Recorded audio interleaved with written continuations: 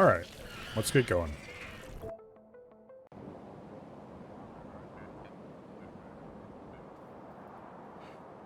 Okay, let's see. If I remember correctly, we had effectively finished everything here.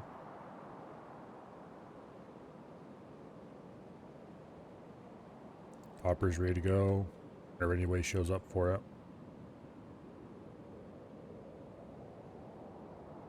We're out of ammo once again, but there's ammo circulating on the belt, so that's okay. Plenty of stuff in stock. A little short on row bits. I should stop by and clean out that chest. Other than that, I think this base is, quote, done, end quote.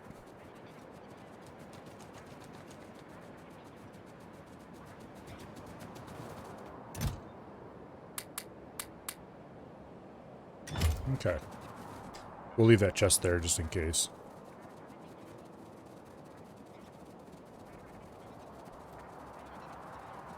I'm going to do a quick run around the outside edge. Make sure there aren't any huge patches of trees that are in range. Like those, who cares, they can get burnt.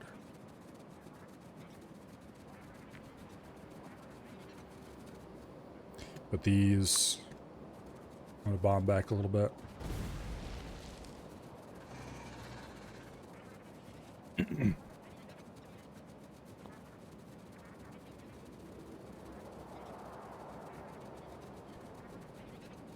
Those, who cares? These are not really a serious issue, but oh, yeah, I can just use rockets on these, can't I? Okay.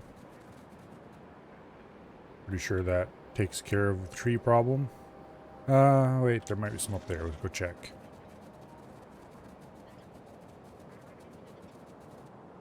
OBS? Are you not picking the game up?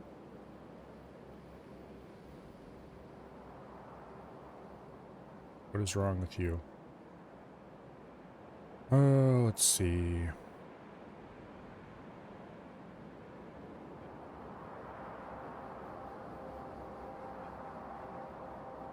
It somehow switched to the wrong scene.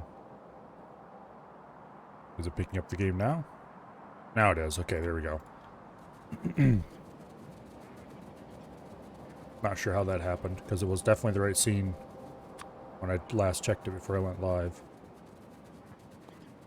Oh.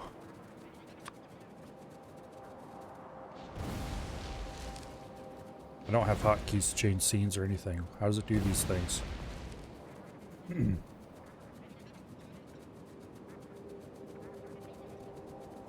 Alright, so I think that's everything we need to do up here.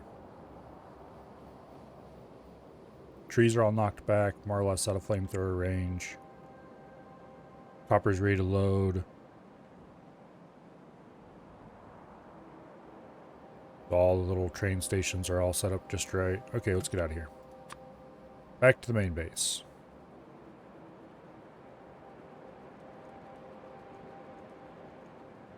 That's quite a long train line, you know?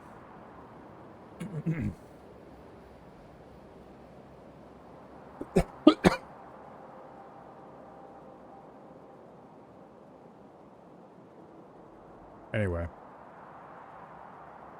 This base, I could easily extend this wall down and this wall up to block that off. I'm not sure why I would want to just yet. I don't know if this is the dead end up here. Like if it just kind of goes like that and surrounded by water, or if that's another choke point that could be blocked with a base. And there's a bunch of copper. 43 million. Okay.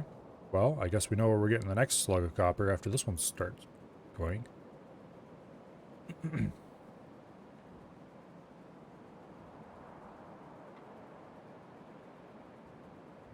I'll block this off, and this off, and this off, maybe. and then cleared this whole internal area back. Then we just have to worry about how to block off this side somehow. Not worth it, but it's interesting to consider.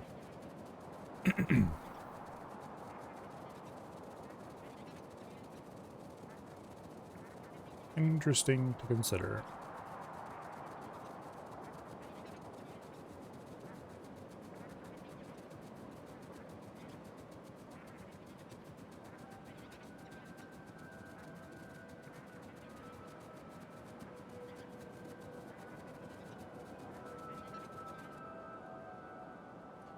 But anyway, the next step,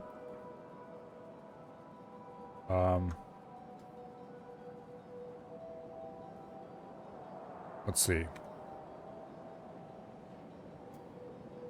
The next step is to move OBS over to the other monitor so I can see what's going on a little better. There we go. Okay, the next step is to build a low-density structure factory, apparently.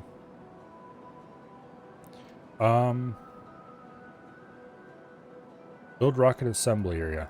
I wonder if I should make all these three at the same facility. Build rocket control units, build low-density structures.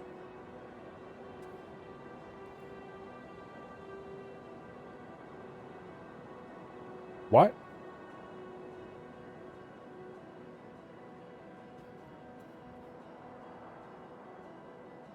Are you doing, OBS?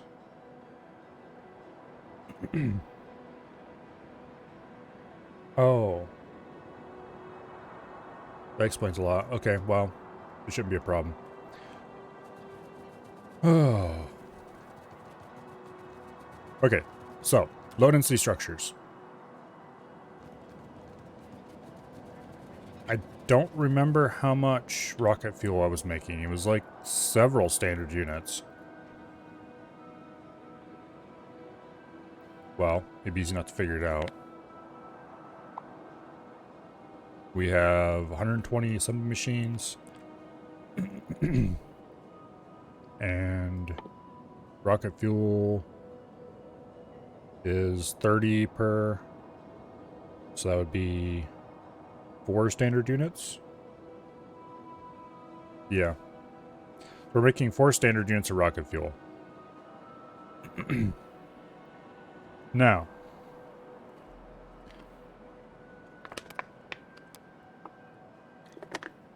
some of that rocket fuel is being used for various things. In particular, it is being used for making nuclear fuel, but that requires a very small amount of it. Also, it's being used... There was somewhere else that was using rocket fuel. Okay,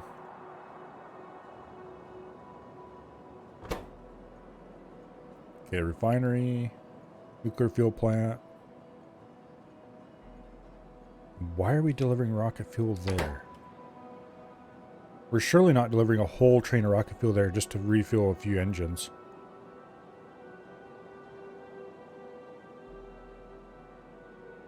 We are. Okay.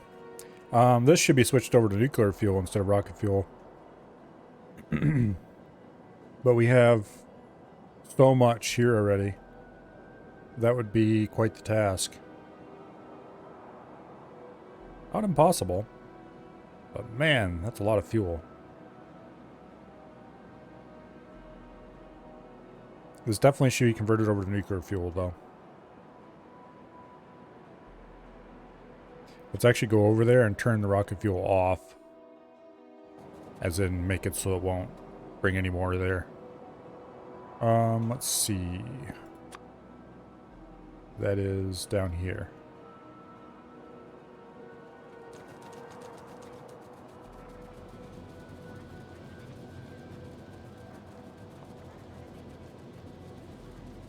I'm not going to convert it to nuclear fuel right away.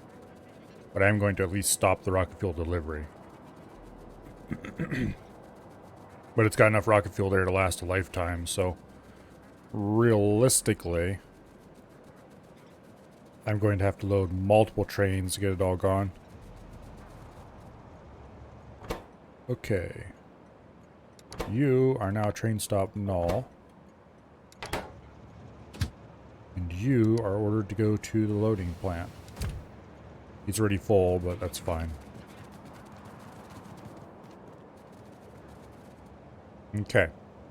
So we have 4 standard units of rocket fuel, of which a small amount is being diverted to make nuclear fuel. And I do mean a small amount. This train is probably a lifetime supply, to be honest. Also, this train is full up of nuke fuel, so that's good. We have loads of 235. Buffer chest is refilling. Heck yeah. I am actually going to go over there, though, and make some little modifications. Specifically, I'm going to increase the size of the buffer chest for the 235.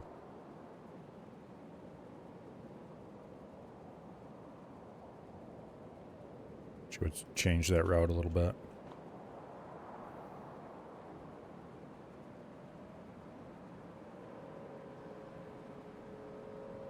Okay.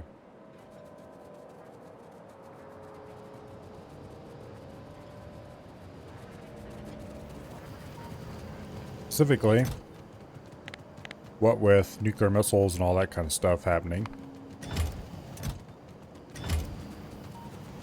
this is now worthless, actually. Why was this set up this way in the first place?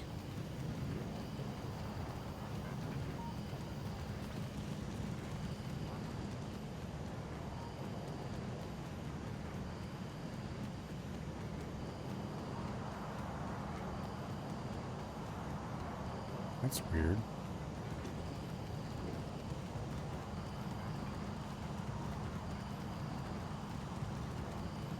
I think this was supposed to pull off this line.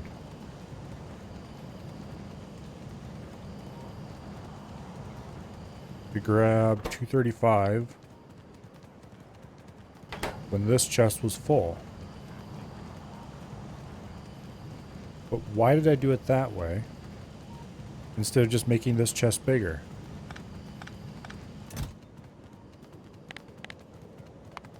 Mysterious mysteries, I guess. Because any 235 that come in on this line... Oh, it was so that enrichment would stop running. Okay. It was so that enrichment would stop running when the 235 filled up. But that uranium refining would still run. Okay. Do I care about that? Because I kind of want enrichment to keep running forever. We are starting to slowly run low on 38. But that's mostly, or even entirely, because we're running a lot more enrichment over here.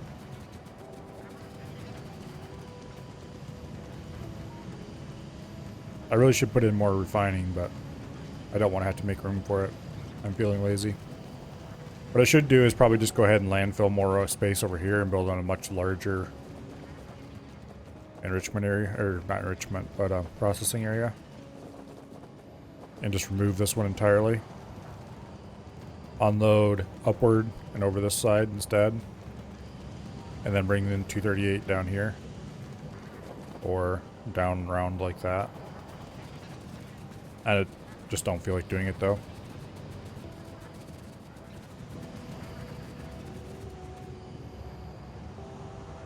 Enrichment's going to slow down a lot here because it's already backing up.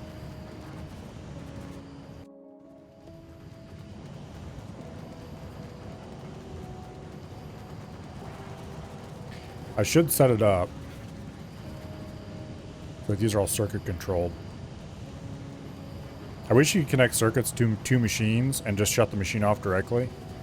But shutting off their input would work just as well.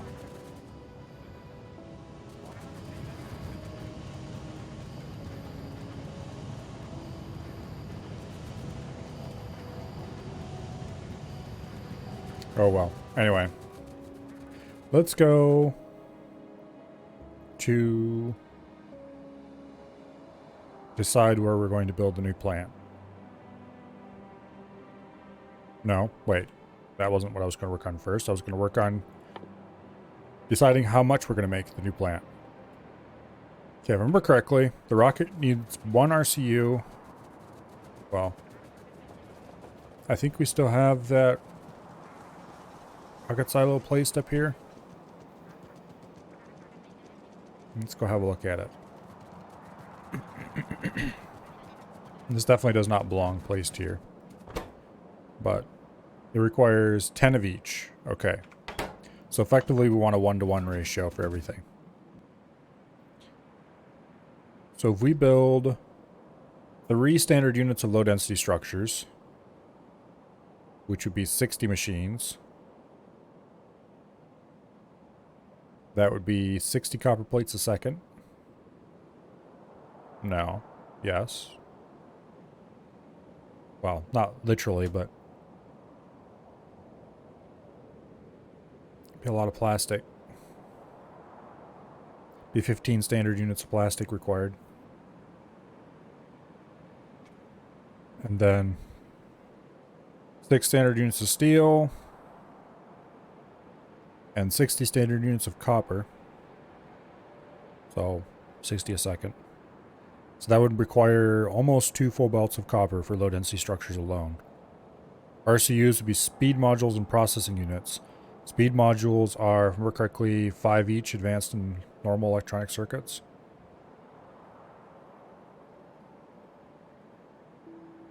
I don't remember. Okay, how many? Got a lot of advanced circuits, but how many extra were there? I don't remember. I don't remember how many standard units of everything I built. Okay, each one of these lines is a single standard unit of reds. Wish I hadn't deleted my math on this. Okay, how many standard units of blues do we have? We have 30 machines making blues. That is 3 standard units of blue. Okay.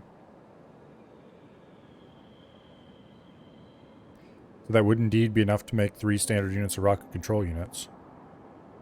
Blues require 2 standard units of advanced circuits. And I have a lot more than that. No, blues require more than that, surely. No, that's all? Okay. So we could probably make 3 standard units of rocket control units. No problem. The greens might be an issue.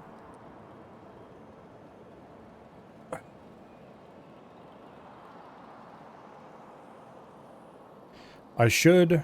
Okay, here. Rocket control units. We're going to need a lot of crafting units, apparently. Okay, these require a 15-second crafting time. So 3 standard units of speed modules would be 45 speed modules. Is there a place where we could easily fit 45 assembly machines in to the circuit factory and just build the speed modules on location? Like, if we could do it right here, that would be awesome. I don't know if it'll fit, though. There's only one way to find out. Okay, there's more than one way to find out. There's only one good way to find out. Or a quick way to find out, I should say.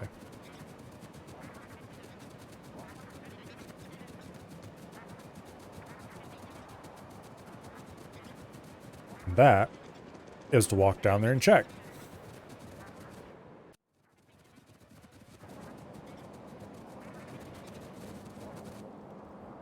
How many assembly machines do I have on me? 25. Okay, that is hardly enough to do this test, but...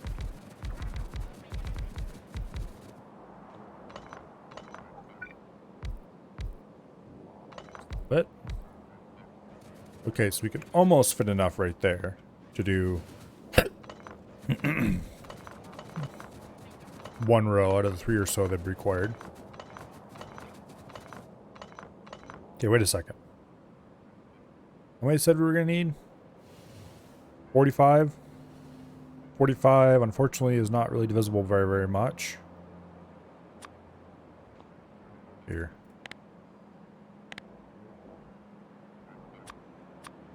Let's shuffle this stuff around a little bit. There we go. Much better. So,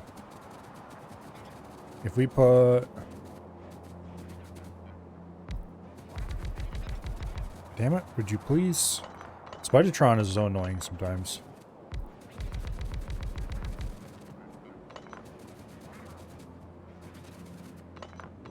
Okay, so that's a row of 15. It should be anyway.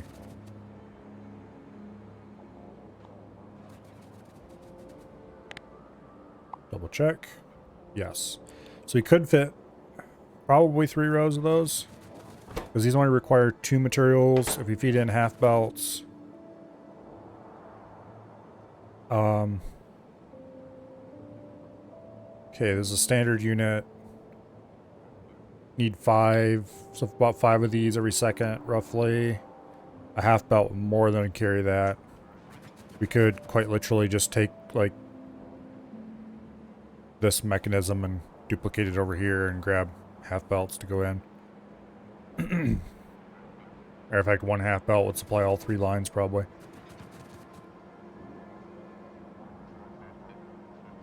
So we wouldn't even need to make 2.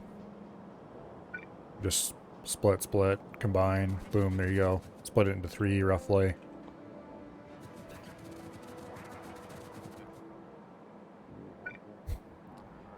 And you just do, dedicated input and output lines.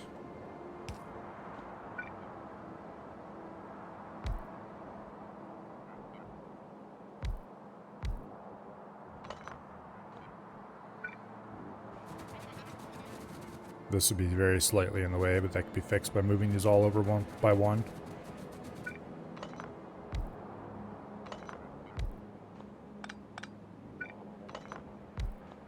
There.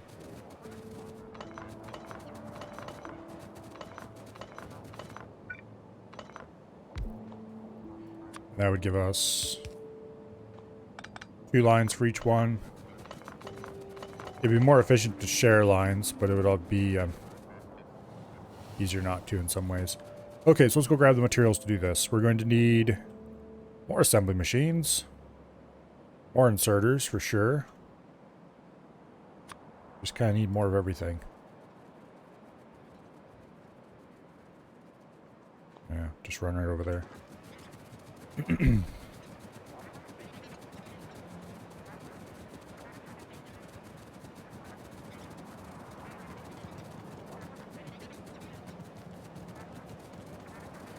Okay, some machines. We'll just grab a whole load of them because we're going to need them later, if not now. Inserters are produced elsewhere. Belt stuff's produced elsewhere.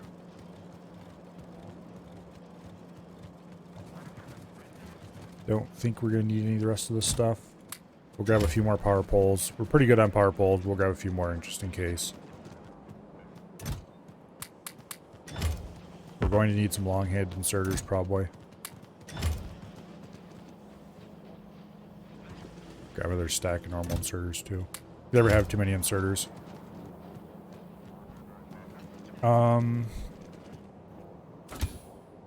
We're probably okay on belts, to be honest, but I'll grab another couple stacks just in case. And we'll grab a stack inserters, even though we're probably not going to use any of them for this at all. It's just nice to have them around when you do happen to need them. Okay, we don't have any red belts to get rid of. A little bit of wood, that's about it. Okay. It's time to go build the proper speed module factory. Now, I don't know if I'm going to put the speed modules on a train and ship them somewhere, or if I'm just going to go ahead and build the rocket factory below this. That's entirely possible.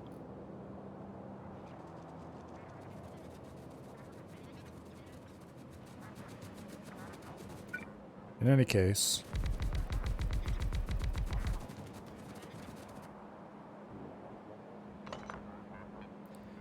let's see.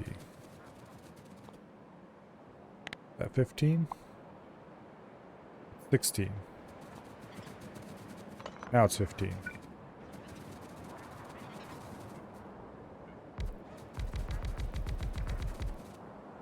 There we go. And the next row.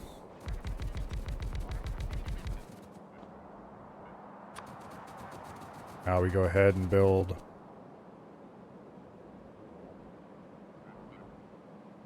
input, output. You know. Do I want to do them all both on one side like that?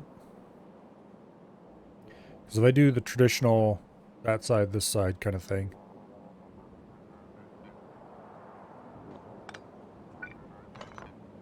I move him over one.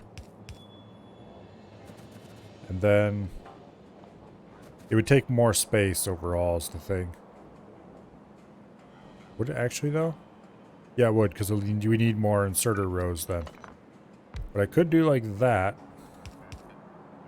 It would require more. It would require the same number of belts. Oh no, wait, we couldn't even do it for this one because yeah, okay. Okay, we're doing the less space hungry method, which is going to require long-handed inserters, but that's a small price to pay. Okay, so output, input. Input is the near side because it is the side that is going to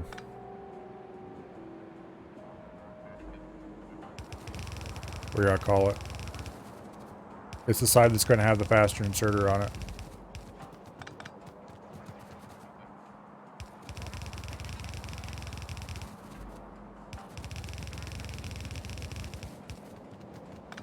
Okay. I probably should have just made a blueprint for these. Which I guess is what we're going to be doing right now. Oh wait, those are input. These are output. Do like that. And like that.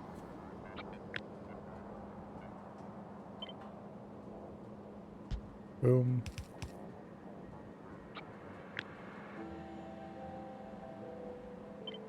Grab a group of 4.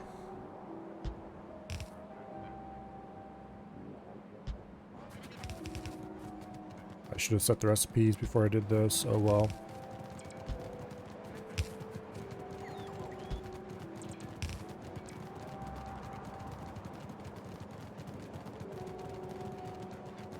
Okay.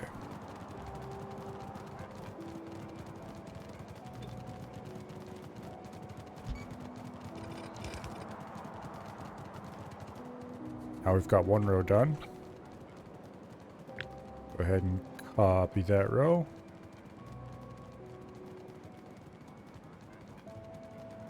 Copy it more carefully to not include extra crap.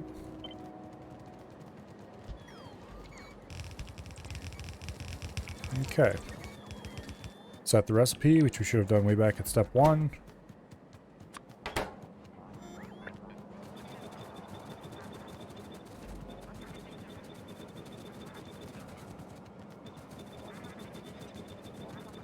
Okay. Now we go trim the belts.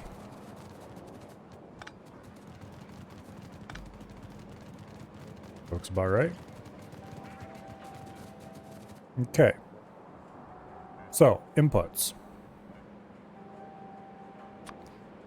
Outputs. Okay, we'll deal with outputs first.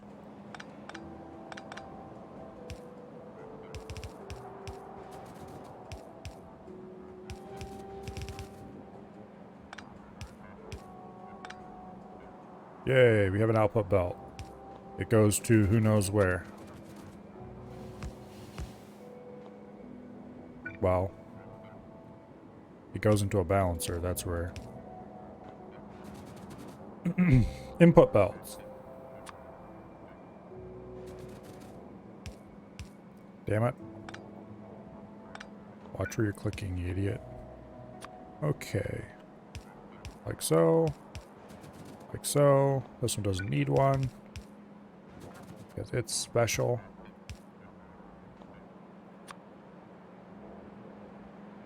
And its mommy is very proud of it.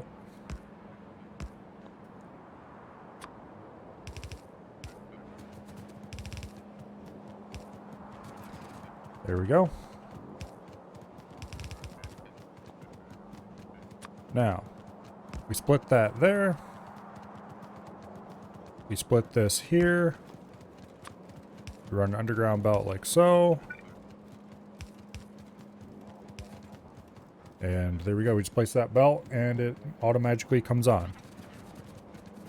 Starts producing plenty of blue bits.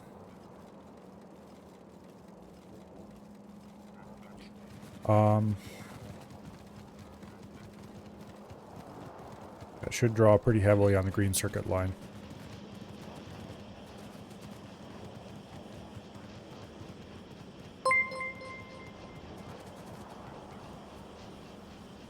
Oh, thank you very much for the follow, Survey Slave.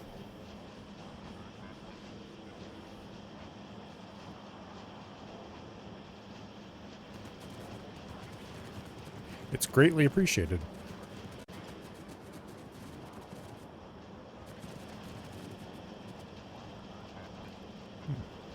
You were here yesterday, weren't you? I remember you talking in chat. Anyway, welcome here.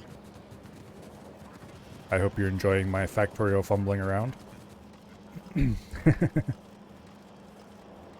Now, this should be enough for 3 standard units of rocket control units, I think. We are having circuits backing up. I was expecting that. Everything's good.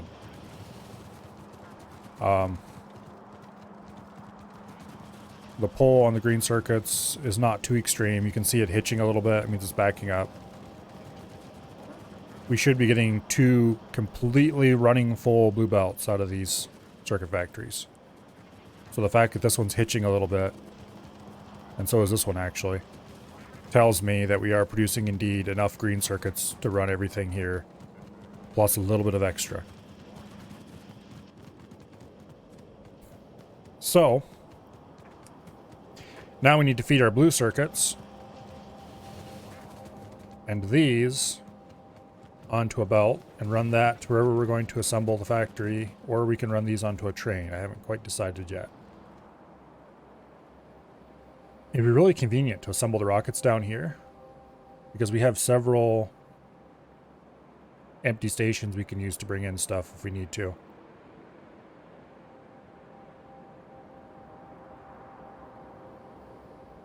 Matter of fact, we can just use this rocket fuel station as the rocket fuel import,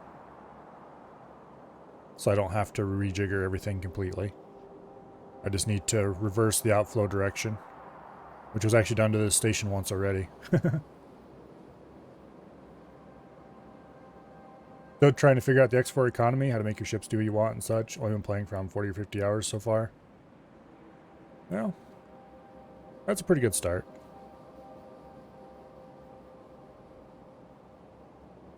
Unfortunately, I'm probably not going to be doing much X4 for a little while. Because, well, actually, what's today's date? 18th? Next week, we'll probably have more X4. This week didn't because of reasons. But Foxhole 1.0 is coming out on the 28th, I think, and I'm probably going to play a lot of that when it comes right out. When it comes out. For at least a couple weeks. But we'll see. I was really hoping they fixed all their balance, well, not all of, but at least most of the worst of their balanced issues, but it looks like they might have made it worse instead. Rip. Okay, so we import rocket fuel here. What else are we going to need to make the... Okay, we're going to need to import steel and copper. We are importing copper already, but I don't think it's going to be enough copper is the thing. We might need...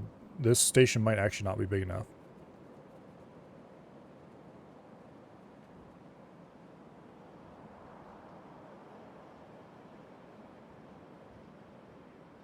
It is the right number of... Well, I suppose.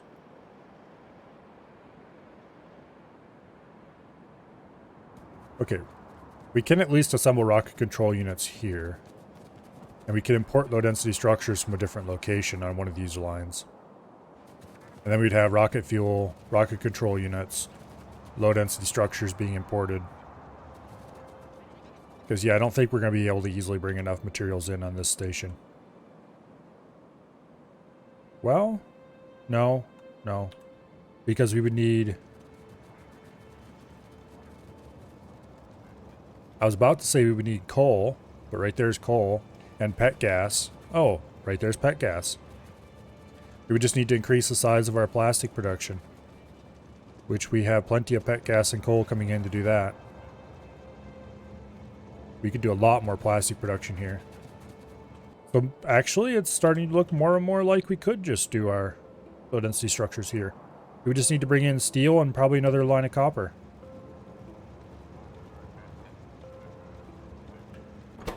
Okay.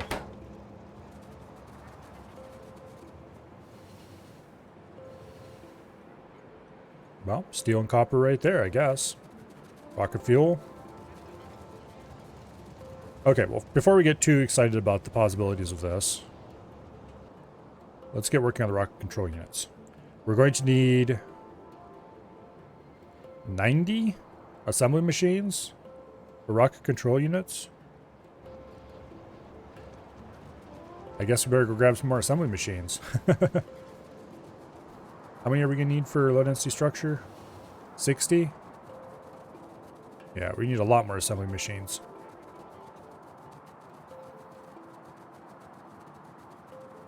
And that's going to be 15 standard units of plastic. Except not quite, because the plastic standard unit is larger than the other standard units because this game's assembly machine balance is annoying and weird.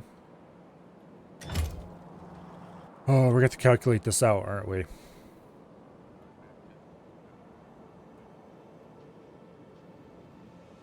Okay, well, that's why I put in calculator capture, I guess.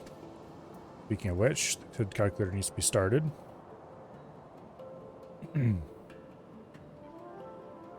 Okay. So. Oh, here's all the new notes for the circuit production. Oops.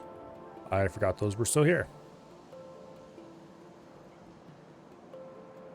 120 standard units of green circuits.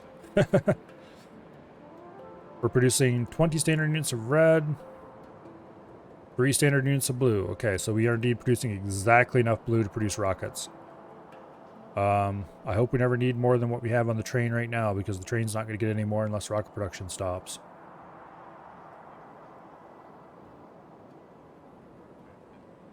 But anyway.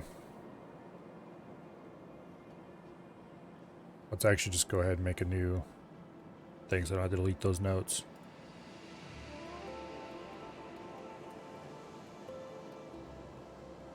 I absolutely mangled that. Okay.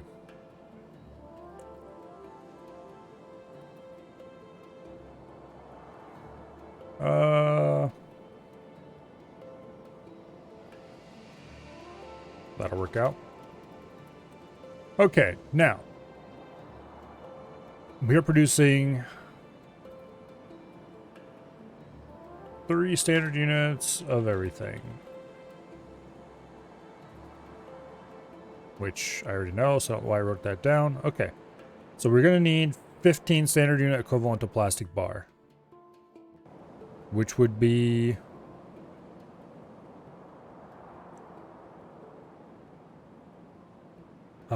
let's see. What exactly do I want to calculate? Okay, 15 SU...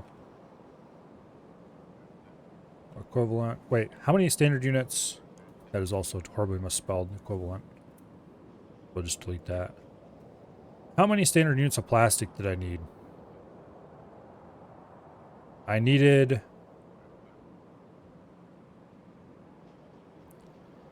30 plastic a second. 30 standard unit.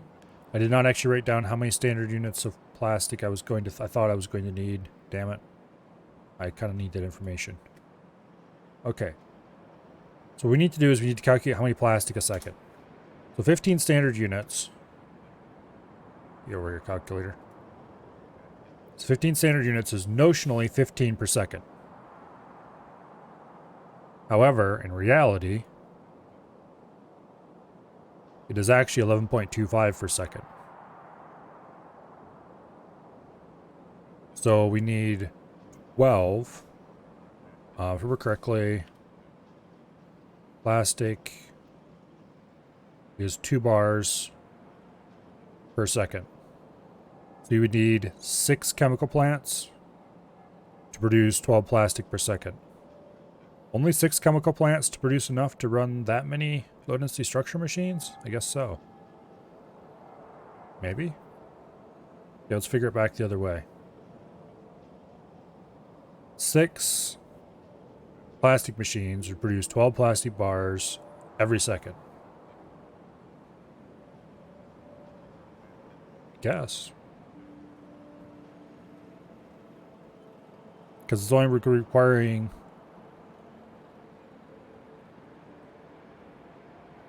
Yeah, okay. We would only need 15 per second if these were running at 1.0 instead of 0.75 speed. Only 6 plastic machines. Sometimes it's kind of surprising just how you build a factory with like almost 100 machines in it, and one of the materials it requires is only like 5 machines or something. But anyway,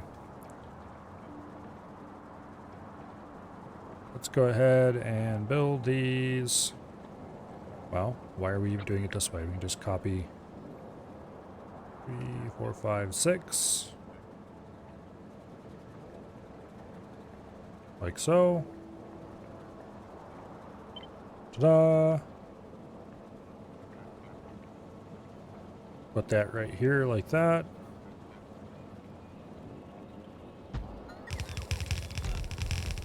Going to want to modify this very slightly.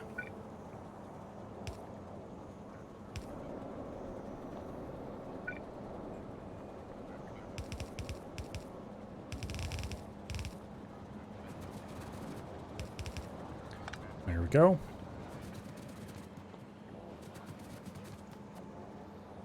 That covers everything except the other side,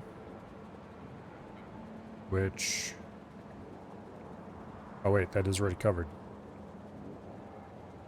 Except this one, which apparently isn't.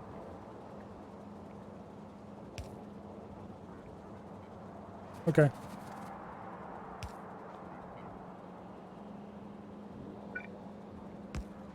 Plastic production is covered. That's still not getting me any closer to rocket control units, but we can deal with that later.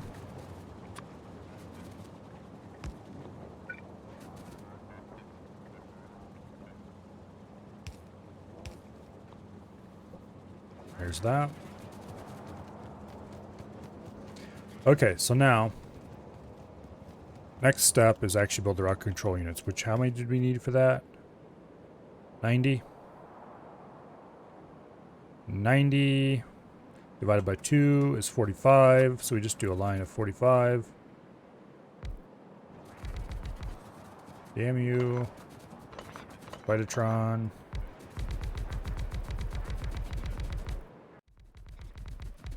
Oh.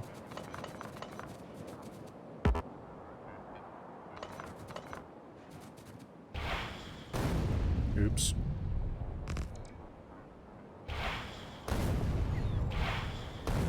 There we go.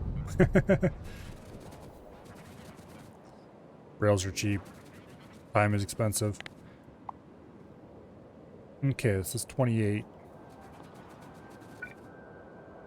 29, 30, 31, 32, 34, otherwise 6, 7, 8, 39, 40. Let's see if I got anywhere close to actually counting that right. I did. Dead on. Bow before my skill. Can we fit 45 in here? We need to fit 4 more on this end. Nope.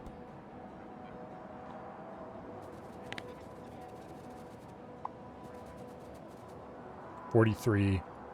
Well, we can put them a different place. In particular, low density structure is going to require only 60, so we can put 30 in a row and fit them over here real nicely. Where are we going to put the RCUs then?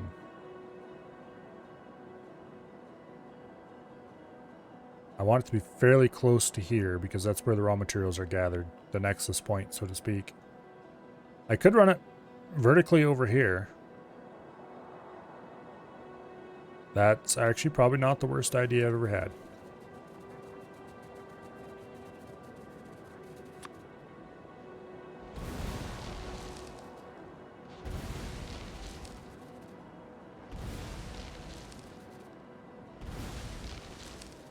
I really need to set up automatic production of these grenades, because they are just about the right size to be awesome.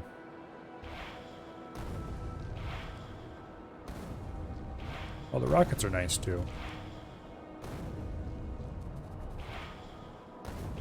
And rockets have a longer range. Okay, cliff explosives. I do have cliff explosives on me, right? Yes, I do. Boom.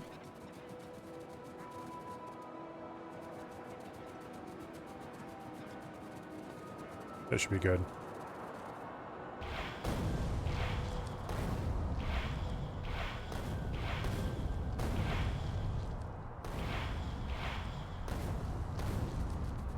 I should set up automated nuke production so I can nuke trees. That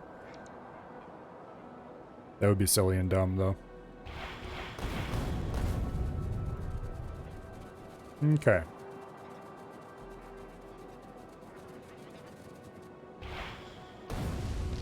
Oops.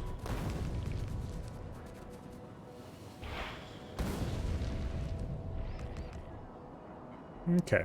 That should be about perfect.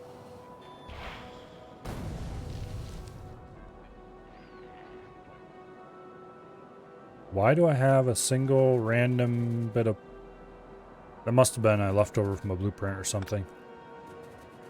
That definitely doesn't go there. Okay, so we need to get blue circuits. Specifically, blue circuits need to come off here. Output priority left.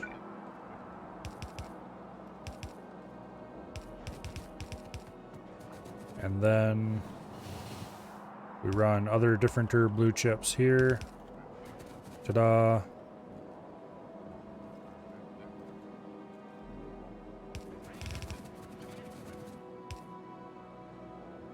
We're not going to connect this up yet.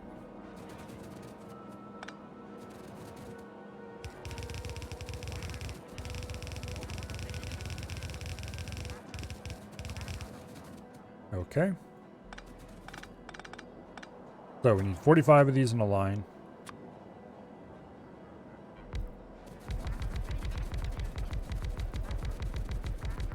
These should keep going until there are 5 left.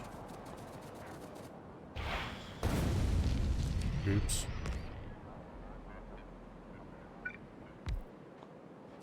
Okay, well that messed up my count.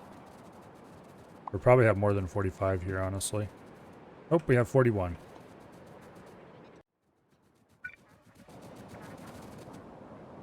$42, $43, $44.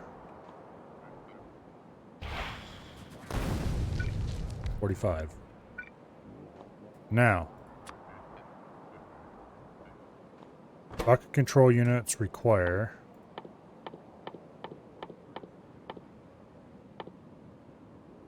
one each. I think what I'm going to do is we're going to have an input belt, an output belt, and an input belt.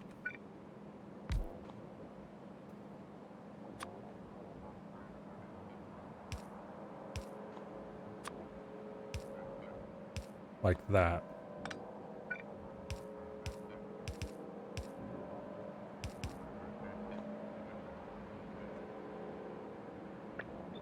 And then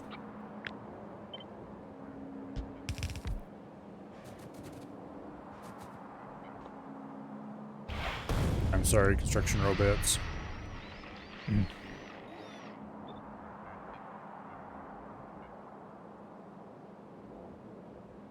Wait, what?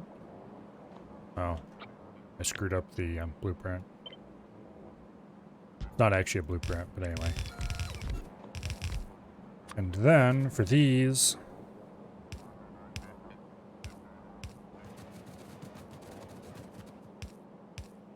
we have every other one gets to be a power pole.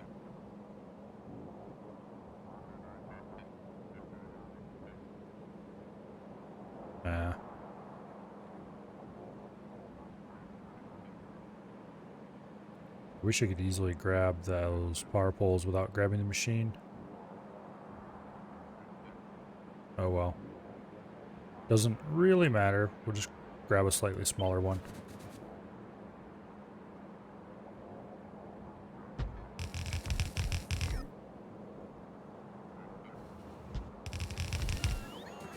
Okay.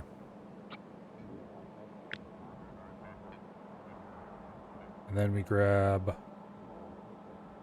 that version. Like so.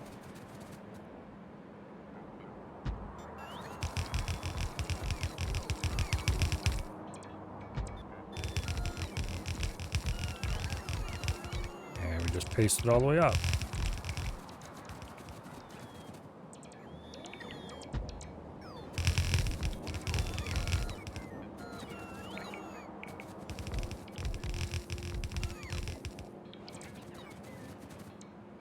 Well, all the way up until we run out of belts anyway.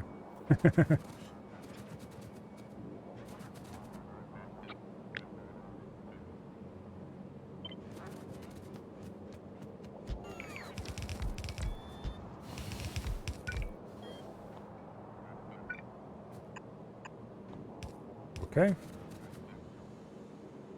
So that works out fairly well. We'll split this, send one belt, one side of the split down each one of these, and then run the center one back to wherever we're going to assemble the actual rocket, which I still haven't actually decided on. You know, if I'm running rocket fuel out the top here, we could just put the rocket thing right here. Run the rocket control units in, run the rocket fuel in, and then we just need to assemble the wear out columns right in here, maybe, and run them up through here and into there. Put the rocket right here. Go place that down so I don't forget about it. Where's that? There it is.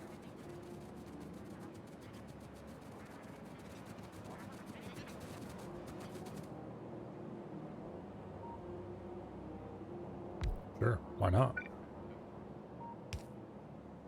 Seems like as reasonable a place to put it as anywhere. I'm going to change the positioning of these power poles slightly, though. I don't want to have wires running out over top of the rocket. Purely for aesthetic reasons more than anything else. And then the rocket fuel. I'm going to delete all this crap.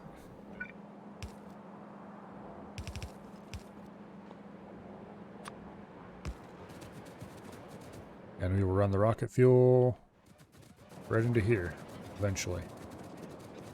For now, let's just go ahead and get rid of the rocket fuel in our inventory.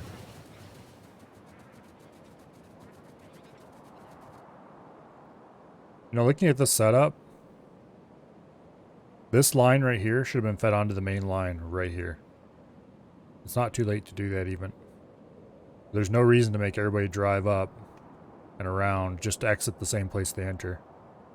I should delete the exit here and then put an exit only Y here right here.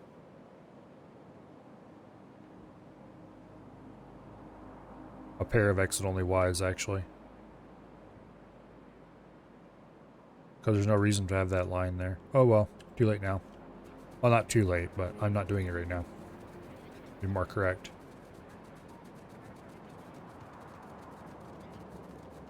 Okay, so we're a little short on inserters.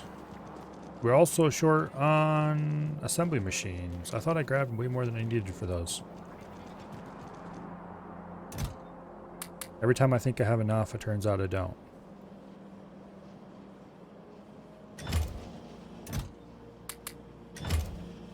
Okay. I'm gonna grab a whole thing of them. Grab a few more assembly machines. We need at least 60. So that should be good for now. I'll grab another thing of power poles just in case. All right.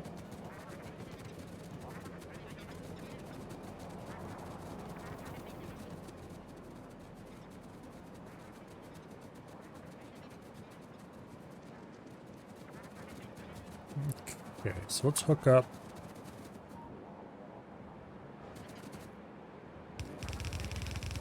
the rocket fuel here.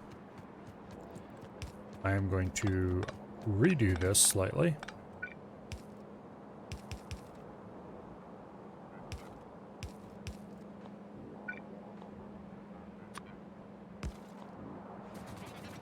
Hopefully this thing can still hold more rocket fuel. Nope.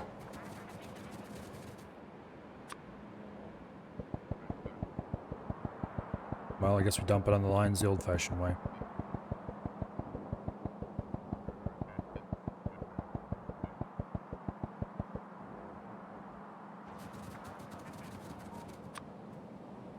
Got an inserter there. And then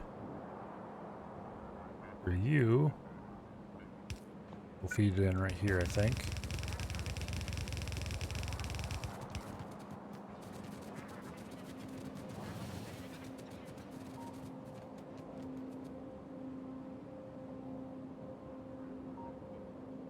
What am I going over there for? There's nothing over there I need to assemble.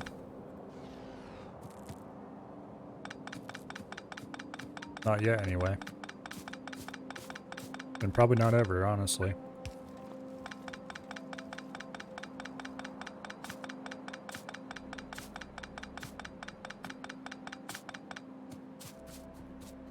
Okay. Spidertron, come pick me up.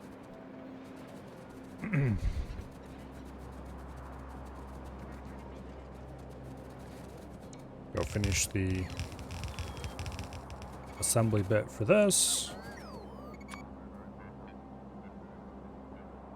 Okay, these are very much misplaced power poles, or not misplaced, they're just in the way. But they can be placed elsewhere, so they're less in the way.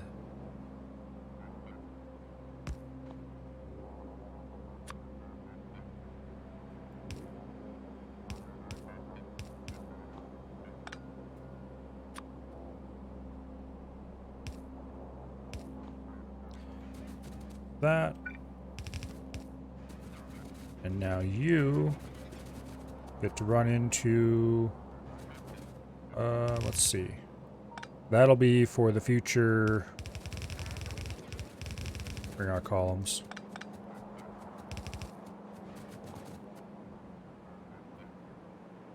Okay. And we can put a single power pole there to cap the whole thing off.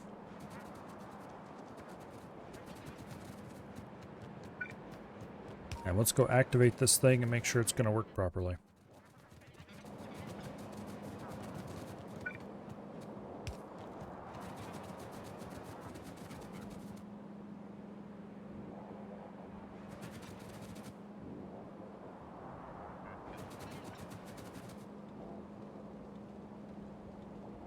Okay. I'm a little worried the blue chips aren't producing as many as I thought they were, but it should be okay. It only needs a couple of seconds. It should be producing exactly enough blue chips, which whenever I'm producing exactly enough of something, I'm always a little bit concerned about it.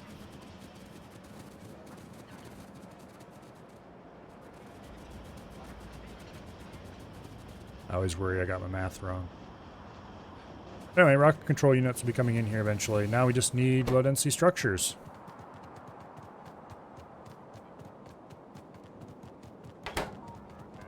And then we're going to want to produce satellites, which require a lot of things that we're not producing in quantities large enough to produce satellites with.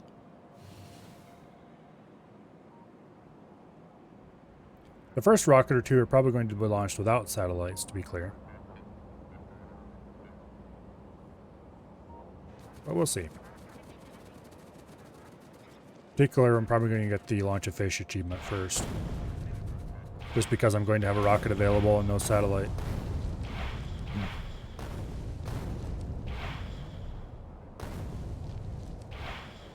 Also, I'm pretty sure I've never launched a fish before.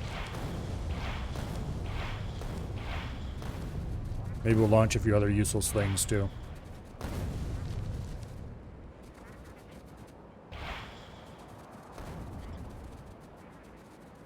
Okay, so.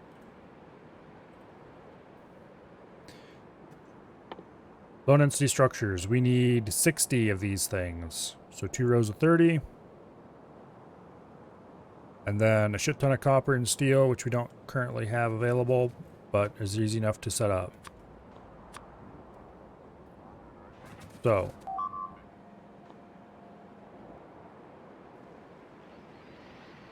Okay, robots are on the job.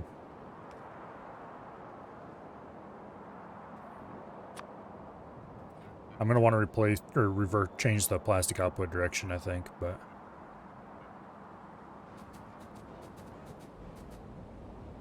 Go there. And then let me think about this. There's copper. There's plastic and steel. There's the output. There's copper. If we do like this, run plastic and steel up the center.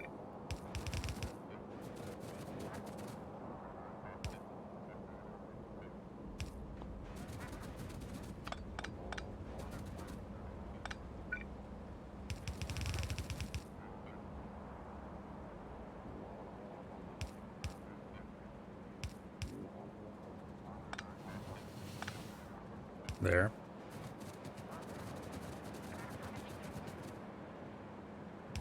Bring the steel in. We're going to want to shift these down more so we have more room to bring in copper. But this is the basic idea.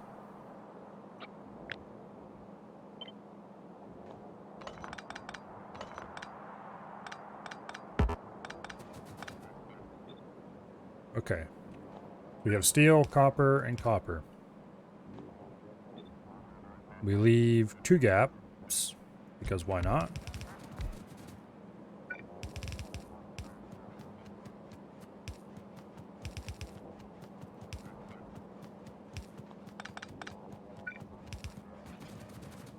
Okay.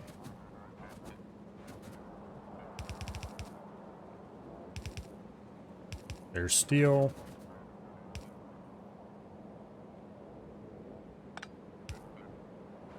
There will be future plastic.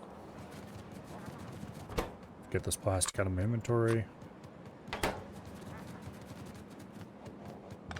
We're going to delete that. I'm going to drop a little bit of steel on the line. Just to remind myself of what's going to be on that line.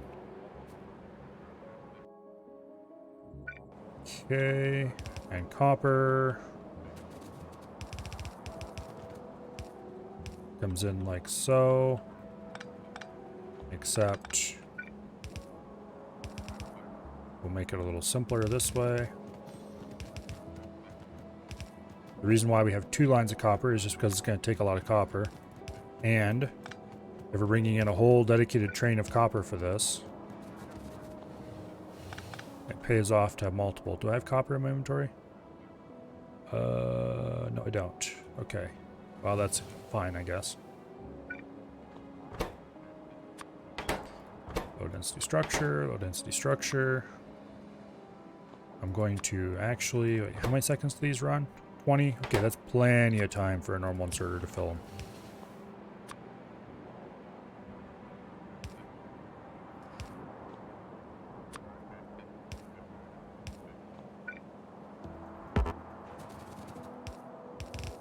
Okay. drag those out a little bit.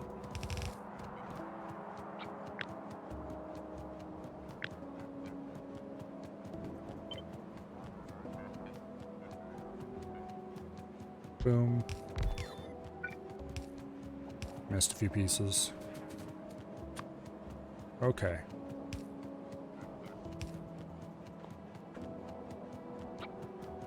And then we make a copy of that pair. Paste another pair. Make a copy of this pair. Because these have the full length belts instead of having the trimmed belts. 6, 7, 8, 9, 10, 11, 12, 13, 14, 15, 16, 17, 18, 19, 20, 1, 2, 2, 3, 2, 4, 25, 26, 27, 28, and 29, 30. Okay. These belts then get trimmed. And these belts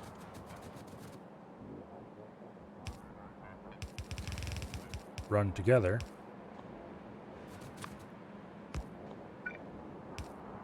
to produce the required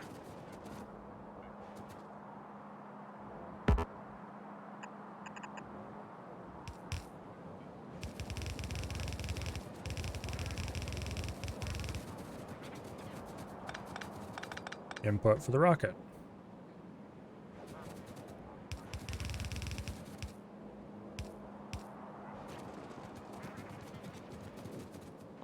Going to... yeah, we'll just leave that alone.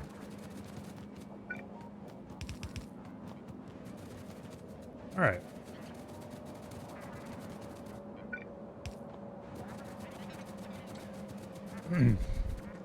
Building the factory for the basic rocket parts was way faster than I thought it was going to be honest.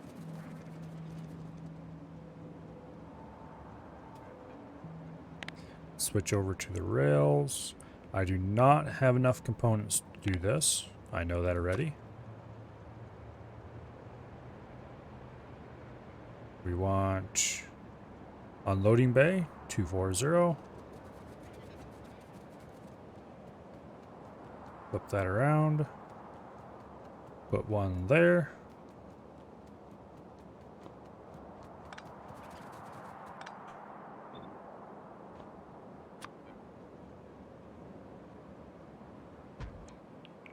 And one there.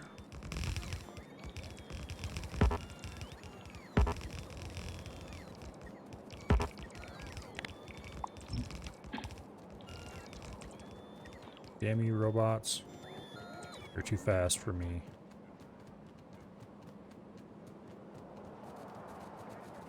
Particularly this little bit of rail right here. And that little bit of rail need to go. Alright. So one of these needs to be dedicated copper lines and one needs to be dedicated steel. Steel was on the outside. So that should be this one, I think.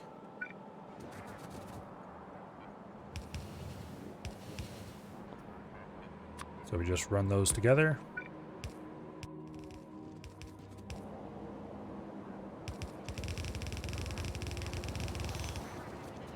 And we run out of belts. Well, clearly just need to get more of those then. That's a lot of rocket control units, by the way.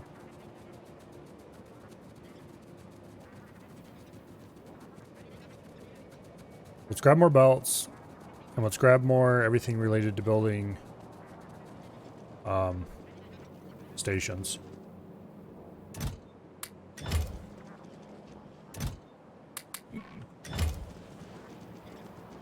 That should probably be good.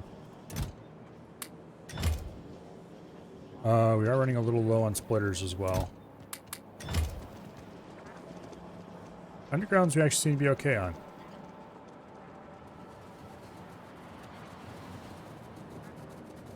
Oh, yeah, I forgot. Stations consume vast amounts of splitters the way I build stations anyway. That's why we used so many of them up so fast. Like, what was using all the splitters? Downloaders, that's what.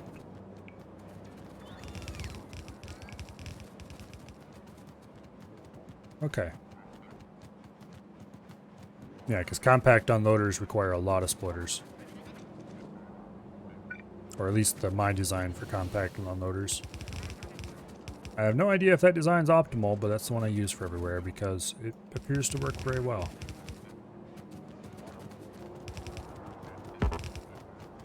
Just place it. There we go.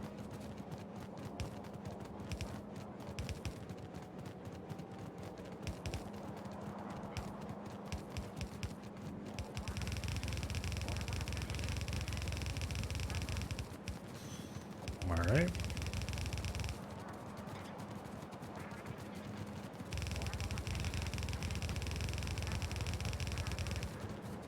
And now, we just need to summon the trains, make the last couple connections, turn the power on. Oh wait, I missed a spot. Oops.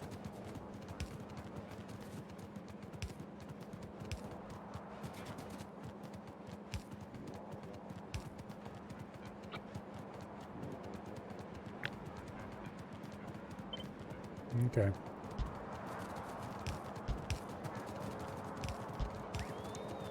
Leveraging the power of robots.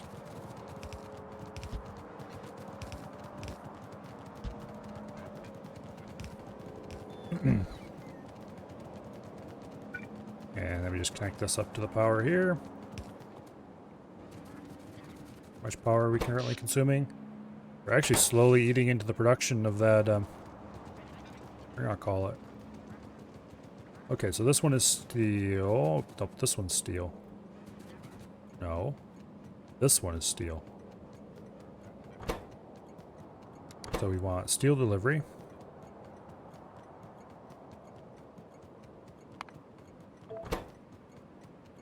And we've got a train coming our way already. And this one is copper.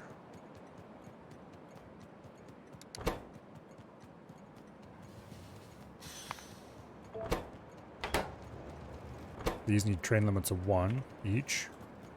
Actually, they probably could do with train limits of 2, but we'll just set them to 1 for now.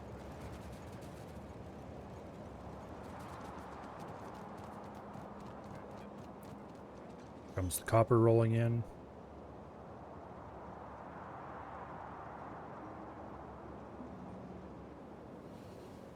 Hello, Nova.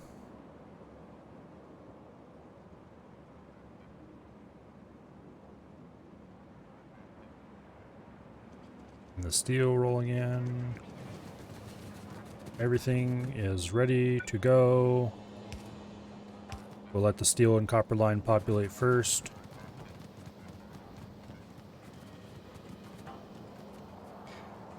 What am I doing? I'm setting up the last few bits of the rocket.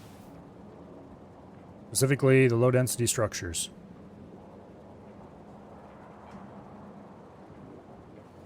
With this finished, and those 2 belts placed, everything we need to launch rockets is completed except the satellites, which are non-trivial in and of themselves. Let's see, where even is the satellite again? There it is. Satellites are not cheap. We'll probably launch at least a couple of rockets before that point.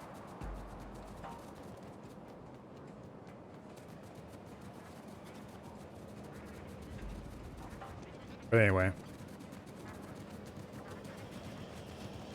Low density structures are being made. The first few should be coming out of the machine right now. Yay.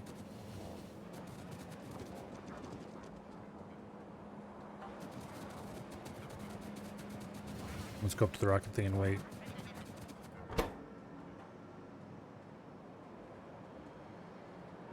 Where's the first one?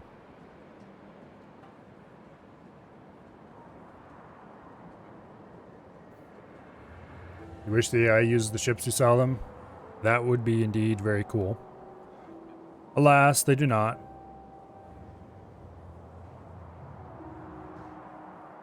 Okay. So now we just need to wait. Every 10 of these is 1% of the rocket. So that'll take a little while to charge up. While that's charging, I need to go take a quick bio break. So I'll be back in a couple minutes. And hopefully the rocket isn't quite charged before then, but we'll see. If you sell them at Kyoto, will they scrap it? Yes, they will. I don't know why they do that. Probably because to make it a little easier on the AI or something, so they don't have to deal with specific types of ships, or that you can't sell them sabotage ships or something. I don't know why they do it that way, but it's the way they do it. It's annoying. There's certain factions that have really shit navies. I wish I could sell them large numbers of ships and actually have them use them, but they don't. They just disappear into the ether. Don't know why. That's just the way they did it. Anyway, I shall return, hopefully shortly. But in the meantime, enjoy watching the rocket charge. I'm going to have to hurry if I want to get back before it's done at this rate. 18% already.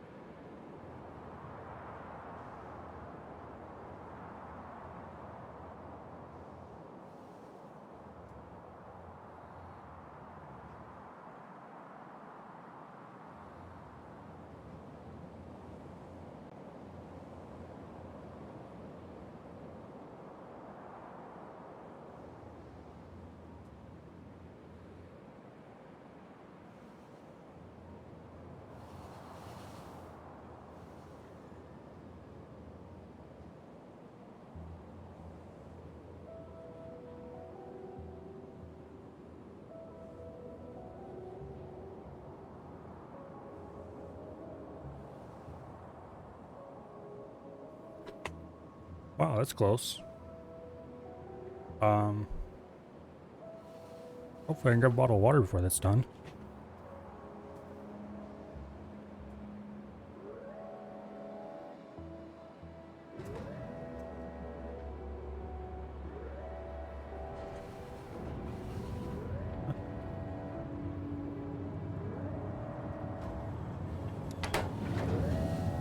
It has emerged.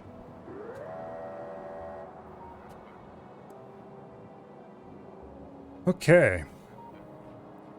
Well, I believe it is time for us to launch our very first rocket here. I think there's an achievement for launching a fish. So let's go launch a fish. Well, okay. Instead of one of those stinky old fish we've been hanging around in the chest forever, let's get a fresh one. Also, I don't feel like walking all the way back there to grab those chests. We'll launch a whole stack of fish.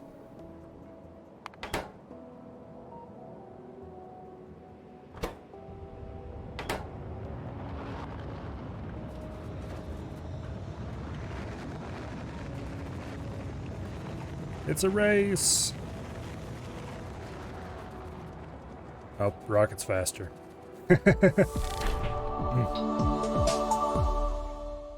Alright. We got at least 4 achievements there.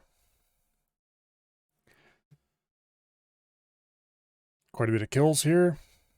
Apparently I killed a bunch of rail chain signals at some point. Character 1. Oh, I wonder if it counts the time the train ran me over as me killing myself. 3 chests, some rocks.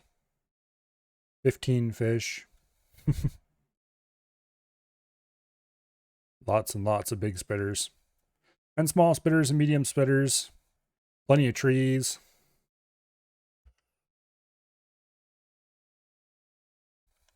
Alright, well, we're not done there. We may have launched a rocket and, quote, finished the game, end quote. But it's not really finished until we've launched one with a satellite.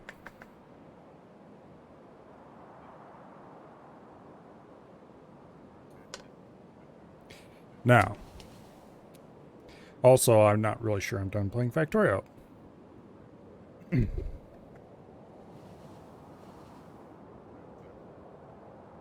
I do want to try, and this may happen next week, the, oh, what's it called again? That little game where you, or not little game, but game you play a,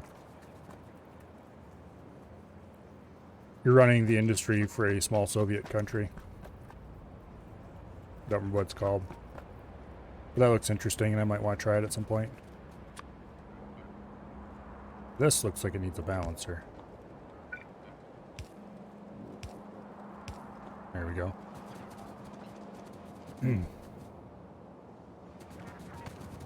Okay, well, we're charging another rocket already, even though we don't really have anything to launch on it yet. What are we going to need for a satellite? We're going to need low-density structures, processing units, rocket fuel, solar panels, accumulators, and radar. That is a lot of crap. Low-density structures and rocket fuel are already produced, and processing units for that matter, are already produced in the vicinity, and can be pulled off of lines as needed. That would harm primary rocket part production, but that's probably acceptable. Workers and resources, Soviet Republic. Yeah, thank you, Grumpadial. I want to play that. But probably not right away. There's a few things I want to do in Factorio yet.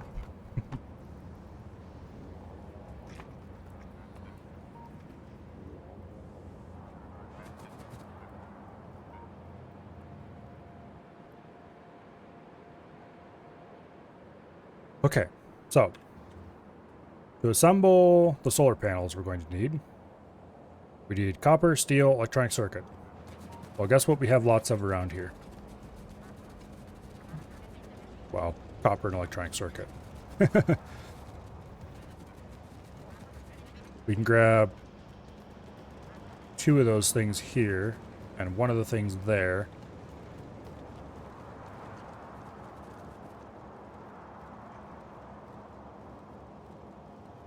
So I want to build a whole... Okay, these take 5 seconds to craft. Satellites do.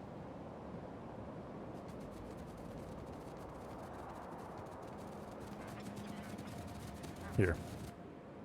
Let's go ahead and place an assembly machine to make satellites. Right there for now.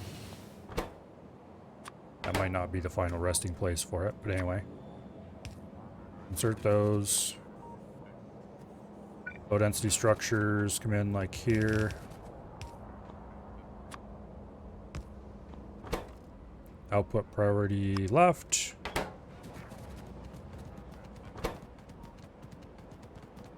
Rocket fuel.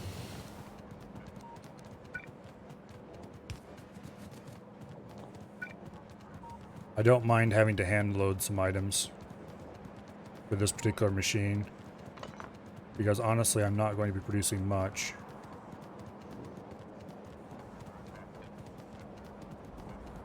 That's unfortunate. Oh, I can put it up here just fine.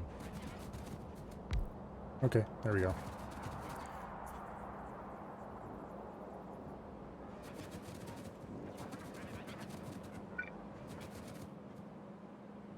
We'll bring in rocket fuel right along there. Rocket fuel, we don't need to worry about any kind of priority splitting because we have so much of it.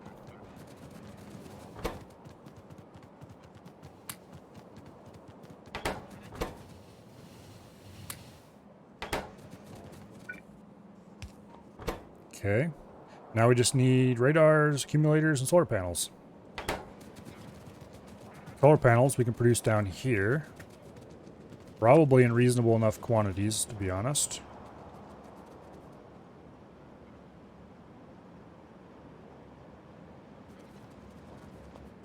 What's radar required to build again? Iron, electronic circuits. Well, we have an iron supply right here. So if we could get some green circuits and iron sent down, and grab steel and copper from here, or grab copper off here actually. Wait. Wait. Steel. Okay, we don't have steel available right here. We do have steel available down here, and we can send it up. Hand feeding is very frowned upon.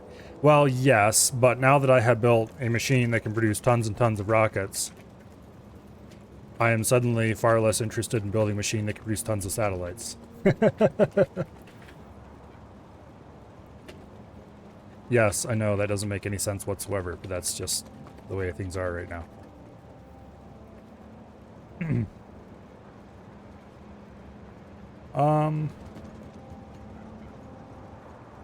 Although actually this machine can't produce tons of rockets.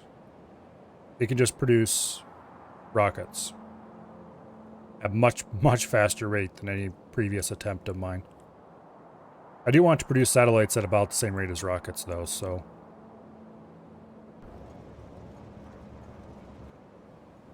The main holdup is probably going to be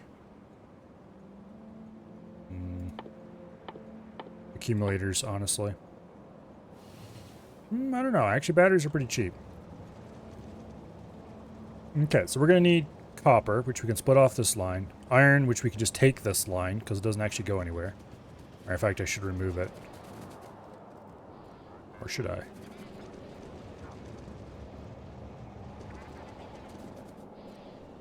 We have green circuits. We have... If I just run a copper line, split off this copper line, run a copper line up here, we could probably build most of what I need right in this area. We just need to run a steel line up, which we could split off here. We would have pet gas available.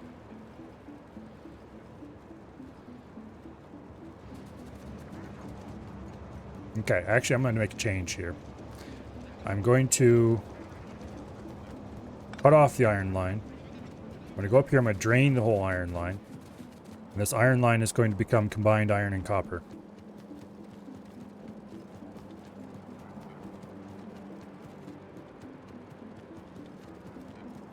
Okay.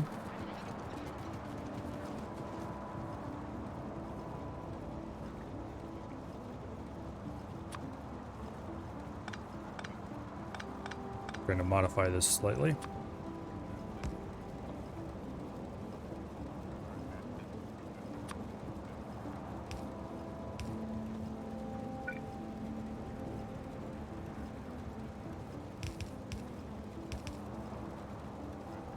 No, like that. Okay.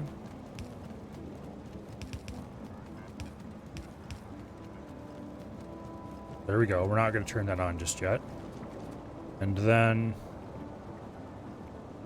for steel, I need to decide exactly where I want to run the steel line. Probably parallel. So we do like this. And we run steel and green circuits on a line together.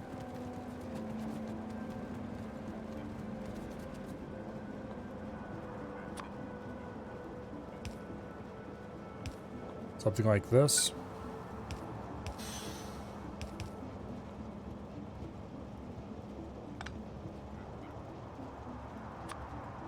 This is becoming very spaghetti, but it'll work. So then we'll have copper, iron, steel, and green circuits, which I think is everything we need to make what we need to make. I am going to realize that I needed something else as soon as I finish this, aren't I?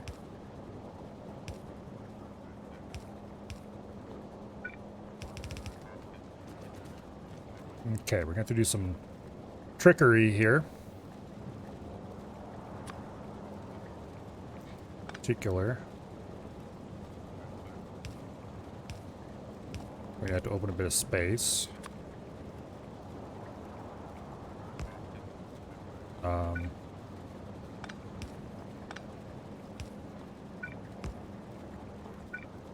Like that.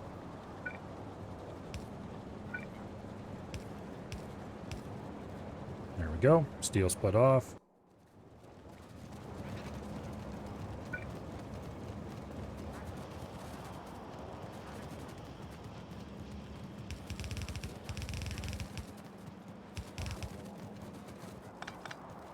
Okay, now we want to run them over to here. So that means we need to make a corner here.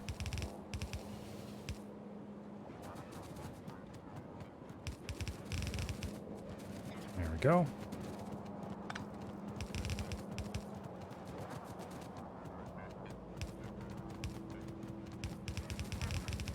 Like that.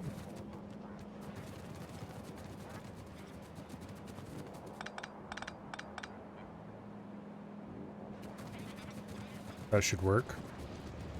I'm going to go ahead and turn these lines on.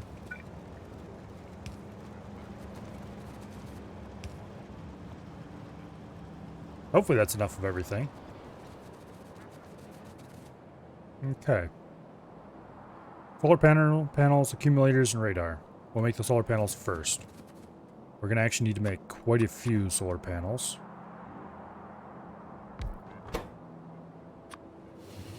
So you need copper, steel, plate. So we just run everything in a long bus. And just build adjacent to this bus. I think we'll build like 5 machines to start with.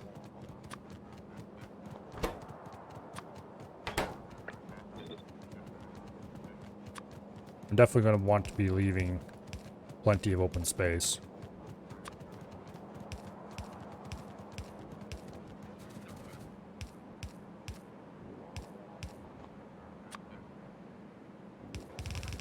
Probably should be probably should calculate how much space I need to. Oh well. I've been mathing this whole thing. Let's pants it a little bit.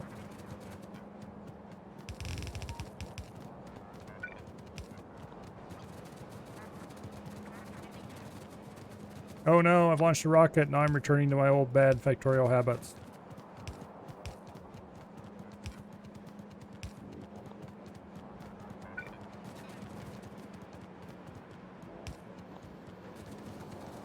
Yeah, how fast do these produce? 10-second craft time.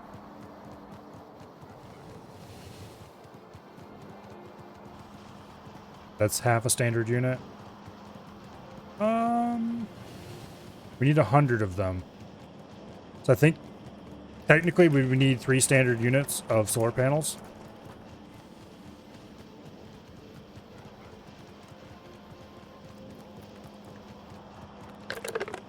No. We would need 1/10 of 3 standard units. So this might actually be enough. Because we have 3 standard units of everything. And it needs 10 units each to make a thing. We'll do auto launch with cargo. And I just realized that we are going to have to do something about space science. So for now, we're going to put it into buffer chests.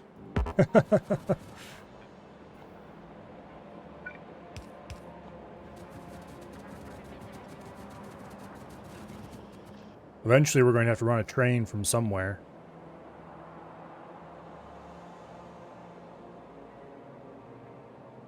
We don't have any free train lines to load. But we can probably think of something. And honestly, we could just dead end a train somewhere in here. And then just run a train in here, maybe? Over here. Drop off space science. Just tee it off and park it over there. Or we could even turn a stacker line into a loading line or something. One way or another, we can get... Yeah, actually, we turn this stacker line into a loading line for a little 3-car train. That'd probably be right. That'd probably be the right approach, honestly. Okay. I think this might actually work. Now we just need accumulators. Okay, accumulators are a 10-second crafting time. They require 5 batteries. Batteries are like 4-second crafting. 1, maybe 2 battery plants.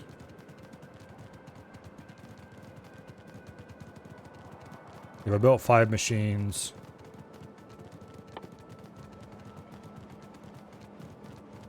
Okay, let's just fit in like 2 or 3 battery plants and then leave some space to build more. I think we'll put the battery plants somewhere. Where do I have rails selected? We should have not that. That. I don't have any chemical plants. Well, that would kind of put a stop to actually doing anything useful if I didn't have any chemical plants.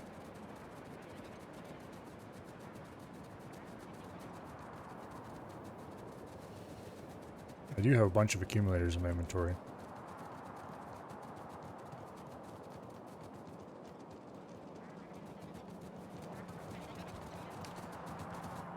Okay, chemical plants.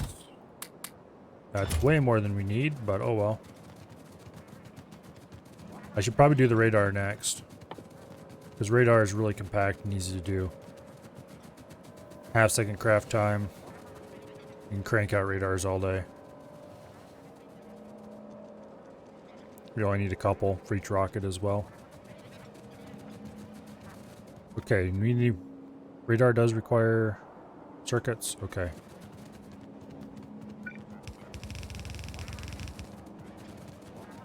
We'll run this down as far as we can.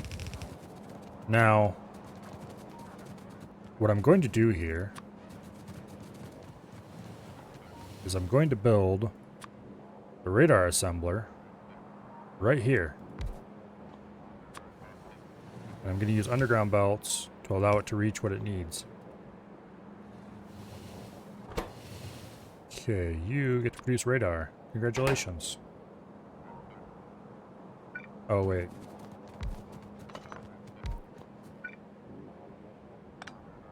There we go. Get rid of that rocket fuel, or as much of it as we can.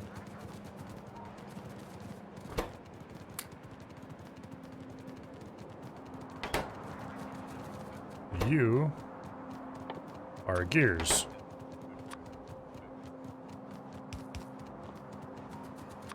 And we run those right into the radar.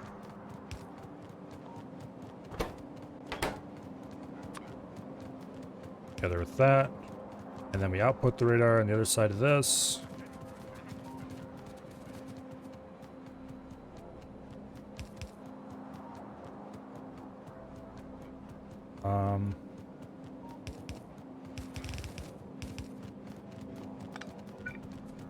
Like so.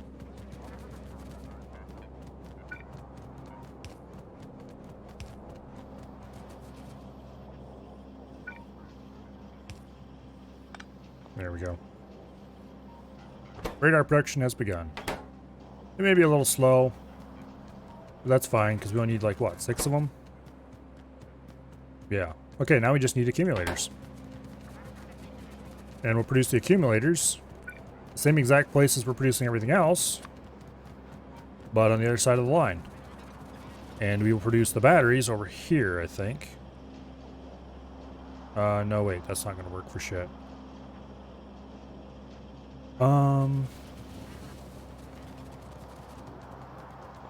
Okay, this line here is useless. It runs to the train fueling up top. But those trains should be running off of nuclear fuel instead of rocket fuel. Anyway.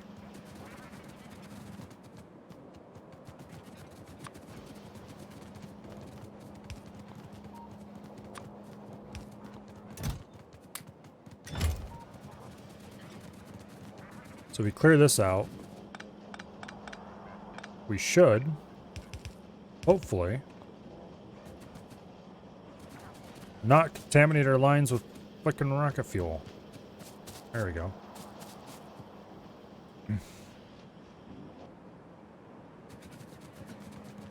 Alright.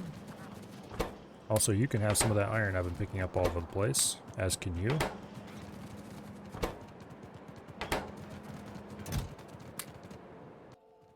Is there anything else we want to launch to space besides fish? Are there any achievements for launching anything to space besides fish?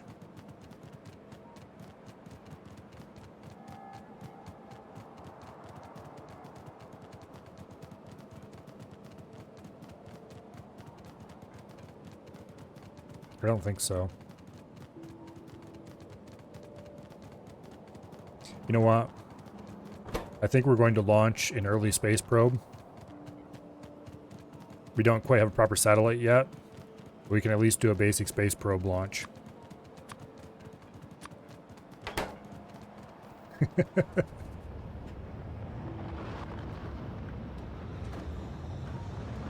I call it Sputnik 1.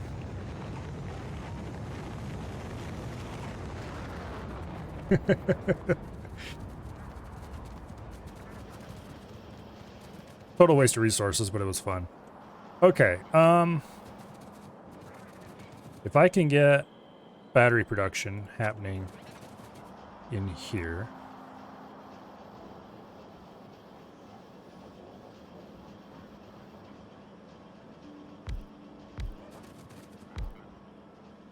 I think we'll produce 4 things of batteries. That's almost certainly way more than we need, by the way. And then the output along there.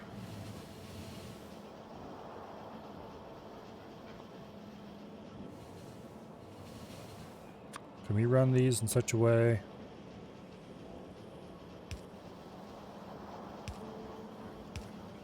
Oh, we can do that.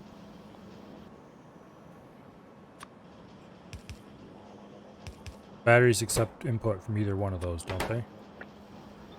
Yes. So we can just do normal inserter output.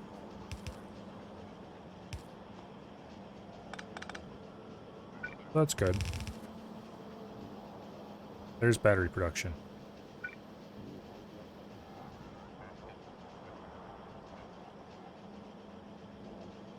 Just need to go right like that. Connect those together. And then we need to hook up. Oh shit, they require sulfuric acid. Oh wait, no, we do have sulfuric acid here. Okay. For some reason, the whole time I was thinking, oh yeah, pet gas, pet gas. No, it's sulfuric acid, you idiot. Well, luckily for me,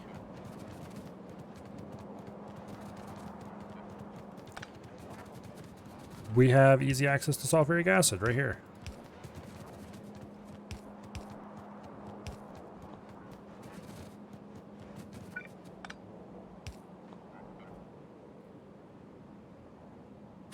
Okay. We're making our circuit factory very messy. But on the plus side, is there a plus side to making the circuit factory very messy?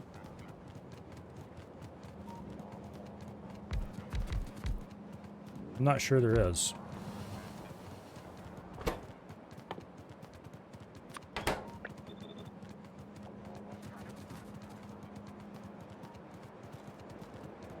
Okay, well, somewhere in the middle here, we're going to cut the line. And we're going to reverse the side that these are coming in on. And then we're going to park Spidertron. We're going to run across the tracks, completely forgetting about what happened the last time that happened. And then we're going to put solar panels into that thing directly. Okay. Cross the tracks without looking both ways again.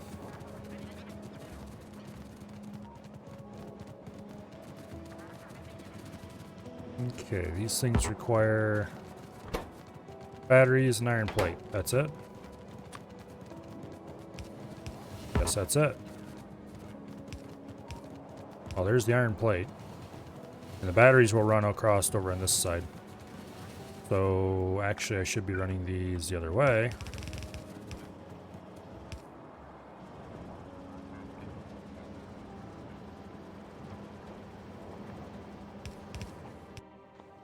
Oh, that'll work just fine, actually. I kind of hate to do that, but it'll work just fine.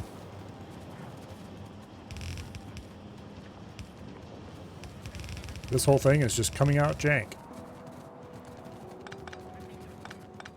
Actually, you know what? Blue belts are basically free.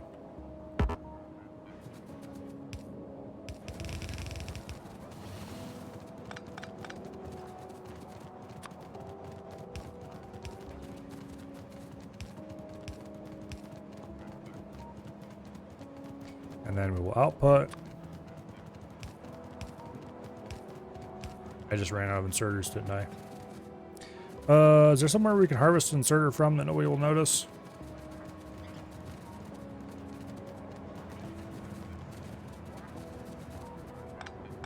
Yeah. There were only 2 buffer chests. Anybody who tells you that there were 3 buffer chests originally is a liar. Oh. Rocket's about ready to launch again.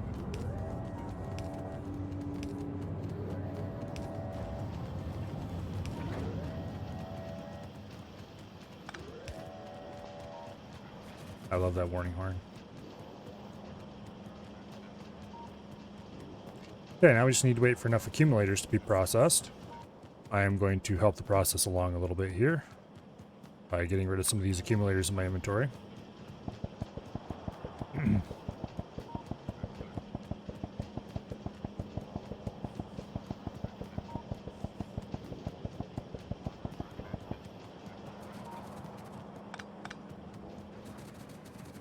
Actually, let's just use stack inserters on these.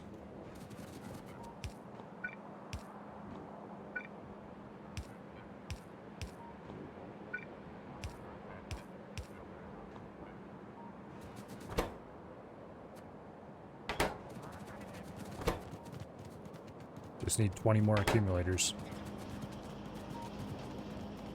Okay, let's see. Accumulators.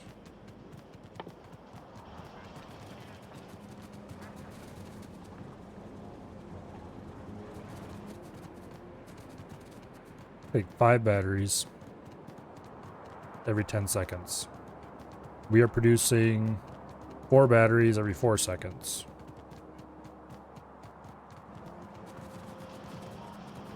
And actually it doesn't take even half that much because reasons. Anyway, we're producing plenty of batteries, supposedly.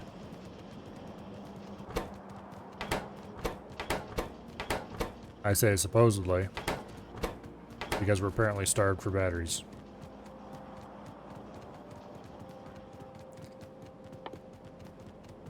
Okay. So we're producing 1 standard unit of batteries. We are producing half a standard unit of accumulators. Oh. There went the rocket with the science thing on it. Yay, space science.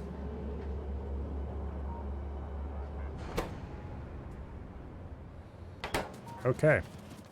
We are not producing enough batteries because I just realized we need to actually produce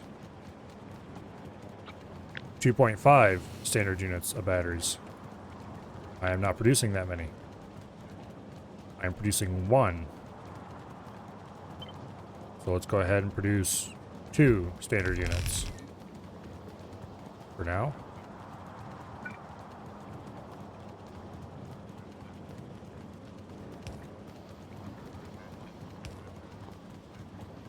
I don't think that's quite enough of those either. Also, we are short on inserters.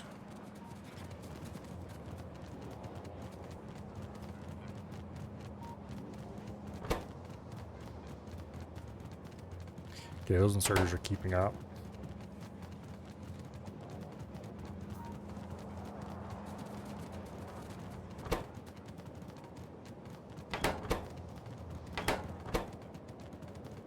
I think we'll be fine, and this will actually be producing enough accumulators once we get these all running.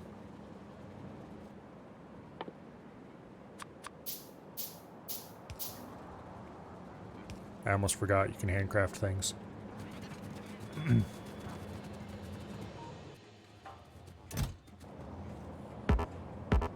Oh wow, these stack a lot higher than I thought they did. Okay.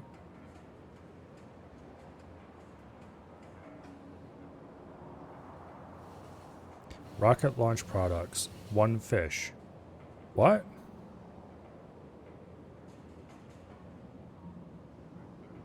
I launched 5 fish. This is definitely not how many things I've launched.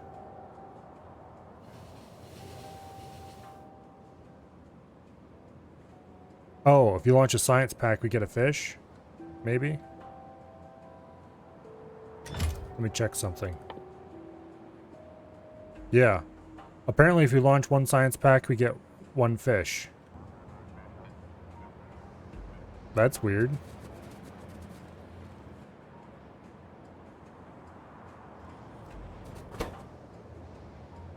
Well, clearly, that means we need to launch a science pack. Because of course we do. How could we not?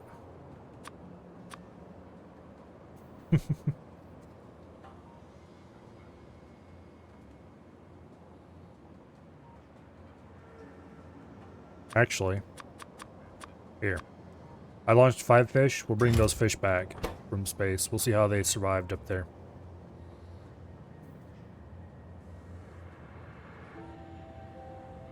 I'm curious if launching more than 1 gives you more than 1 return. Like if I somehow launched a whole stack of like 50 satellites somehow by modifying them so they stack, if that would give me 50,000 science packs. Kinda doubt it, but...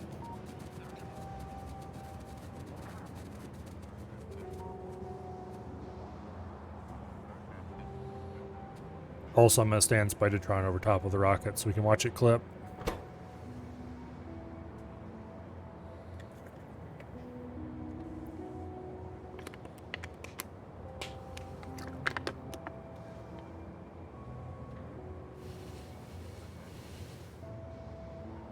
Come on, build faster.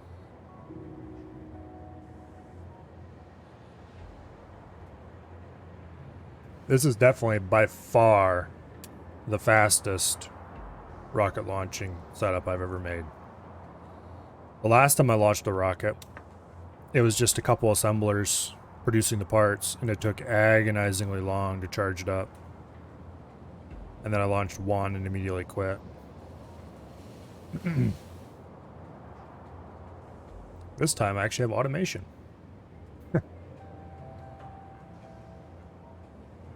And more than 1,000 space science for the whole game.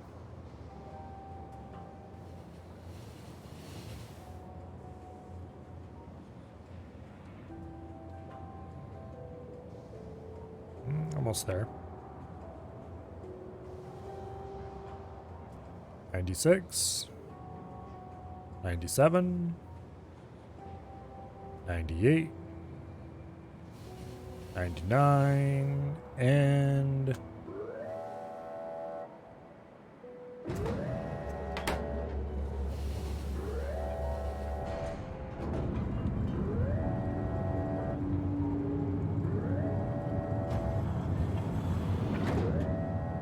Yep, Spidertron looks weird with it.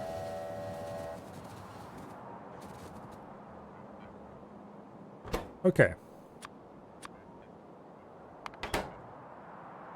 We're launching space science packs. Look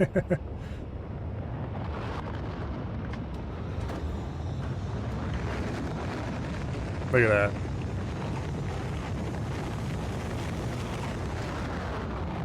I'm pretty sure you're not supposed to stand over top of that with Spidertron. And indeed, we got our 5 fish back. Safe and sound. They're still raw. They didn't get frozen or anything. They're perfectly fine.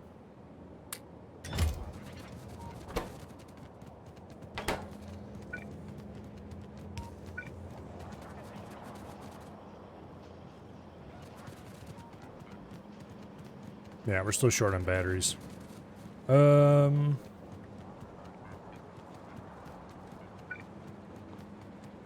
I guess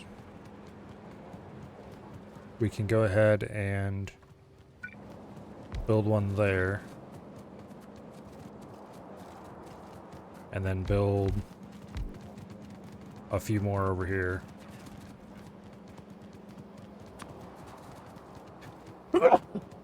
Oh.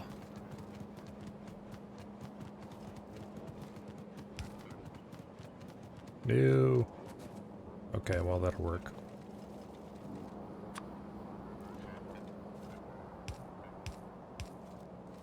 Okay.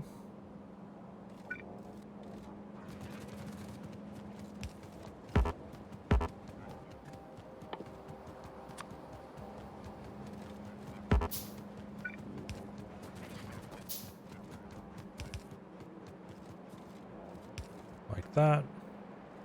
And then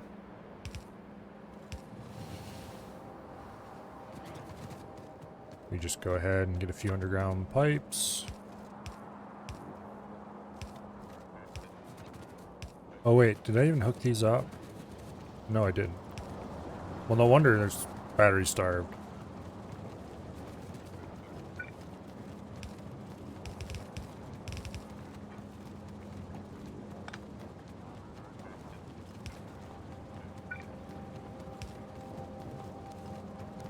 Okay.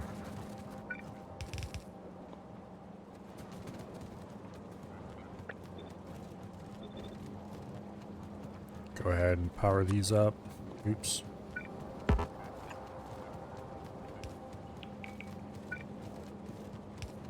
There you go. Okay.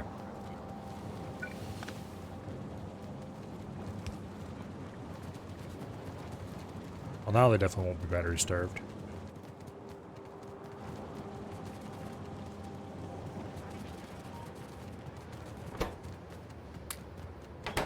Get rid of as much of this rocket fuel as we can.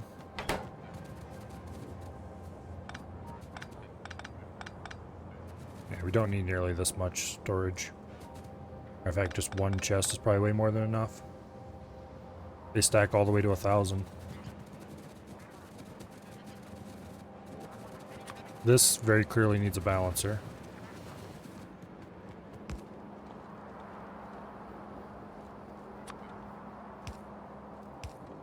which we can do right like that.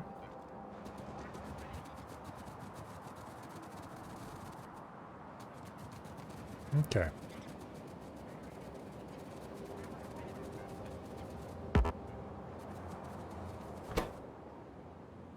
We've got a satellite produced. Batteries are no longer a problem.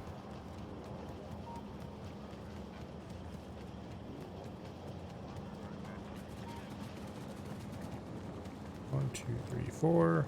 2, 3, 4. That's 3 standard units of batteries.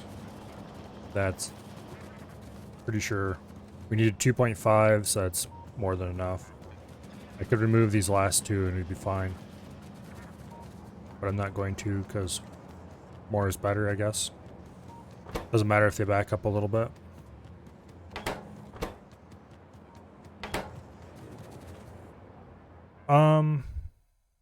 Artillery shell range would require 2,000 science packs.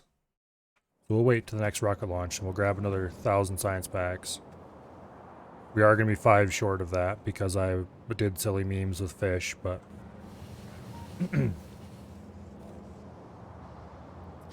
silly memes is more valuable than longer range artillery. Sorry.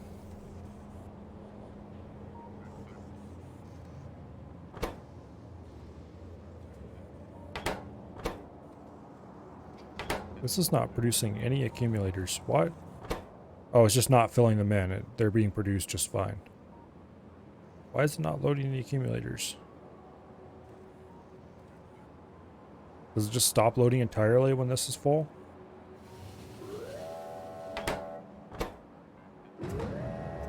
We'll turn auto launch on.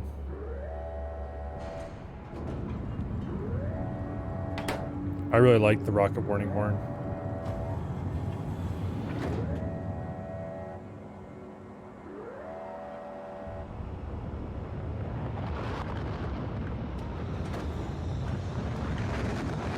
And away it goes.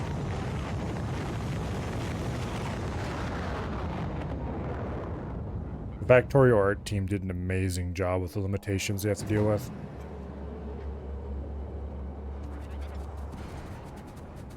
The weird perspective and everything.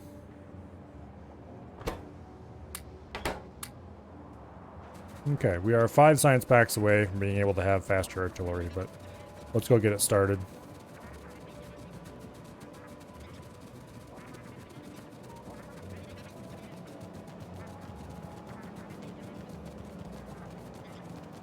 So over here somewhere is the feeder line for science packs. There it is.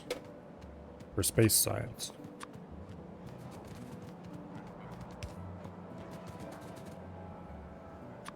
Okay. Actually, let's improve the length of this feeder line a little bit. Oh, I don't have red belts anymore. That'll give it a little bit more buffer.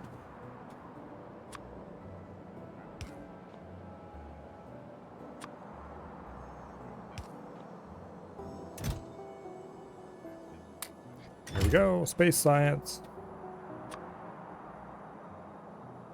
Yay!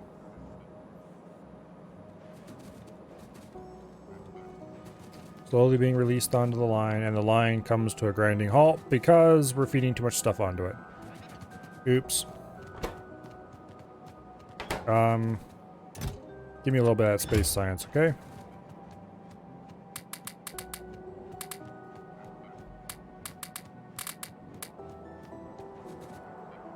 We manually feed some of it because that will help. Okay, is there anything I want more than I want more artillery range? Honestly, no. I just want more artillery range. Mining productivity would be nice, but artillery range is nicer.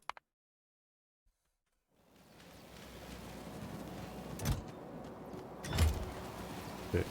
These will cause some removal to happen from the line and cause it to start moving a little bit. I'm going to change these conditions all to 1. Which is going to half the amount of stuff running on the line, but more importantly, it will unstick everything.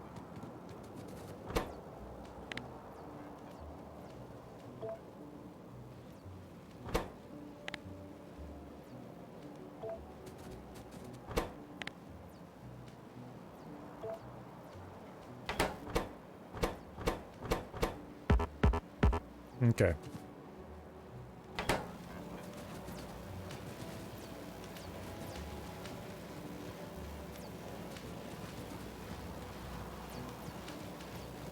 It's going to take it a while before it thins out.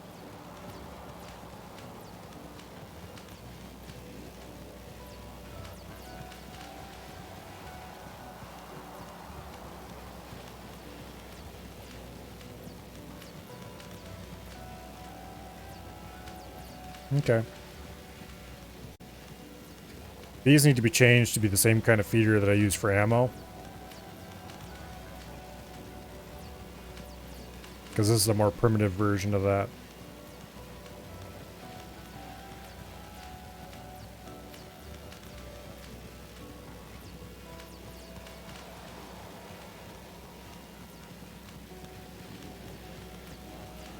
But anyway, the belt is finally flowing again.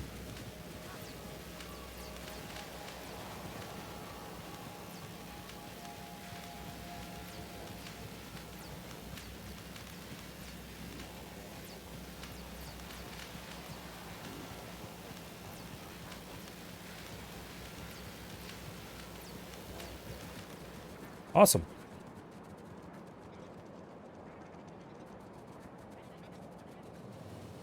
I'm not sure how much artillery range this actually gives you. Now, of course, we have to automate the hauling of the artillery shell, not artillery shells, the hauling of the space science from the rocket to the actual, you know, place where science is happening. Okay, so this did complete the satellite long before it was needed, and it doesn't look like it used up that much of what was on the belt. So I'm going to say that this is going to keep firing off rockets as fast as it can get the parts. All right. So this is the true Factorio victory. Launching one rocket. Yeah, victory. Being able to continuously launch rockets without player intervention and at a somewhat reasonable rate. That's the true victory. Past that, you're just having fun. Also, well, okay. It might not be true victory unless you are actually automatically transporting the science somewhere useful.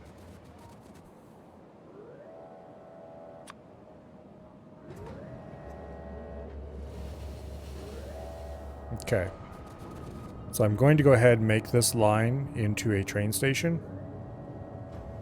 Nobody ever uses this first stacker for some reason. They always use the second one. I don't know why. It's just a weirdness of the game, but... You are now space science loading.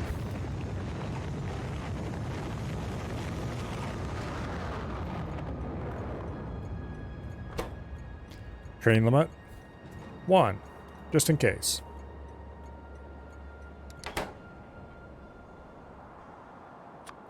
And we will put a single lonely...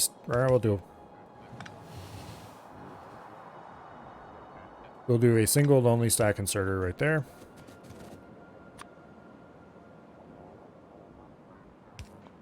And we will put a single cliff explosive right here. Okay, a little buffer chest.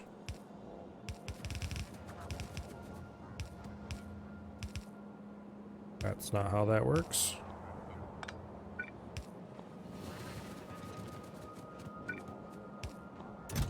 Okay. We're definitely not going to wait for a full train load before we send these off. We'll probably have the train run every 1,000 or something.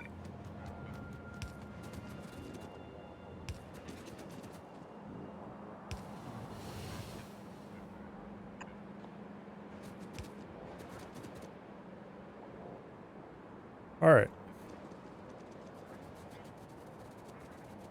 Do I have a bypass? Sort of. If any need to bypass this area, they can go up and around and through there, which is really inefficient, but oh well. It functions, and that's what matters. Let's go grab a couple of engines and a train car and then build the rails. They're going to deliver the science itself. I'm kind of tempted to run off this corner. But if I do that, then we're going to have to worry about short trains, and it'll be easier just turn off here.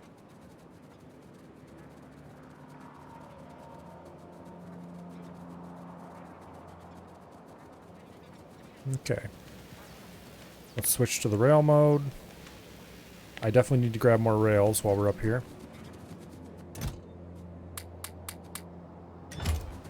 I have rails in the Spidertron. Okay, one single car. 2 locomotives. We will put the rails here.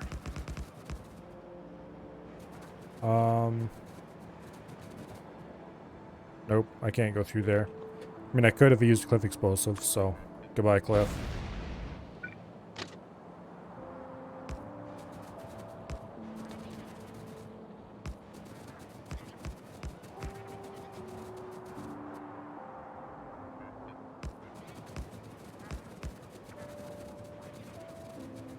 Okay. We're just going to do a lazy junction here.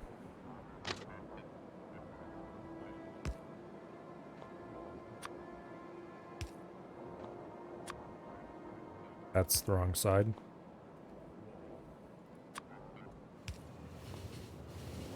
There we go.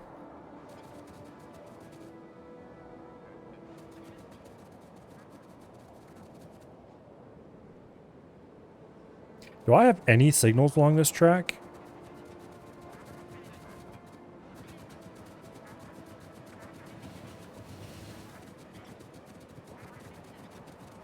There are no signals along that track. Okay. How did that happen?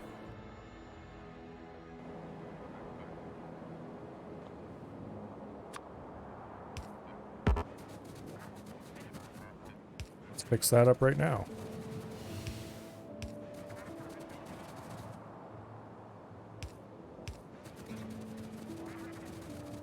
I'm not even gonna bother properly signaling this junction.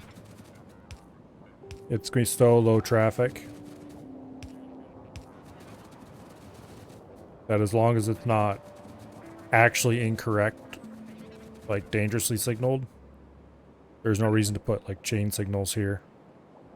Well, yeah, because only one train will ever be using this track, so there's no way it can get clogged even if we don't use chain signals for most of it. We just use chain signal to exit this and we'll be fine. Okay. There we go. We build our train. What color should we make it? How about as close to white as we can manage? It does look a little bit like the steel trains, but the steel trains are not this color, so.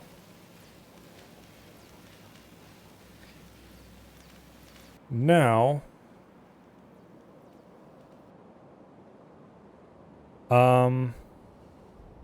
it pains me to do this, but we're just going to tee off some rocket fuel here. Or, not here, over here. And run it in here to refuel the locomotive. Do I have any rocket fuel on me right now? No I don't. So we'll probably run it there the first time with a little bit of coal.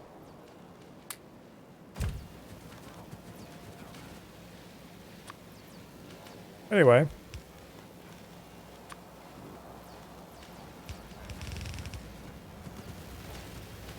So, that's the wrong... Oh wait, no, that's the right way for that.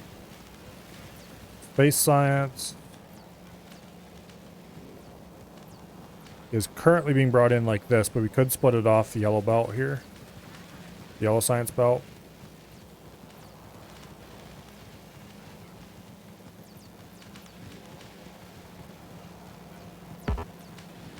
Okay.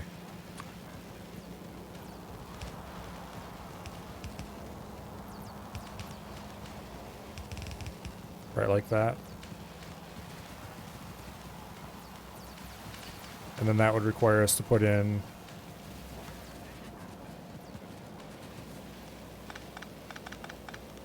a bit of a setup here.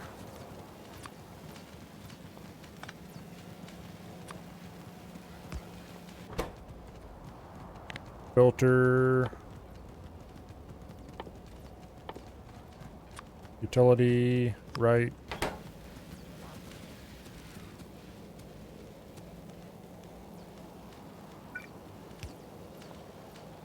Okay.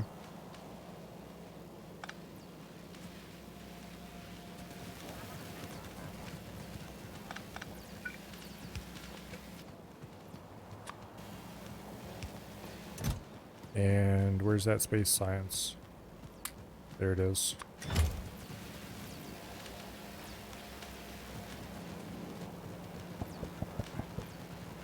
Okay.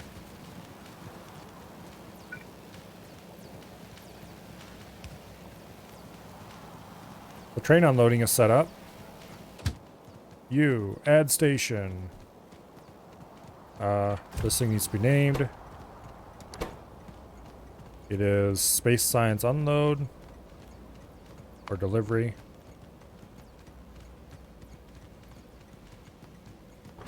And it has a train limit of 1. It is actually critical to not breaking everything. Just in case I should ever happen to be insane enough to add another train. So you go to space science loading, which is here somewhere. There we go. Add weight condition. Inactivity 5 seconds. Space science delivery. Add weight condition. Empty cargo.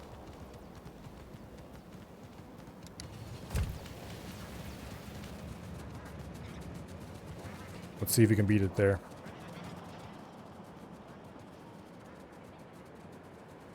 It's unlikely, but at least we can stop it when it gets there.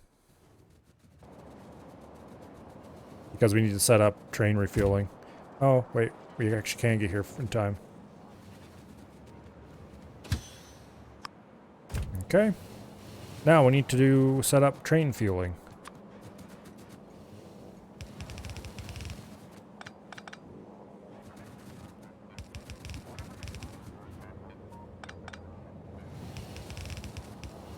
Which we're going to do right here in the jankiest manner possible.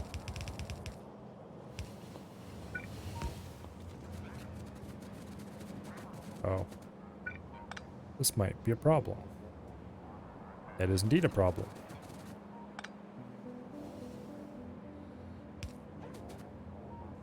Not an insurmountable one, though.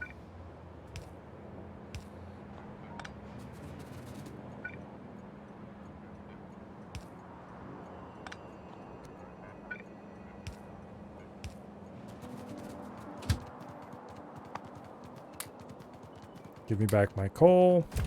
And in exchange, you can have rocket fuel. And because I am generous, I'm going to give you a whole stack inserter.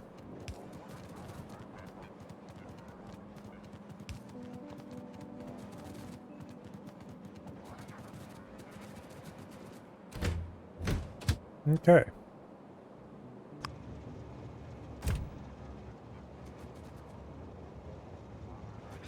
And it's off.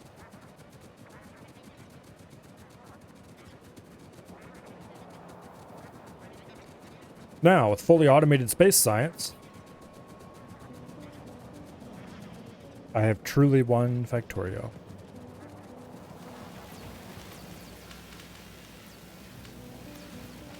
Or something like that.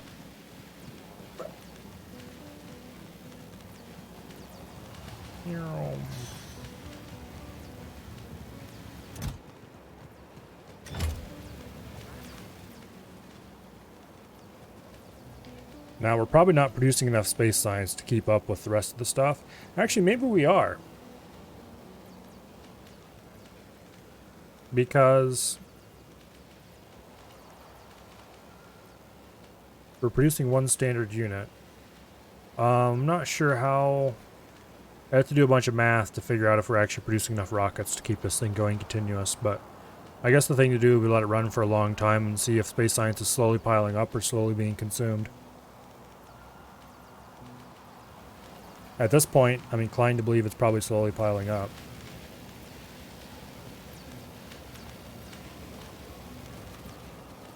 Or maybe actually not even that slowly. But anyway.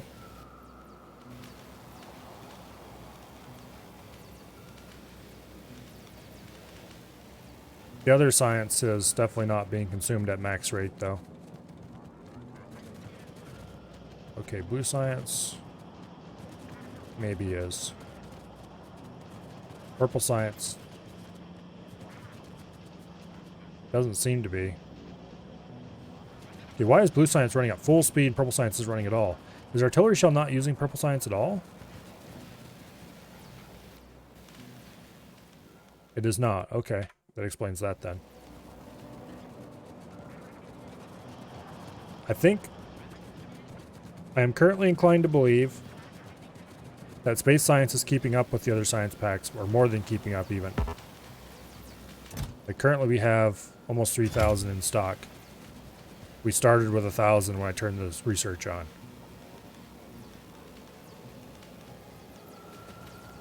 And, oh, I need to get change your orders. Add to weight condition. And space science greater than 0. There, he won't leave with no cargo.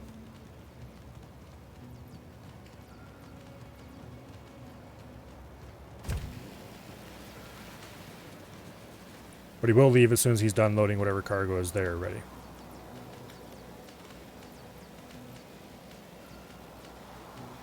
Okay. I am extremely happy with this. Now the real question is, of course, are we producing enough resources to run this for a long period of time? Which, I have a very simple answer to that one. Who knows? Are we pulling anything out of here yet? Maybe, maybe not. Probably not much if we are.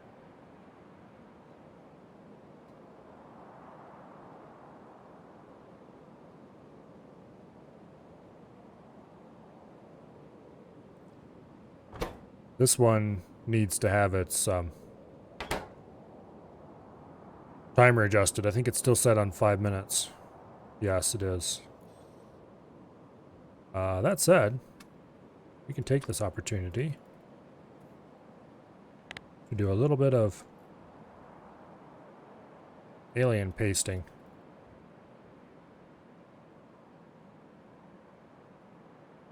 Everyone's favorite pastime.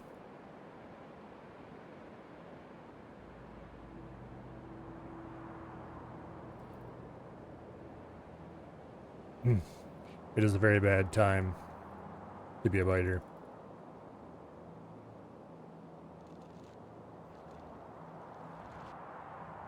If only I didn't have all this stuff out here, I'd shell in front of them, but they will hit the walls long before this is done shelling, so there's no point.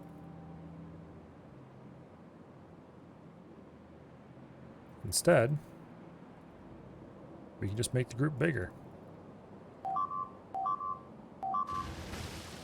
Hey, you're being mean to my stuff. Knock it off. Didn't your mommy ever tell you not to kill the laser turrets?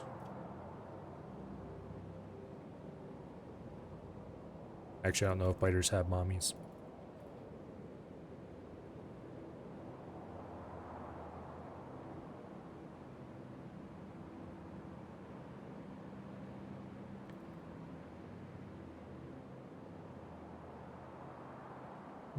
Let's just get rid of all this stuff. Clean the whole thing up.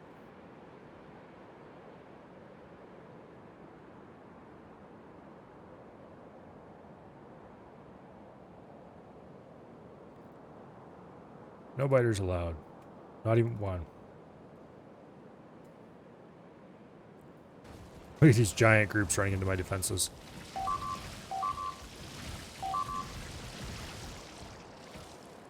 The spitters are absolutely wrecking the corners.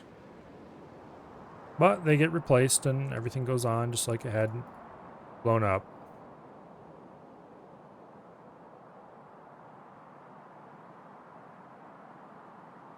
Just like nothing had ever been chewed, or in this case actually spit on.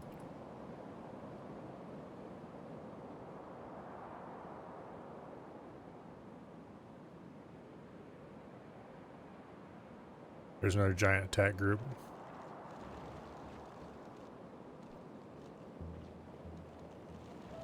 Look at the size of that thing. There's almost all behemoths in there. I'm surprised there's any smalls left at all.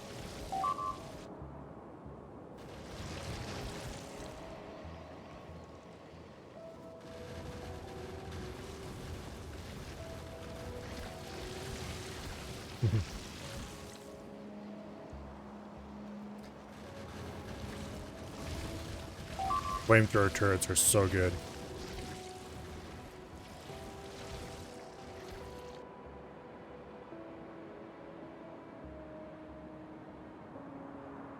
Okay.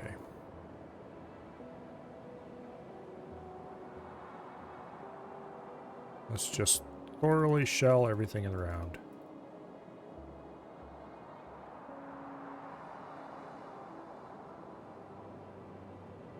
It is nice that we have multiple artillery trains now. We're a little over halfway to the next artillery range upgrade. I'm kind of curious just how much range it actually gives for each upgrade. It can't be that much. Although I can always hope.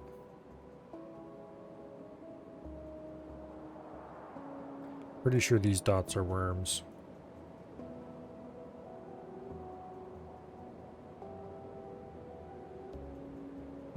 The smell of napalm in the morning. The napalm is happening along the walls. This is the high explosive. There's the napalm.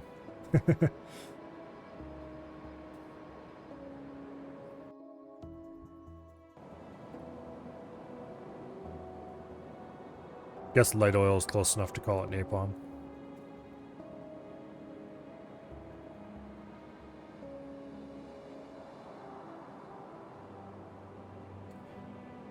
I do wish that it was easier to click and move the mouse around without actually dragging.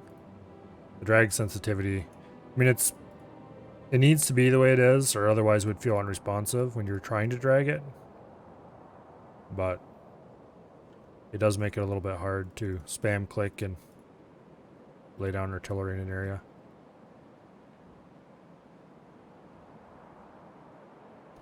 Yeah, those are all worms.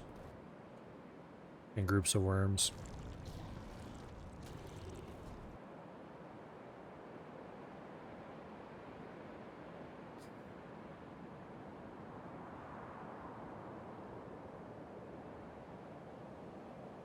They're on my copper patch. How dare they? Get over that copper.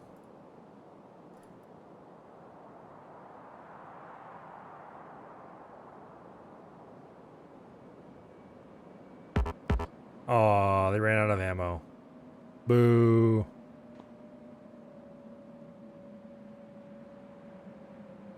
That was a lot of artillery.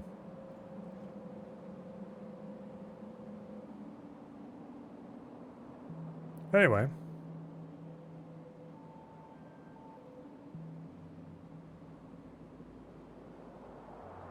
That is in a copper train. Cool. Confirmation that they're actually using this mine. I should set it up that the copper mines turn off their train stops, or the iron mines should be the same. But they should turn off their train stops when there's not enough total to load a train in the chests. There's a way to click drag, but you'd spend a fudge ton of shells. Can you literally just... That's the wrong thing. I was like, what is the... No, you can't just click drag. Duh, of course not. So what is this way? I have some stationary guns here that have basically infinite ammo.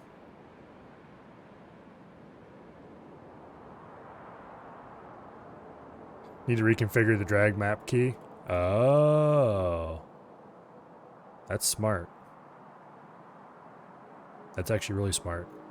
I don't know if I would want to... You know what? Let's do that just for experimenting purposes. Okay. So let's see. Drag map. Left click. This control has to be mouse related. That was middle click, you scum. Well, it's now mouse button 4. Also, mouse button 4, I think I have bound to a bunch of shit that I don't want it bound to.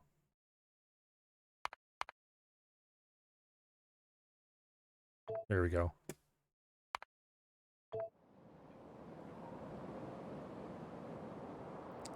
Okay.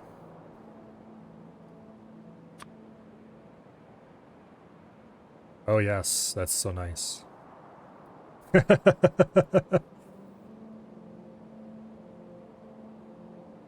um, it definitely is going to consume a lot of ammo, but hey, it's not like I don't have effectively infinite ammo at my stationary guns.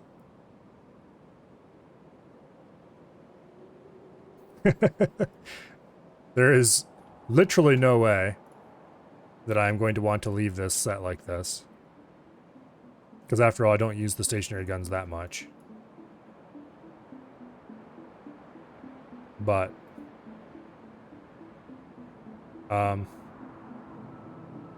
yeah.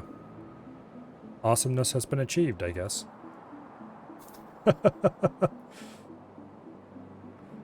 I hate to think of how many shells I'm ordering at each little spot on the map. Answer is apparently lots.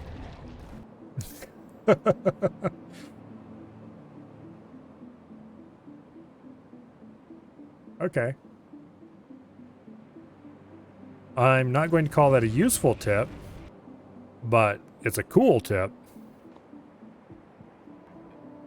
Let's just go set that back to the way it's supposed to be, why don't we? I can't afford to waste that many shells. Unfortunately. Except from the stationary guns. They can afford it. The stationary guns have a effectively 1 shell per second factory sitting right there, so they can fire all day long and not run out.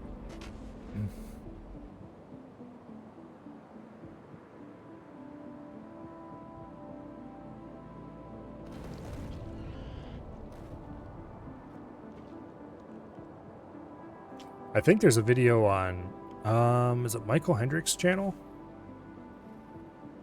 I think it is. He does Factorio challenge runs and stuff. But he's got an older video of just an insane artillery train. There's an auto hotkey script that someone made that clicks in a box format. You need to find it. I don't even have auto hotkey installed, so that'd be less than useful. It wouldn't be that hard to write something like that, though. Not necessarily for auto hotkey, because like I said, I don't have that installed, but it'd be pretty easy to write a program that just clicks a certain distance apart in a square.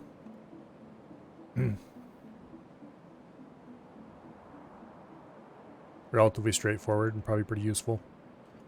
Did it miss a few spots? It looks like it missed a couple spots. Some of those might be radar ghosts.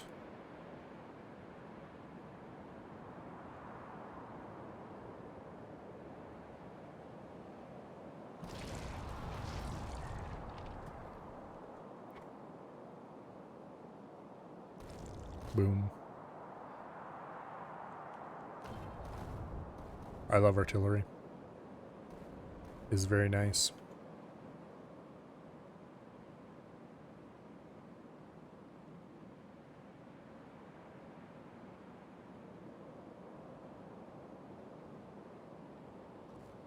Okay, well, those shells are all gonna miss. Let's see. Are you guys gonna hold still?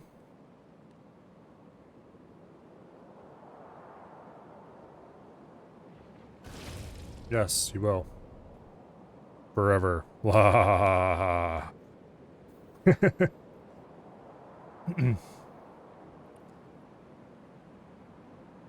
As I was saying yesterday, why is it whenever I have the artillery remote in my figurative hand, I turn into something of a megalomaniac?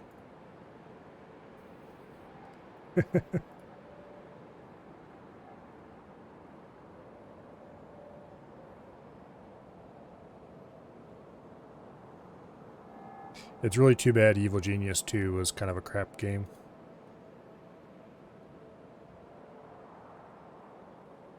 Evil Genius 1 was amazing. 2 is just 1 but worse. Alas.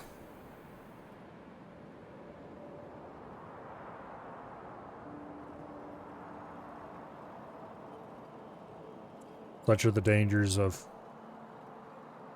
remastering games, I guess. Sometimes they just do a bad job.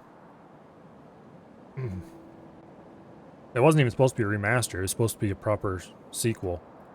It kind of wasn't. It just wasn't a great game.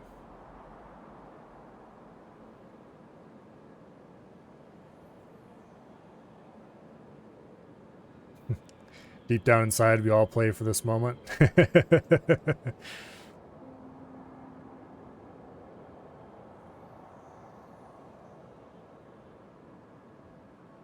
I could shell the rocket factory.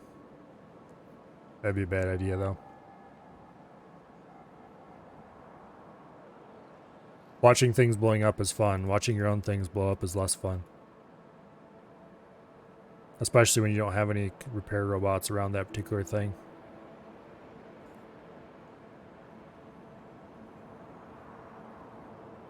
Okay, well, that's probably enough random artillery shelling for one day. Let's go check on the space science. Specifically, I want to see how much is in chests here. 4K. Okay, we're definitely producing more space science than the other kinds of science. That... It isn't even that big of a setup, really. I mean, okay, it kind of is. This whole area is more or less dedicated to producing the rocket control units, with a little area down here for the other bits. This is definitely the largest factory ever made, by a lot. Oh. Which one's he going to? Oh, this one. We can continue our previous work. Nah, I'm tired of using the artillery for now. Yes, that is possible. Getting tired of running the artillery. There's no such thing as enough random artillery shelling. Well,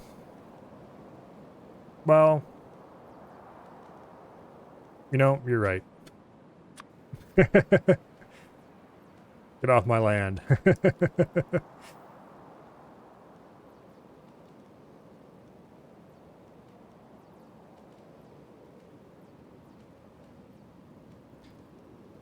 Okay. There shall be no more biters in this general vicinity.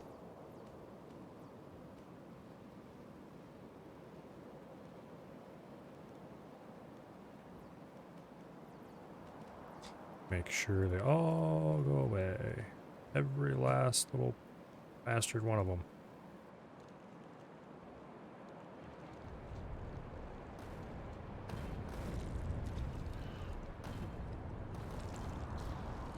The little weird popping noise they make when these spawners blow up. Makes me happy. I remember back when the be-all and end-all of combat was the flamethrower. Like the version right after it was added, and a couple more after that maybe. That was kind of fun too. Make a flamethrower and then head off, just roast spider nests. You'd lay down walls of flames in front of you and then slowly walk forward, moving the wall ahead. And the biters just run into the wall and die.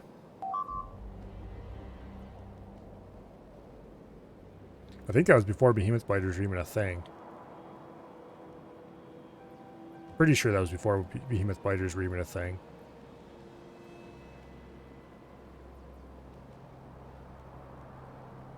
Actually, I don't think I've ever seen behemoth biters, in my own game before this point. Before this one. Because I don't think I played much after they were added. Large biters, lots of them. They used to seem scary enough at the time. Of course, back then uranium ammo wasn't a thing either.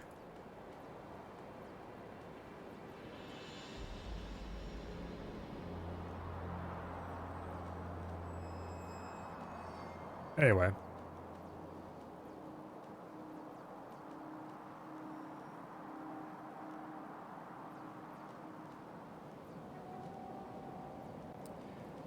I don't know about you guys, but I quite enjoyed Factorio. This run in particular. I never really played it properly, I guess you could say. I would usually get to the point where I was starting to get to space science being a thing that was required. And then I would just kind of, I don't know, peter out. Throw together a crappy little temporary factory to produce just one rocket. And, well, I say usually, but I only ever got that far like 2 or 3 times at most.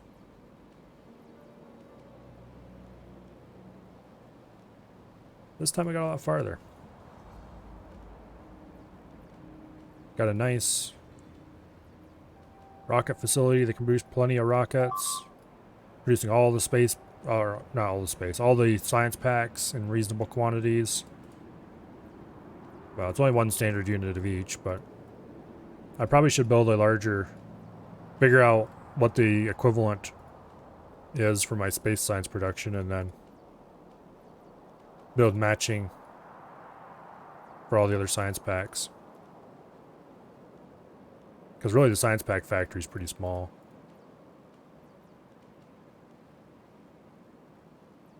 I actually have plenty of raw materials. I'm not constantly starving for more.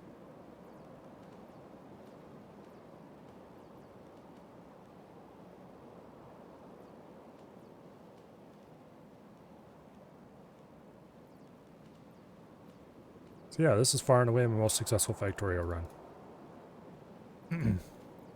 It's not like multiple rocket per minute, mega bases, or anything like that. But honestly, I don't think I would have the patience to build something like that. Because after a certain point, there's nothing new. You're just building it bigger to see the number go up.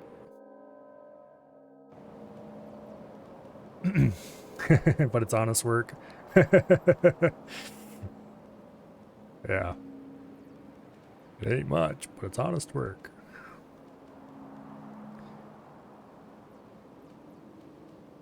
I do like my trains.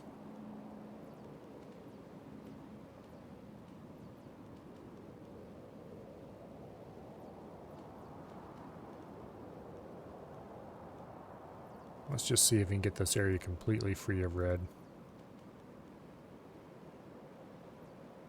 Our defenses are apparently taking quite the beating. This corner in particular is just getting snowed under.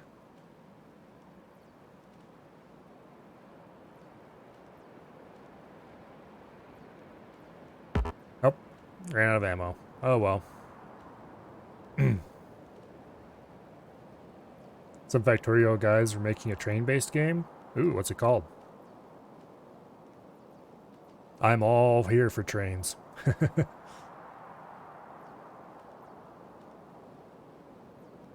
Sweet Transit. Yeah, I played that a little bit. I actually played it on stream a little bit even. For the demo. I really liked what I saw. But it was buggy as heck. I ran into multiple signal bugs in the demo. This be clear, this is in the demo. I don't know if the demo has improved since then, or I don't know if the demo's even still up. But I ran into multiple severe bugs with signals where properly signaled track sections just broke. I would have false red signals. I had a false green signal once that broke the tutorial. And then when I actually started playing a game after I got done with tutorials were pretty good when they worked. You know, if it wasn't for the signal bugs, they would have been pretty good. Explained things fairly well, taught you signals decently. I was fairly impressed with the way they were laid out. Then I got into a game proper, had another signal bug, and then had a section of trail that had a section of track that had a ghost train on it. Tried deleting the track to see if that'd fix it, and it crashed the game, and I was like, okay, well, that's enough dealing with those bugs, and quit. But when it worked, it was pretty cool. It's definitely on my list to watch and hope they fix it. I think I have it wishlisted on Steam and everything. Apparently there's a game coming out on Epic called... oh, what is it called again? You know what? I'm going to look it up right now.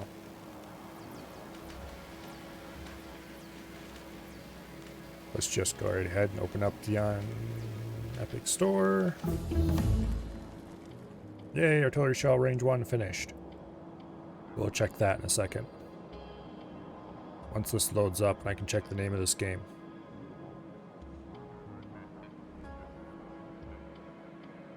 I think it is quite literally the only game on my Epic wish list. Railgrade. There we go. It's apparently coming out sometime next month, or this month. The end of this month. So I might have to check to see what reviews about her or say about that. And if it looks good, I might have to play that on stream some. Unfortunately, that's going to overlap with the Foxhole, so I don't know how that's going to work out. It depends on whether or not Foxhole is decent. I should have looked to see what the range was before that unlocked. It might be a little larger than it used to be, but I guess there's an easier way to tell how large the... Okay. All these guys are now in range when they once weren't. They're going to have a bad day. For now, let's shell around the edge here.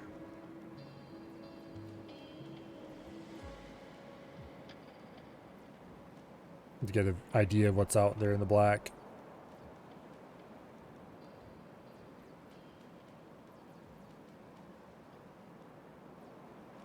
What is out there in the black is biters.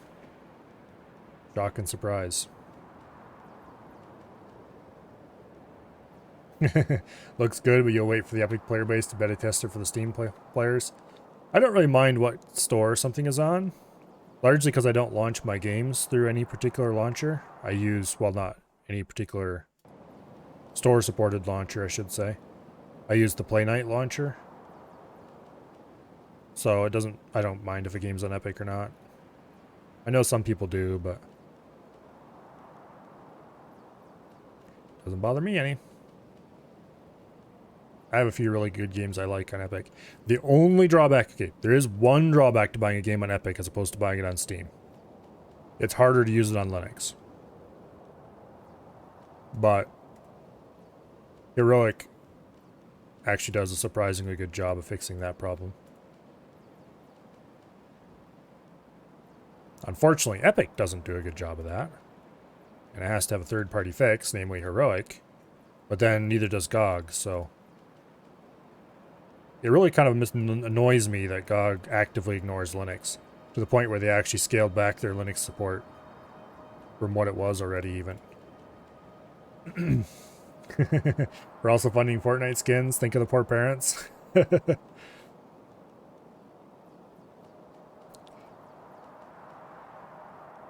Every time people complain about Fortnite, I think of that,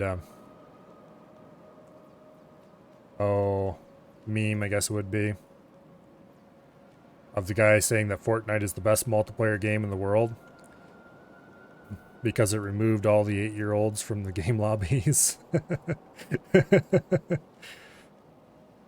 I don't play multiplayer competitive games much, so it doesn't bother me any, but I can only imagine if I did.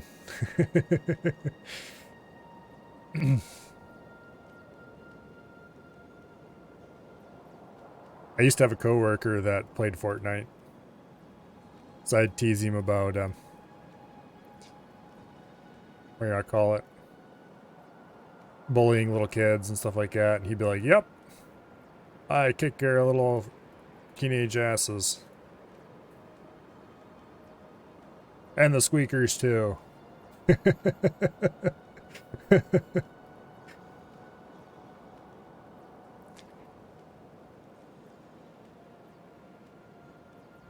He was a pretty cool guy, even though he played Fortnite.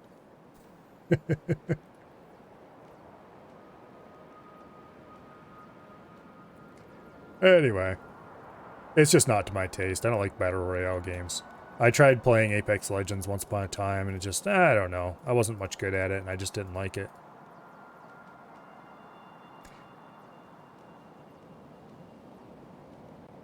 I mean, I wasn't an absolute disaster at it, I don't think. I mean, I might have been, but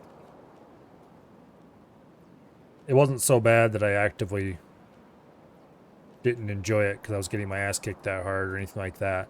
It just didn't really appeal. I enjoyed playing it while I was playing it, but it was kind of like I never really felt like I wanted to go back. You know what I mean?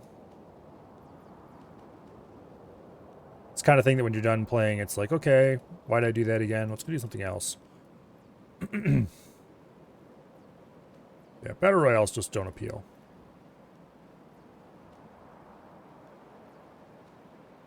And so I never even bothered to try Fortnite because, well, I didn't like the genre. Although the good old save the world mode, that always seemed like it might be something I would enjoy, but obviously that was dead long before I ever got around to being able to play multiplayer games, so I never got to experience that one. Honestly, I'm not sure if I would have enjoyed it or not.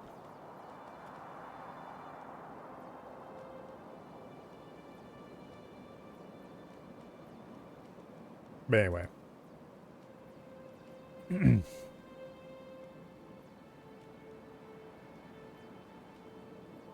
I just never grew up playing multiplayer competitive games of any kind, and so I just never really appealed, I guess.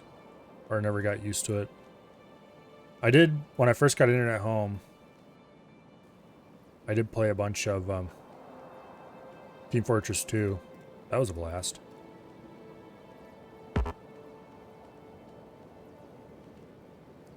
Team Fortress 2 is a pretty awesome game.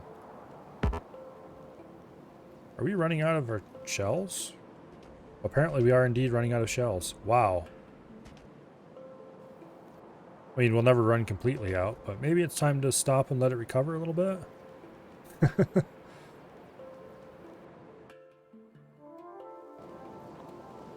Oh. What I'm most interested in here with the artillery shell range upgrades is the automatic fire ranges. Because every time they stop at these automated outposts, I want them to be able to shell a little farther out. For example, I'd like these to go away. 30% more per upgrade. That can pile up pretty quickly. I'm assuming it's 30% more over the base range and not 30% of the current range, because that would get out of hand in a hurry.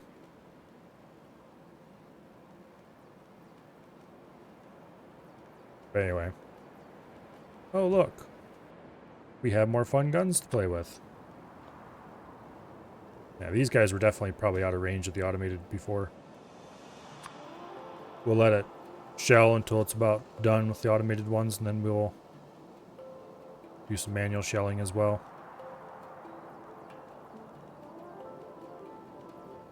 Yeah, right out here would be the max range from the previous time. So we can explore new territory. Meet new natives. And drop shells on their heads.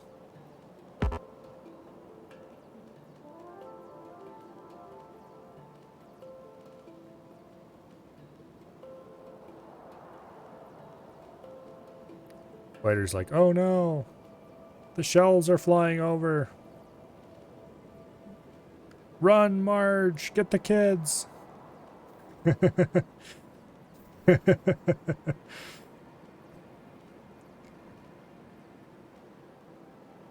Okay.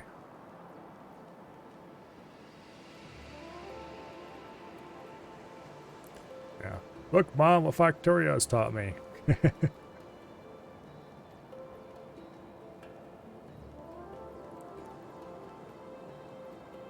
Anyway.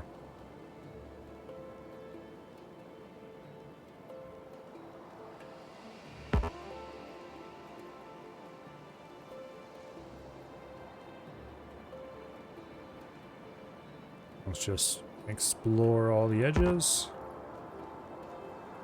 This is actually more useful than shelling the biters that aren't actually attacking us.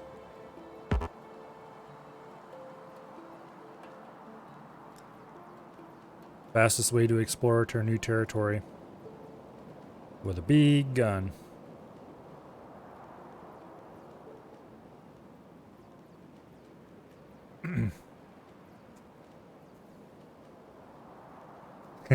Since you started watching, you spent around roughly 80% of the time shelling the natives.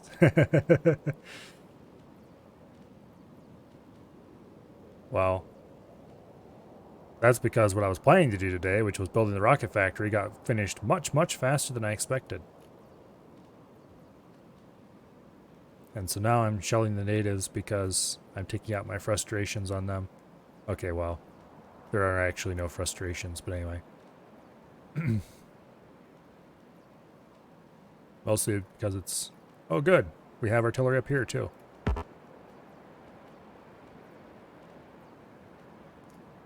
The drawback of 2 artillery trains. We get to shoot even more shells. Yay!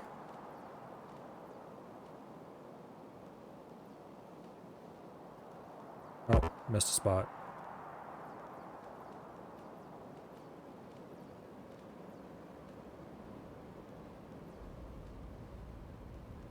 There's a decent amount of copper down here.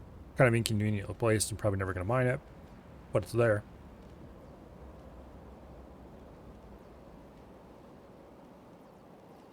Boom.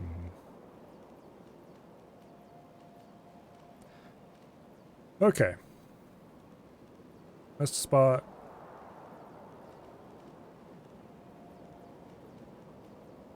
No. There's a bit over here that needs to be shot too. And here. Now what I should do is with the remaining shells... Are there any big bases around here?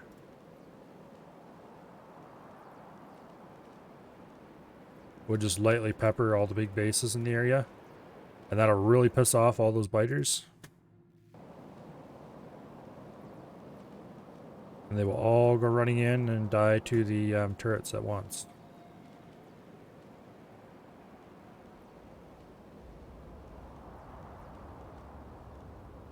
And hey, we might even kill a few spawners while we're at it. Aw, this artillery's left. Oh well. That greatly increased our map knowledge.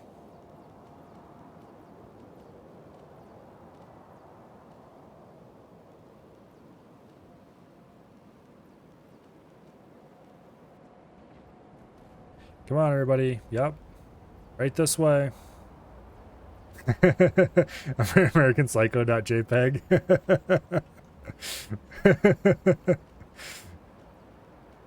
Oh.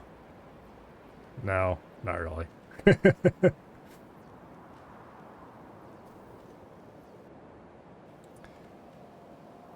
Alright, well, that's probably enough artillery shelling for now. How are we doing on... We got 5k piled up. We're definitely producing more space science than the other science pack types. Although they don't seem like they're staying... Like, we do seem to be producing enough to keep up of the other pack types. What is missing? Red, green, blue. We're short on military science again. What? I thought I was producing plenty of military science. That is one standard unit of military science, right? Yes, it is. Okay.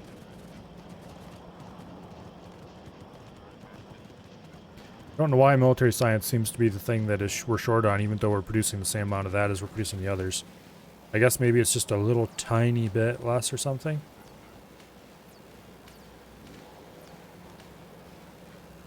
I'm tempted to start producing more military science to make up for it, but...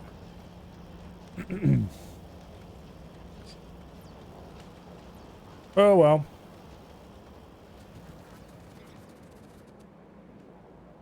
In any case, I declare victory over Factorio. Oh, this guy can't leave because destination full. I thought this was set to accept at least 2 trains. Yeah, it is. Oh, there's another one headed this way. Okay. This is set to receive only 1 train because it is a small mine that hardly produces enough to fill a train. And this one is set to accept 2. And there's indeed another one waiting. Okay. So we're going to have to set one of these mines up to accept 3 trains. Okay, got 11 million. That's 48. Well, I guess it's this one by default. Congratulations, you now have a 3 train limit.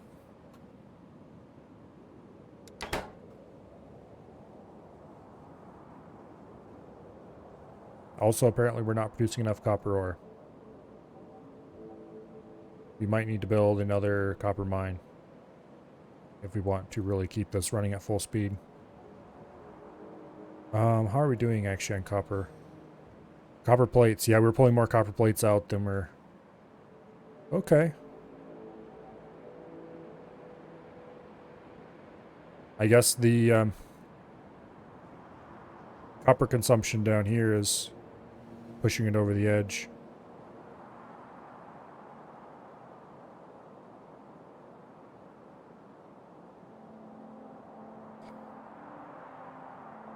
Okay, so where's a good copper patch that is safe and can be neatly shelled and cleared?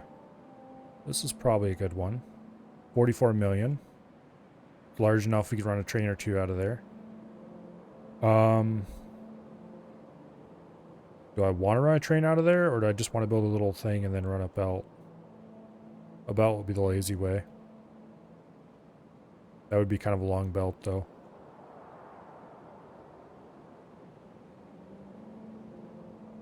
Somewhat inconveniently.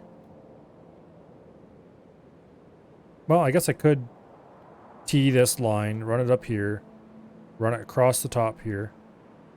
Probably right through, like, here. Just behind this. Get across the top there. We could run it outside the defenses too, but... I mean, we do have modular gate walls we can just drop in.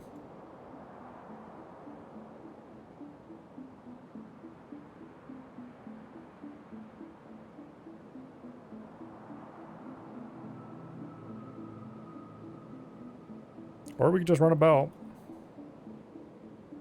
Pair of belts would have to be.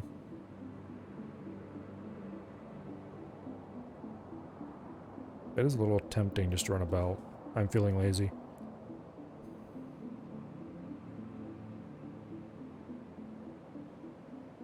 I need... Okay.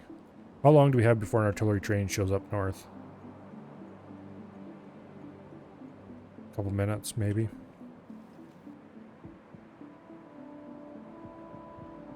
I should have set audio alerts up to beep at me whenever a train arrives at one of those stations so I can be ready to use it if I want, if it's in a place where I would need it.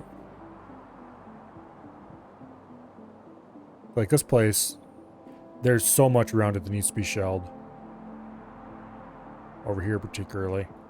And like discovering what all's around there is of some importance as well. This copper patch, or this copper patch, or I don't think there's any other large ones around. That one's not really large enough. That one's definitely not large enough. That's stone. This one I was a contender, but it's small, or too small now. We might need to do both of these copper patches. I think I'm going to be lazy and just run a belt. But that doesn't mean we need to grab a bunch of mining drills. And quite literally a shit ton of belts.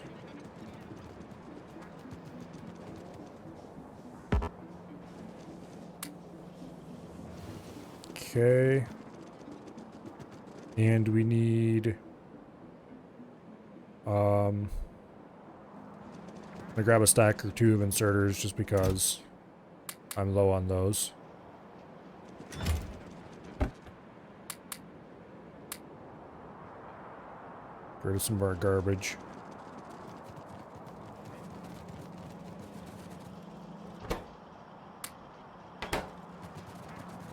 Okay.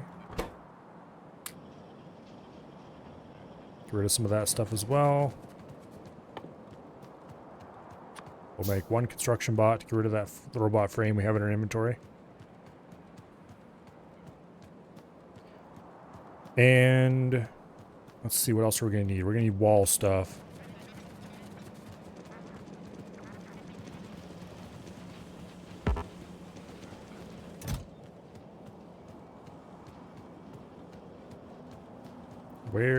There it is. Where else would it be? Okay, wall stuff. Specifically, we've got walls. Why do I have a single space science in the Spidertron inventory?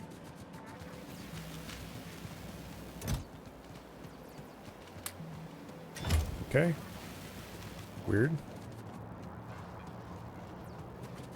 Gun turrets. We're a little low on laser turrets. We're okay on flamethrowers.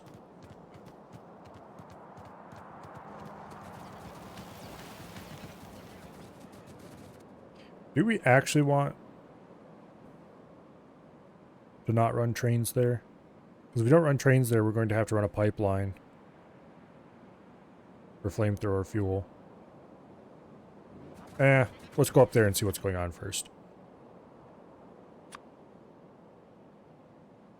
I'm going to do something possibly silly. We're going to go off-road.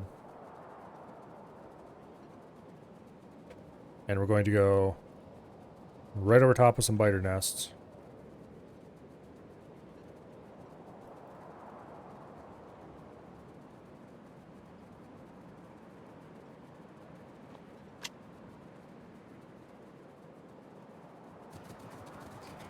And we're going to turn on auto-targeting with gunner.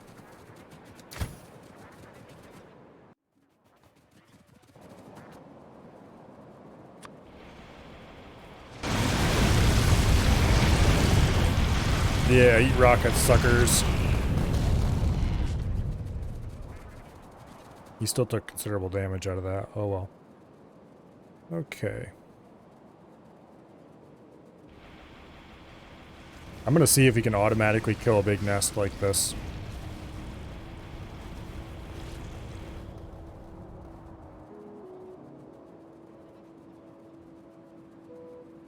This is probably pure insanity, but oh well.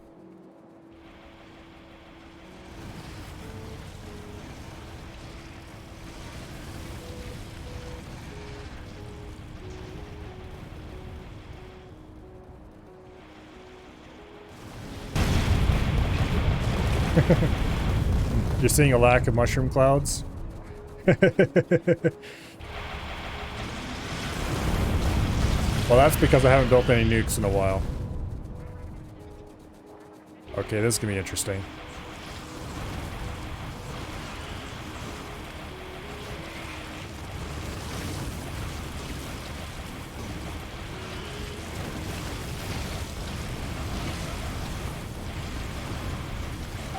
This is working surprisingly well.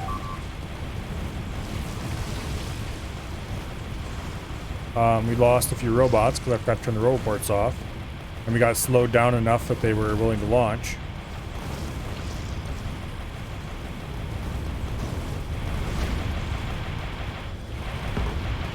There we go. That worked really quite surprisingly well.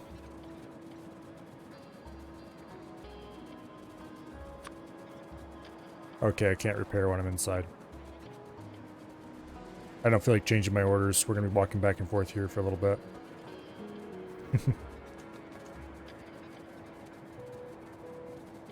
I could give much better orders than that. If we just gave little tiny, and we made those instead of long lines like that, we just made little tiny wiggly lines back and forth, they would be much less likely to hit me. Also, we've used a tremendous amount of rockets in that.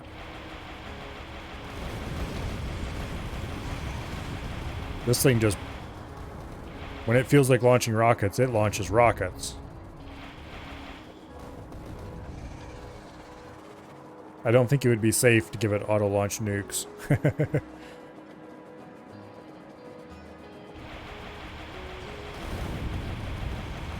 But it definitely wastes a lot of rockets this way.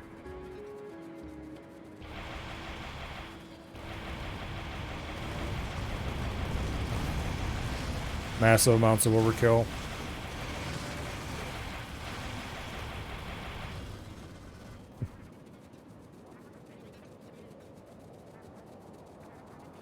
Alright. We're here. Turn the roll port back on. Looks like we have a local coming to repair us, even so. Oh shit!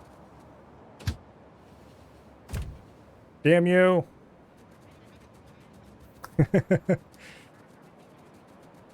He was leaving just as we were pulling in. Oh well. I could recall it, but I am going to go do something here, though.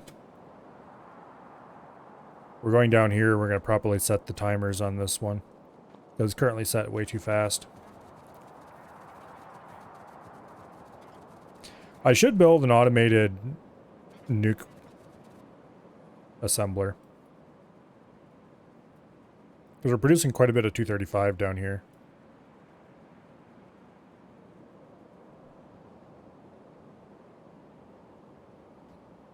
Wow, we're really sucking down the 238.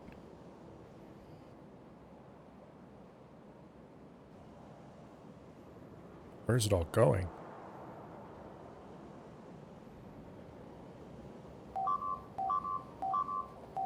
Hey, you monsters. They're destroying the tracks. We better change the settings on this and get going.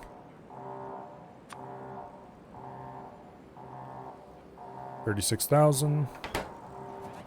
And there's the power warning. Because of course, as part of the tracks is also the...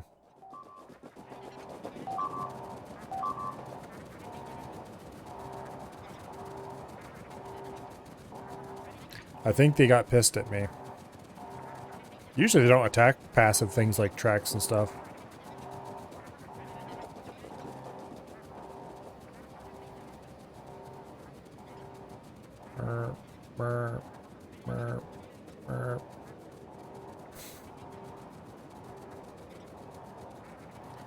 Yep. I think they got pissed. If a train passed, it can trigger them. That might have been it then.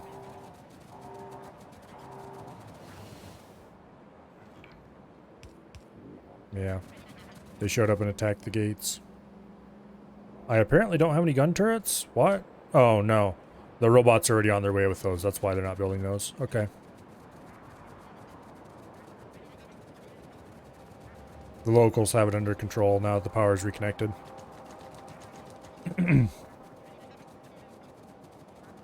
That corner has been attacked a couple times before. Oh. Turn off auto target. I don't actually have that many rockets left.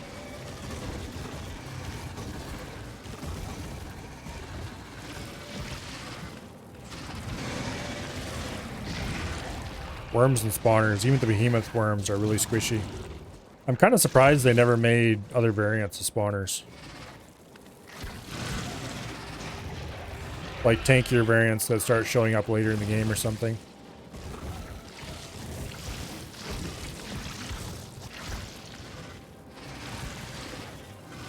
I suppose there's no real reason to. Factorio's not really a game about combat after all. The biters are just there to steal your resources effectively. To force you to sink them into something other than just building more rockets.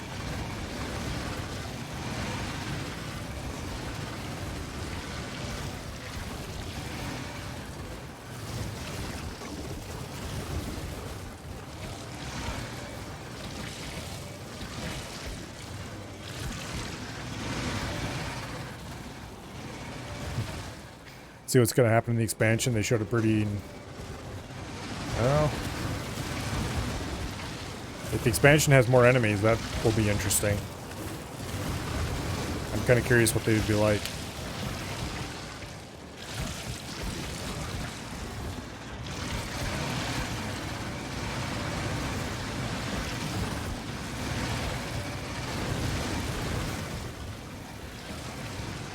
You have a lot of very angry worms.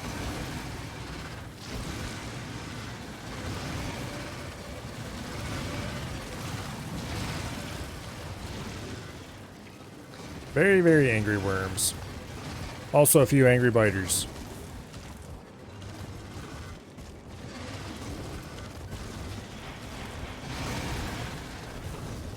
I kind of wish I would have made some nukes and brought them along. I didn't think of it though. Not until I was out here already. I should go pick up some. Oh, leave me alone. Also, turn roboports off, just in case.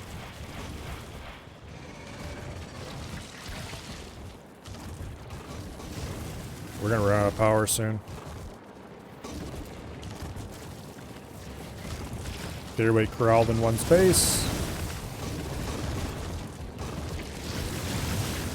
Sure, it may be equivalent to dropping 7 grenades on them, but that actually isn't that much damage. You know what? Let's go get some nukes. Some speculations are about aquatic or underwater content. That would definitely be extremely interesting, and I'm sure that would fit the can't really be done with mods quote.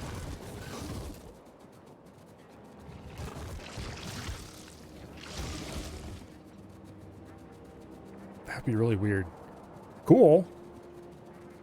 Undeniably cool. Because I'm sure whatever they did with... Well, let's put it this way. I have supreme trust in the Factorio team and their ability to do awesome things. They have showed off their capabilities already. And they are very good capabilities. So whatever they come up with, I'm sure it will be well done.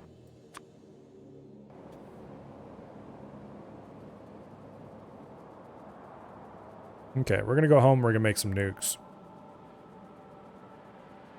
Because I need some big explosions in my life.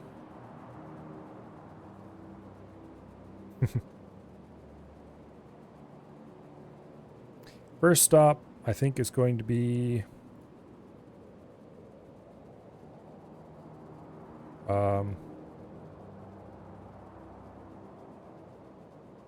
You know what? Let's go in the slow way. I misclicked farther than I wanted to go, so we'll just pretend like I meant to do that.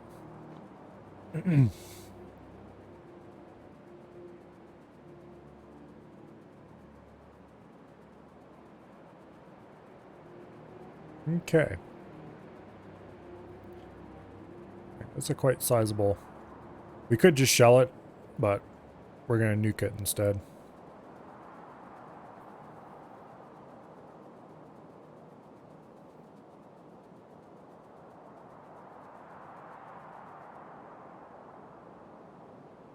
Apparently we have plenty of iron.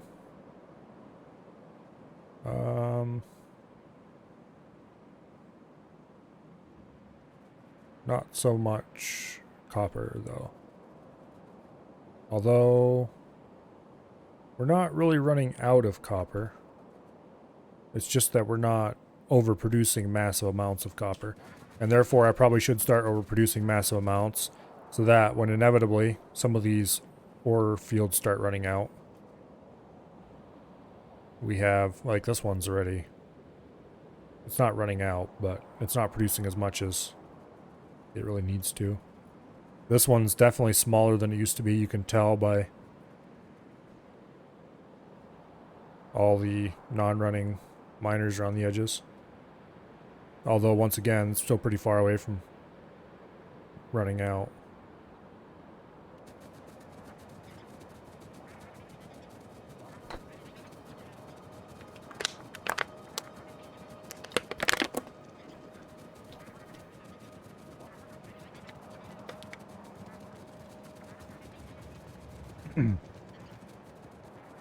Trains are definitely the way to go for just everything.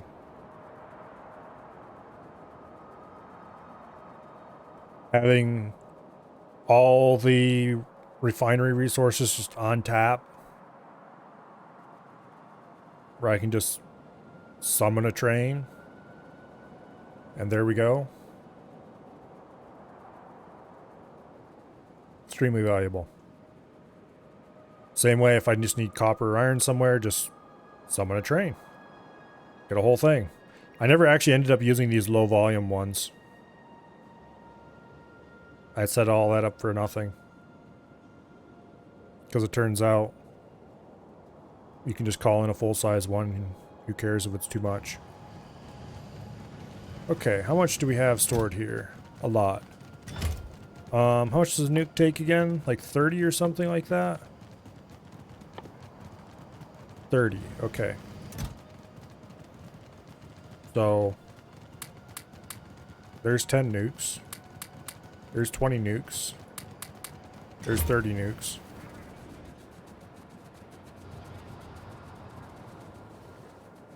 Okay. And then we need 10 rocket control units each, so I need 300 rocket control units. That should be easy to get. We'll just harvest a few from the rocket setup. I think we have some extras there.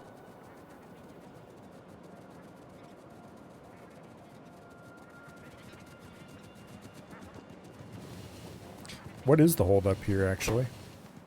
Rocket fuel? Really?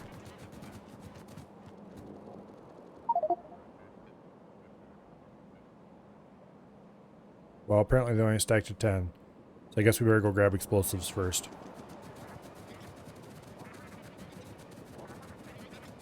But how is rocket fuel to hold up? Destination full.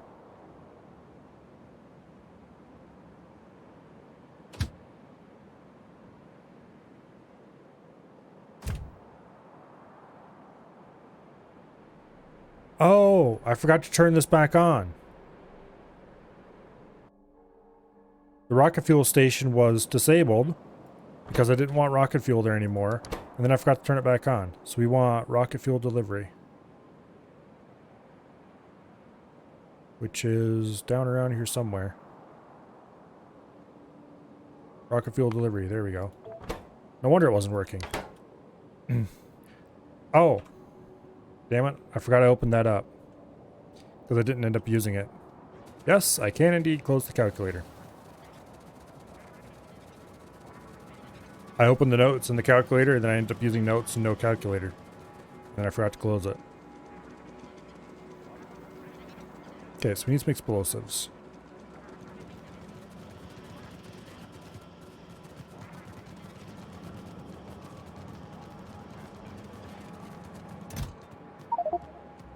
Oh, yeah, that's right.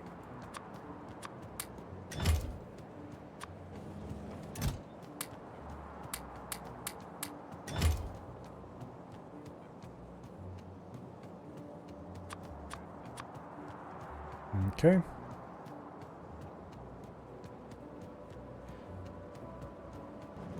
Let's grab...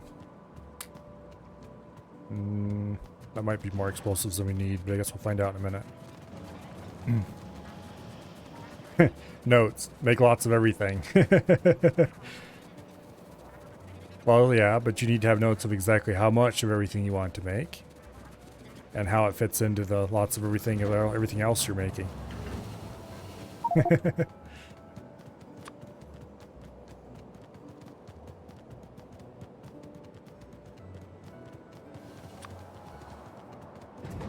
Okay.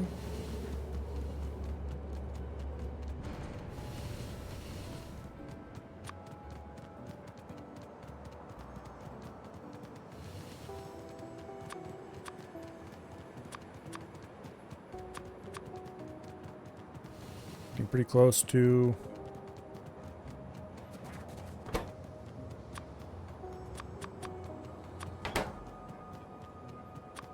There, that should be 30 nukes. And yes, indeed it is. I think 30 nukes is probably going to be enough for my purposes. That said, if I was going to build an automated thing to produce them, we could steal some rocket control units from the rocket launch facility.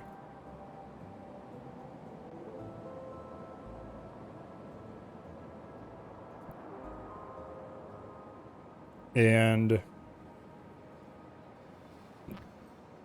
just bring in a big chest of 235. And what else do they need? Explosives.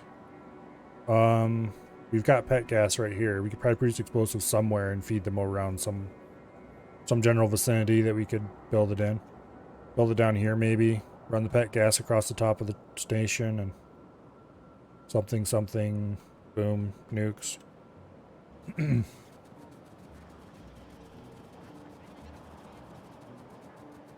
any case, now while those nukes are crafting, we can just walk right on back up north.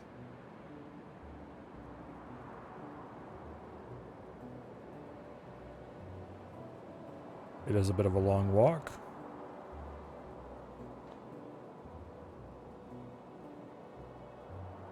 I'm going to say it again. I really wish they had a train car that you could park the Spidertron on. A high-speed, long-distance transport system. In some of my previous games, I did build proper passenger rail everywhere. You know, put passenger stations at every major base. For some reason, I just didn't do that this time. I probably should have. Because particularly when you start getting farther and farther away from base, it starts to make more and more sense just to have a train to go do it. I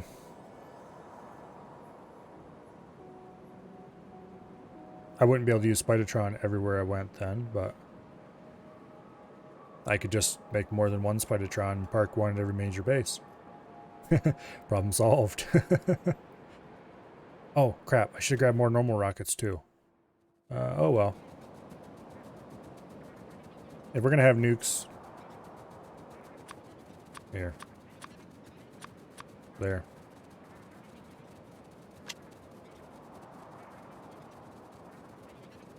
I don't want to have empty... I don't want to have all these slots filled when I'm trying to fire nukes anyway. Oh. That is a missing rail signal. Oh, it got burned. Okay. Apparently we had a bit of a fire here. I can't imagine how that would have started.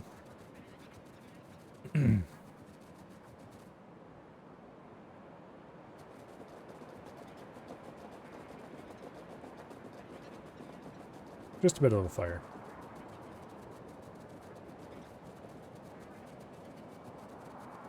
Okay, we've got 6 nukes already. Who should we nuke first? I think we'll nuke those guys down there just because they looked at me funny.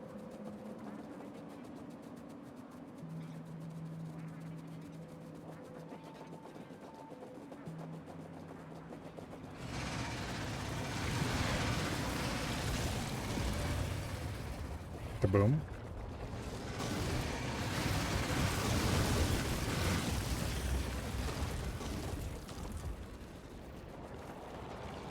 Right here, you can't get me. Not unless you want to go around the cliff anyway.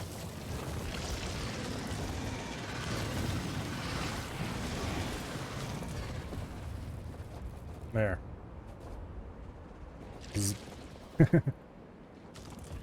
Well, I think that may have lessened the biter population significantly, shall we say.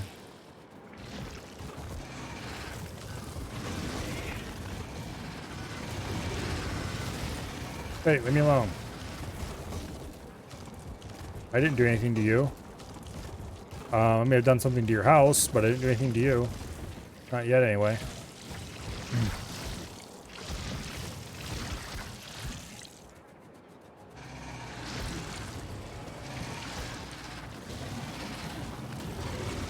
Yeah, come on, guys. Just collect insurance on it. What are you so pissed about? Just collect insurance on it is never a good response, by the way. That is what an extremely out-of-touch person says, because insurance never pays you what it's actually worth. Amongst other reasons.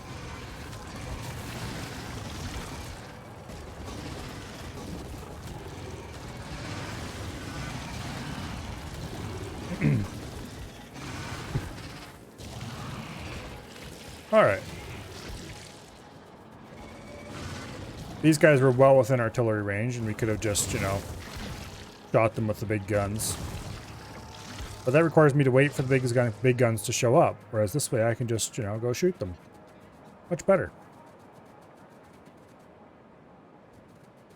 There's the robot coming to repair me. Thank you.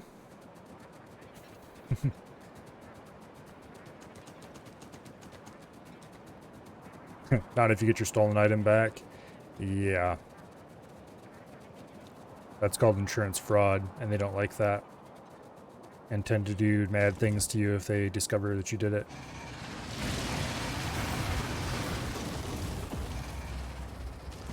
Boom.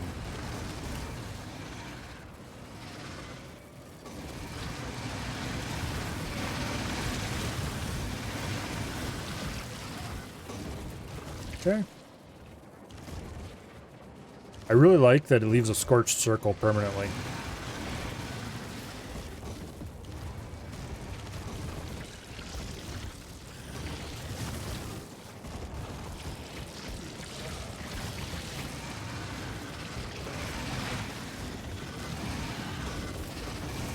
Okay. How many nukes do we still have? 2? Plus however many I've crafted since I moved over, like the 6 or something I started with.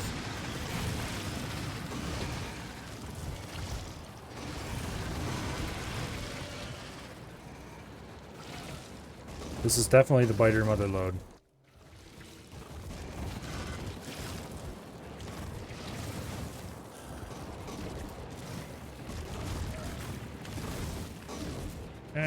Can't catch me. Oh wait, maybe you can. Ouch, that hurts. Fine, take a nuke. Yeah, you like that, don't you? Uh-oh, we're gonna die. We are actually going to die. Oh, nope, we won't. Okay, we almost died.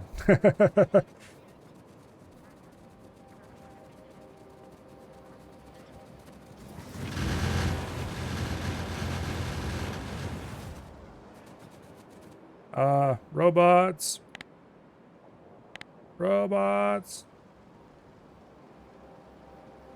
My own robots won't repair me because there's one on the way already, but he's who knows where.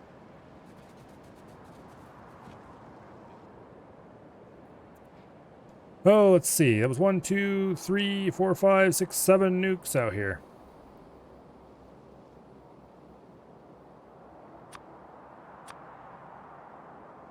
Apparently it's been pulling them out of my inventory.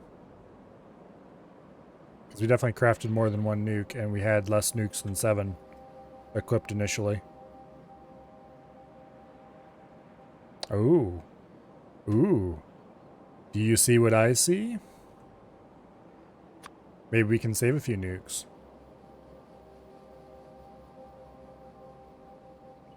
More importantly, we can discover what's out here in the black edges of the unknown.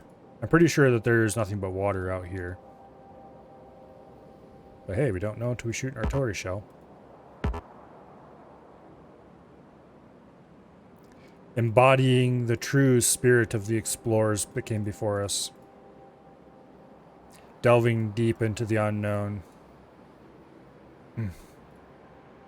And discovering new lands to claim for our kingdom.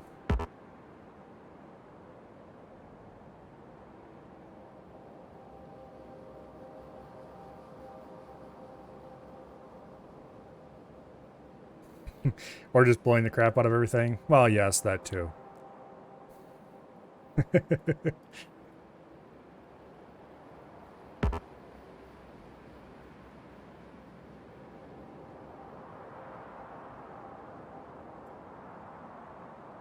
But this is research artillery. It's not just, normal artillery. Sounds more high-minded that way.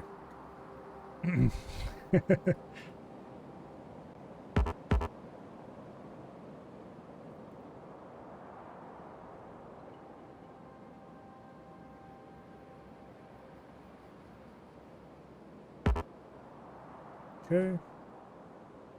I can only think of a few games that really truly give you artillery that is actual artillery. It can actually fire far enough that it might be considered artillery.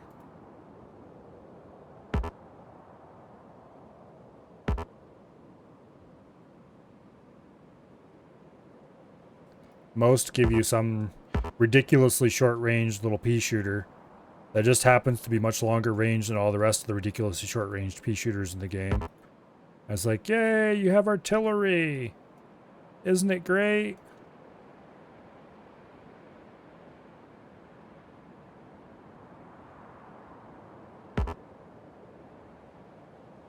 For example, Foxhole. Artillery has like a few 100-meter range at most.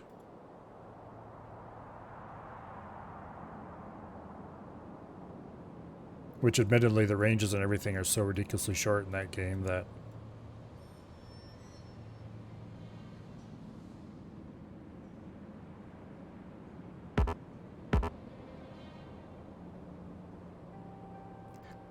oops, missed a spot. Missed a couple spots apparently.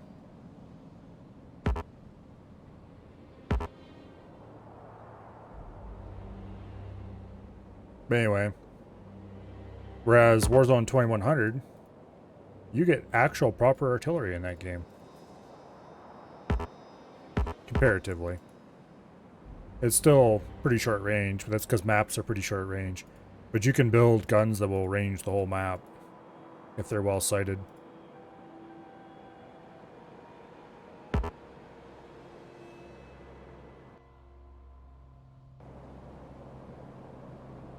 And of course, Factorio artillery is pretty solid.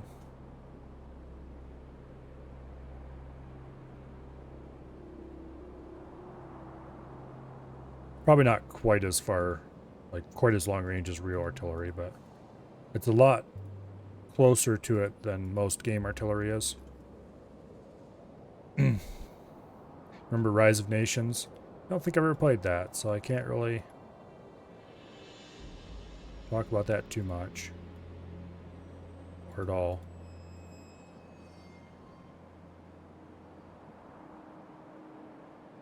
But what passes for artillery in most real-time strategy games is just pathetic.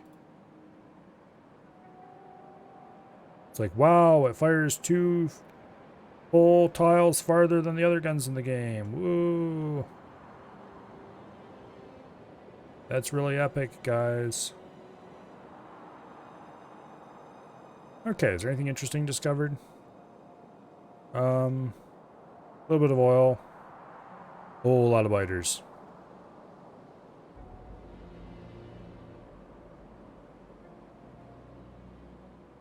Alright, you guys are a little too close, so you get to go away.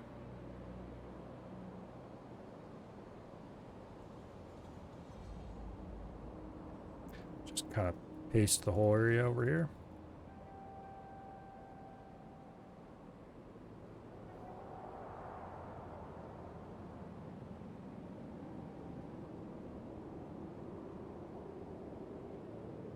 But anyway.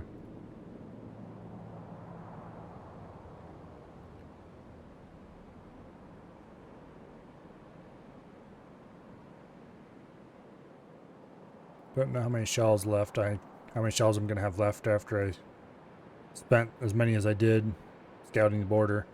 We definitely could have saved a few shells by not being quite as thorough.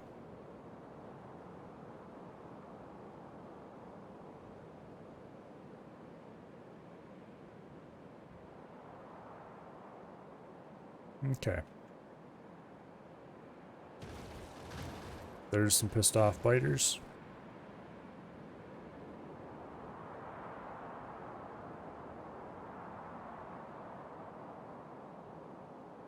This should get most of the spawners. Which really clearing out the worms is mostly just because I'm offended by seeing red dots on my map.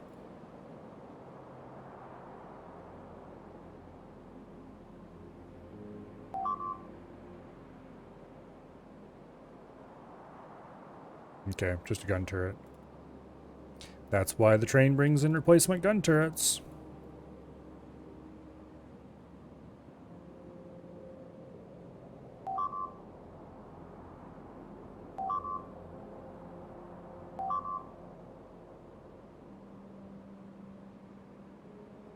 Okay. We're being attacked from all sides. Man the machine guns.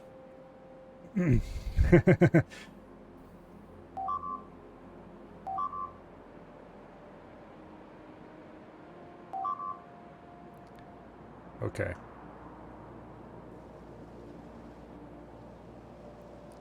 You can stop now, please. Thank you.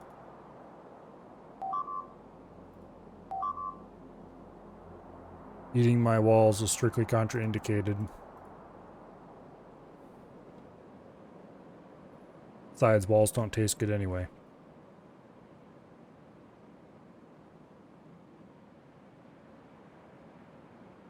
We've got to be running low on shells.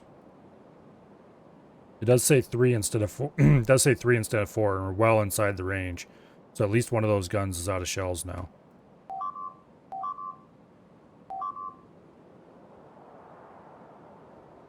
I wouldn't be surprised if we saw the outpost train arrive soon with more stuff. As much crap is being blown up.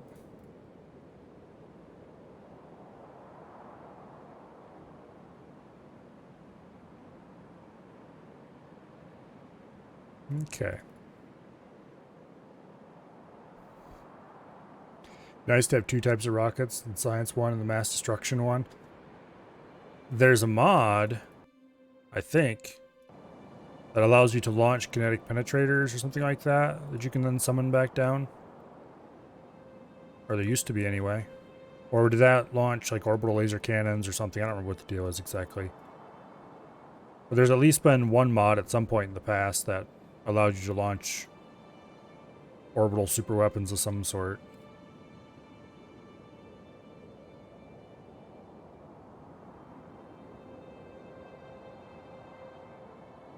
But it would be kind of cool to have something of that nature in vanilla. Okay, I'm pretty sure we're like dangerously close to out of shells. They're probably not going to be able to shoot all this before they run out.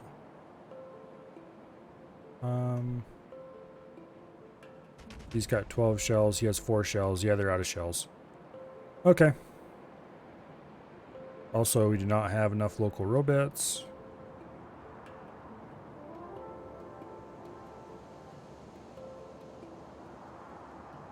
Okay.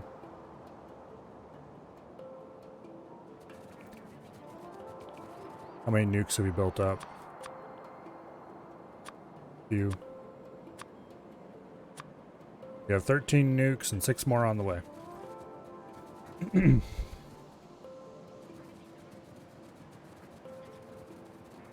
Yeah, anyway. I don't remember I think it was an orbital laser cannon mod. I don't remember exactly how it worked. But you had to launch them with rockets, and I can't remember if it gave you... if they were, like, permanent on a timer, or if they were single use, or what, I don't remember exactly. But then you had, like, a remote item you could click to call them down, or something like that. Or was it a grenade you would throw that would summon it, or I don't remember. It's been too long since I've seen it. I never used it.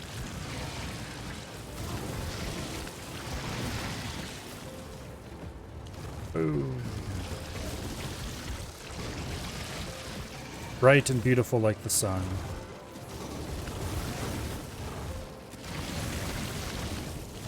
Uh-oh.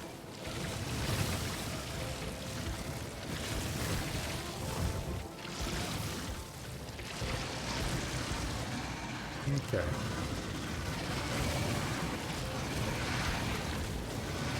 I made a mistake. Okay, we're good.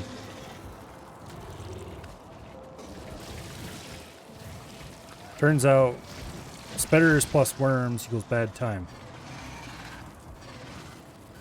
Never used any mods, you basically have one map that's been expanding since the last compatible version. I never really used many mods either. I tried a few at various points and I was never very impressed with them. There were some really awesome mods that would do things like... there was one that had different kinds of splitters.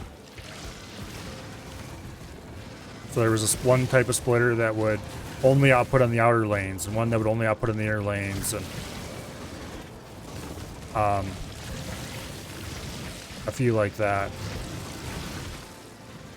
They just used hitbox shenanigans. But then splitters, the way they worked changed and stopped working, I think. I don't remember exactly why that one broke. I think it had something to do with the way when they did the belt optimization passes, items were no longer just being pushed along.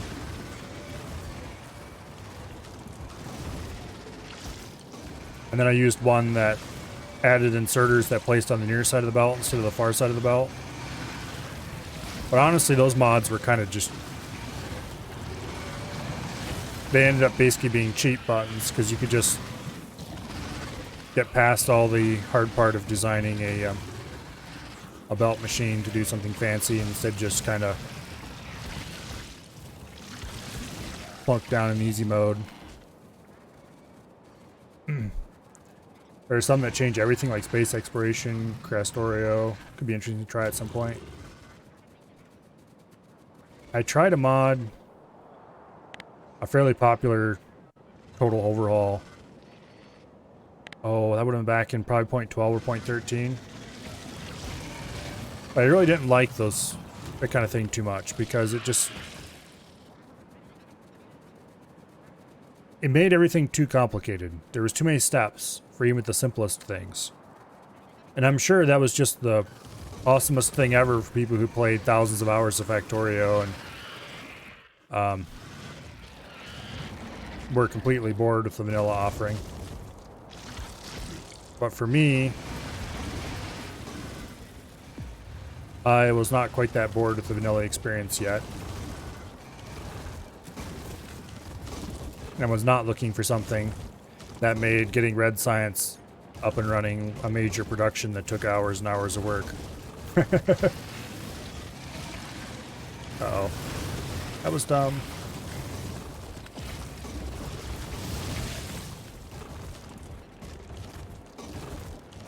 I wasted a nuke. In probably vain hope that it would help clear them off me, but it doesn't seem to have worked much.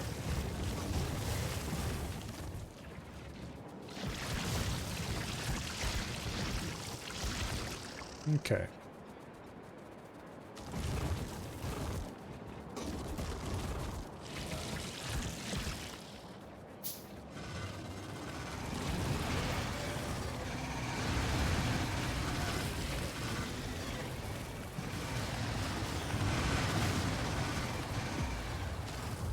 Kaboom. Big, glorious kaboom.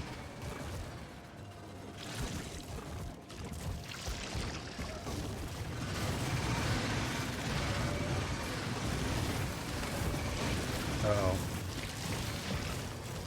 Okay, we're good.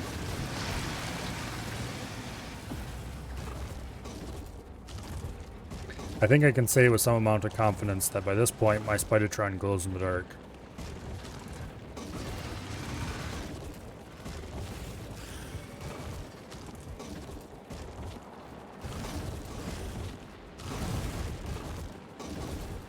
Well, about the best thing you can say for these grenades is that they clear out everything but the behemoths. Shit. Okay, there we go.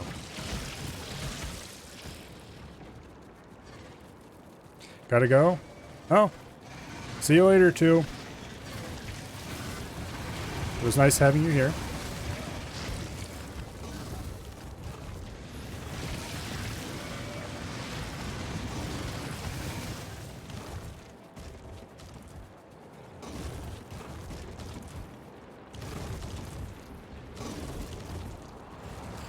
Uh-oh. Back off! Get away from me! Okay, there we go. We're good.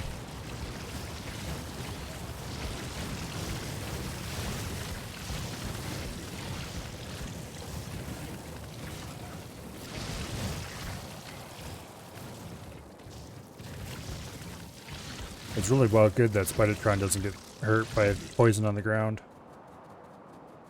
Okay, heal me, robots. We're also running very low on power.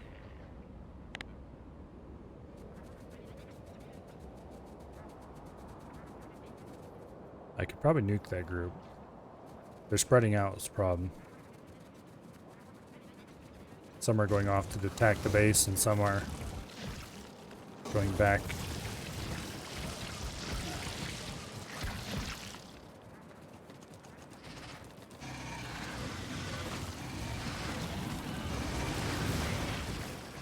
That's kind of a waste of a nuke, to be honest, but...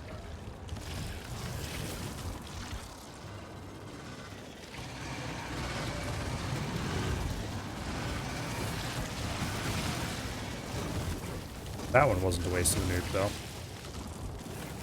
Let me go. Oh, part of the problem here, a large part of the problem here, is that we're run low enough on power. Yeah, for a second there I thought they were eating my robots, but then I realized that my report was indeed off. Every time they hit us, they consume enough of our power that we lose exoskeleton. So we really just kind of need to find a safe spot and sit for a bit and get our power back. On the plus side, we have mostly cleared this area out. There's just a few little bits left.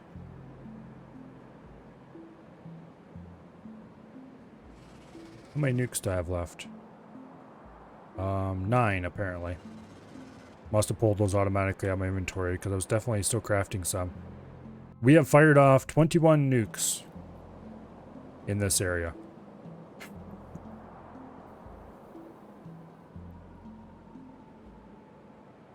And left lots of little scorched circles everywhere we went. 22 million uranium ore. That might be worth mining.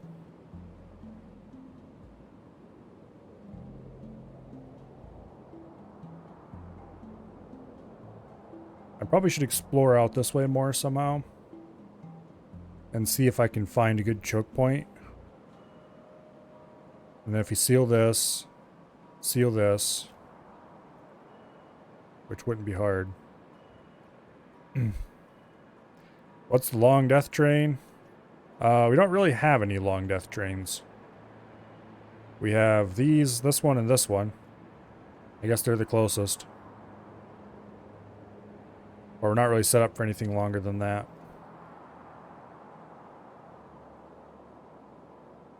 As far as naming one in your honor, I don't think you can name trains. No, they're just named automatically.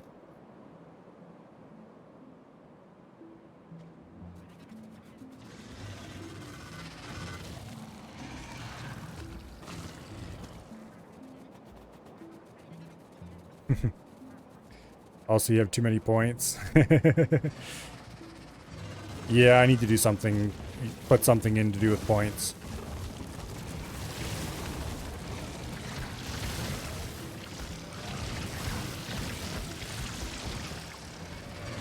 Preferably something fun that's both A, fun, and B, expensive.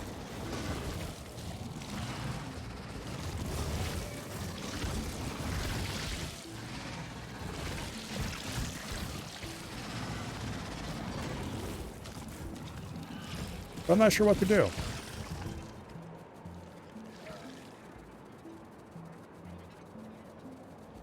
I don't really want to just do the same boring old things every other streamer does, but...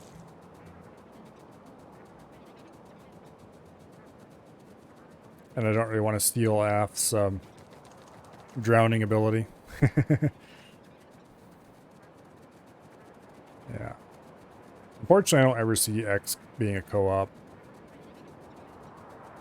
I mean, I think it'd be awesome if it was, but I don't think I'd ever see that happening.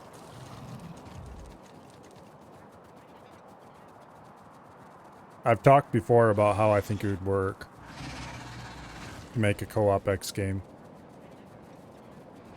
But I just don't see it actually happening.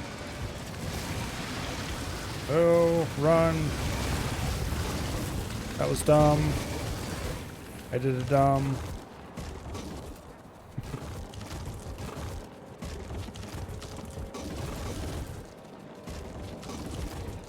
I kind of wish you could change the names of trains in this game.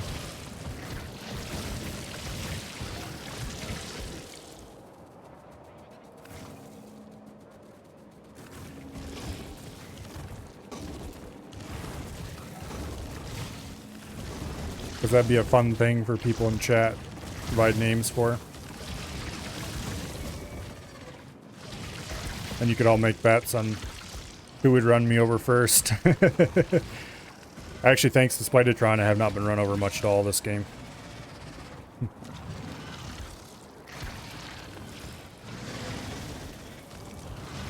See, I got 8 more nukes out of the 30 I started with. And I'm going to use them all.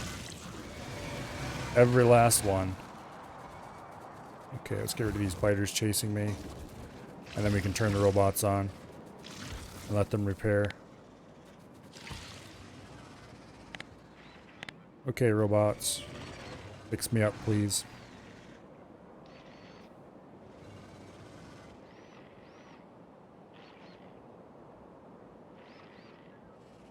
There we go. Let's nuke over here next.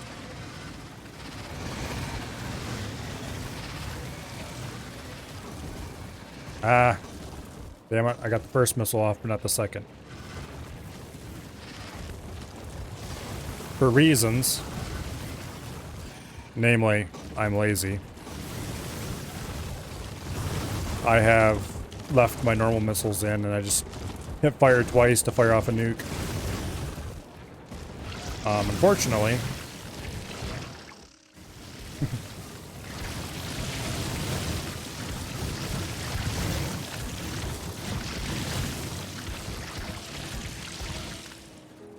yeah, we're low on power too.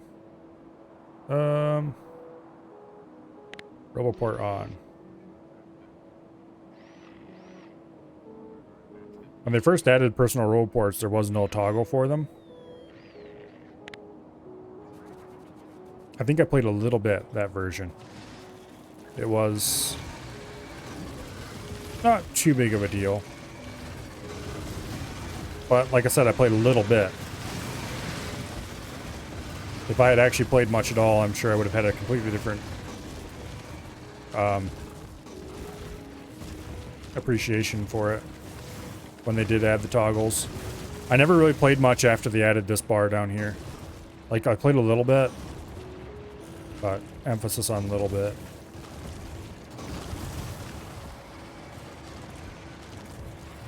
Abusing cliffs and trees for profit.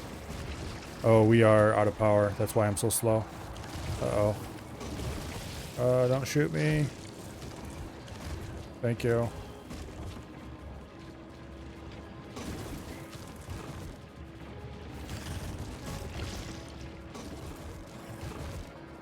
Yeah, we need to go recover power.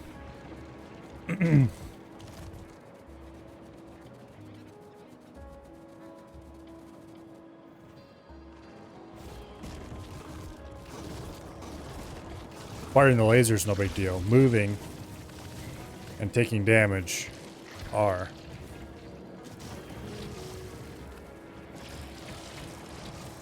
Moving is relatively cheap. Actually, no, it isn't really.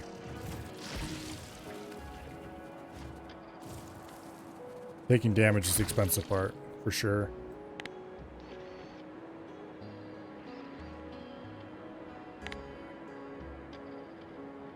%11 charge.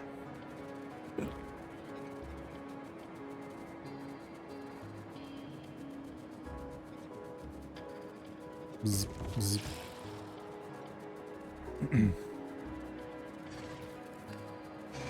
Remember when big biters were an actual threat? Yeah, I hardly do either.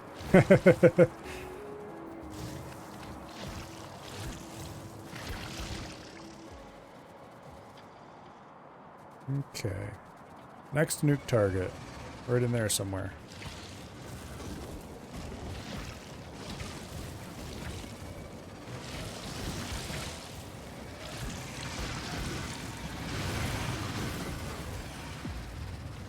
Boom.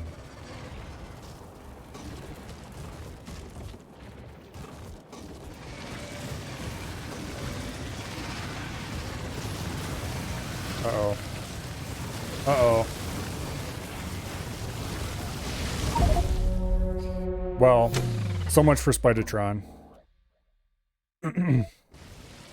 I think I nuked myself.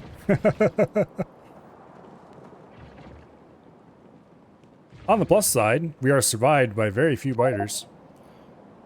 On the minus side, I just nuked myself. Hopefully, all my gear is still there. Guess we'll find out in a minute. Where'd I leave that car?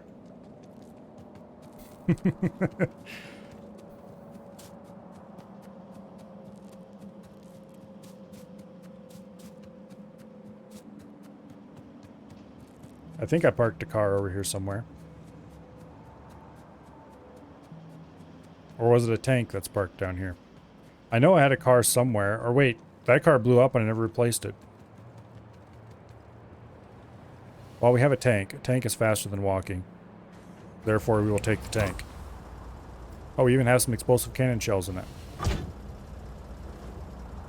Okay, so let's go get some better fuel for said tank.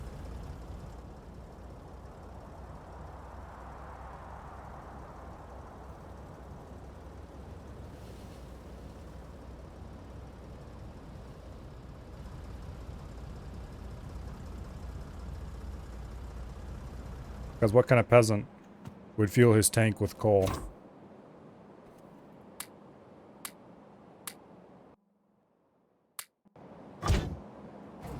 There we go. And let's replace the red ammo in the tank's machine gun with other better ammo that we need to go get.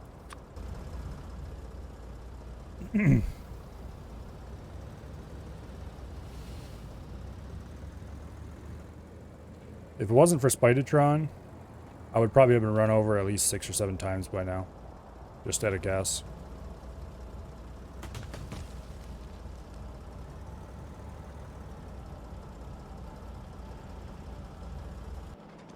Watching all those trains zoom past, it's like, yep, we think we'd be dead a few times. Maybe 6 or 7. Whoa, watch out. Okay.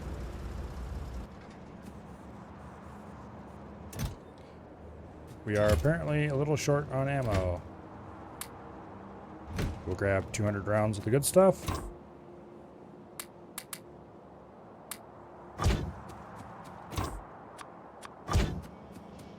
And this one I think could be the good one to start our... There we go.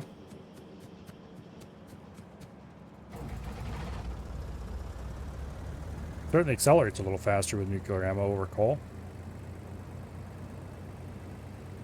It's still slow as heck, but it's faster than running, I guess. Also, do I have any gates in these walls anymore? Except the train gates?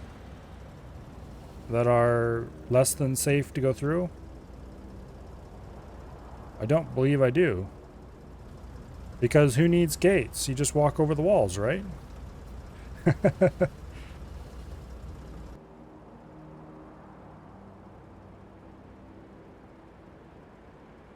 Well, also I'm not going to want to take my normal route to get up north because that is right down the middle of the tracks with no regard for trees or anything else in the way.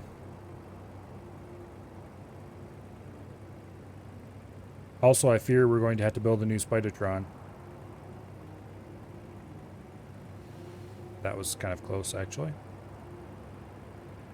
And Spidertron was not cheap to build. Okay, nuking myself was probably a bad idea. Note to self.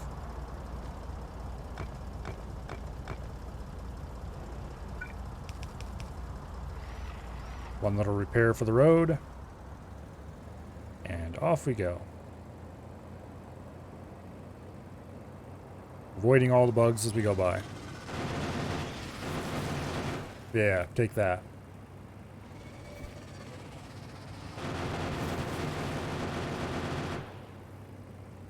It may take a little bit of ammunition to kill a behemoth biter. Just like a few rounds. Maybe one or two.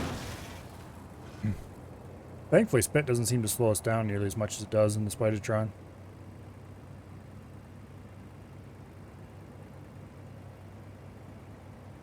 Although trees, on the other hand, oh, they don't slow us down that. Yeah, they don't slow us down that much either. Not in the tank. They do in the car.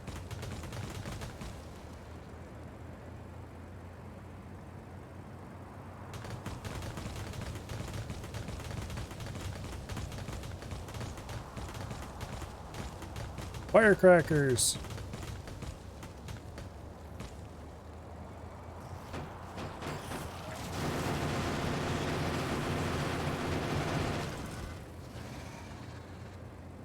We do have a few explosive cannon rounds we could use if need be.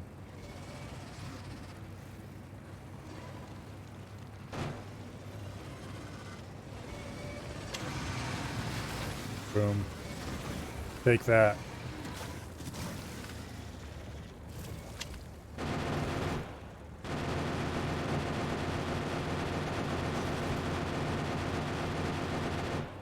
Okay, that's a little bit of fire needed to destroy those.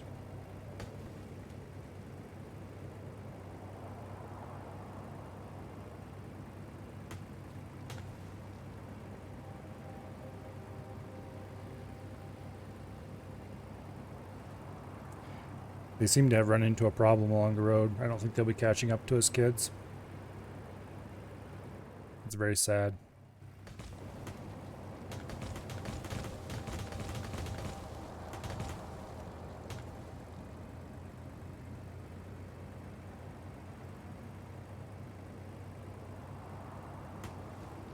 Okay. Somewhere around here. In the middle of a large nuclear crater.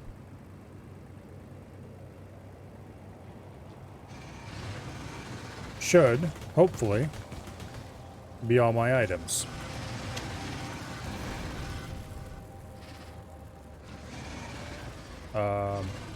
Cliffs. Watch out for cliffs.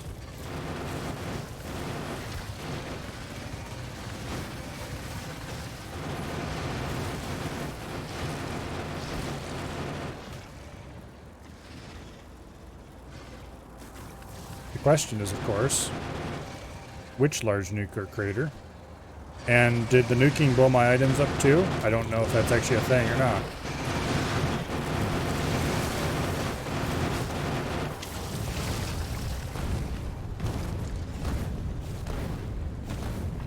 Oh shit. Well. Take two. This time without the tank.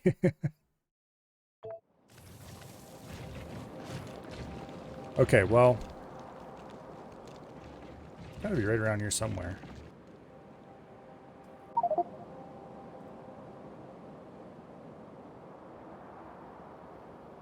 Was it over here somewhere?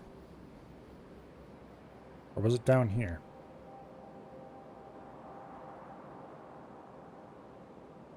I think it might be right here.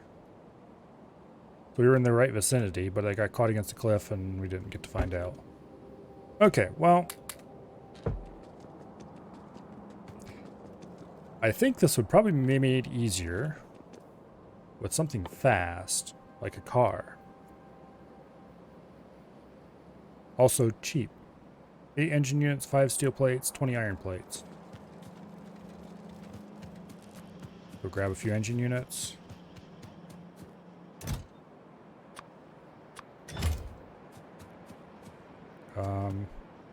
Yeah, we didn't quite grab enough iron plates.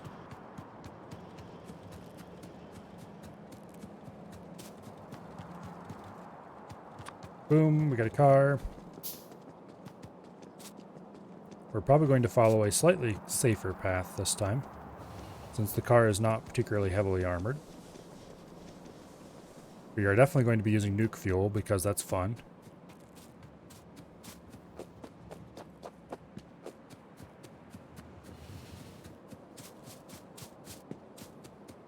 And we're definitely going to be watching the tracks before we run across them.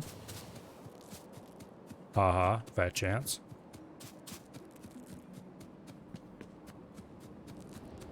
There, see? Perfectly safe. We didn't get run over.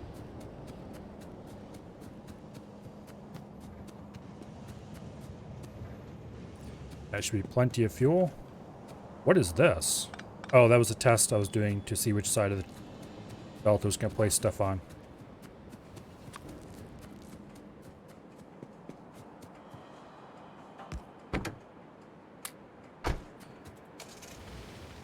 Whee!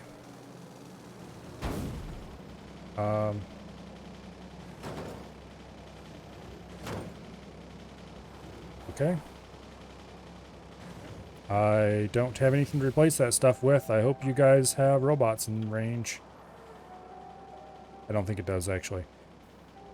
Before we set off on this trip, I'm going to go grab myself a bottle of water and a very quick bathroom break. I will be right back. I actually scratched out the bottle of water. I have one sitting right here. But I'll be right back regardless.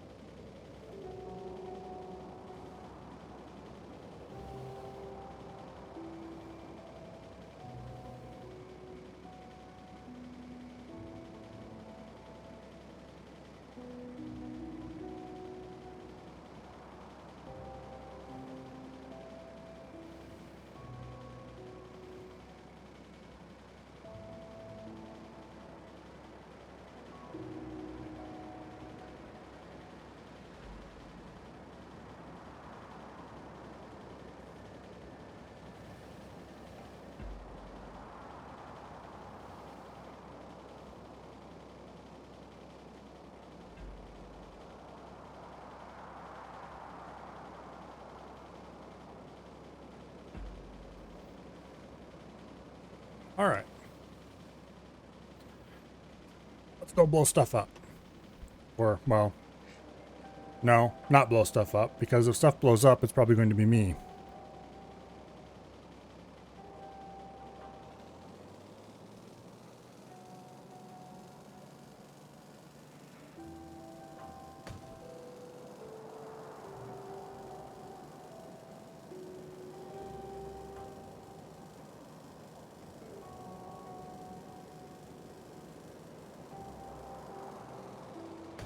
Whoa, okay. Can't go through there. I should also stop and pick up some repair packs, I guess. We'll do that at an outpost along the way. Oh, artillery shell range too.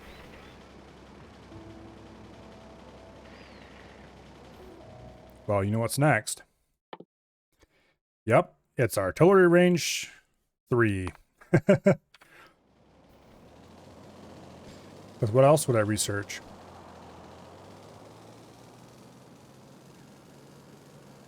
Also, these researches get extremely expensive very, very quickly. Uh-oh. Uh-oh. Shit. Saved by speed.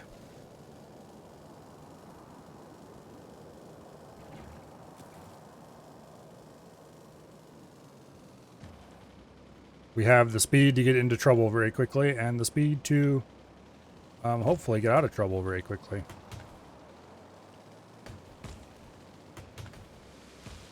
Let's go stop at this outpost up here and grab a repair.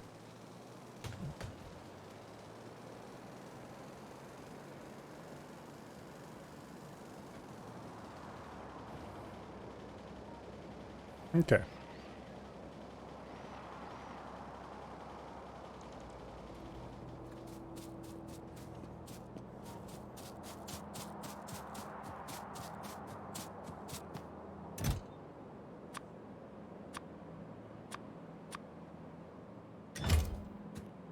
Grab a little bit of ammo while we're at it. I'm not going to carry much because, well, if you're shooting something with the car, things have probably gone terribly, terribly wrong. But some ammo is better than no ammo.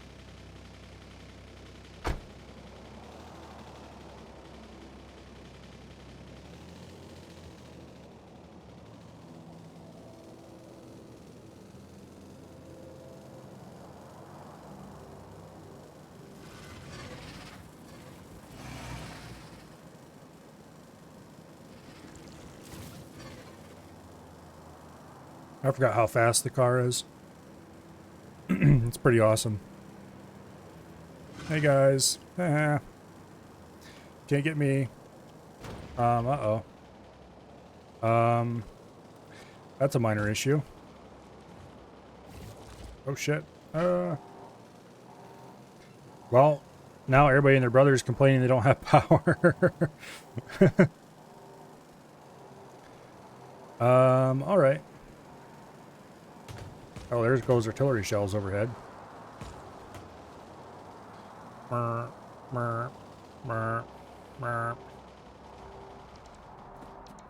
pretty sure there are no large power poles here. Nope, but we can grab some small power poles. Or mediums or whatever. And bridge the gap temporarily.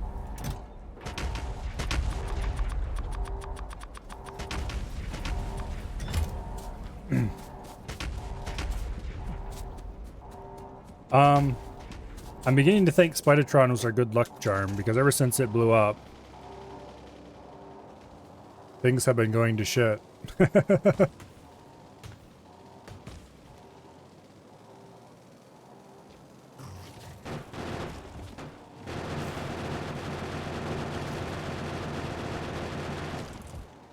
Okay.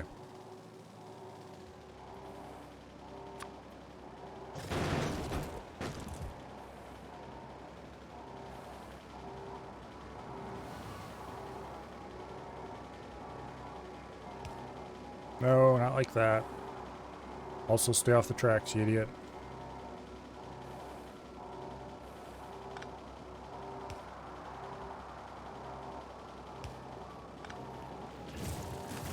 No, go away. I'm trying to fix a minor issue and you're in the way. Also, that was the artillery train just running those biters over. Here, everybody clump up. Oh shit! Ah.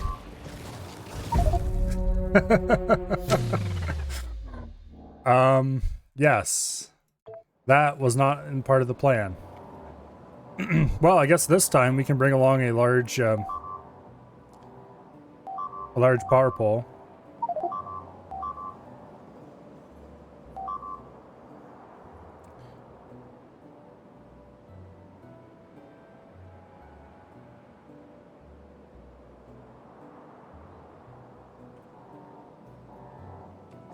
Okay, so we need a large power pole.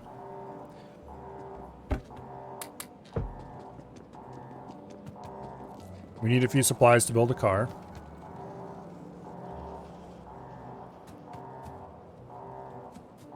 Please stop honking at me. I know. I ran over a power pole and disconnected the power. You don't have to keep reminding me. Large power pole. Large power pole. There we go. We need, like, just a few. And engine units. Also, just a few.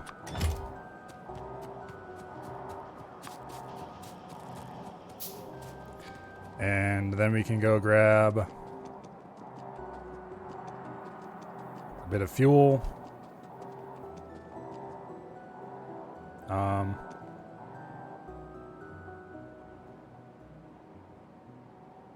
Yeah, the nearest place to get fuel is pretty far away.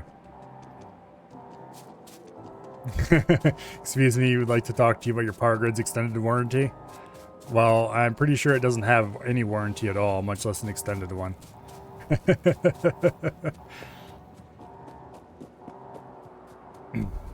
It's like, ark, ark, ark. Milo's a bad driver. Ark, ark, ark.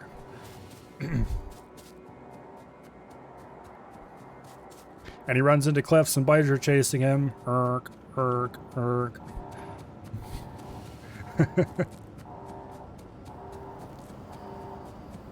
Oh, there we go.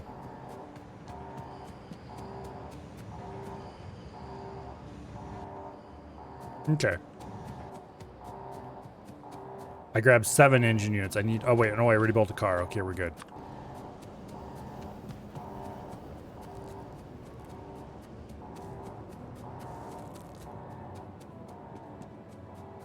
This time I'm going to place it safely outside the walls.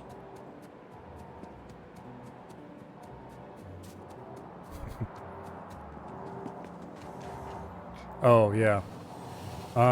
Lest we forget about that, I'm going to go steal an inserter from someplace where the bots can reach. Like over here. Sorry, power plant. Or ammo plant, I mean.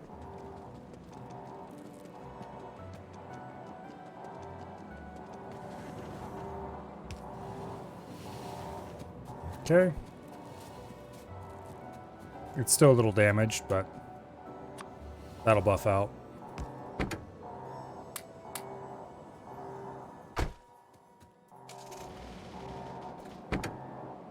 Hope we actually have to start moving it so it uses power. There we go. Okay.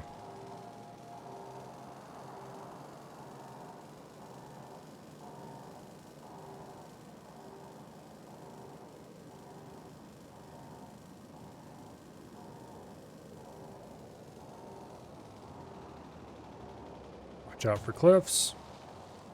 Oh, we must wait for the nice robot to come repair us.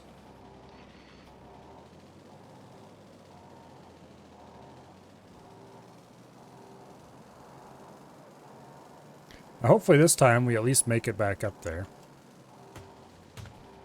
Oops.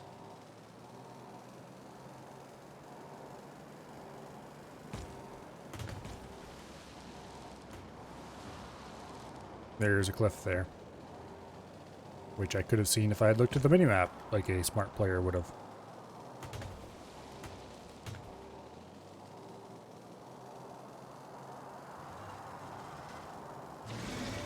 Can't hit me. Also, you can't catch me.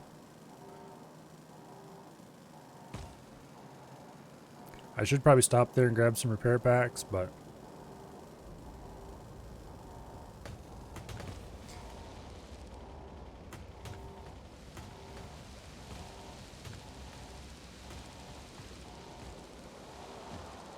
I remember back when you couldn't just drive into a tree to knock it over.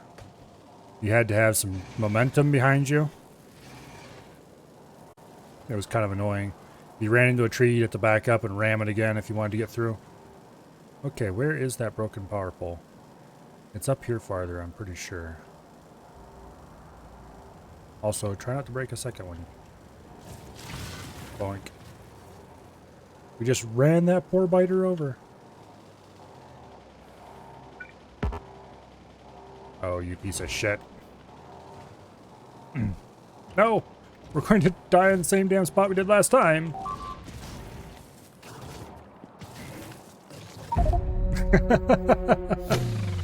Okay, well, it was a slightly different spot, but it was the same basic cause of death. Namely, running into a cliff.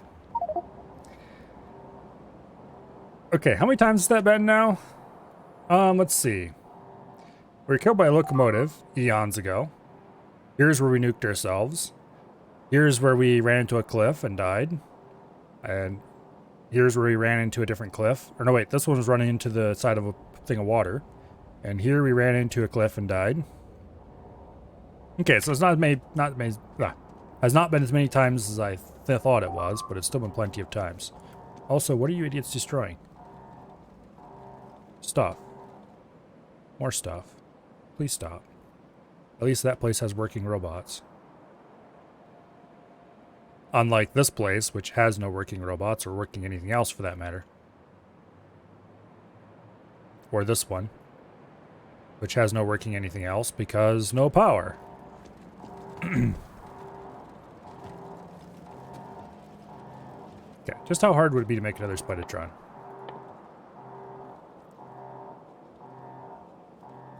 Where is Spidertron? There he is.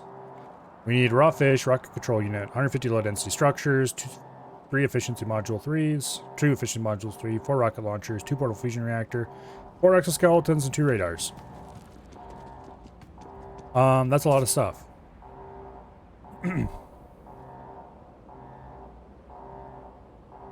Project Car doesn't seem to be working out. We'll try Project Car one more time, and then we'll go over to just make a damn Spidertron already.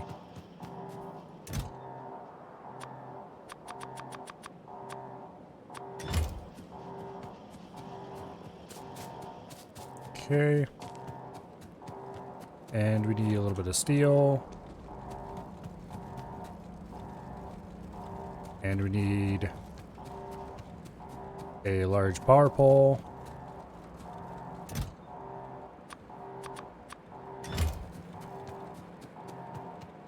And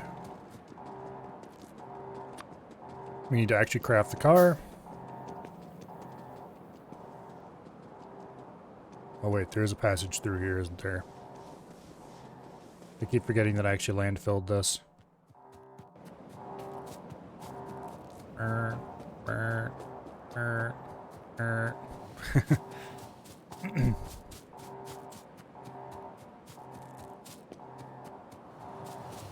We could ride a train up there, but then we'd have to try to bail out of the train at the right point, and then we would probably get marked by biters anyway.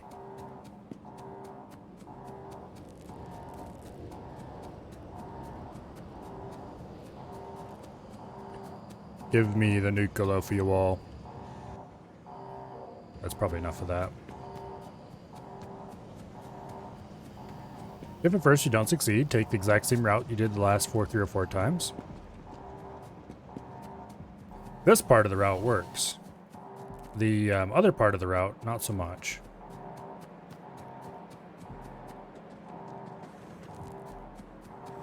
Although it does have a distressing amount of track crossing in it.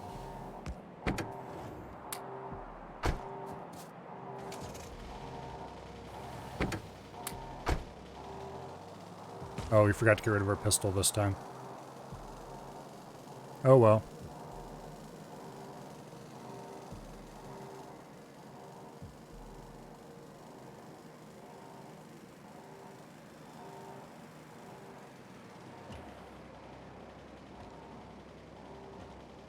Come on.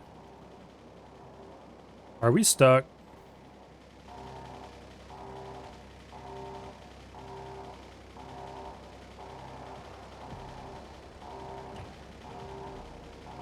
Apparently we're stuck on the edge of a cliff. I didn't know that was possible.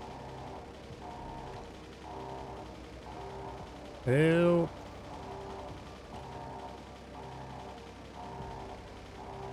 I was wiggling free a little bit. No.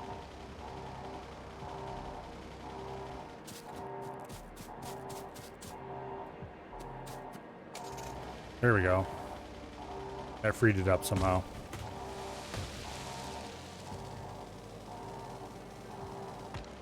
Oops.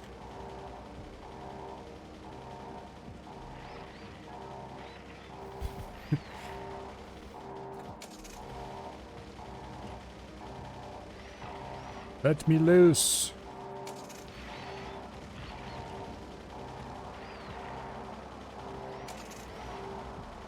Okay.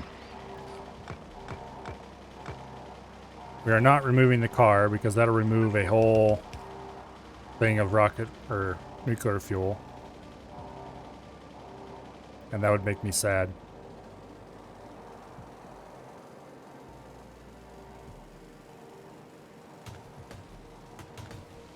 Okay, so we go across the top here. We go through the woods here. Go through there. Past these guys, yell insults as we go by. And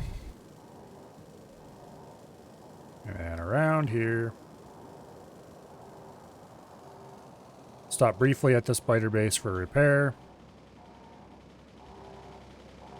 Or not biter base, but artillery base. Better not be a biter base. I spent a lot of time building that thing. Okay. Past the forces of evil.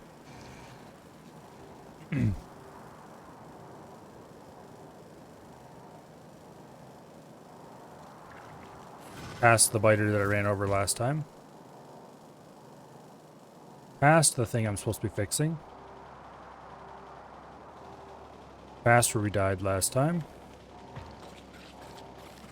Oh, you piece of shit. There we go.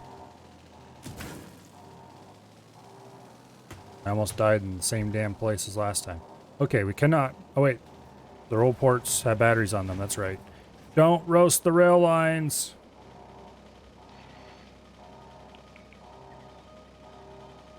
Okay, they didn't roast the rail lines.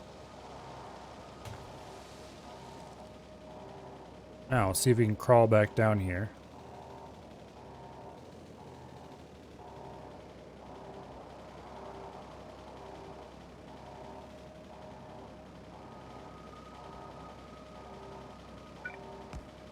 Yay!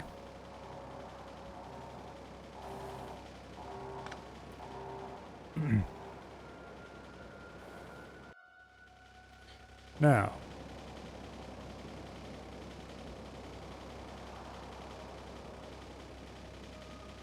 I'm fairly sure there was a body there, but I don't know if I can actually recover any of my stuff from it. If you die in a vehicle, is your body just gone?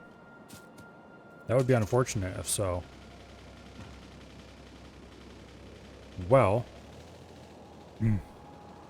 I really hope my Power Armor Mark II is still where my Spidertron died. Although I'm going to give it about a, 30, maybe 40% chance that it isn't.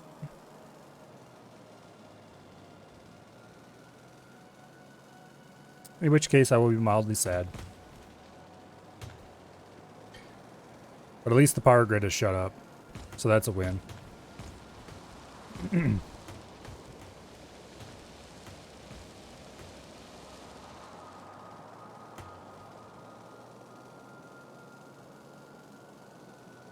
All right. So here we are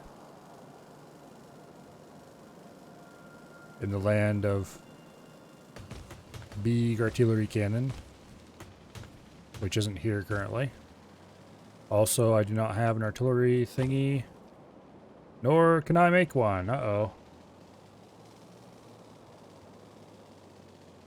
So even if the big gun did show up, I would not be able to summon its assistance. So I guess we better hope that where my previous body was, which is apparently right there.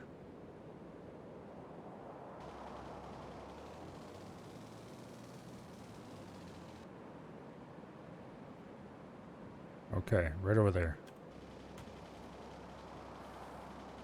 We better hope that that's easily accessible. Without large numbers of biters milling in the area. I am afraid that my body is gone. And probably never even existed. Rip. Goodbye, Power Armor Mark II. You will be missed.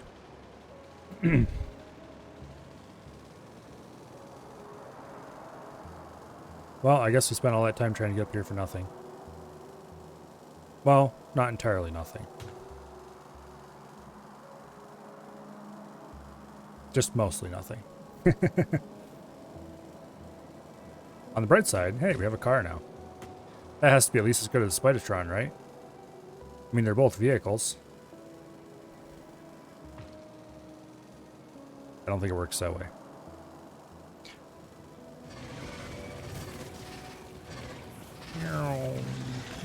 You can't hit me. Oh, nope, nope, nope, nope. Yes, you can. Yes, you can. I take back everything I just said.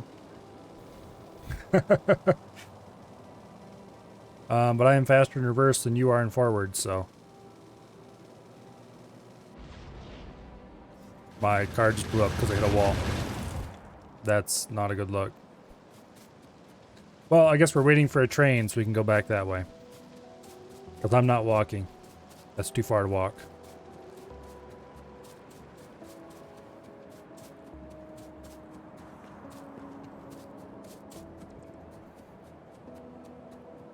I'd like to think that robot right there is flying out to rescue the car, but I think it's a little bit dinged up. Not gonna buff that out with a repair pack. No, come back!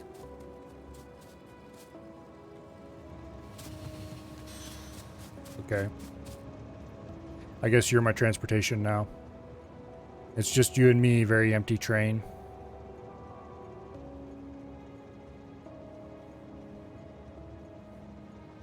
Unless the artillery train shows up first or something. Which, that's not happening.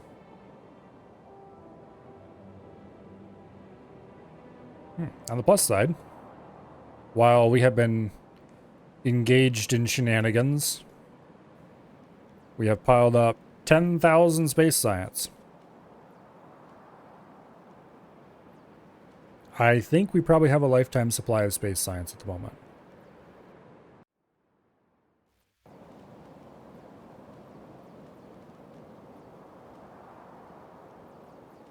Or at least a pretty sizable supply.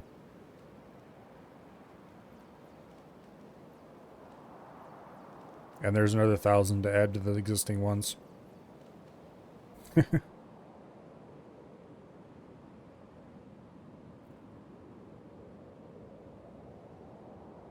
It looks like the limiting factor is these things.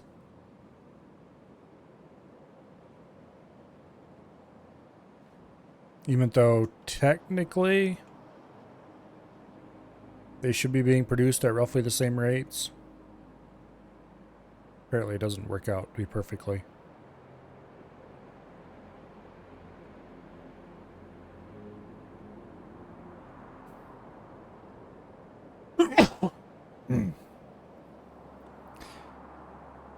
I'm pretty sure we're never ever going to see another blue chip show up at this loader.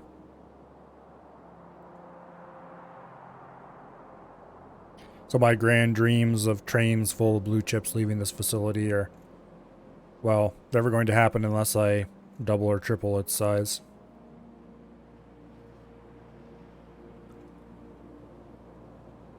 Oh.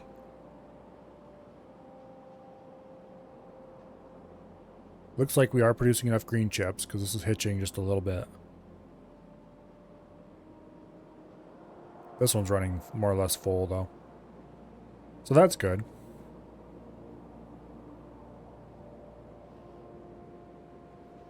Excess green chips is a good thing. Red chips, we're definitely producing enough, but are we producing too much? I don't think so, because they're not backing up at all. And the stuff that's going up here to the speed modules... Oh, we're not producing enough speed modules even. There's some of these that aren't working. Because we're a little short on red. I guess there's nothing stopping me from just adding more red modules off the end here.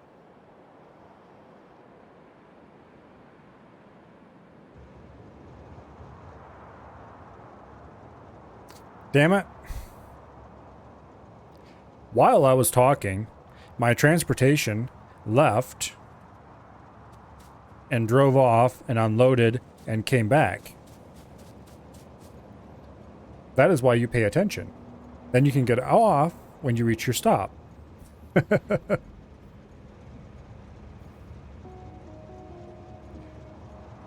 Otherwise, you find yourself at the very place you just left, but in a different train.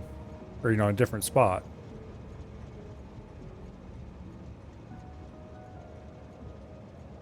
Oh.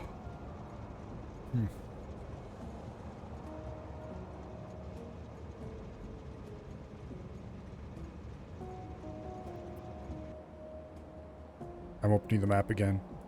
This is risky. I might miss my stop. Oh, nope. We're leaving right now. Okay, good. And we're going to be here at this one. Okay, that's not too far away from anything useful.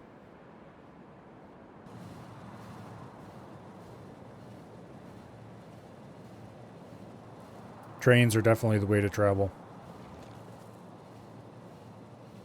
In Factorio. In real life, trains suck.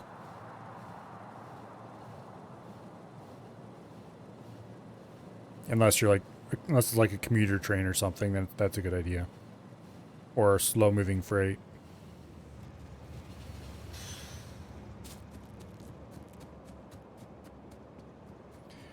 Alright,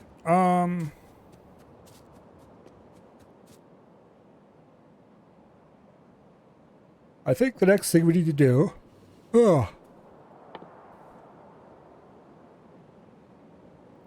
is make a replacement Power Armor Mark II and Spidertron.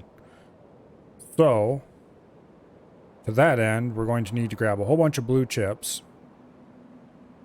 Blue circuits. And... stuff. Lots of stuff.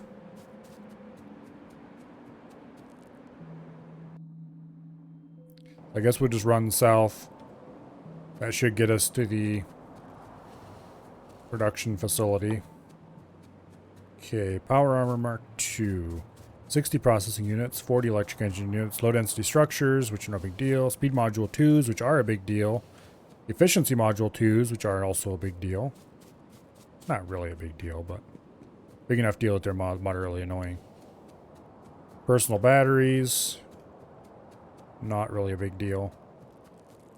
Exoskeletons, I still have some of those laying around somewhere.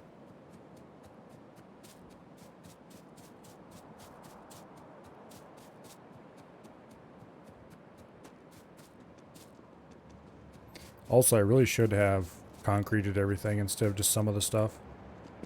Oh well. There goes another rocket launch.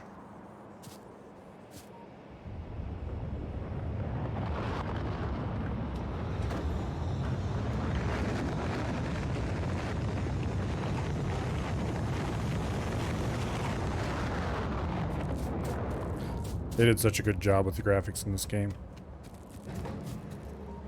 For what they are, they're amazing.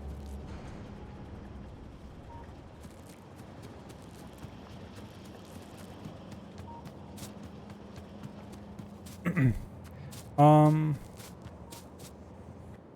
is there anything we want to build that requires rocket control units? Because honestly, that's the only thing I'd want to get here. 16 of them. Okay, we have more than that in the main factory. Portable fusion, just a whole bunch of processing units. I guess processing units is the only thing we really need.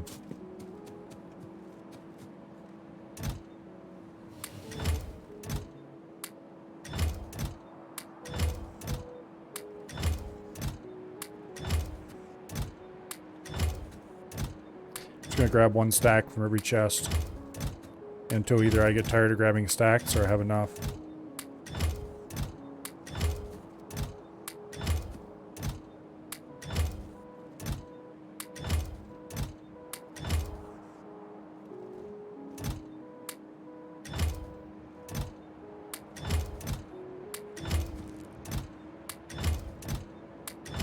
Okay.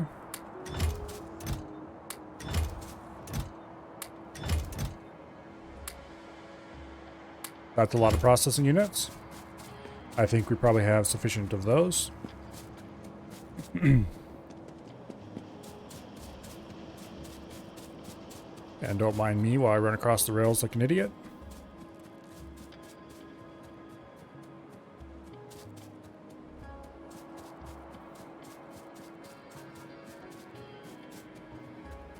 Okay.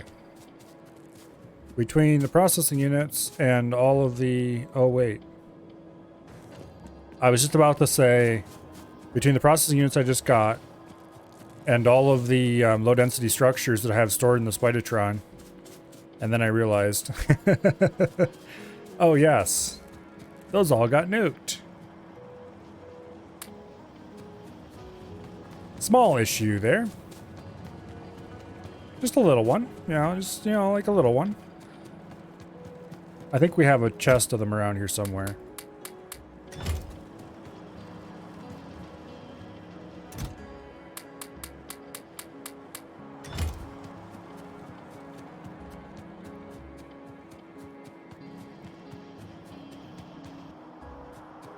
Okay. Gotta stop and grab some assembly machines because I'm out of those. I wonder why. It wouldn't possibly have anything to do with me, nuking my Spidertron.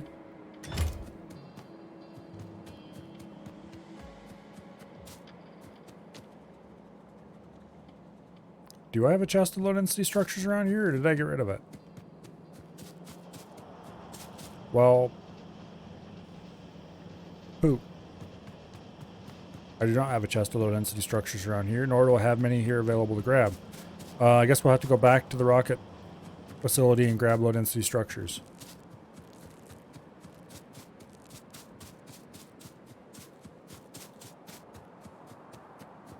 Okay, wait. Before we do that... just modules...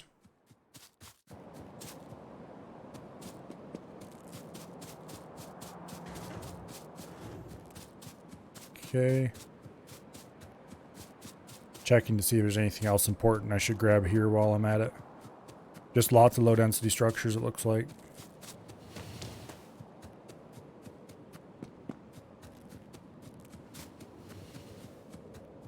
We're going right into gonna run you over central.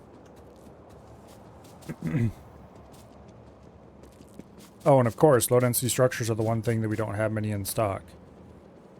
Of course.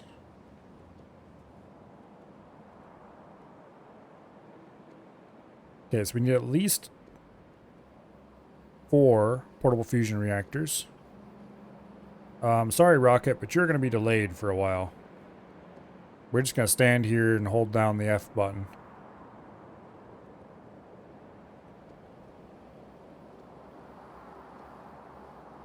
Yeah.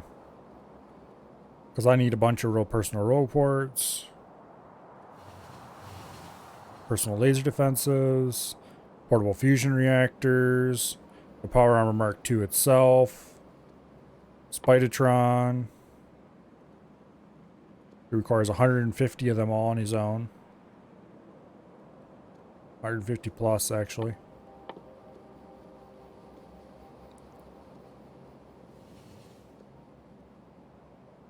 Okay, let's see. There's 100 in a row. So there's 230.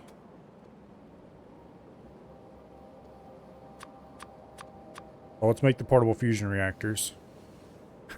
That took like our entire stock.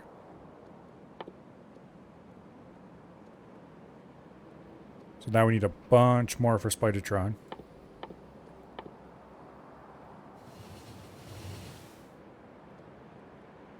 And energy shields. I think I had like 3 energy shields. I might have some of those left in storage.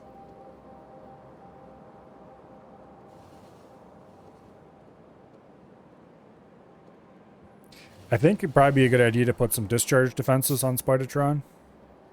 If I can find the room for it, or on myself even. For cases where I'm getting swarmed, so I could just zap them and push them back.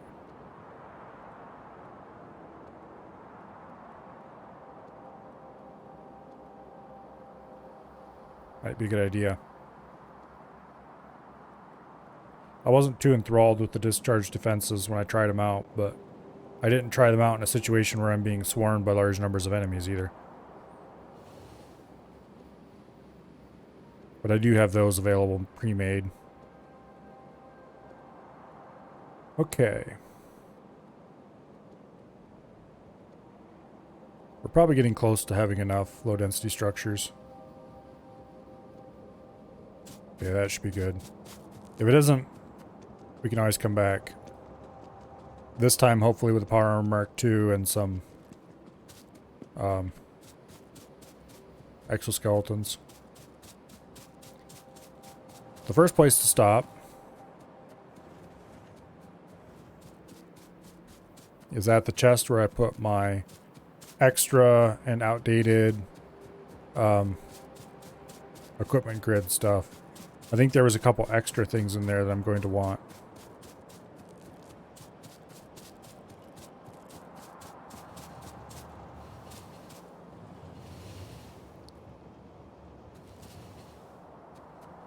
Okay. We almost got squashed there.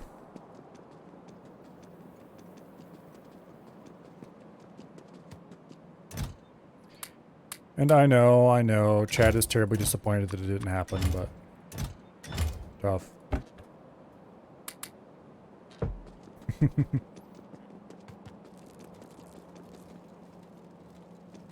Well, here's an alarm waiting to go off.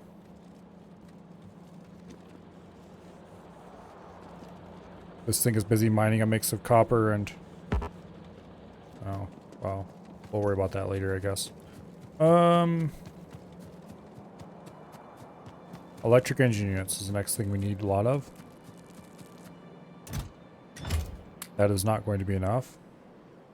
Oh, we can make the Power Armor Mark II at this point. We can, but we shouldn't. Because handcrafting that many modules is going to suck. So what I'm going to do instead is I'm going to build a little module making machine here.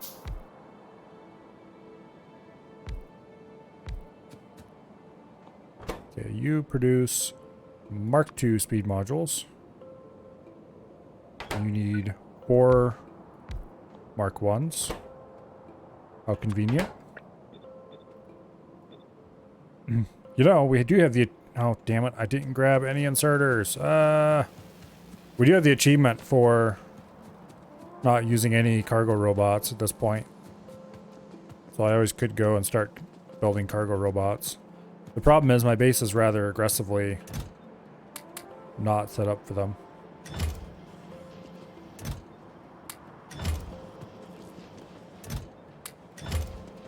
And I don't have any belts. Because why would I have any belts? Carrying belts on around on me would be like useful or something. It would also imply that I hadn't just died and lost all my stuff.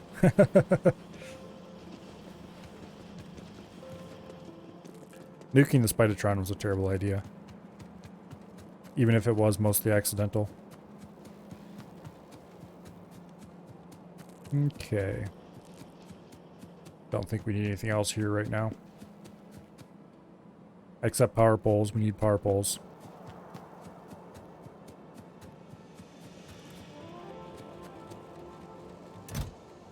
Wow, it'd be really nice to have a Power Armor Mark II right about now.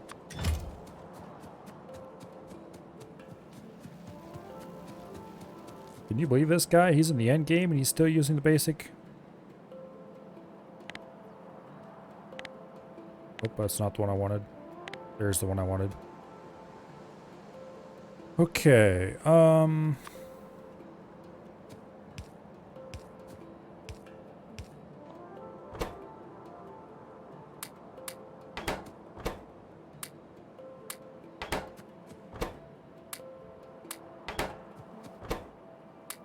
clearly, I need more chips.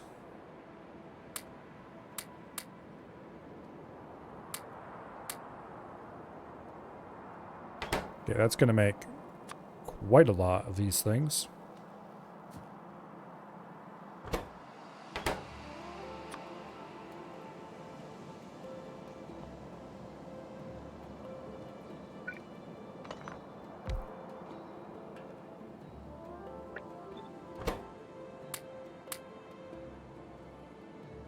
Okay, let's see.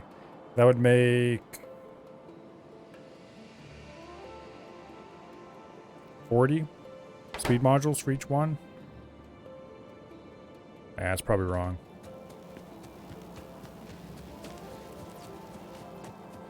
Let's go grab some steel.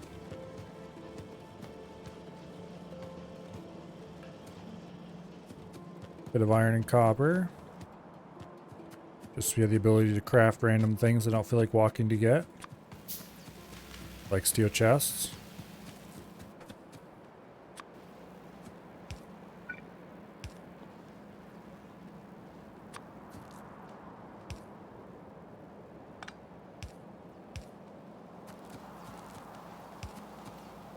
There we go. And I was about to copy the whole thing and paste a copy of it. And then I realized, oh, I don't have robots. Wow, isn't that unfortunate?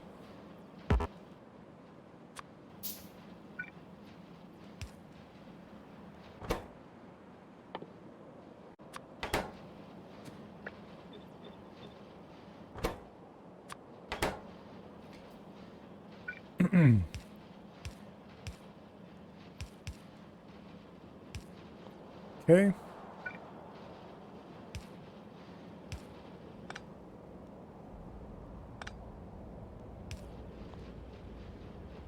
And we need to go get more circuits. I almost ran across the track right there. I was about ready to turn down and start running across the track and then... Train! Ah!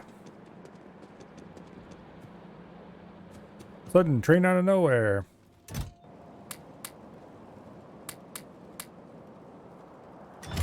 Okay.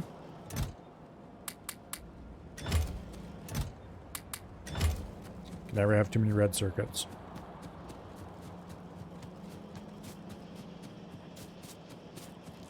Almost always, at the point where I first get access to power armor, I am in no way equipped to build it. And it usually results in some kind of little disaster of a temporary factory.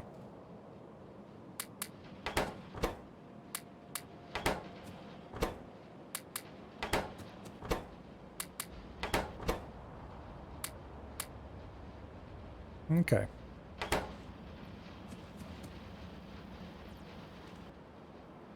So this should produce more than enough of both of those types of things. What do we need to make Spidertron? A couple of radars. A fish. 4 rocket launchers.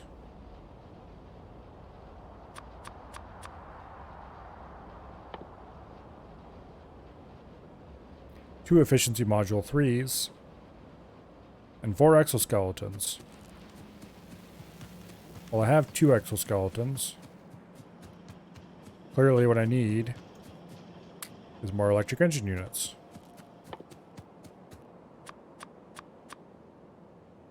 Okay. So now we just need a fish, which I believe we have access to down here in one of these chests.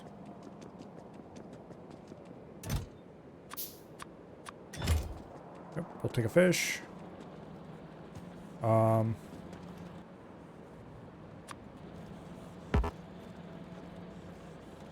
As soon as it gets done producing these engine units, we will make a little more room in our storage. Although honestly, this stuff is worthless. I'm tempted just to shoot these containers and replace them with new ones, because there's no way I'm ever going to run this copper anywhere. I don't have a gun though. I can go grab one quickly.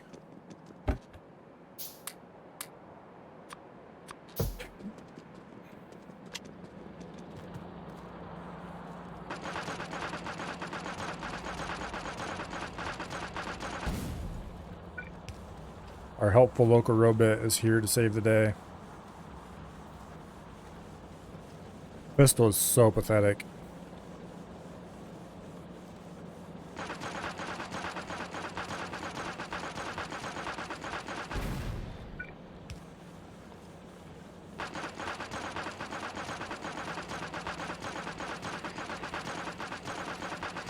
He repairs faster than I can damage it. Okay. Uh-oh. We just have to wait a little longer till he gets out of range.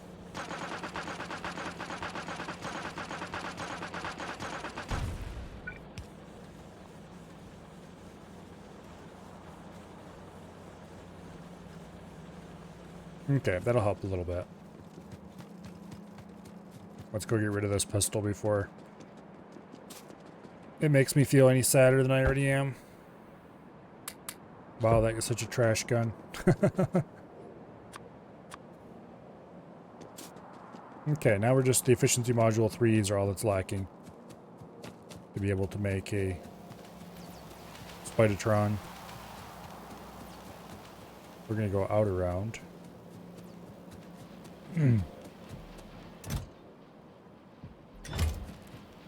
Okay, efficiency module 3s require 5 efficiency module 2s and some other stuff that is not of no concern at all. Okay. So we need just 2 of those. So we'll take 10 of these.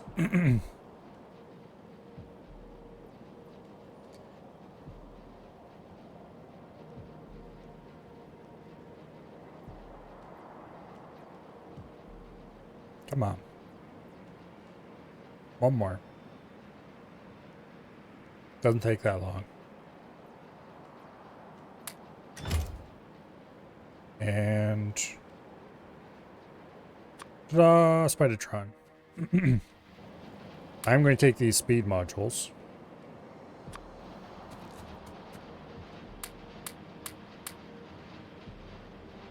That'll speed things up a little bit.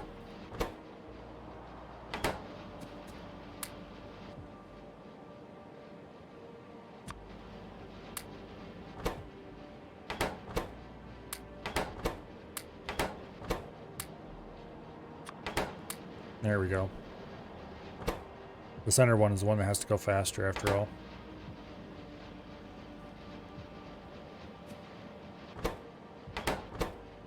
What is craft time on these? 30 seconds. And these? 15 seconds. Yeah. You guys don't need speed modules. Center one sure does though.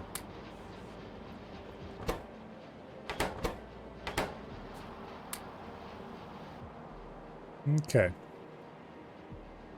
Now, Power Armor Mark II. We are lacking engine units. as well as speed modules and other modules. Other different or better modules. That is almost, but not quite enough electric engine units. We need 4 more.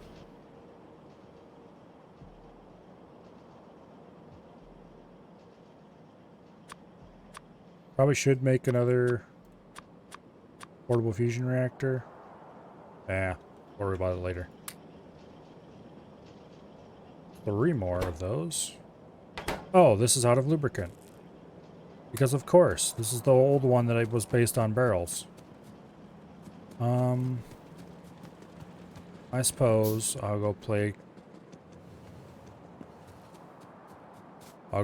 logistics robot and grab another thing of barrels. I completely forgot that.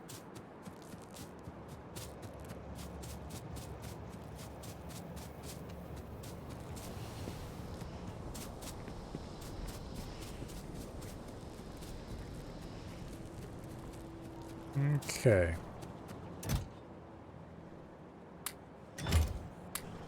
Grab 50 barrels. Drop off 50 barrels. Run across the track like a maniac again. And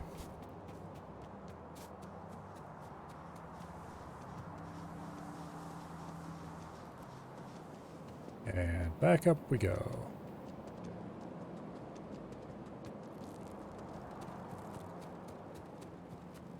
Okay.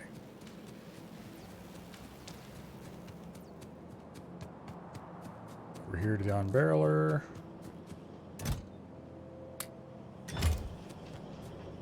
Enjoy your lubricant.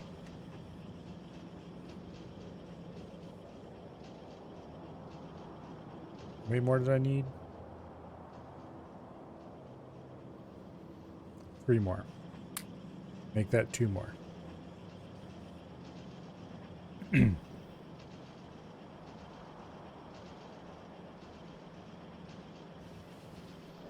Make that 1 more.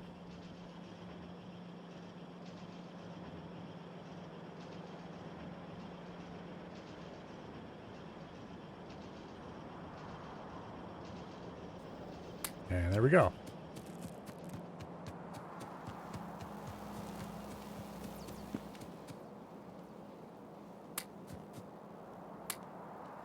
And these have all stopped running because they ran out of materials. Specifically, the center ones ran out of blue chips. The outer ones are also out of stuff, but it's not a big deal since they can make like 15 more and I have enough in store already. Something, it'll all work out just fine. Okay.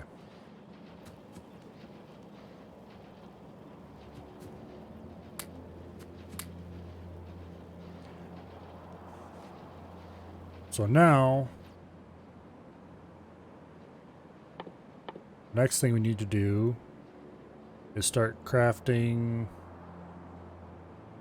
things like energy shields and other fun such stuff. Which means we need to go grab more advanced circuits. Bunch of batteries.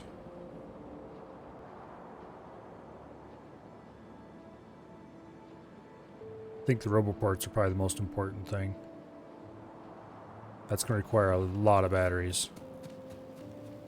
Let's go grab those right now. There should be a big chest of batteries over here somewhere. Right there. We just grab a whole pile of them.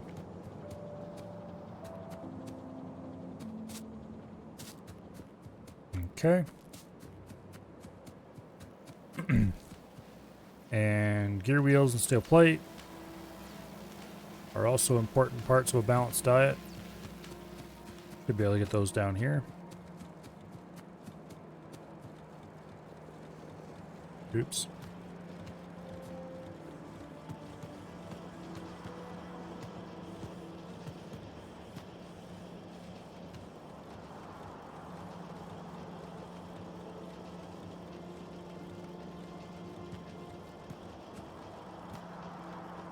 Okay, fine, be that way.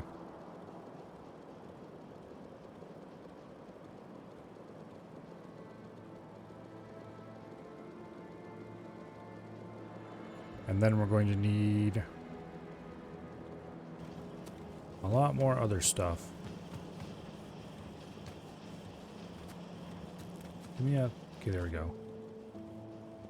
I think I'm gonna build 6 of these this time. Because more road ports, more better.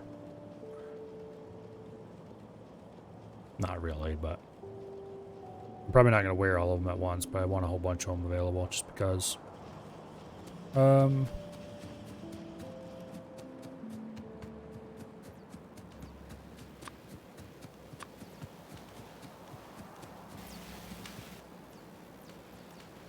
Yeah, the limiting factor is indeed. Ooh, we got enough efficiency modules for 1. Okay, there we go. Power Armor Mark II! I do indeed want another portable fusion reactor, but for that we're going to need more low density structures. Looks like we need more low density structures anyway. So we better swing past here and grab some more circuits. Specifically of the advanced nature. And maybe a few green ones as well.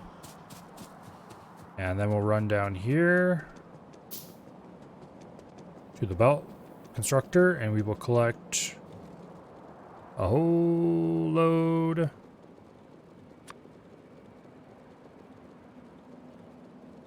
of other stuff. Specifically, all the gear wheels you could ever possibly need.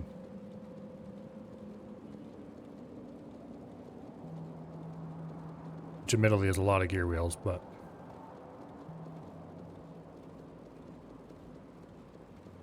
yeah. At this point, we just need a lot of low-density structures again.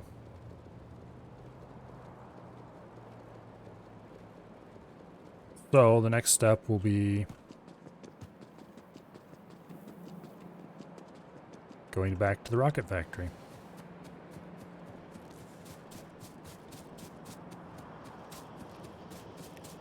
Hopefully without getting run over along the way.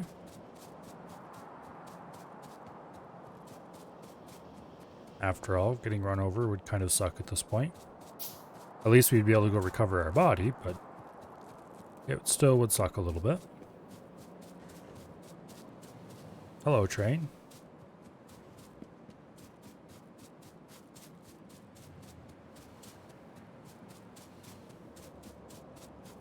Yeah, Spidertron was saving us from a very, very great deal of close calls.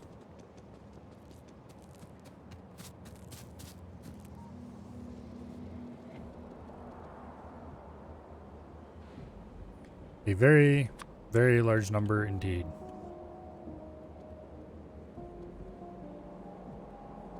Good news is Power Mark II is done right now. Yay! Okay. I'm going to put the discharge defenses in right there. And I'm going to start filling in roboports right up there. Also, Spidertron is done.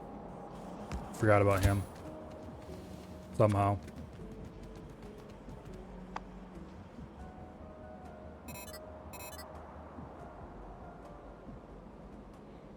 New tips. Copy paste Spidertron. What?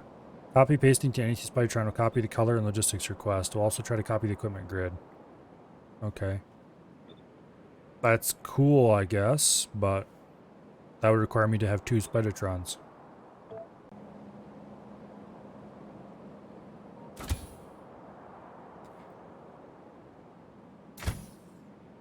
Oh, yeah.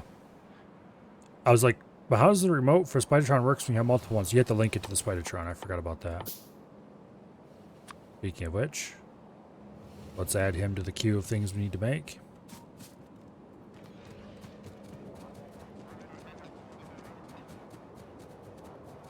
Well, we're a little slower than we should be, but we're back in train immunity mode.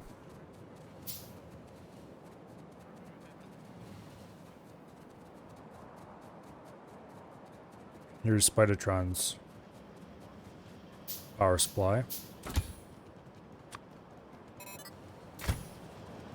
That's a little better.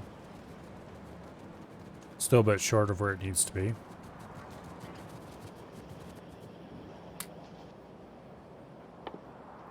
Need one more exoskeleton.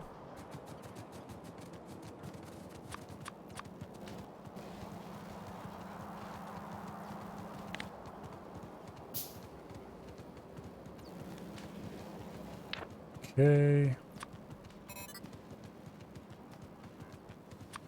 There's the Spidertron exoskeleton.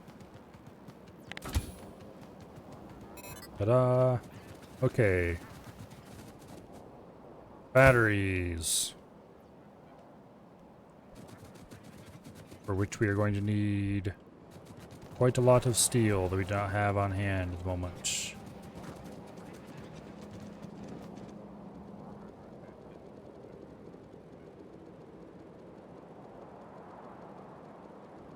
Okay. We're going to need at least 6 batteries. Probably more.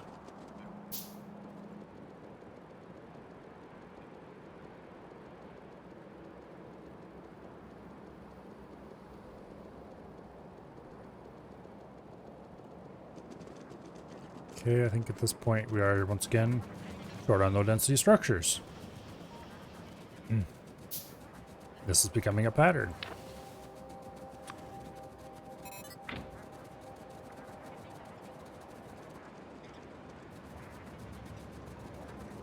At least we are immune to trains at the moment.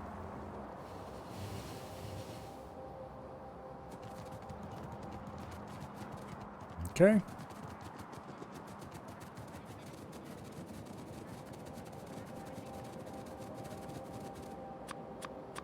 Three Energy Shield Mark IIIs.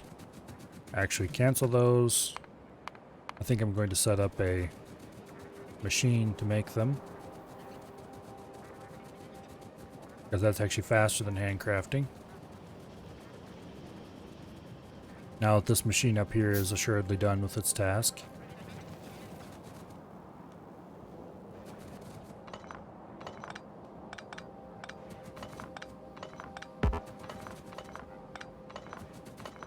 Pick up a bunch of random stuff. Okay.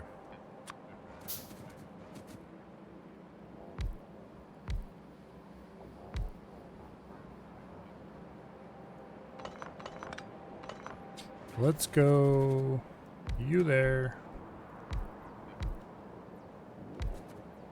Like this. Get out of the Spidertrons, have a little easier control.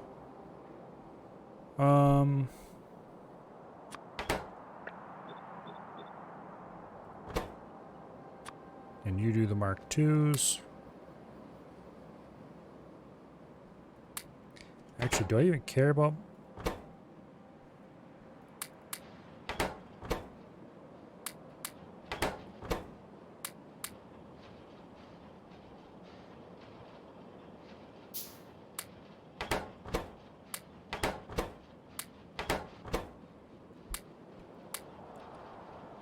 Okay, I did not calculate how many batteries that's going to produce. That's probably an error on my part. Everything we need is energy shields, of which we only need 3 of them.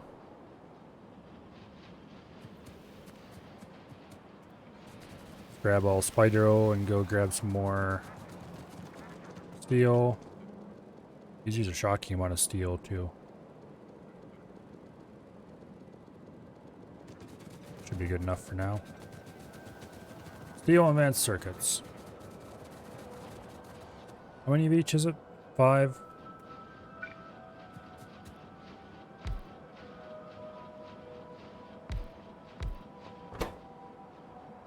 Okay.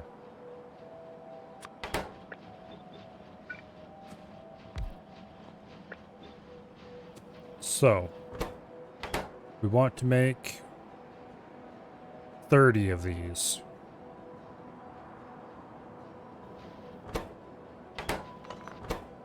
So, to make 10, we need 100 steel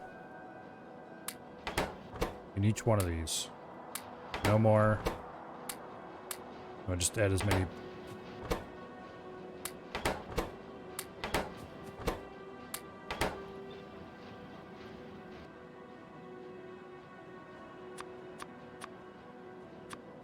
Okay.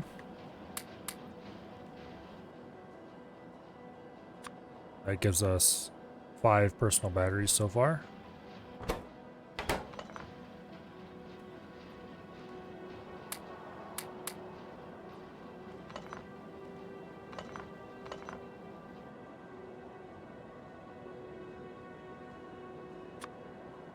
Make that 6 total.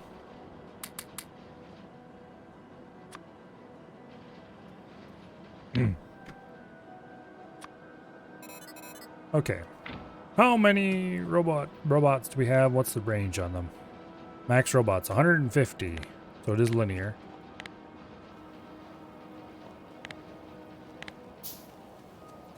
But what is our robot range? We need to go somewhere where no robots are. That's a pretty sizable range.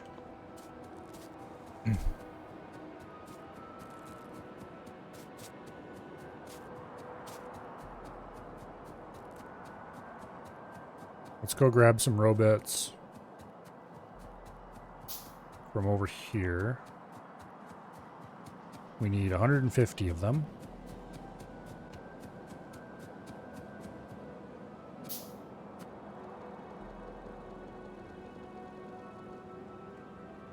Also, okay,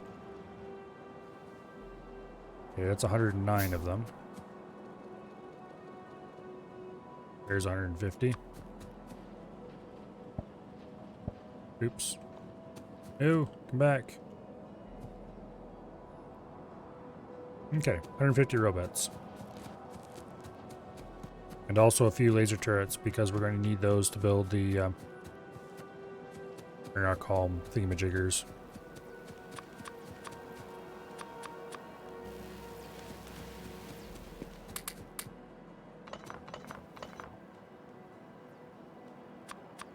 Okay. Spidertron, buddy. You need a few shields. Also some batteries.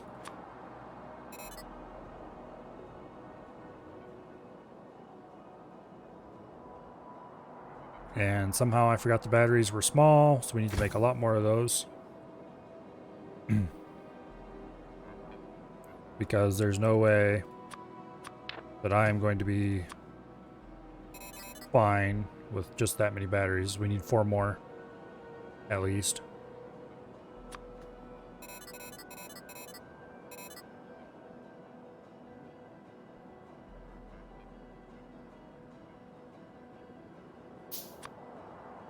There we go.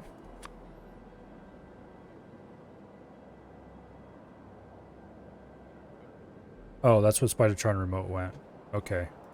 Trying to figure out what was in that corner. Speaking of which, Spidertron remote. There we go. Yay, it works. Okay. Now, discharge defense remote goes into the combat slot. I think I'm going to actually replace the grenade with it, because instead of putting it into a slot on the combat bar, I'm going to put it here in the general purpose bar. Because, shock and surprise, it turns out grenades are kind of crap nowadays.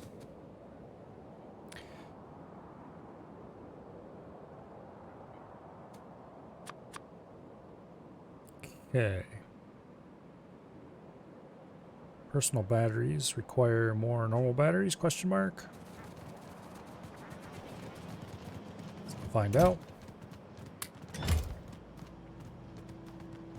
No, more steel. I could have just looked. Why did I? Okay, whatever.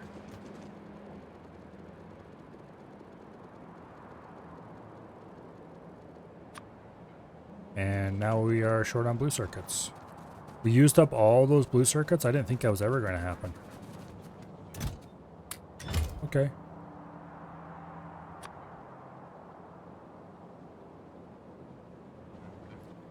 Spidertron, buddy, I got good news for you. Your shields. If it wasn't for... Well, there's really nothing that can be removed in here. Everything is too important, too valuable.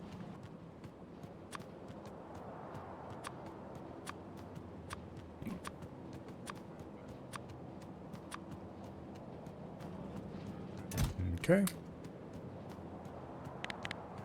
Spidertron is full.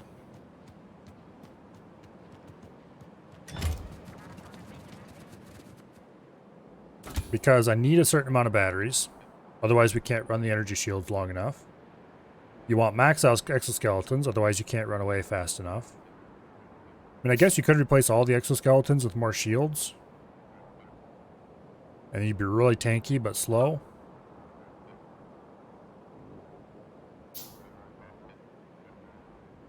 Stupid phone. But I don't think that would be a winning move.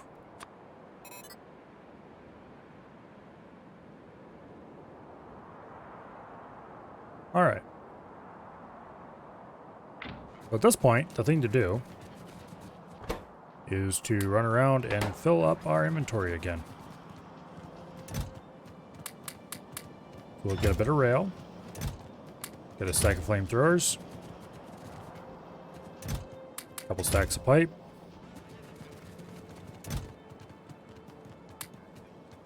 A few medium poles. A few large poles. A couple stacks of assembly machines. A couple stacks of pipes to ground. We'll take a stack of drill mining machines. Take a stack of chemical plants. A couple stacks of rail signals. Stack of train stops. A stack of each color of cable. Stack of each kind of combinator. Where's constant combinator? Oh, it's up here. We'll even take a stack of lamps. Stack of radars. Couple stacks of the other two types of gun turret.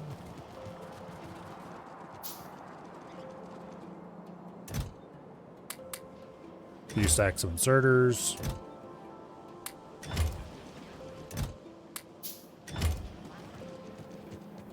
Stack of roboports.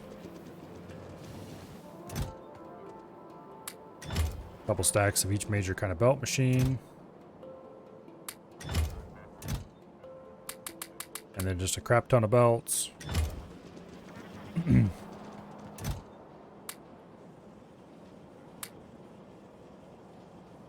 Okay. That is something approximating a correctly filled inventory.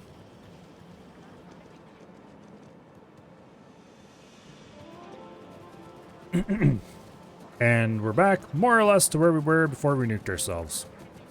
Which is several hours ago now, I think.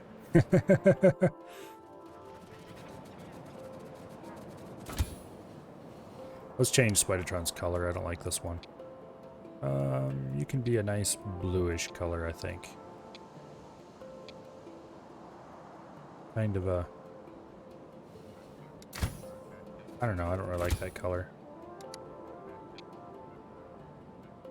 A little too light. I want more of a steely blue.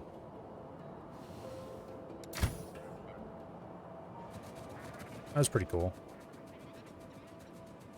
Looks more like some kind of Terminator beast or something now.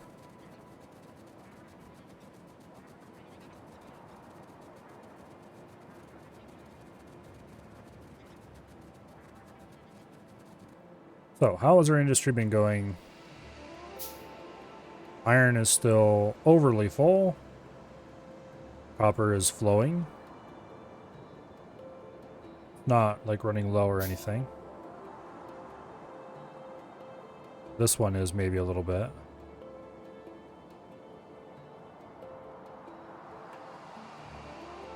This one's less popular because it's farther away from the mines. We're loading out copper as fast as it can come in. I think I should probably, after this artillery shell research, I should probably start researching mining productivity.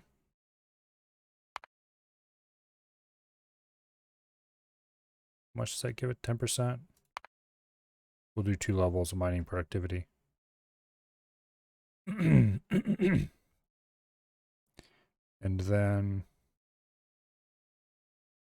Oh... Do I care about any of these things? Projectile stuff, maybe?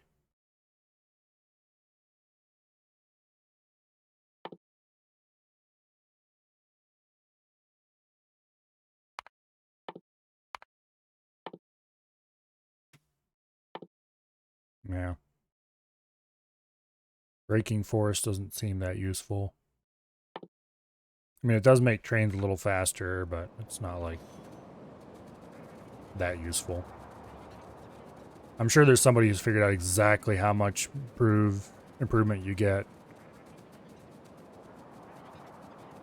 But realistically, I'm not running that many trains or on trains on that tight of a schedule to make it worth it.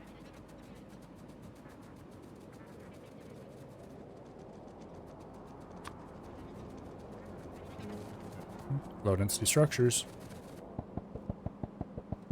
Get rid of these.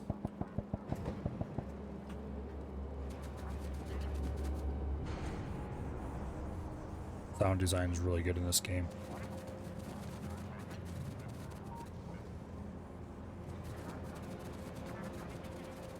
It gets too loud after a while for the repetitive bits, but the little touches, like the sounds made by the rocket silo and stuff, are really cool.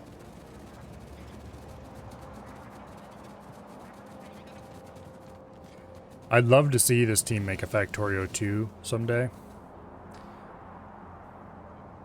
where they ditch their somewhat odd 2D perspective and go with something that was designed to be...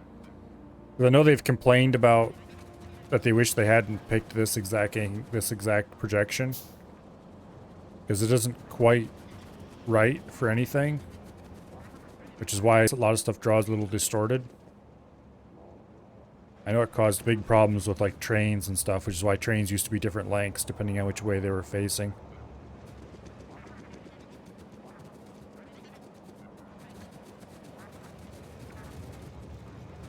But anyway.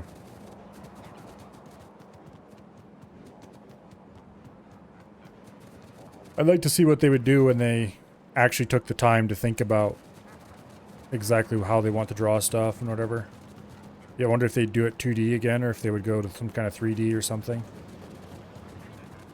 Because 2D art has the benefit that it can be really detailed in ways that 3D sometimes can't be without performance issues.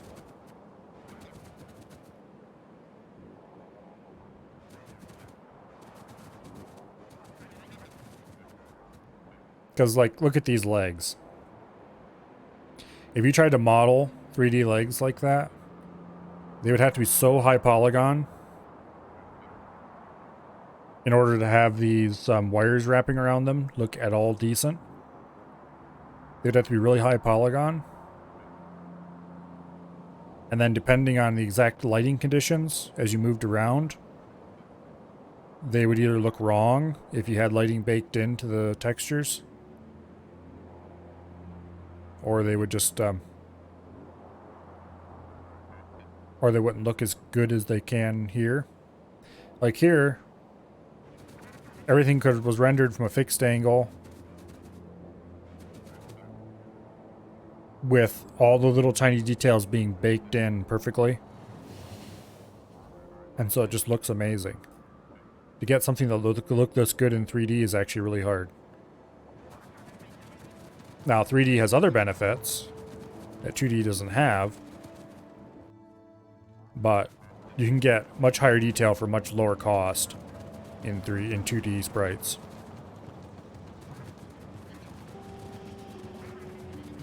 Particularly if you have somebody who knows what they're doing with sprites, which depends on how close the camera could get. With a bit of distance, you could fake it with displacement maps. Yeah, but then you wouldn't be able to zoom in like this and have it still work well. Like if you never got closer than like maybe this close or so, then you could hide a lot of fake details all over the place and it wouldn't work. It would work just fine. But being able to zoom way in is kind of cool and useful. Now, of course, if you did a reasonable job of making good detail in 3D, then you could do things like, you know, look at it from the sides and below and do cool stuff that you can't really do with 2D. It's trade-offs. But generally in 2D you can get finer detail for less expense. I would kind of like to see a 3D Factorio though. Done to the same level of detail. Or, you know, not detail, but the same level of attention to detail, I guess I should say. The same amount of effort.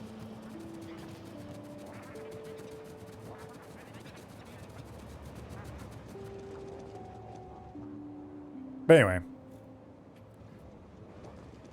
So, I'm going to be perfectly honest with you guys.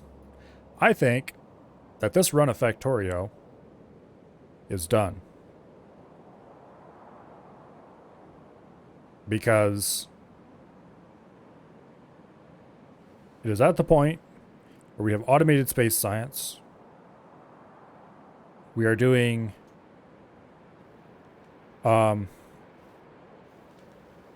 infinite technologies. Fairly well defended. We have artillery bases all over the place. They're actually reaching pretty far now.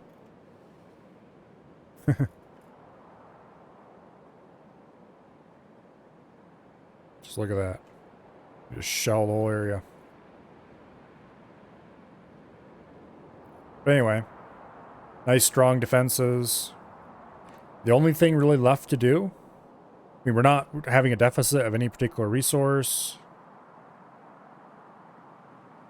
Enough is being produced of everything to run the current factory.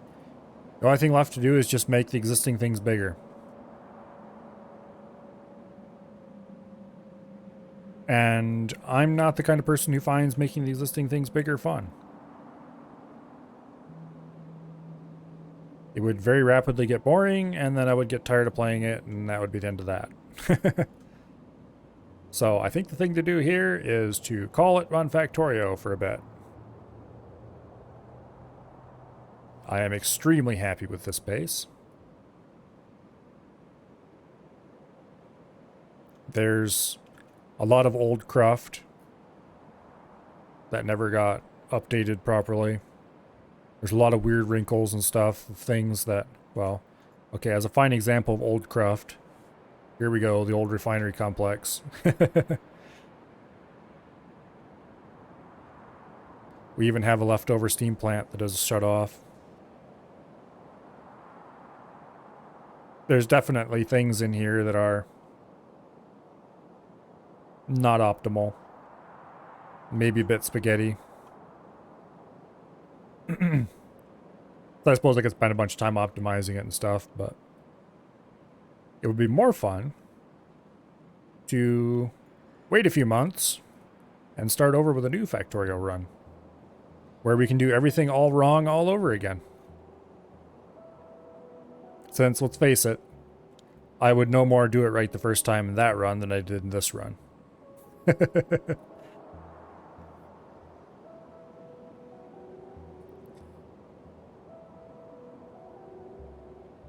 yeah. Many, many biters have met their end at artillery shells. I think I might turn the biter difficulty up a little bit or something for the next run whenever that ends up happening. But I definitely want to play more Factorio in the future. Just take a short break from it, I think. A couple weeks.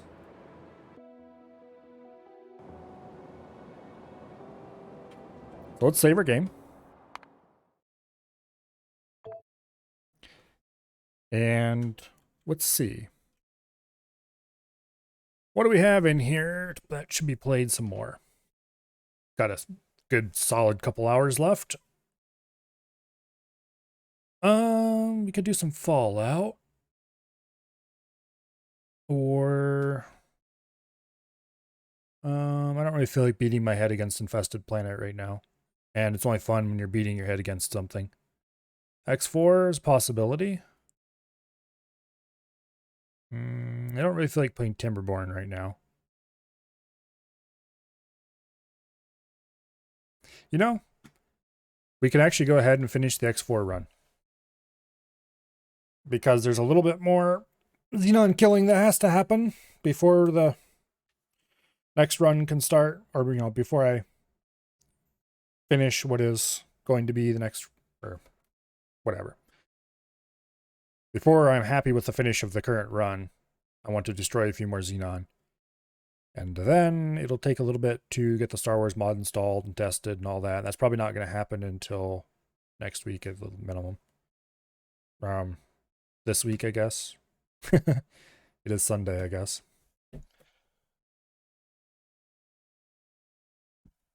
So,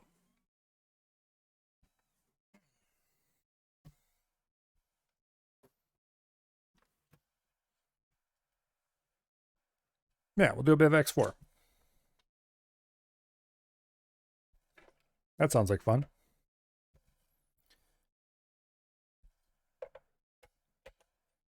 Get the flight sticks all plugged in.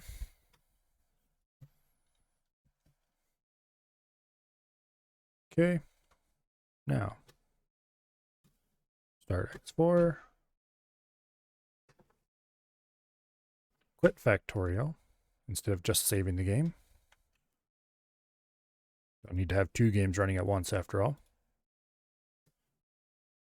And let's change the title and game here quickly.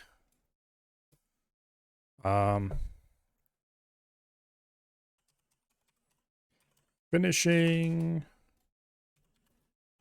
the Terafile split run. Okay, X4 foundations, and done.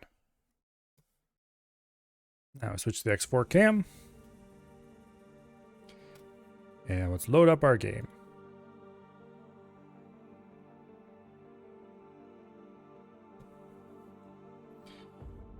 Oh. A little while ago, I finally went ahead and canceled the order I had for desk mounts on these things. Because I contacted the company for the second time and was like, hey, the last time I contacted you, you said these mounts were about a month out. Or I think it was 2 weeks out at that point. And they were like, oh yeah, we're sorry. We got a shipment in, but it wasn't as many as we expected. And so we just didn't fill some orders. Like, okay. And you can't like send people an email and say, hey, by the way, your order has been delayed another month.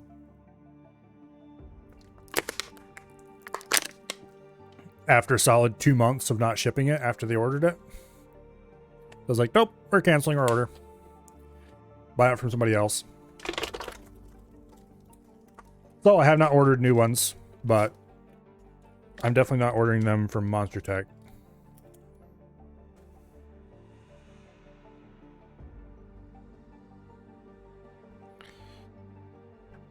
Which coincidentally, that money went into my car instead. So I probably won't see if you. There's got a bunch of other stuff I need to buy too. My phone, for example, is starting to act up now. Refuses to recognize that it has a SIM card in it sometimes. So we might just have to have this slightly scuffed, set them on the desk thing for a while. Longer. It's been working out so far. It's definitely not optimal, but it works. At least I have a desk that I can lower down to get a better angle on them. Because if I had to hold them up here like normal or something. That'd be weird. Danger. Hazardous region detected. Okay, we are in Tharkus Cascade, and things have just been blowing up for a while now. I think all of the stations are gone. Yes. We ended stream last time that we were playing X4 just before we went through the highway. So I think we'll order the rod to fly over there. And I'll order the hazardous region to fly over here. And wasn't there a fourth?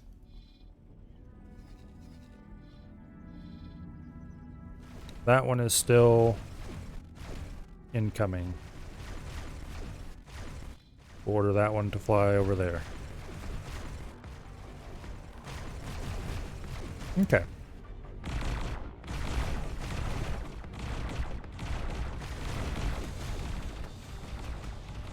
So. Danger. Hazardous region detected. I think we'll just sit here for a bit. And let these guys kill themselves against our guns. While we send the other Asgards through ahead of us, and then we'll follow after them. Once we have ships on the other side of the gate, that should be the end of the Xenon desiring to fly through this one. They'll be much more excited and interested about what's on the other side of the gate. E. Bzz.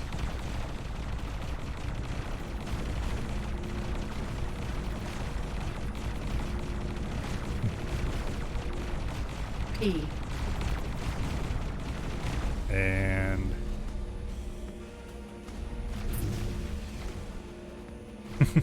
I love zapping peas with the main gun in this thing. It's so ridiculous.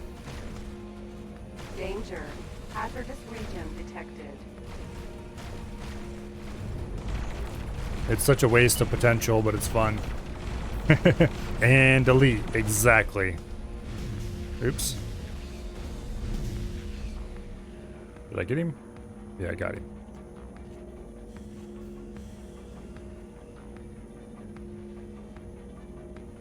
Okay. Oh, there's Ness over here somewhere. N.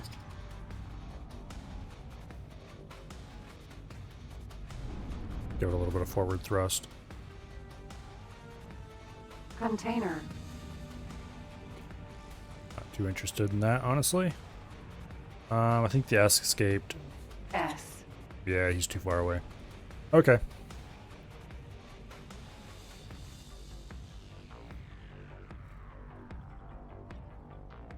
Well, they're not going to get anything done here. Danger. Hazardous region detected. It looks like there is one Asgard left besides me. Nope, there's two.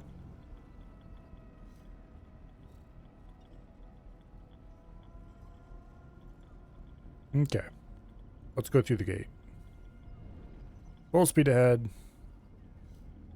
Line up on the gate. For some reason, seeing this gate, or superhighway, makes me think of Starpoint Gemini. I'm not sure why. It just kind of brought it to mind. I don't really remember anything in Starpoint Gemini that looks like this. Awaiting orders. It just kind of made me think of it for some reason. Danger. Hazardous region detected. Well, I was thinking about activating my travel drive, but I guess now we're not.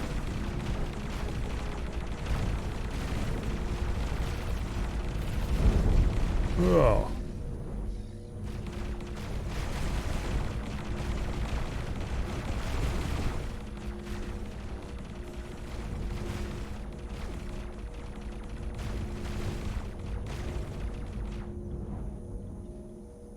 Slow down a little bit, let the loot catch up.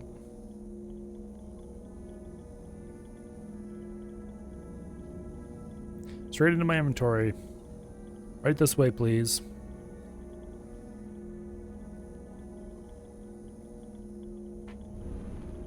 There we go.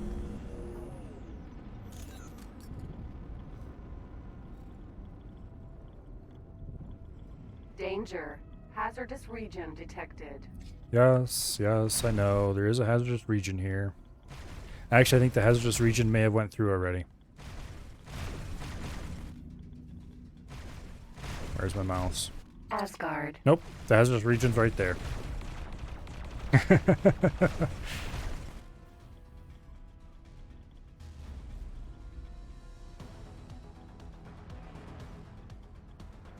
The hazardous region is definitely the most important of my ships, because the AI tends to announce it over and over and over again.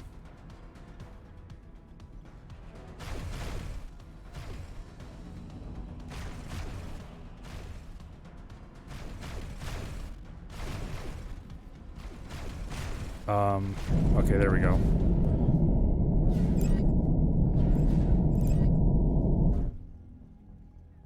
Entering Arca's Cascade 17. Okay. So.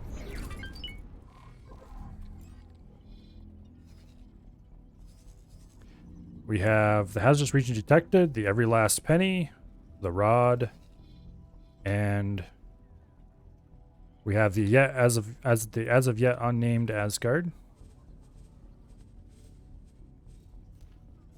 which I suppose is available for naming, but this run is very close to the end, so you won't get to see your named Asgard in doing much combat. We're going to clean up this system and hopefully this system yet tonight.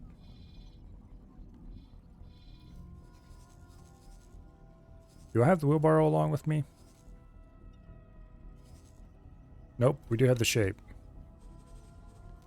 Let's teleport aboard the shape. Tacoba. Out of my seat, please. Thank you.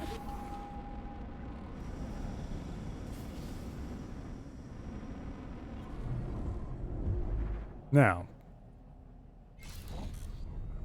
we're going to go do a little scouting. And we're going to identify every Xenon station in the system. That looks like a shipyard. And that is a K. And there is one of the Yaki Quest stations, which we are going to blow up shortly. Whoa, watch it.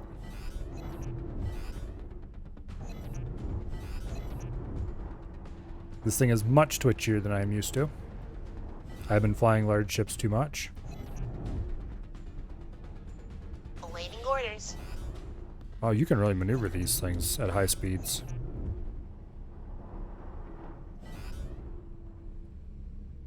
Requires a bit of a fine touch.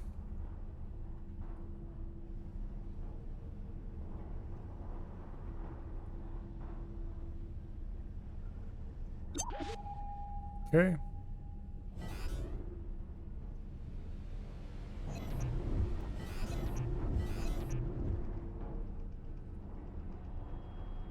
That's apparently already been identified. Got a gas cloud of some kind over here that's probably obscuring something. Oh, hello, Aqueduct.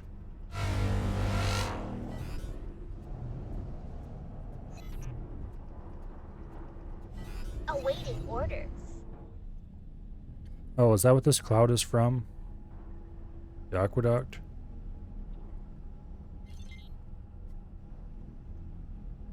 No, surely not.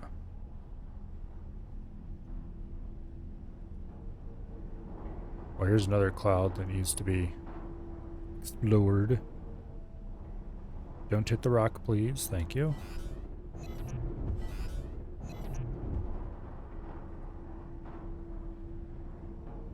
Okay.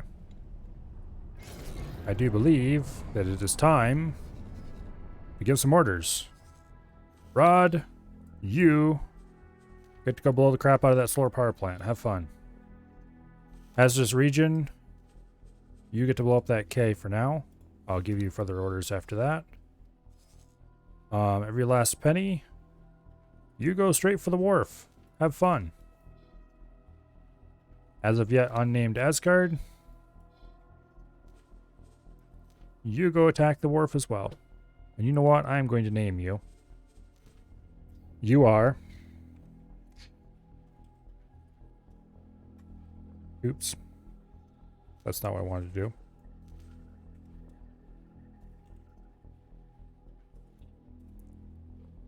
As of yet...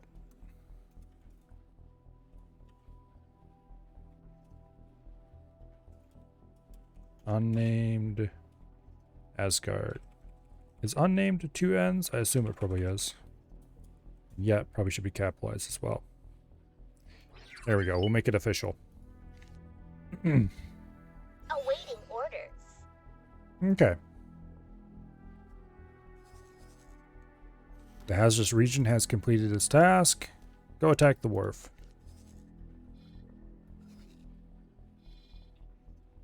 I think I've identified all the stations around here.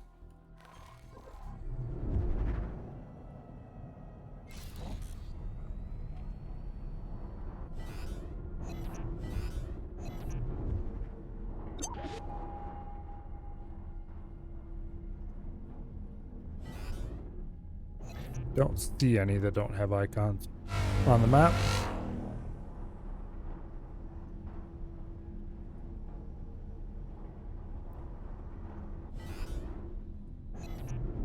Yeah. Oh wait, what's this thing?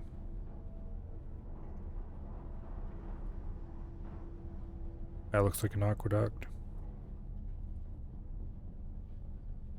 The aqueduct. Yeah. Okay. Boo, don't hit the rocks. Okay, fine, you can hit the rocks. But only because you asked nicely.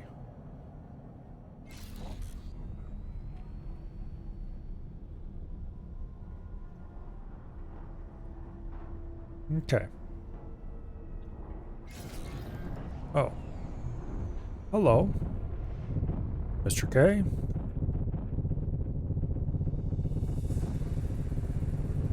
I fear that we are going to send a ship after you. But I'm going to try to take your engines out first with this piddly little pea shooter.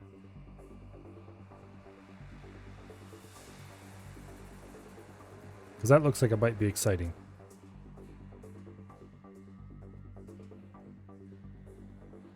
But first I'm going to save the game because I'm not crazy. Or not crazy most of the time anyway.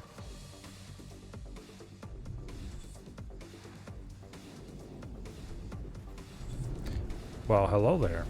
K. Who do you think you are? M.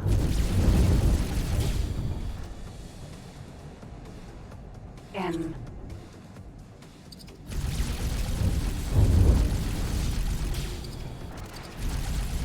I'm going to have you know that this is a fully upgraded ship.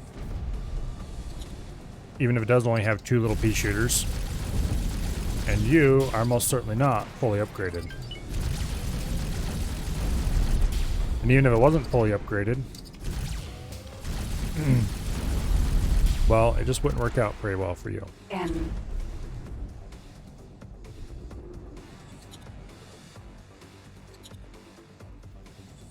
Not for long, anyway. Where did that K go?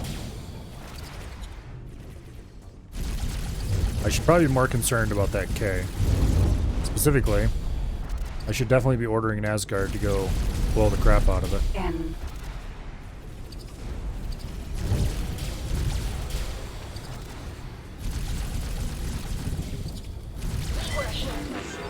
The hazardous region detected is under attack.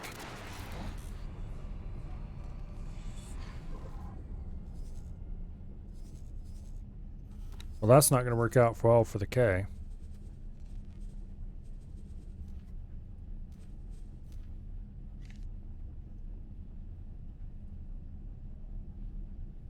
And now we get to see the ship dance. Awaiting orders. Go back to attack the wharf, thank you.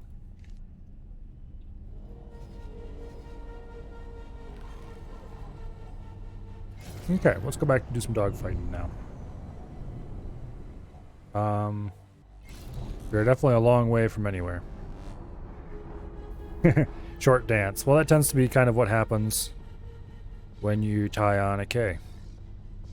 Or tie on an Asgard, I should say. It ends quickly.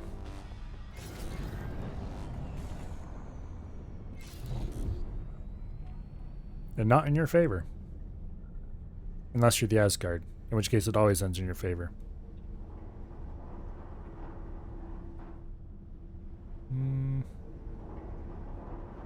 Looks like the wharf is over here. Ooh. Ooh. Two Asgards firing at once. That wharf doesn't know what hit it. I mean, it probably does know what hit it, but I'm gonna do something stupid here.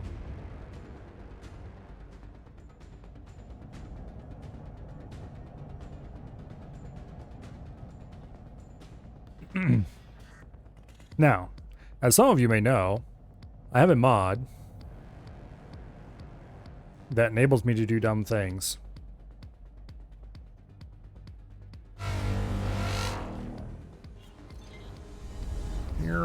Like fly through there without a speed limit. Do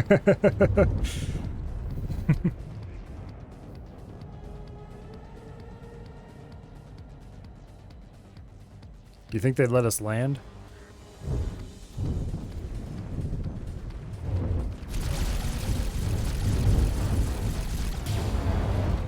Probably not.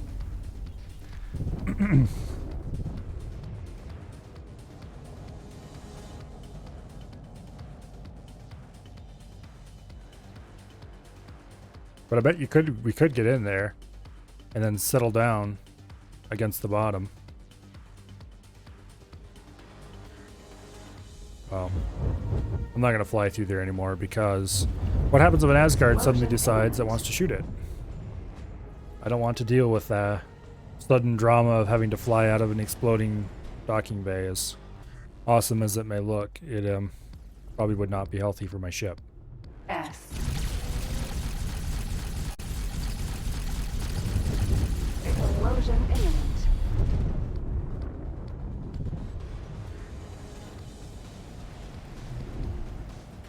Okay. For example, Explosion imminent. this thing just got lit up by an Asgard. And now is in less than healthy condition. Explosion imminent. I do love flying the fighters. I love flying the capital ships, but I also love flying the fighters. I really miss my Maria, though. It's a pretty high bar to jump over to reach the main. As much fun as flying a Maria.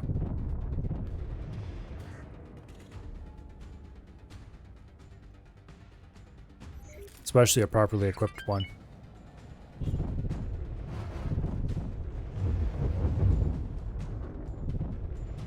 Hopefully, the oh, I'm so. Hopefully, both sides of the Star Wars mod have good fighters and good capital ships. I still haven't decided which side I want to play. I want them both. I want to fly the Star Destroyers, and I also want to fly like an A-Wing or something.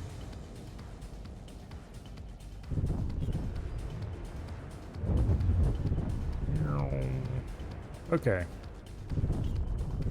Somebody over here is mining. Drone 3.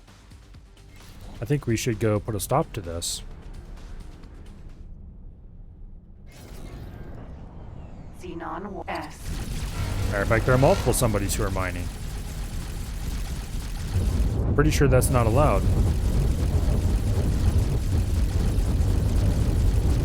Also, this beam is like the ultimate tickle beam. Look at our shields. We haven't even lost like an eighth of our shields yet.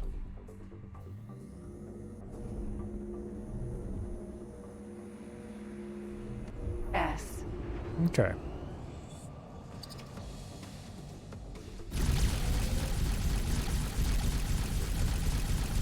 It did, however, make it annoying to see, so... Despite the fact that it did no damage, I am going to avoid it. S.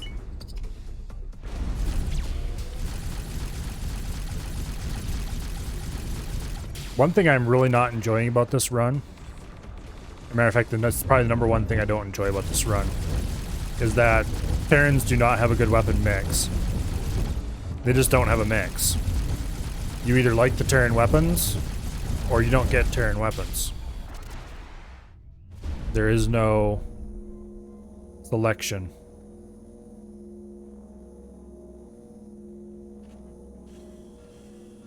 So, that pew pew laser, that's your gun. You don't like it? Tough.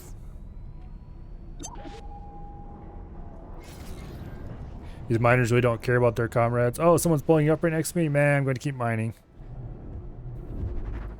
That sounds like the X4 AI. Even your own miners don't come to their buddy's help. Unless you order them to. Or more likely you order them to run.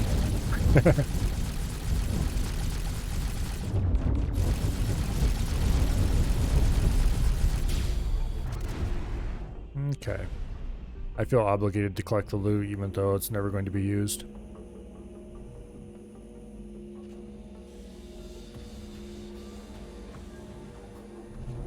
Okay.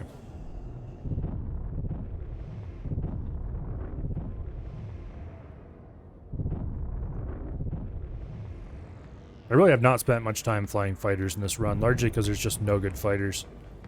This is the best one. As far as a mix of speed and maneuverability goes. It only has 2 guns though, which is a bit unfortunate. Strafing run! Pew pew pew pew pew. There, I'm helping!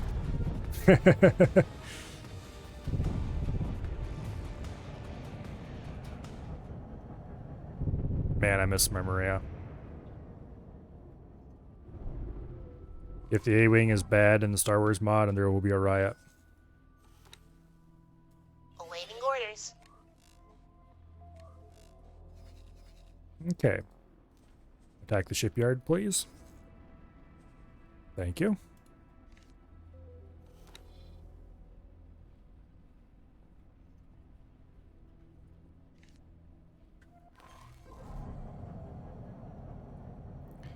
So let's go strafe the shipyard a little bit, make sure they're all woken up. Just in case they haven't noticed their buddies next door are getting shot at. Hey guys. Guess who's here? It's a puny little fighter with pew pew guns. Who's not even going to scorch your paint. Okay, there we go. This thing does maneuver pretty well.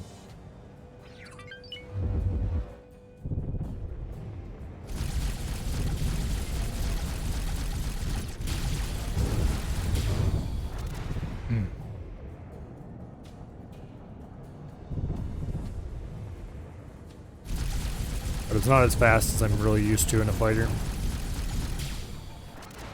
Hive guard. Hive guard? Okay. I guess there's some cack around here. Defense drone. No, Defense I want to drone. select the Defense station. Drone. Defense drone. Defense. No, defense I don't drone. care about Defense all you drone. piddly Defense little... drone. Defense drone. Defense drone. Okay, fine. Defense drone. Defense drone. No, I said closest enemy. I was basically touching the station. Drone. One. Drone. Defense drone. Drone. One. Drone. Okay, fine. 4. We'll be Xenon that way. shipyard. Yeah, there you go.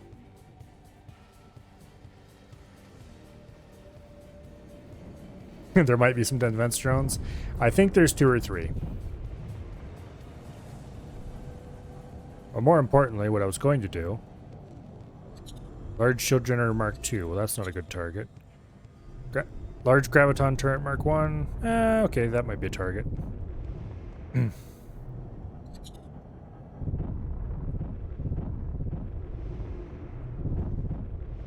Get a good scraping position here.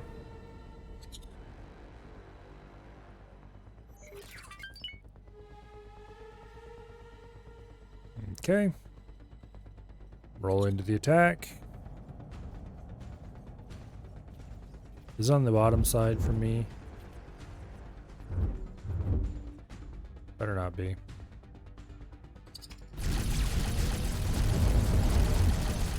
Okay, I think it was on the bottom side. Also, goodbye shields.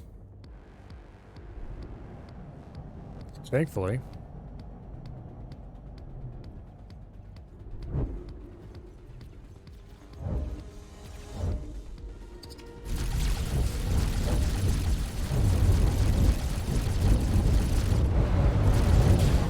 Bonk. I probably should have aimed slightly differently before I hit the thruster. And we did like no damage to that thing at all.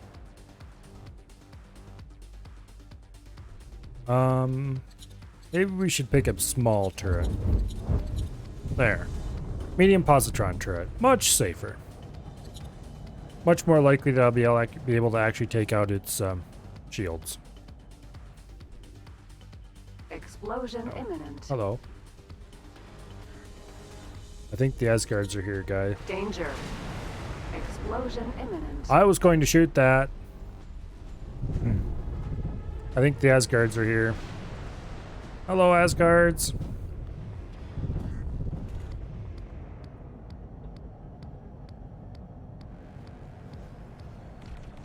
Damn it. I was going to name one of the Asgards after, what do you call it? After some of the ships in Stargate. Because Asgard, you know, but I forgot about it, and now it's basically too late. They're all named. Drone. I mean, it's not actually too late, but I like their current names.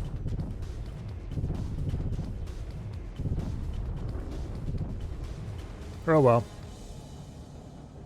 Maybe in the future.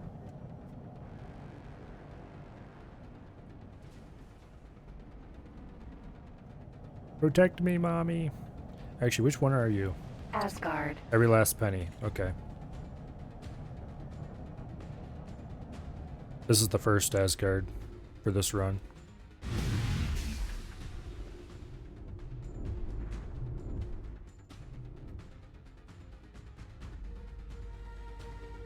Let's see. Defense drone. Yeah, let's go murder a defense drone.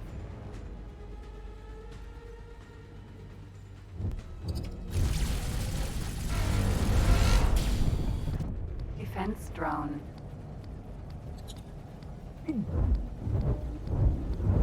That's a lot of fire headed my way. I think maybe we should probably not do that.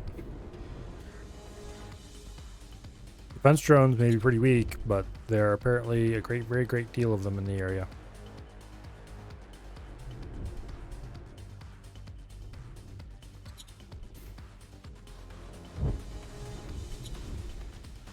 Yep, that's a lot of pew-pew laser coming my way.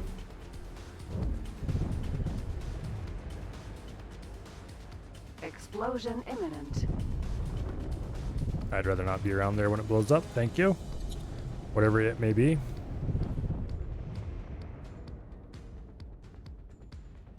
Defense drone. Some of the drones have made it out here.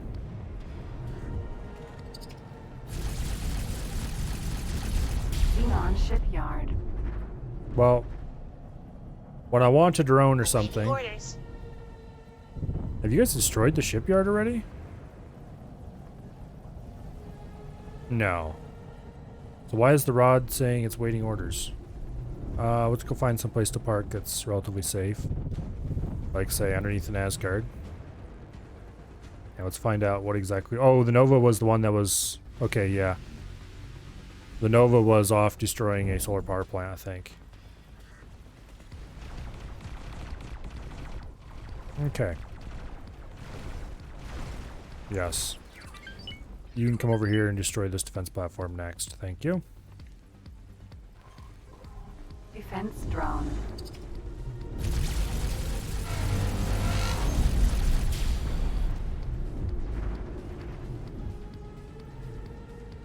Where'd you go? There you are. Defense drone. You know, when I was first, before these sticks had arrived, I was saying that I was going to get Free Space 2 set up so I could try it out with sticks. Xenon shipyard. And then I completely forgot about it. I should probably do that at some point. Not like just right away or anything, but...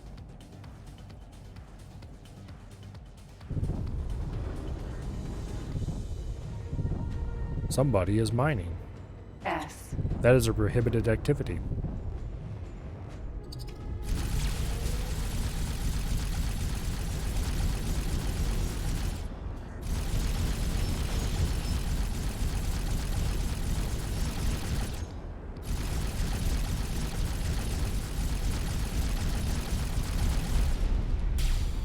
S. Okay. On to the next one.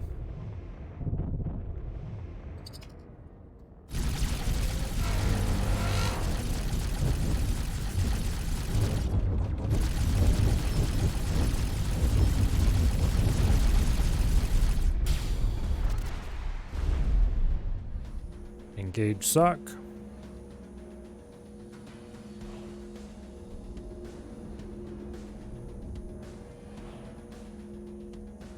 There it is.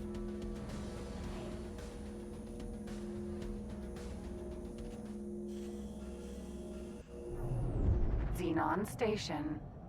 That station's going to go eventually.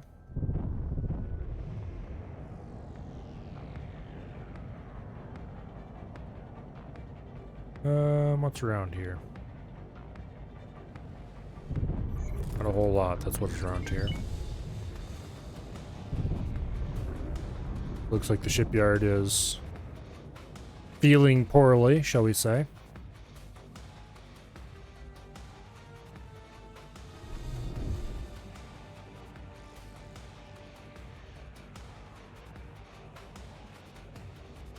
Can I fit through that hole? Oh, there's autosave. Hello, autosave.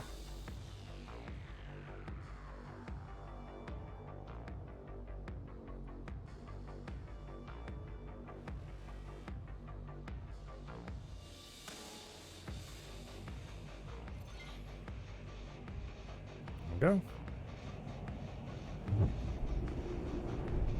Xenon shipyard. Who's shooting at me? Who dares? I think it's a defensive laser on here somewhere.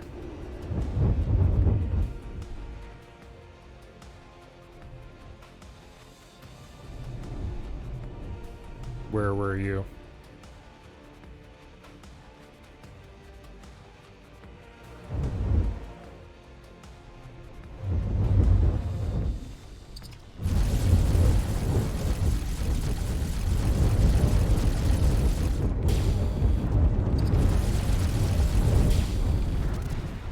Bonk.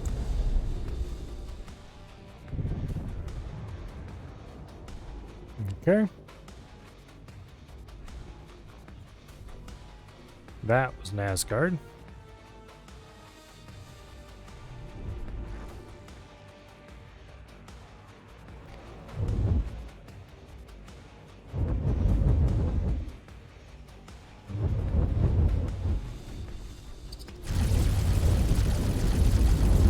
This little pew pew laser is kind of pathetic, even when it is fully upgraded. I'm pretty sure I had the max damage upgrade on this, and it's just not great.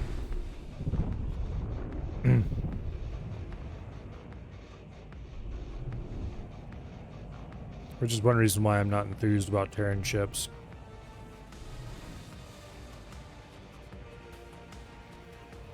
Or I should say Terran guns.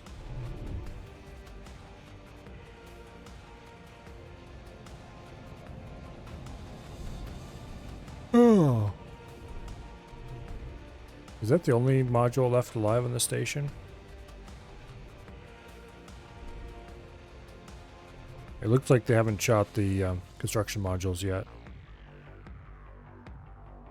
Explosion imminent. Speaking of which. Danger. So there's just Explosion that imminent. module is blowing up right now. A defensive module right beside it. And then this construction module over here. Explosion imminent. Speaking of which. The Asgard's just absolutely ruined that. Looks like the last module that's left is this okay.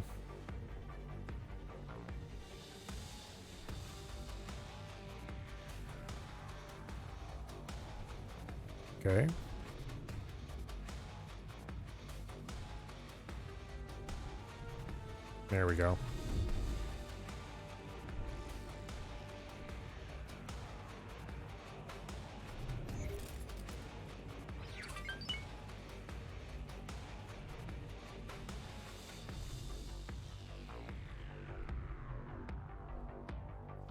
Apparently that hat switch doesn't want to be able to do diagonals.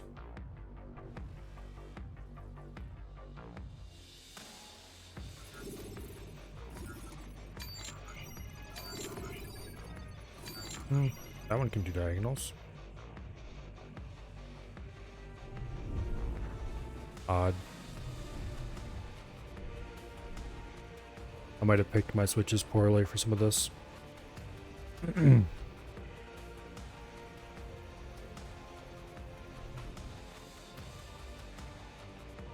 Okay. Well, anyway.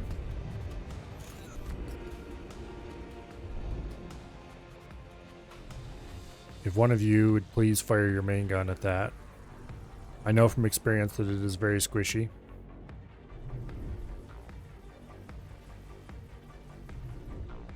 Oh. Container. Xenon shipyard. That 1% health. Looks like a bunch of sins are firing at it.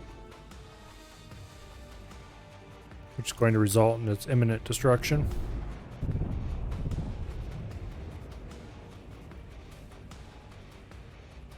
Hello, Swan Song. Where do you think you're going? Your target's right over there. Awaiting orders. Okay, that was the Penny, which is here. Attacking this thing. Has it indeed blown up? Yes, it Awaiting has. orders. Okay. So we've got the Penny and the as of yet unnamed Asgard have completed their task.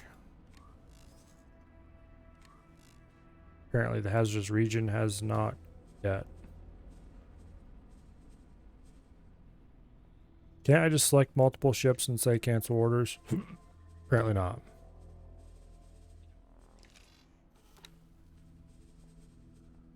Remove all orders. There we go. Hello, Nova.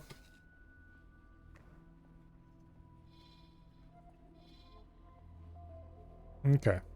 We're going to split things up a little bit. The Penny is going to go destroy that repeater station.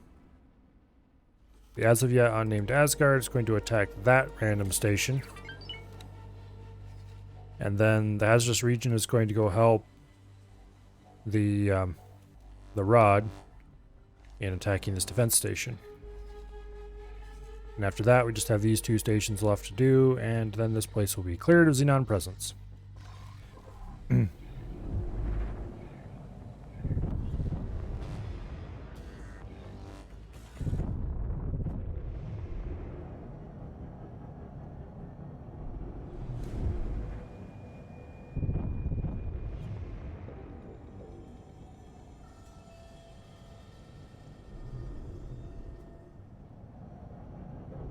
Alright, which one should we go watch? Let's go assist. With some hard quotes around assist. With the destruction of this defense station. In particular, I am going to uselessly strafe the outside of it for a little bit. and then declare victory when it blows up. While, of course, an Asgard or Sin is shooting it.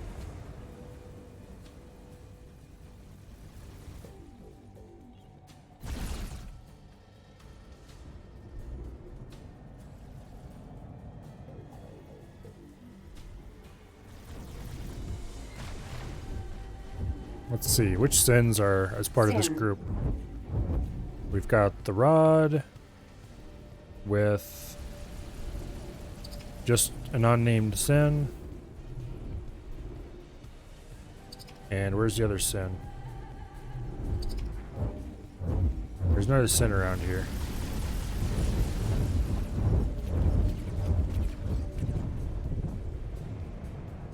Come on, where'd you go?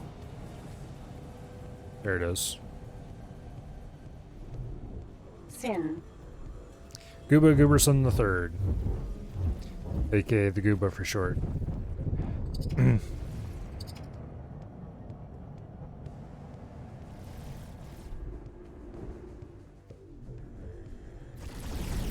Section 21 and Section 31? What?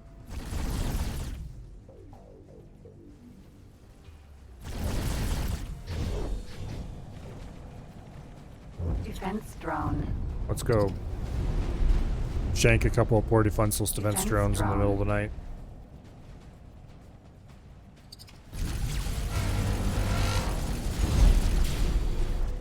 Defense drone. Defense drone. Stop shooting my targets before I can shoot them. Also hold still so I can shoot you more easily. Defense drone. Or I'll name the Sins. Most of the Sins are named. I think we have like 3 unnamed Sins right now, Defense drone. but they're spread around across different battle groups. The as of yet unnamed Asgard Defense drone. has 2 unnamed Sins, and then there's another one that is together with the Rod and the Gooba. Awaiting orders. Defense drone. Okay, looks like the Penny has completed its task. Let's go find a friendly local Sin to hide under.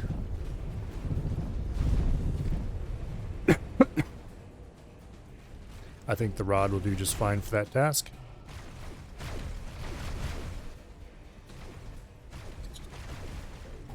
Actually, we'll hide beside it, not under it. Just snuggle up right up against the bridge. Okay.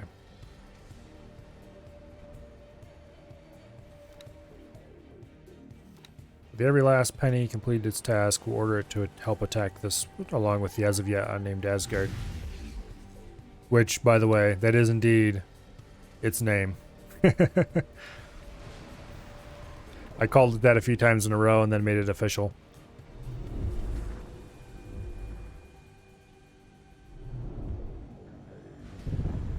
So it has the dubious distinction of being officially unnamed. This little station is just a single defense module. What are you guys taking so long with? Oh, well, it's basically dead now. Okay. The Penny and the as of yet unnamed Asgard. You two can go attack this station, whatever it is.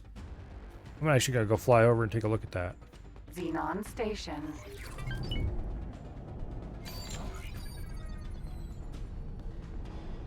I think this might be another partial station that isn't fully built. Has the HP of a full station. Station HP is based on what modules are on it. The aqueduct. Xenon station. Yeah, there's another one. It has 100% hull, but it has 100% of the hull of a single defensive module. You can see that with your own stations too. If you build a station a dinky little one, it'll show up as, you know, full health and all that. Scan it.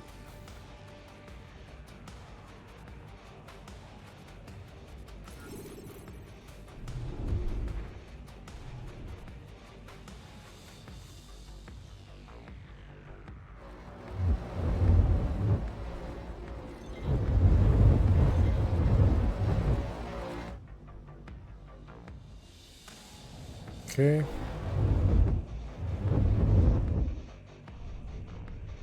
Are we safe here?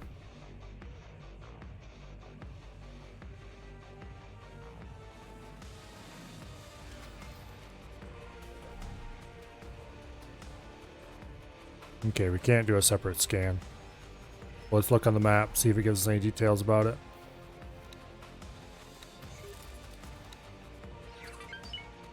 We selected an asteroid. Okay, haul. 3,300. This defensive station gonna have a whole heck of a lot more than that, I about guarantee it. Awaiting orders.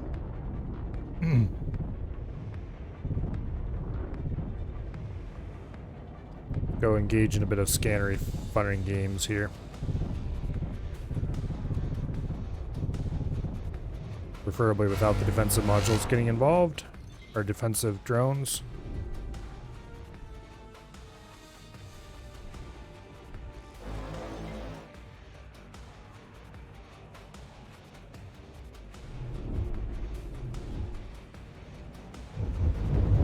No, don't shoot me. Awaiting orders. I'm just here looking for information.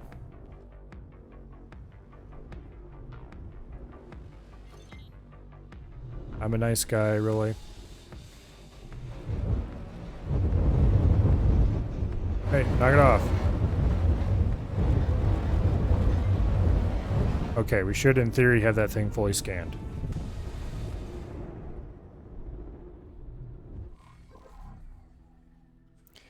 $15K.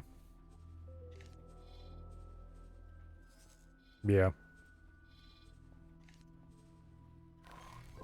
So it's got about a fifth of the health of a full defense station. Now, like I said, defense station health is based entirely on what modules it has attached to it.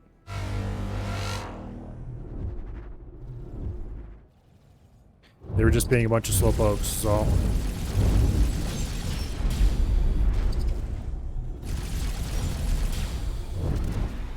M.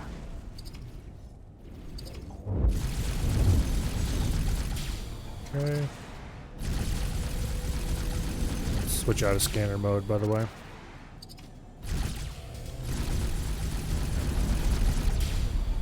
N.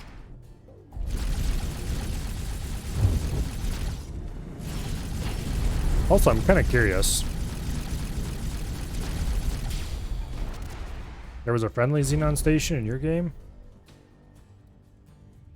That almost sounds like a bug. Was it just like a normal Xenon station, but friendly?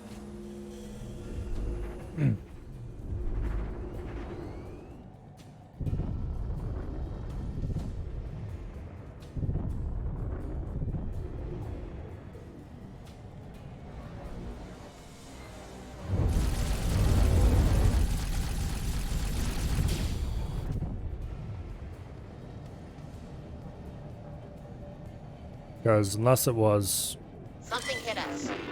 the as of yet unnamed, you, buddy, flew a little too close to the big bad station. Big bad station. That station's kind of pathetic as far as Xenon stations go.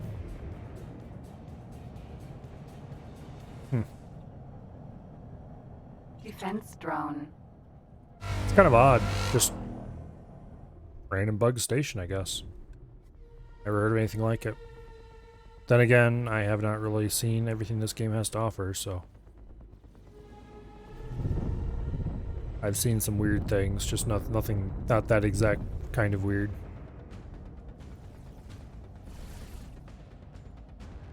Awaiting orders.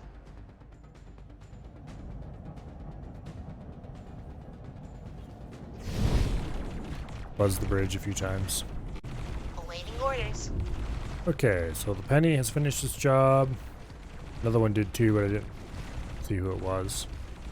With these guys. Okay. Penny and as of yet unnamed Asgard. You guys get to go take out that defense station. Have fun. Oh. Hazardous region and the Rod of God are done as well. So you guys can come and help. Then from here is Matrix 79B. There's a K headed our way in a hurry.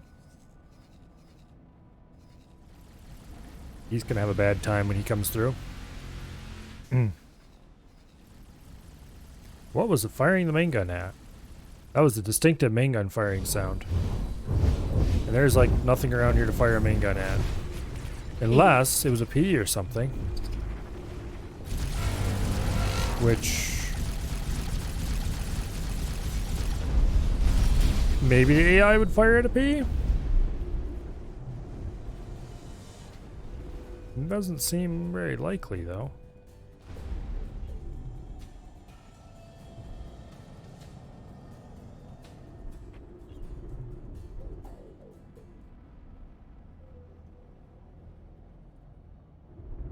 Get nestled in here. He's gonna go to travel drive soon and we'll get carried along with him.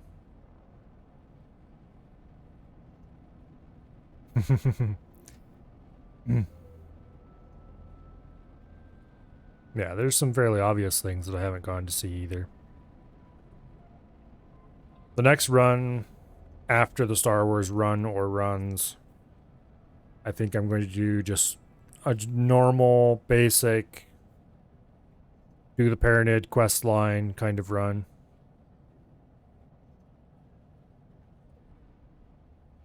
And probably a little more economy focus. Try to anyway. More focus on exploration.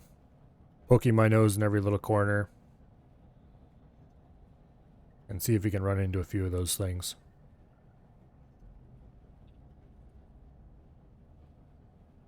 See if I can discover every single sector.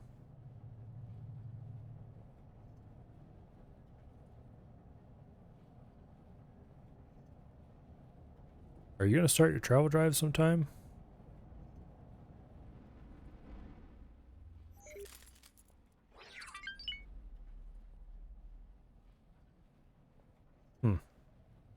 I think this hat switch was just a really bad idea for looking around because this one is literally designed that you can only press primary directions. You can't press the diagonals. Yeah, that was a bad choice for looking around.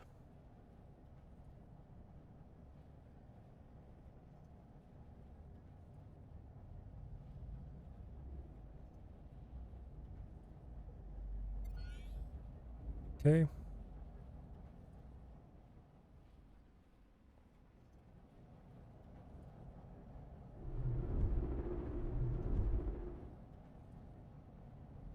Over top of fire control. Over the docking pads.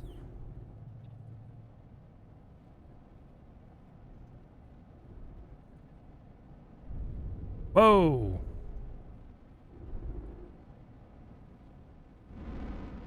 That was not expected.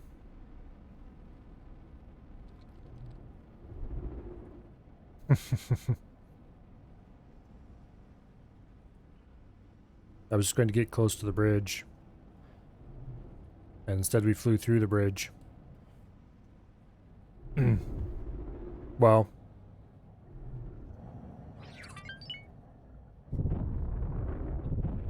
Where are the other Asgards? They should be here by now. That is a K. More importantly, is an unescorted K.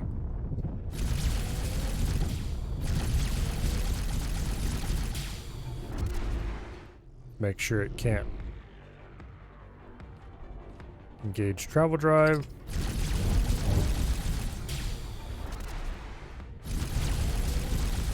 Danger. It looks like it's been in a fight already because it's down some turrets. Danger. It's probably going to escape.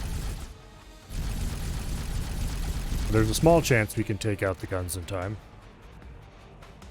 Danger.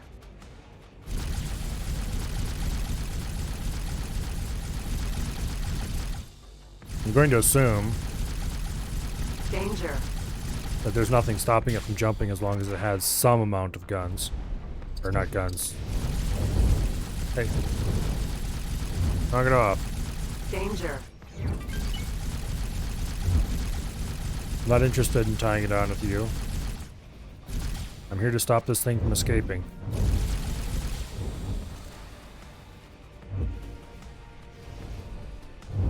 Also, stop shooting your own buddy. It's very impolite to shoot your buddy in the back.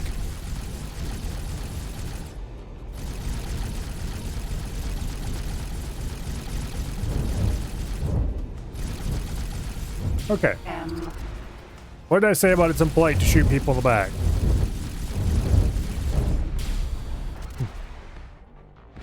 I think the best thing about the Kyoto mod is it's so nostalgic seeing it in game. I never played X3 enough to really get nostalgic about the large capital ships. I probably should have. Because X3 was a really good game. I don't know why I didn't play it more. Okay, as of yet unnamed Asgard, you get to come over here and blow this K away, okay?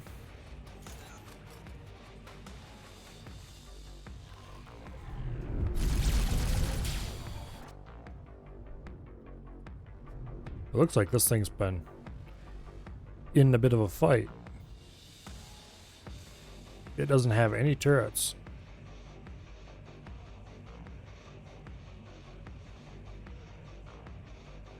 Nope, there's one.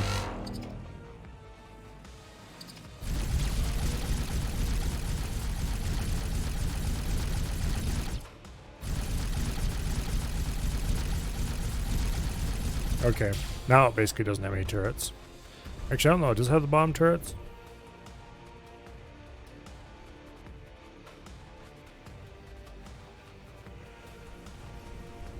Yep, Asgard's here. No? This is a sin.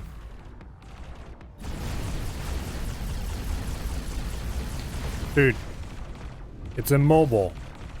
You can't miss it. Except you somehow are. P. That P was after me and then he flew right through the gate. K.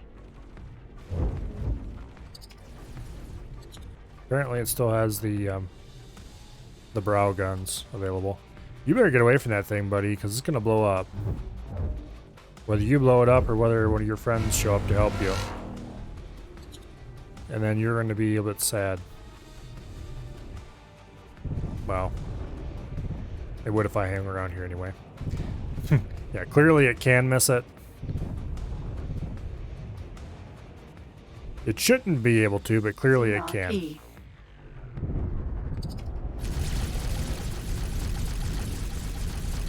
The AI pilot is experienced in many ways. All the wrong ways.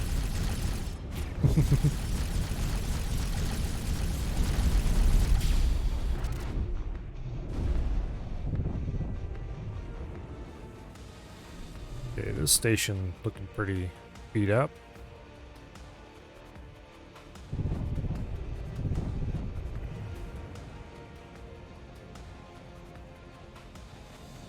It looks like it only has the one module left.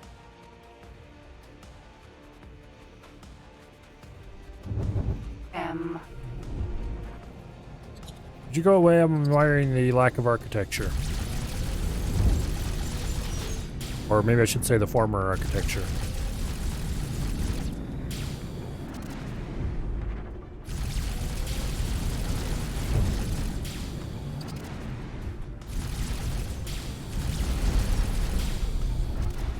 There we go.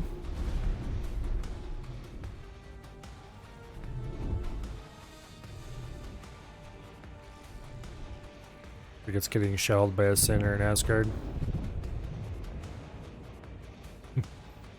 Maybe just to get the pilot experience in hitting a large stationary target, because apparently that's complicated. Apparently. They're still over there trying to kill a large stationary target that has no guns.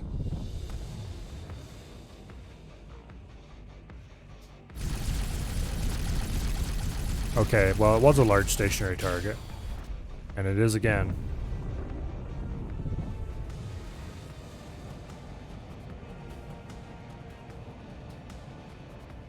You point the nose of your ship at the enemy ship. You fire the guns. The end. Okay, well. I'm gonna fly over here where I will be less concerned about my pilot's intelligence, since at least some of them are pointed in the right direction. Oh.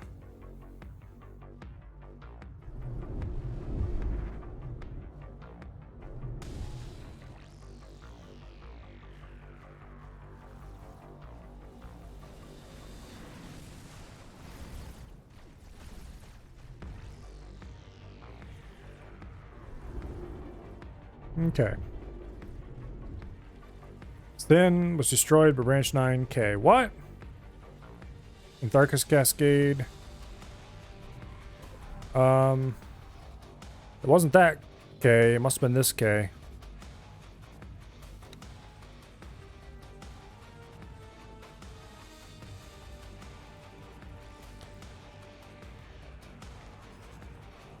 Whose sin was it? It was the second unnamed sin attached to the as of yet unnamed Asgard. Well, that's not great. It must have been flying through here and got jumped by this K. K. Where did you even come from?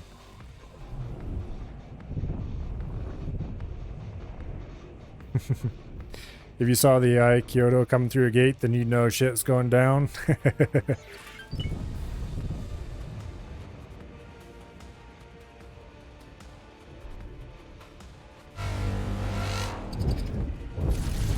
I'm gonna be perfectly honest, most of my time playing X3 was spent either staring at the stock exchange getting starting money, Awaiting orders. or flying around the galaxy trying to collect enough both cash. Well, usually I would get a Mark III auto trader going fairly quickly as my Awaiting orders. sort of money source.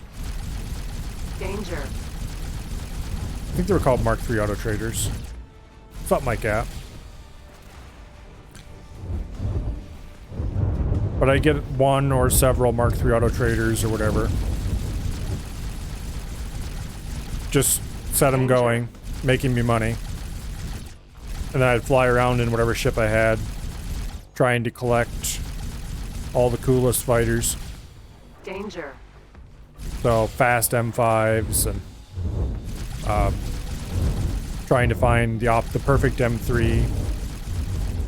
As to actually using said fighters, well, that didn't happen so often. Danger. Something hit us. Every last penny is under attack. Well, that's nice. Who is attacking you? You are being attacked by that sin that I sent you to go kill. Because apparently... Awaiting orders. Let's go ahead and get away from here so that they can go to outer sector combat. At which point the K is going to lose very quickly.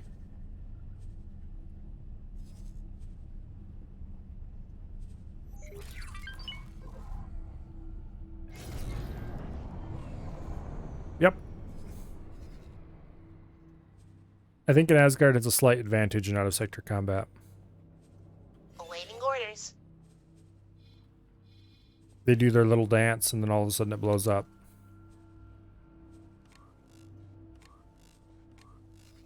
I do believe that this system can be declared Xenon free.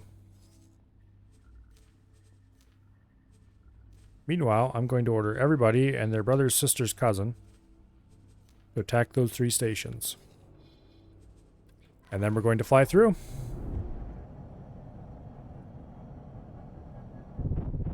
Once I can figure out which direction the gate is.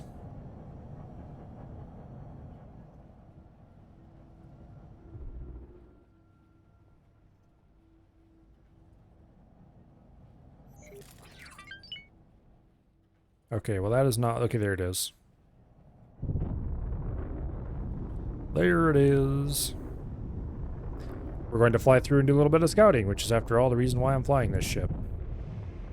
In theory. In practice, it's just because I went to go scouting and suddenly discovered that I had not been flying fighters for a long time, and hey, this is fun.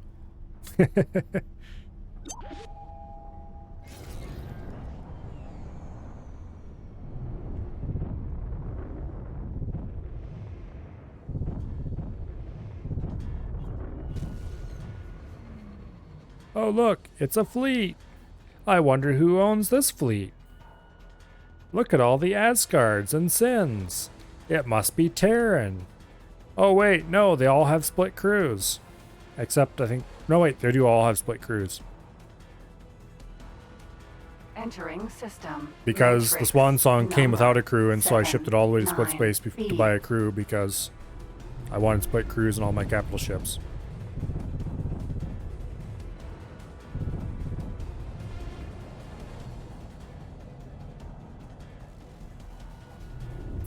Yep.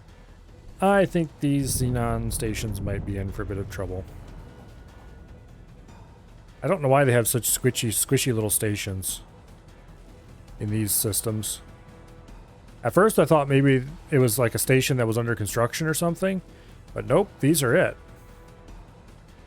Maybe it has something to do with the Yaki quest line. They just placed a bunch of squishy stations around to force there to be more stations and make it look more populated than it really is.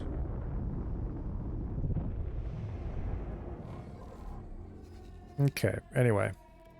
Which reminds me.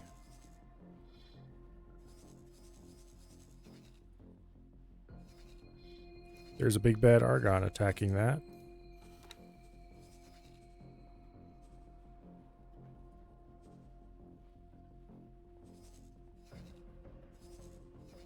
Okay. Go blow up that mammoth, please. And then after you've blown up the mammoth, go take care of that damn Cerberus. Thank you.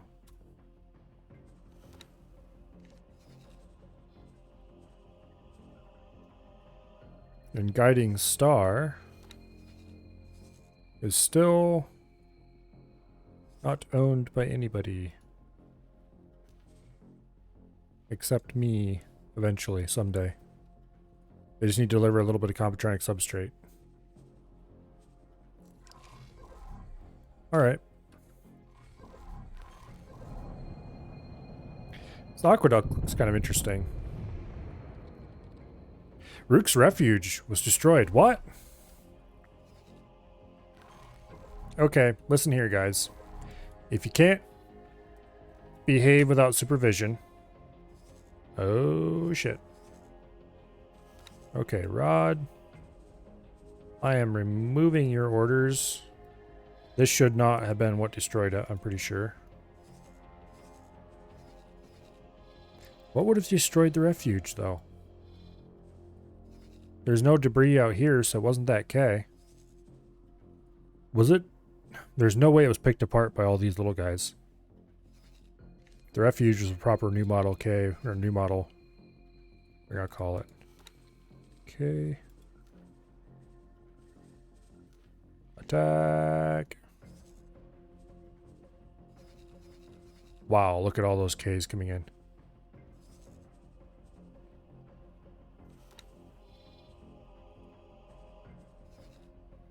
Okay.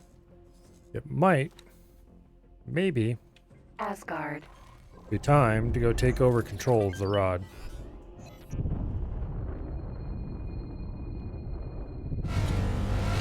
Because we've got K's to zap. Awaiting orders.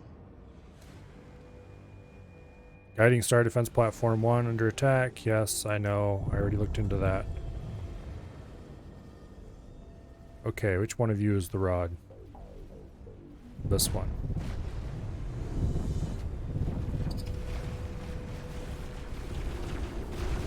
Docking granted. Something hit us. Greetings. Run for the bridge! Run for the bridge! To the bridge! To the bridge! Run to the bridge! Get away from my seat! Asgard.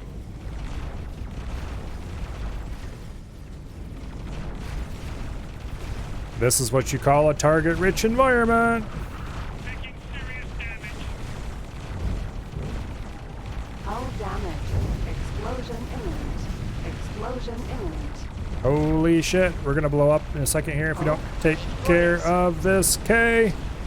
Explosion imminent.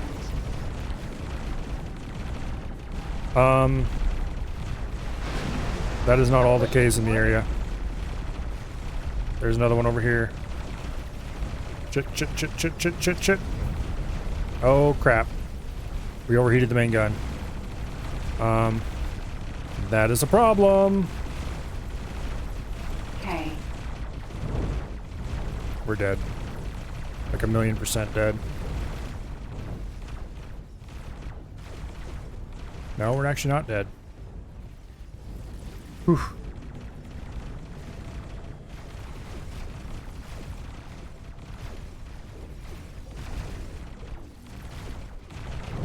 Okay. The second this main gun's coming off cooldown, this guy is getting zapped.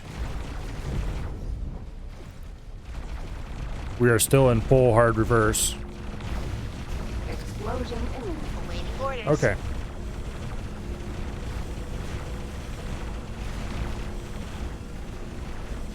There's an eye. There's an eye. Awaiting order. There's an eye. Oh my, there's an eye.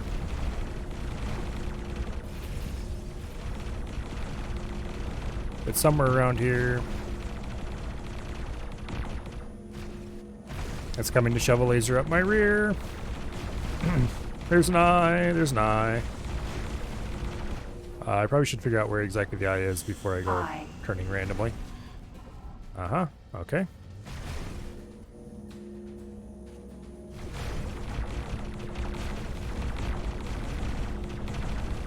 I think we got a little bit close to losing an Asgard there.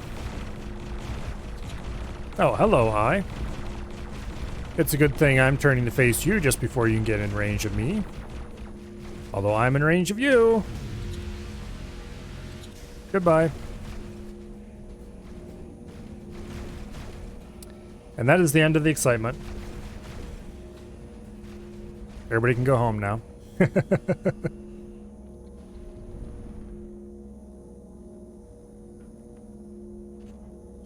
I think that's the end of the excitement anyway.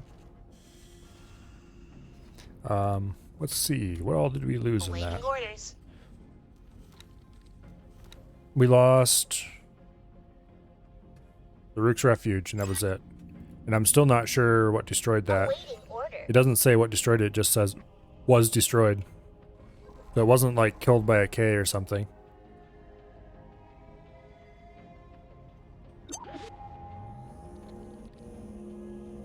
Well,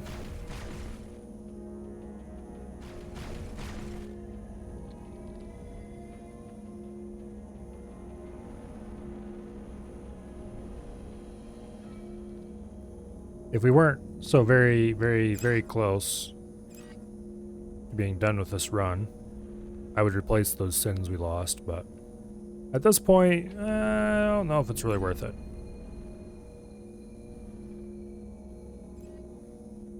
Sins are nice and all, but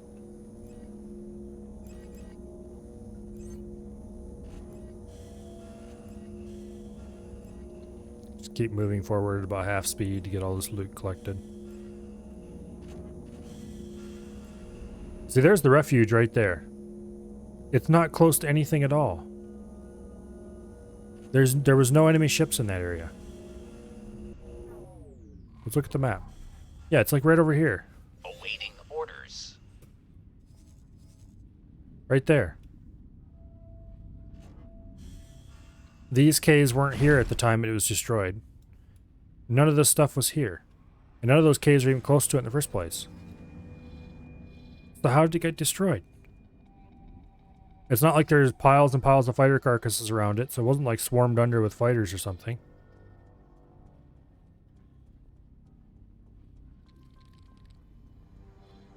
It couldn't have been like friendly fired by Asgard or something. Is that a thing that can happen?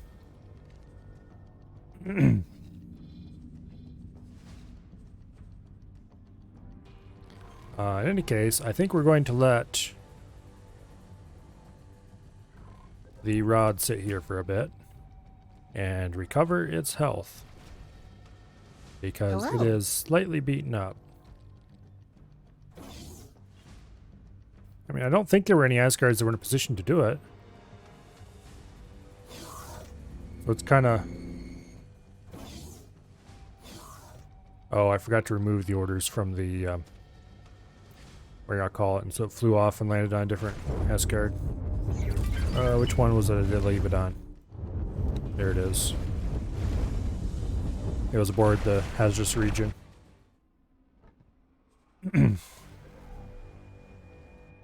Tacoba. Out of my seat, please. Awaiting orders. Thank you. We need to go do the scouting that we actually came here to do.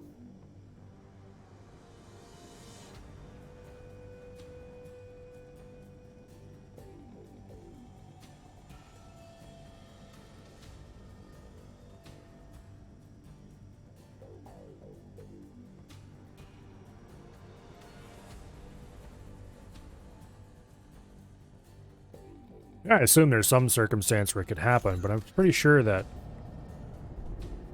no Asgard had an angle on it. So, like, what killed it?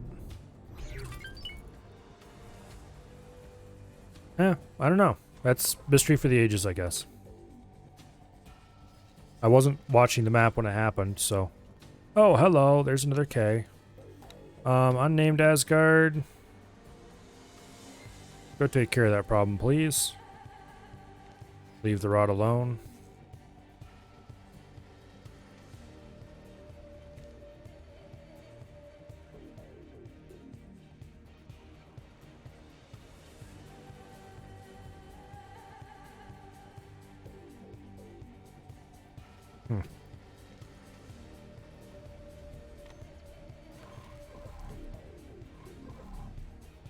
Check messages. It just said it got destroyed. Was destroyed. Doesn't say by what. Just was destroyed.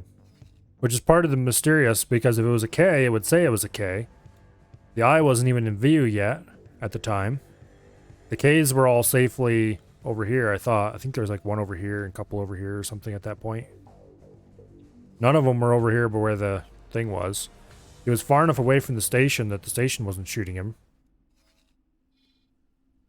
The only thing nearby was a bunch of fighters, and it would have, I thought, said in that case also if it had been destroyed by a fighter. And also there wasn't enough fighters in the area, you would think, to snow one under. S. Hey. It's polite to stop and say hello.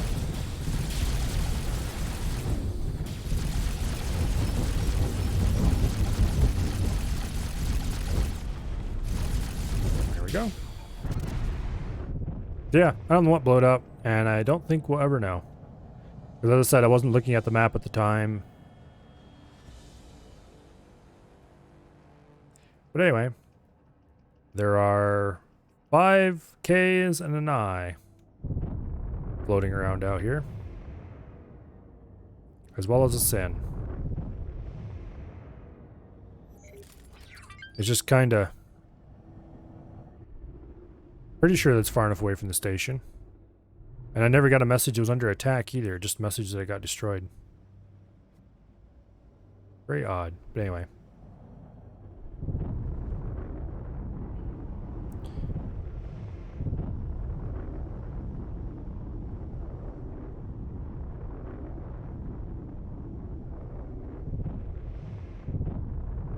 Let's go mark out the location of all these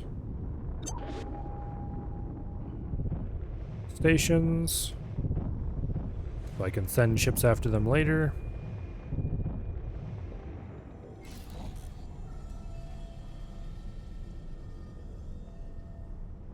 This looks like another shipyard.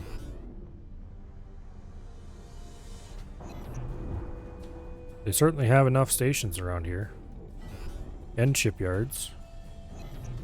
This must be like Xenon Central or something.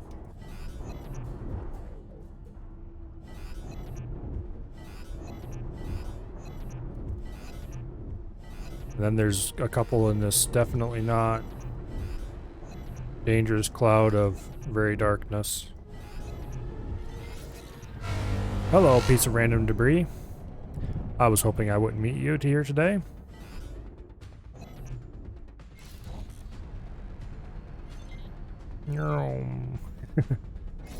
Whoa.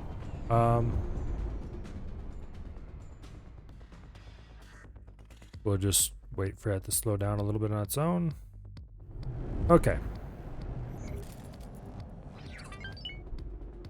I'm inclined to believe those are both marked. Inclined to believe we've discovered everything there is to discover around here.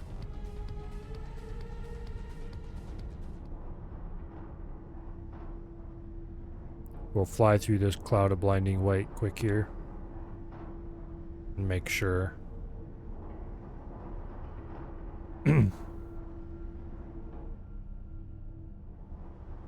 There's something possibly interesting.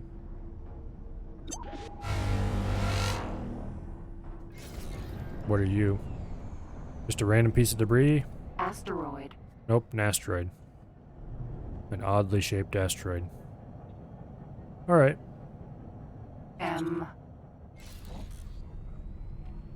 Back to join the fleet.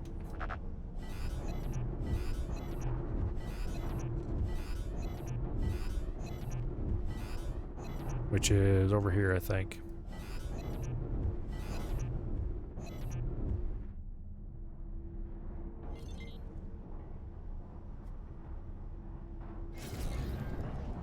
Alright.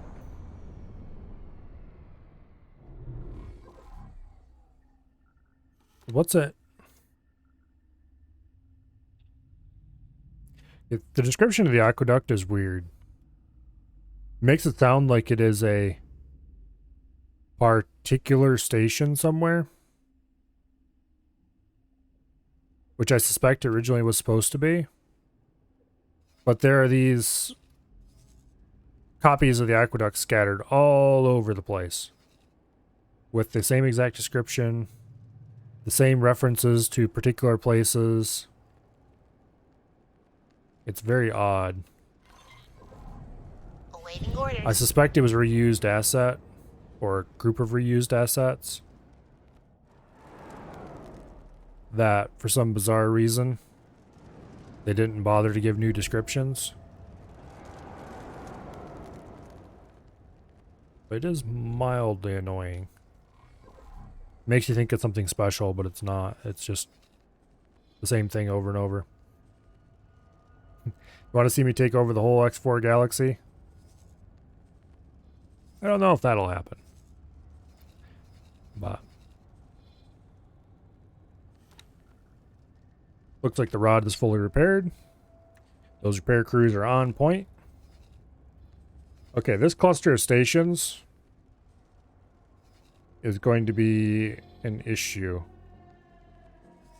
I think.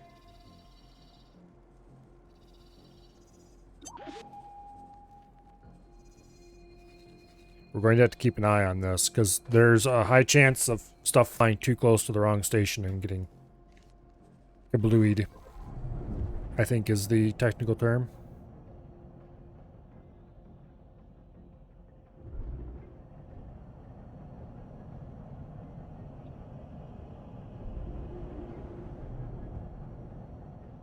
Okay.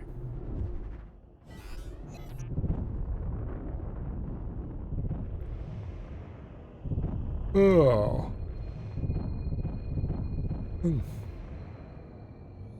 Let's engage loot sock. Hello? Loot? It's headed my way, just slowly. Anyway, hello Dread, welcome here. Oh, and thank you very much for the follow. Chacks18. Greatly appreciated. Never have too many followers.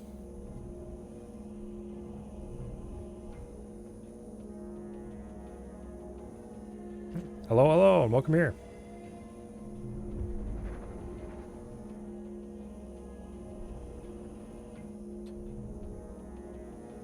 I don't know why I'm bothering to pick up this loot. It's going to be of absolutely no value.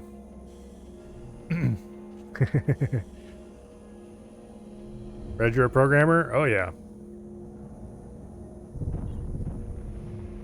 I don't write much C++, or at least I haven't for many years. But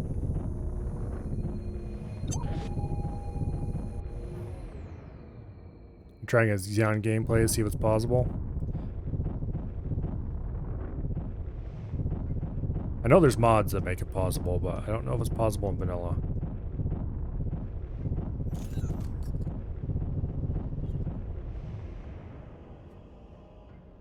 Hey, get back here.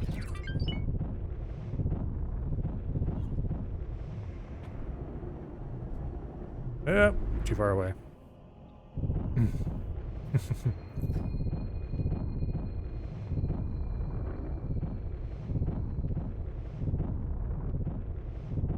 See if you can just wiggle in here. There we go. Yay, we've been captured. That means we can have a free hitchhiking until he stops. Is Argon space? Nope, it's Xenon space. We are in Matrix 79B. Ah, that stupid bug. I hate it. Come on, fix yourself. There we go.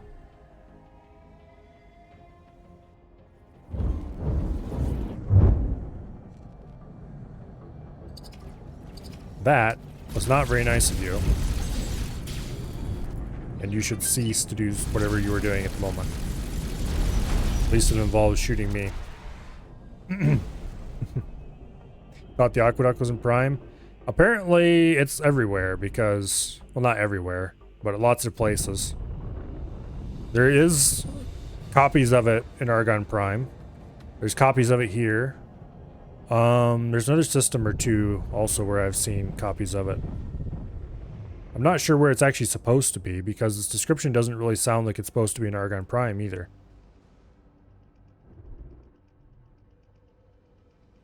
But yeah, I think it's just a reused asset that they copied all over the place without bothering to change its description. Not really a big deal, but it's got such cool sounding lore in its description that I expected it to be more interesting than it actually is. That station just had a bad day. Xenon Station. 23% already.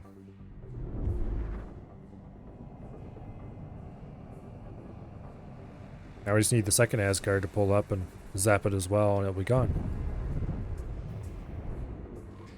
Speaking of other Asgards, you two have completed your task, and for that, I want you to go blow up those two.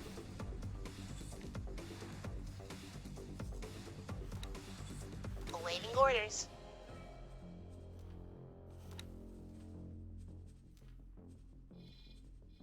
Okay. Nope.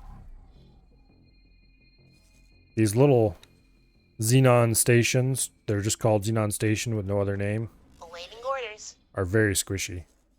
They have like, they're almost a fifth the health of a normal defense station. So they really are not going to survive anything.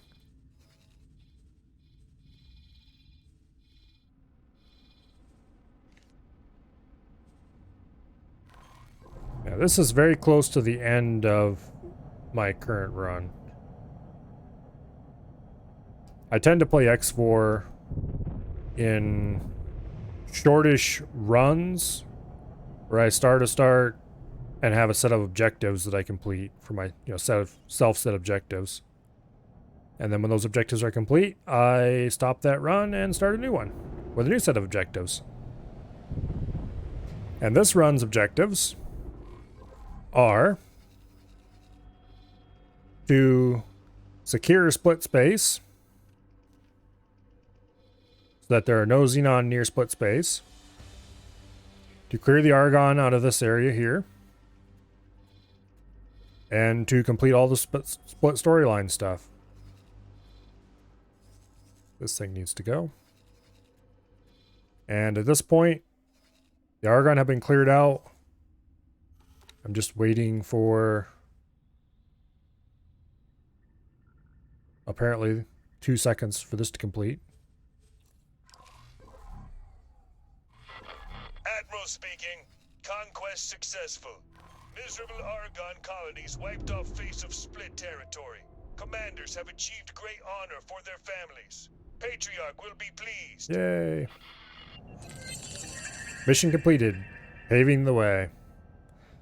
And I got an achievement for that. Awesome.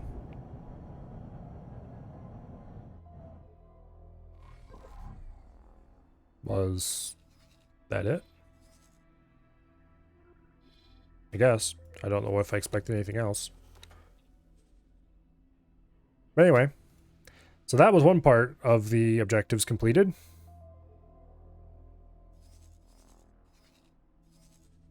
I have a Sin up here whose sole job was to defend that. I think at this point I should send this Sin over to destroy that trading station and then come back and park to defend Guiding Star if it should be needed in the future. You do love the early game struggle, but when every little payment comes through, you get a little dopamine hit. Late game, there's so much money coming in. Yeah, I haven't really gotten to what most people would consider late game, because my late game is I've completed my objectives. Okay, we're starting over. Last run's main objective was to get Nazgard, because I wanted to have at least one of the most powerful ship in the game, or the most powerful, easily acquirable ship in the game. There are more powerful ones. And to finish the mission, get the Vigor Syndicate to leave you alone by going through the long way and destroying pretty much the entire Vigor Syndicate on the way. So I think... Okay, let's see. Where is... I think it's somewhere in here. Yeah. But anyway, there was like a station down here you had to destroy as part of the mission to get them to leave you alone. So I entered from up here instead and just kind of steamrolled everything Vigor Syndicate all the way down. So that was objectives 1 and 2. And objective 3... was there another objective? Those are the main ones. I think there might have been another one in there somewhere. But anyway, in that game I had a big scrap station here in Activa's Choice and had some proper industry going, but I didn't really build a whole standard industrial base or anything. I built more for the closed loop one, which is simpler. And in this run, I'm using as sort of a challenge of, well, kind of a challenge of sorts. I decided to see what the Terran economy was like, so I'm using all Terran ships, all Terran stations, All Terran gear. Basically, if it's not Terran, I don't use it. Except, of course, crews. All split crews, because of course. What proper split would not have split crews? But anyway, turns out the Terran ships are pretty cool. Terran fighters are crap. Terran guns are also crap. Terran shields are amazing. Terran engines are... well... they have good thrusters.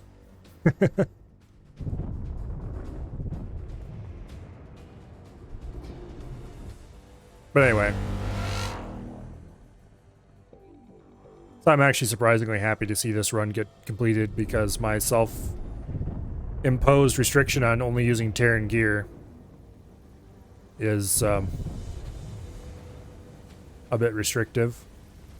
And I don't want to break said restriction because, well, what's the point of having a restriction if you just throw it away the first time it gets a little painful?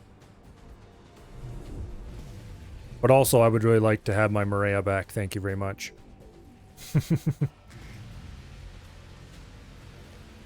The Terran economy is simple to the point of being boring. But hey, now I know how it works. I definitely had to do Terran economy at some point. You're playing Star Wars Interworlds mod as Imperial? All about restricting yourself? Well, guess what? The next run is going to be.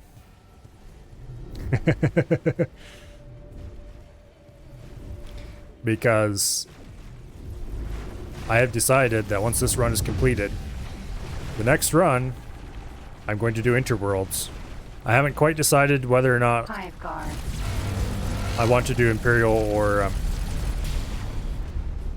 what do you not call it yet? Defense drone. Imperial Rebellion yet. On one hand,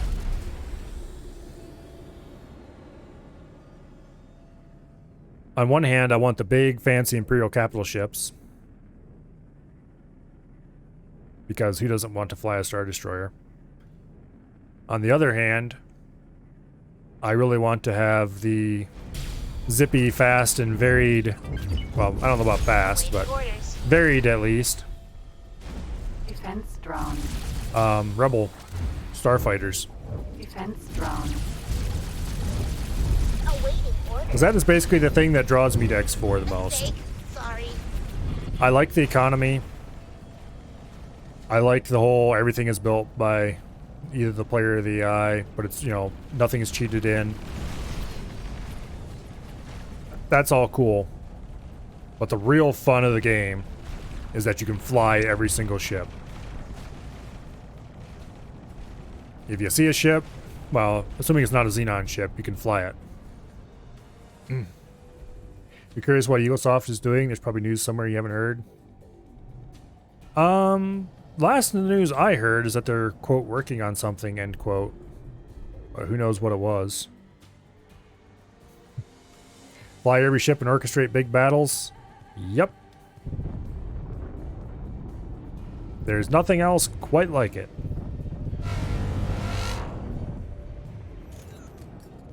Very, very few games where you can fly both capital ships and fighters.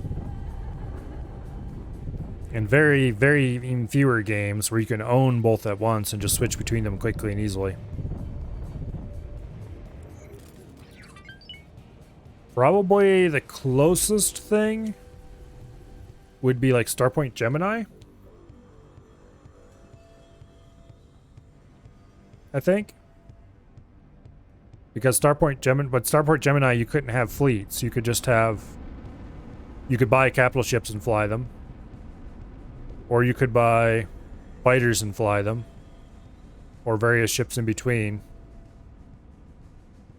And you could have some of each in storage. But it's just not at all the same as an X game. Thought X3 was great and it didn't even have walking in the bridge of the ship and other nice improvements.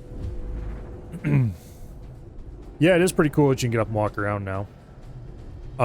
That was not at all cool in X Rebirth, but it's pretty cool here. In X Rebirth, there was too much. You have to get up and walk around. In this, most of the common tasks can be done from a menu, and you don't have to get up if you don't want to. A few Battlezone games from the late 90s were great. Those are the same. You control all units, have mass battles. Yeah. For some reason, I never really clicked with Battlezone. I never played the original Battlezone, to be clear. Like, we're not talking about the arcade game. We're talking about, like, the original of the new generation of RTS, first-person control RTS Battlezones. I never really played the first one. I did play some Battlezone 2 at one point.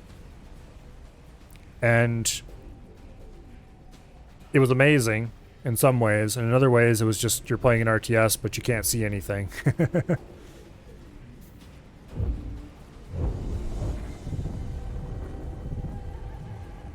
It was still cool though. I really liked piloting the ships around and stuff. I guess if it was a little less worry about the strategic part of it and just, here you go, pilot a ship and you can pilot any ship you like, I probably would have enjoyed it a little more, but trying to order things around. Well, that, and if there's a radar tower you can build and literally control the game like an RTS, yes, that is true. But you had to get out of your ship to do that. If I could just press a map button, and boom, be able to give orders, and boom, be back in my ship. That would have been pretty cool. I played most of the campaign. It was pretty good. It was pretty good. Defense drone. Battlezone 2 was a good game. I had a few little, I don't know. It wasn't perfect. Solar power defense drone. But then not even X4 is perfect. It's amazing. It's the best thing ever, but it's not perfect.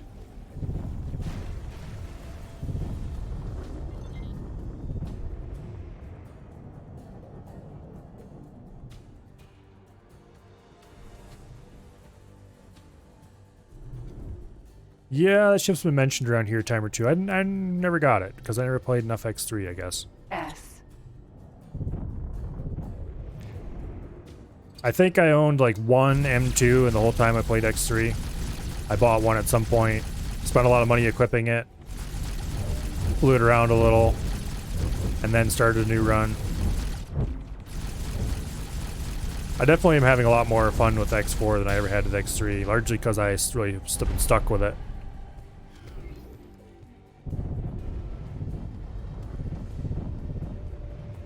In X3, my inner squirrel was running off in too many different directions and we never really got anywhere.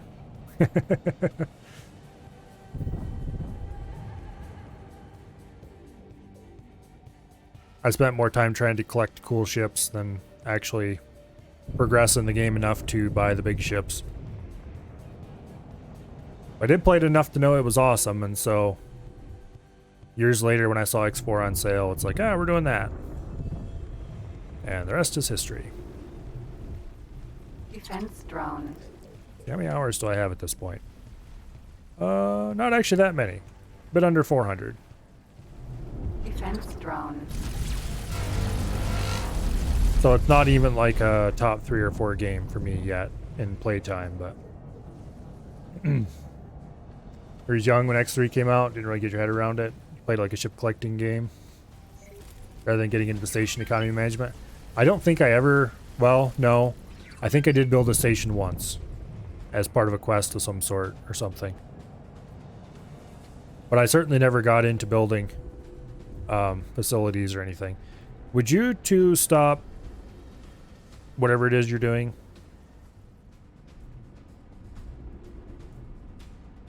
I'm not sure this is safe for Twitch.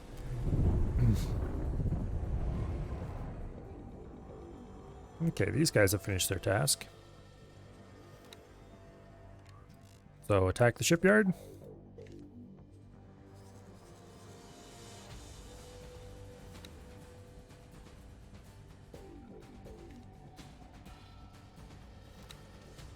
Here, I'll tell you what. Go over there. And then attack it. And you...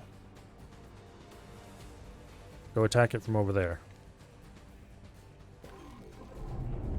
But anyway, I never really built stations in X3. I always just did auto traders.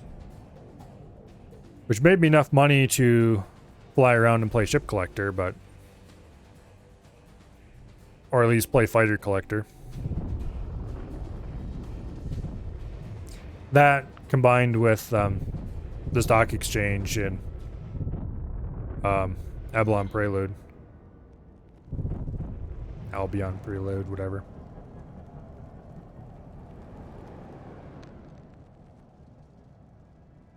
That was basically a free money cheat. Once you had enough money to invest anyway. It's boring as heck, but it got you a lot of money in a hurry.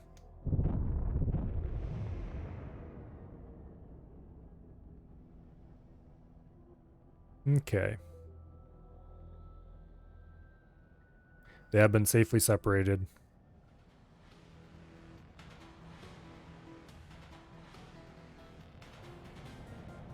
And hopefully they can actually shoot the thing they're supposed to shoot and blow it up now.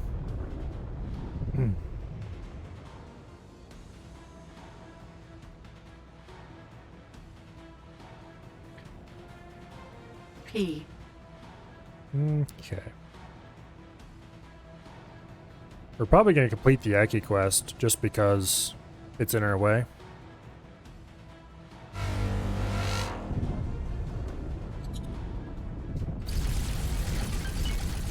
Yeah, where do you think you're going, buddy?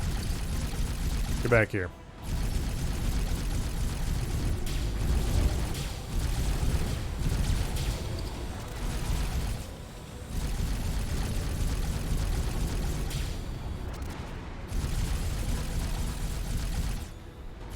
Gonna lined up on this thing.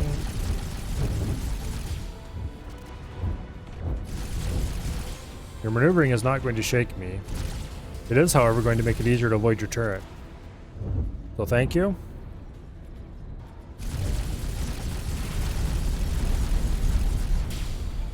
Defense drone. What's the defense drone doing all the way out here?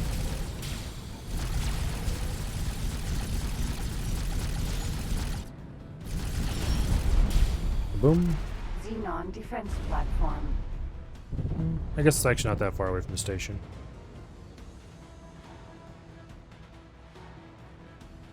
Hi guys. There. Give you a little bit of paint to buff.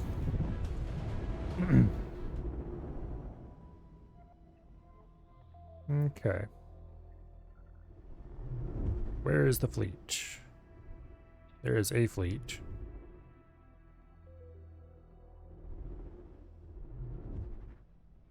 And there's the other fleet. Let's go see how things are going over at the shipyard here. How things are going appears to be it is getting hit by multiple Asgards. Or will shortly be being hit by multiple Asgards.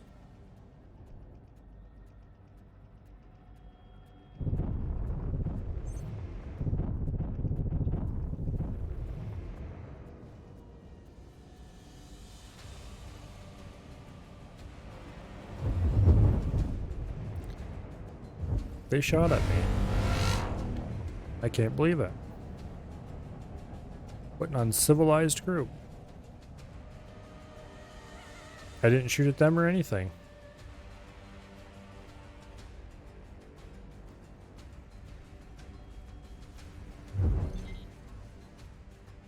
I kind of want to find a Xenon station that doesn't have any guns on it.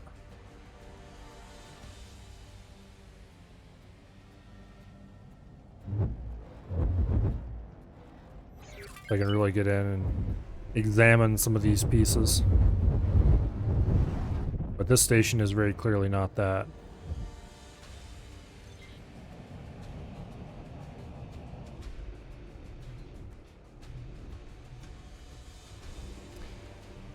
No matter what race you are, whether you are Terran or Split Or Xenon. The shopping cart is universal.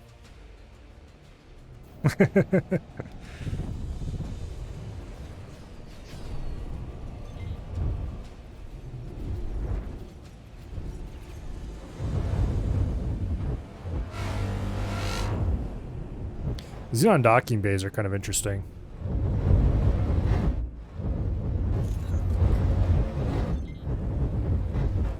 I think those little bays are for launching drones and fighters.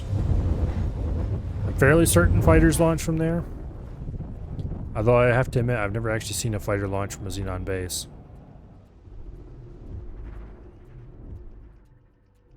I've seen an S launch, but I'm not sure if... I didn't get a really good look at an S launching, so I'm not entirely sure if they just appear in front of those doors, or if those doors open up and they slide out. But they launch from the large bays on the side. I've never really got a chance to watch one dock either.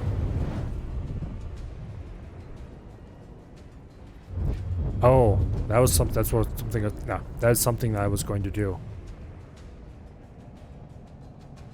Where is the swan song?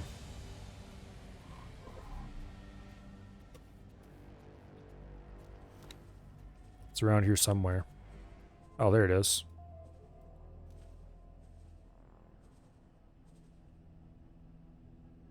Sin. Okay, swan song. You have something aboard that I want. Because I just realized I have a golden opportunity to do something here. Something that I keep forgetting to do and keep saying I want to do.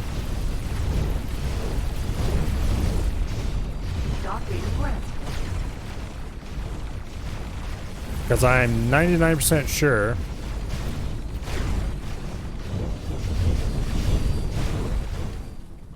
that the, what do I call it? The litigious rodent is docked aboard this ship.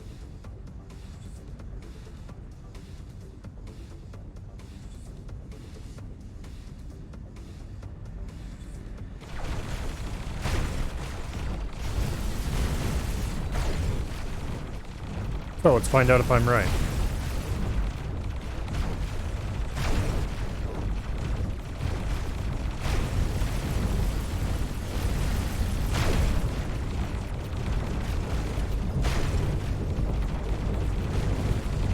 I wonder what would happen if I jumped in there before those doors closed. Probably nothing good. Yep, there it is, litigious rodent.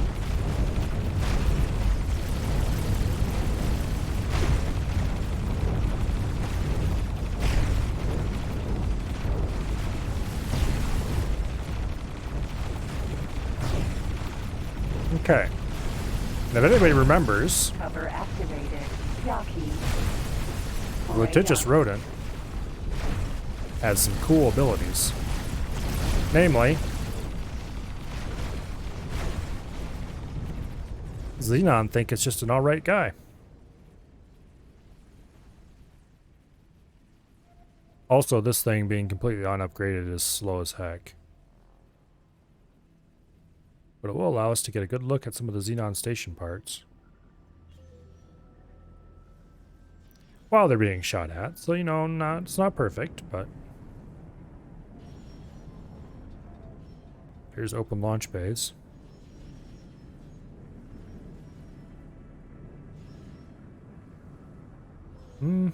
Those launch bays,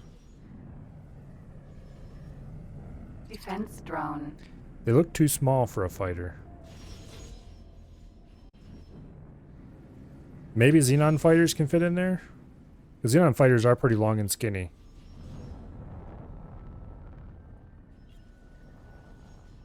But maybe those larger launch bays are used for fighters and these ones are just for drones. Orders.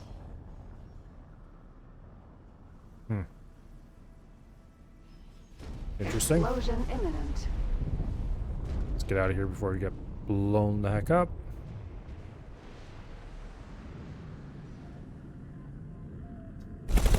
Orders. Okay. This has relatively boring guns on it. Probably effective, but relatively boring. Oh, hello. Damn it.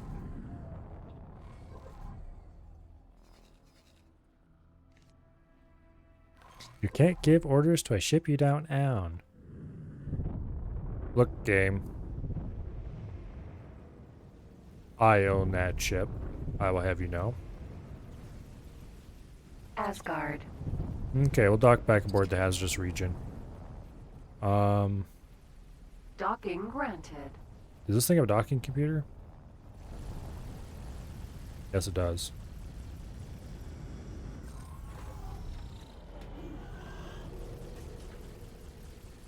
Cover deactivated. Alright. You will blow the crap out of that K, thank you. Meanwhile, you go attack that defense platform.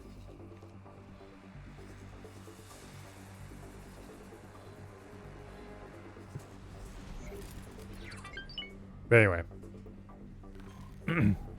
I'd like to take the time and sit around and just watch a station for a while. A Xenon station. To see what the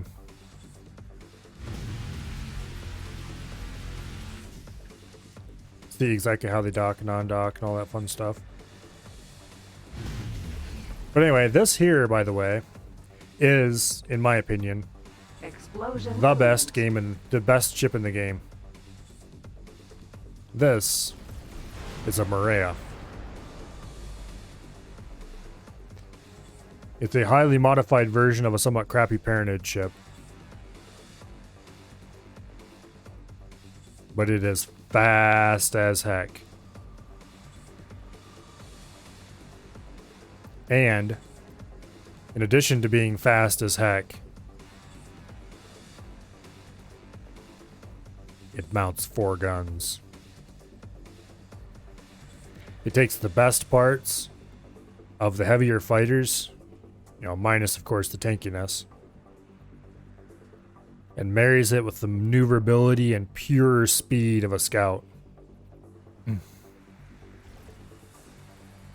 Dragon's also good, particularly Dragon Raider, but nothing quite matches up to Maria. I think it's pretty impossible. Well, okay. It is possible to get something better than a Maria. But it'd be kind of hard.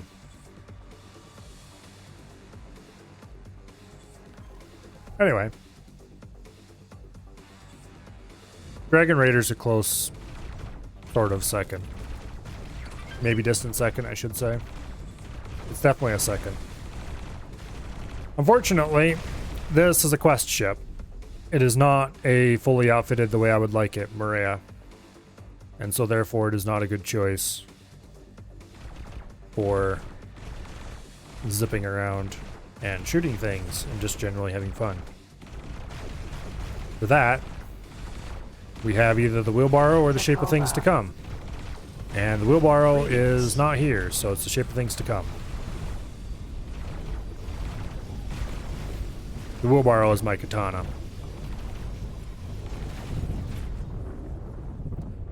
Which, the katana is a pretty nice ship.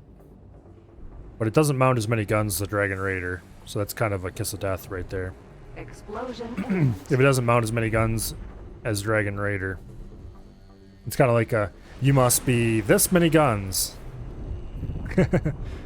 to be a personal ship that I really like. Defense drone. And in this case, the Terran ships just kind of fail. Defense drone. The Takoba is probably the best Terran fighter in my opinion, but it is not amazing. Defense Sin. Defense drone. The principal problem with the Takoba is that it has 2 guns. If it had 4 guns, it would be pretty okay. A bit slow, but pretty okay. Explosion imminent. Defense drone. Okay enough that I'd be happy with it anyway, once it was, you know, fully upgraded for speed and all that. Because fully upgraded it is reasonably fast. But it only has 2 guns, and you can't really get past that. Because you just can't mount enough firepower in only 2 slots.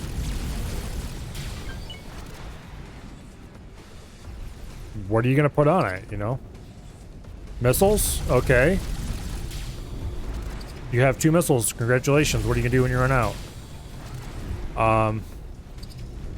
You could mount a pair of plasmas. Okay, congratulations. You're up against a speedy, maneuverable fighter. Defense Good luck. drone.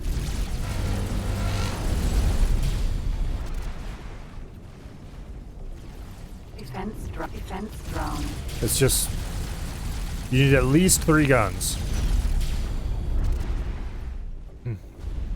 No, Sin can kill Ks, but only one... You only have one you get rewarded. Yeah, you can easily kill a K with... Well, I don't know if the AI does a good job of killing Ks with a Sin. Defense drone. I don't think I've ever really tried it, except when I had 2 Sins available. It usually worked out. That's with Terran guns even, so not optimal by any stretch of the imagination.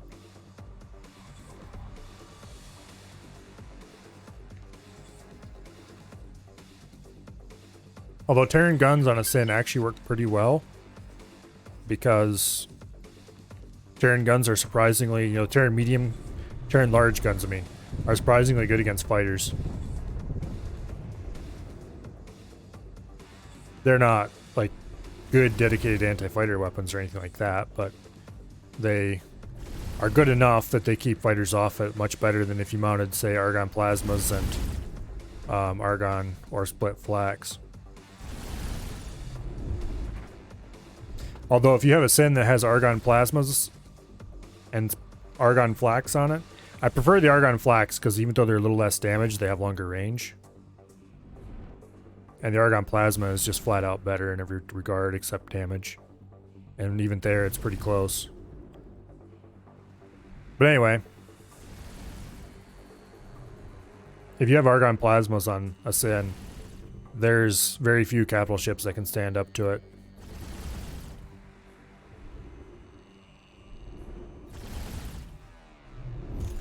Sins are very good. I think I'm kind of torn on whether or not the Sin is my favorite capital ship for, you know, destroyer size, or whether it is the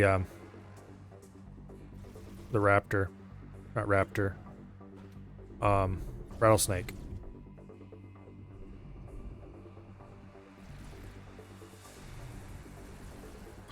Because the Rattlesnake is quite good. Its forward firepower is about the same as the Sin's forward firepower. And most of its turrets are mounted forward firing. So if you get a Rattlesnake that has Argon plasmas in at least the front 4 slots, and then flax in all the medium slots, it's quite solid, strong, can operate unsupported, just generally Explosion imminent. a really well-rounded ship.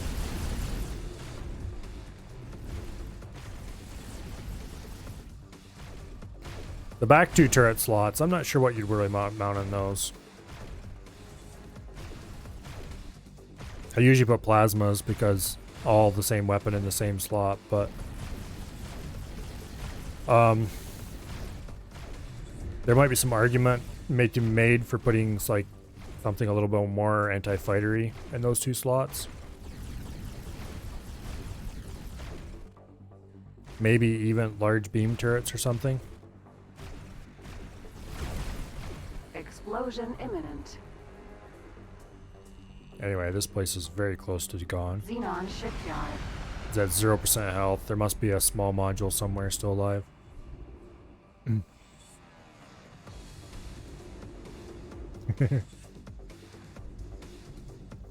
Why are you thinking EVE Online? I don't know. I've never played EVE Online, so I can't help you there. Oh, that's not true. I played the tutorial once. S.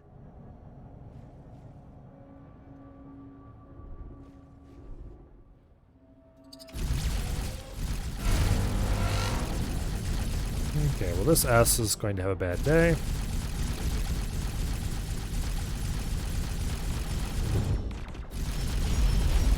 Boom. Alright. How are the fleets? You aren't doing anything. Because I had ordered you to attack AK, and you did so, and now you are done. Okay, hazardous region. You go ahead. We'll just attack this solar power plant over here. There you go. Just have a couple stations here, and then we just have Savage Spur 1. And we'll be done. I'm really surprised the Terrans haven't cleared Savage Spur 2 yet. Savage Spur 2? Yeah, Savage Spur 2.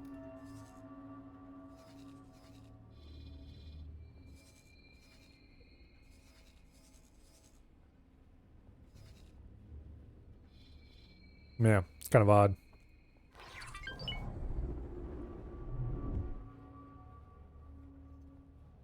Decent sized expansion for this game would take a lot of work, you assume, if they still want to add more to X4. I'm really hoping they do a Boron DLC. Because all the other races that were missing in the initial version came in as DLC, except the Boron. The Boron are still missing.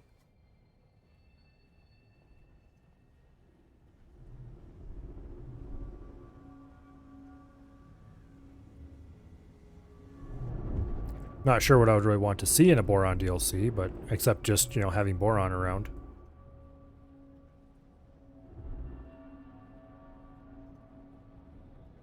More Boron than the one, anyway.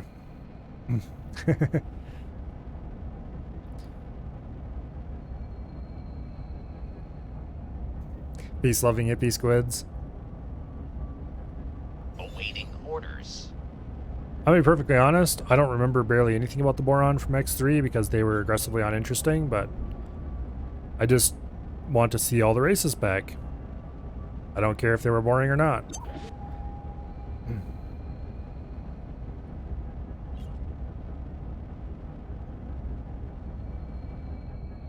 But anyway, outside of that, I'm not sure what else they would add.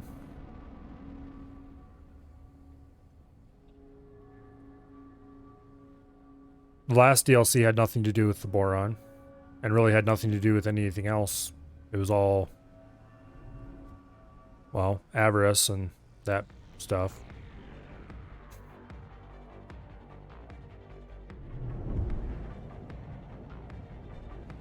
But anyway.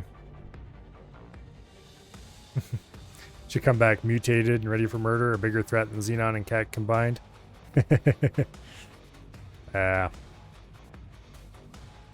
Maybe they're saving the most anticipated race for last.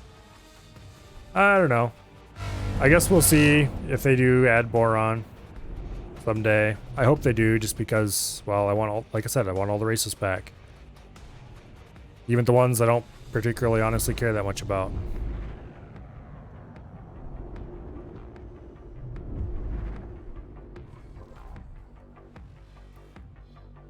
Okay, so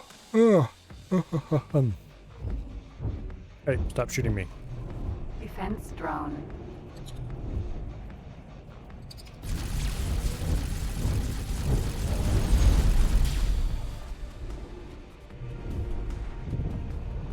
Let's go hide over here by the Asgard.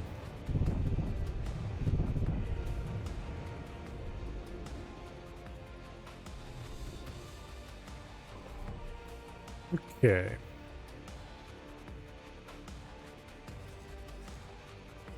So this one's almost destroyed.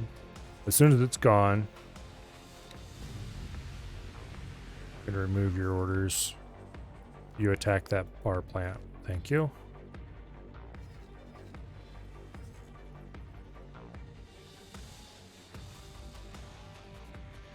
I'm going to probably go ahead. No. I don't really want to be hanging around inside this gas cloud while they're attacking that. I don't think it'll cause any problems, but I don't really see a good reason to be there. The first station, that one right there, is a super squishy one. The other is a solar plant of all things. They did have cool ships in X3. I never really played many of the, never really flew many of the Boron ships, so I can't really say for sure, but more ship variety, more gun variety. All things that never hurt anybody.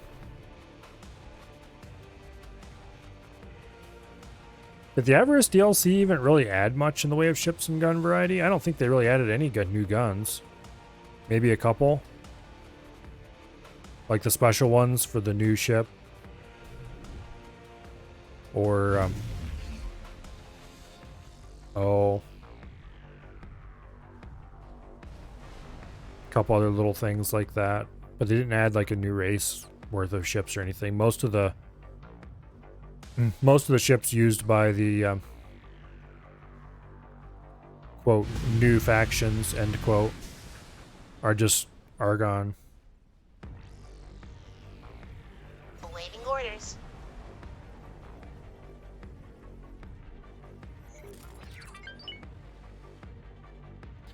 And I don't even like the new ship that they added. The special one, whose name I forget. Because you can only equip it with special equipment just for it. And it's like, I would really like to put split engines on this thing. Nice Mark IVs. But nope, can't do that.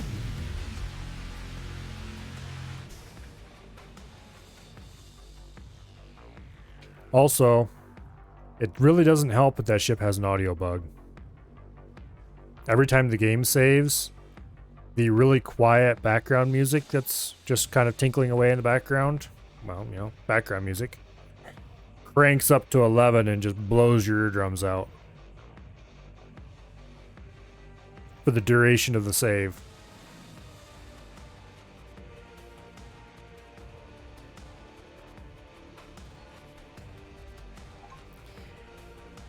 It did not impress me in the least little bit. It was a very pretty ship and was kind of cool, but I can't change the gear, and I get my eardrums blown out and Stream's eardrums blown out every time the game saves. Those two things together, it was like, nope, that's enough of that. We'll park you someplace and it can just not get flown anymore.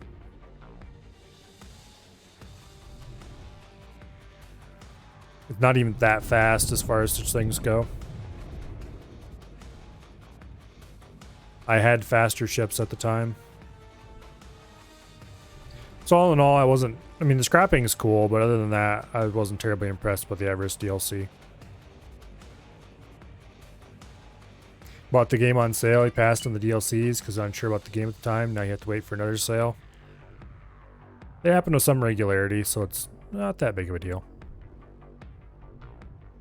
The Terran DLC and the Split DLC I would definitely get, no questions asked.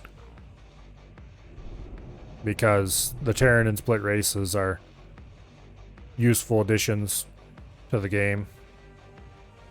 The Avarice DLC is a little more, that's the latest one. I don't know. To taste. DLC is super cheap on CD keys. Yeah, but then you're getting a reasonable chance of getting a stolen copy or something. And Sin. Defense drone. I don't know if I'd risk it. You might get lucky and get somebody's unused Explosion imminent. what do I call it? Humble bundle copy. Or you could get really unlucky and get a copy that somebody bought somewhere with a stolen credit card.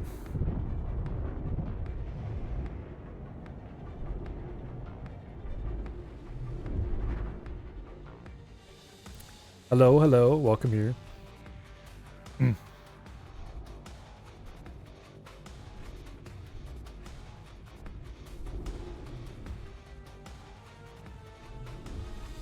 It's not a gray market? Oh, okay. Explosion imminent. Like, G2A is not the only gray market, to be clear. They buy their keys cheap in countries that have lower costs. That's gray market behavior. Just telling you that ahead of time.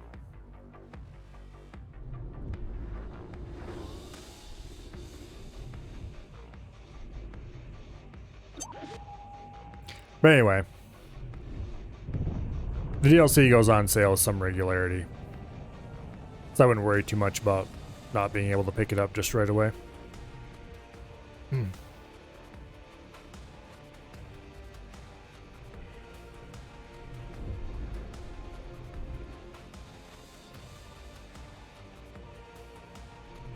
Yeah, I've had some friends who bought games on totally legit, trust me bro, key sellers before, and ended up having to go back to the place and get another key because the first key was either used or like had already been used,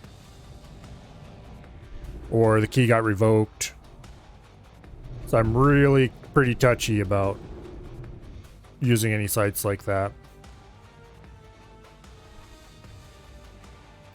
You can get screwed pretty easily. And when you're not the one getting screwed, there's a high chance it's the developer getting screwed. Do something cool because you can't stay long, you have company. I'm not sure if I can do anything cool. Actually, wait, where's an Asgard? Yeah, there's one Asgard. There's the other Asgard. Wow, you're a bunch of boring. What are you doing over there? Here, which one are you? Asgard. Every last penny. Alright. Let's talk aboard the every last penny and blow this thing manually. Docking granted. Whoa! Okay, that wasn't what I wanted to do, but anyway.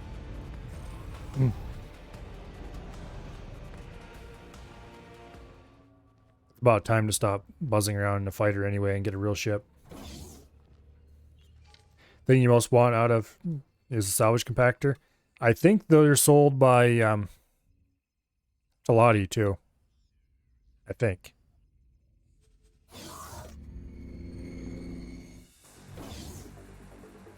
But at a very minimum, you can get the haulers from the Talati. Okay, how much range do we have to the Solar station? power plant. 17k. That was my ship sailing away. Go dock at another one because I forgot to remove its orders.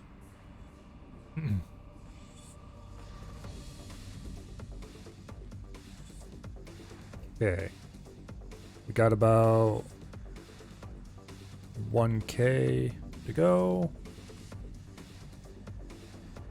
At 14k, we can open fire.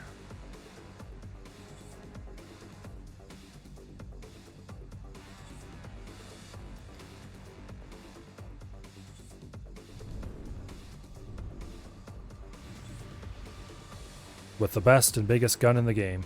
Well, second best.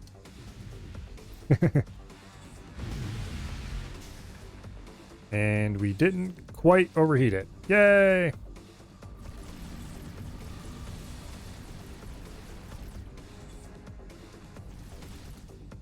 Let's see, it's got about 2% health left. Ah, damn it, we overheated the gun. Well, you gotta go? Ah, see you later.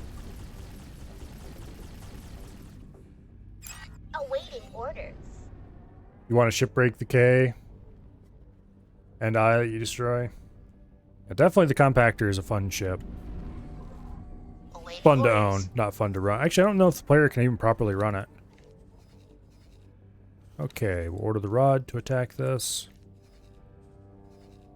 Awaiting orders. And the hazardous region. The hazardous region can just wade right in and attack the power plant. I'm going to get off the controls of the penny and order it to attack. Where is the swan song? There we go. I'm going to teleport to the swan song. Because the swan song is really my personal ship as far as big ones go. Get off my controls.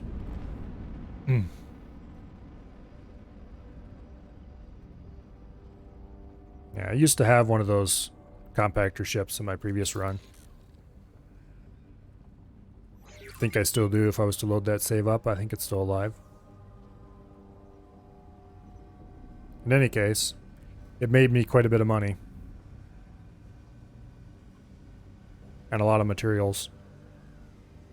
A lot of my ships were built using the products of that. There's a bug, though. If you start wrecking a ship for any reason, like, you know, start compacting pieces of it, or a station, or anything for that matter, Xenon station. it will, and then for some reason it gets canceled. Like, just for any reason, you cancel the order.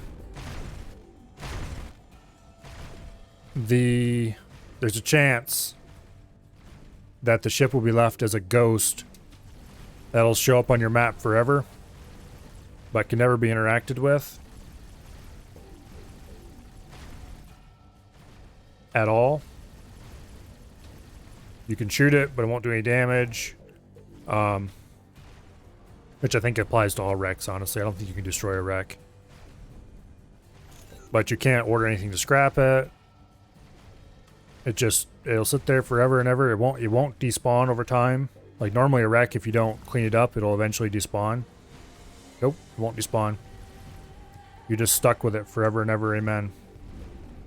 And yes, that is super annoying when it is multiple stations in your primary industrial system.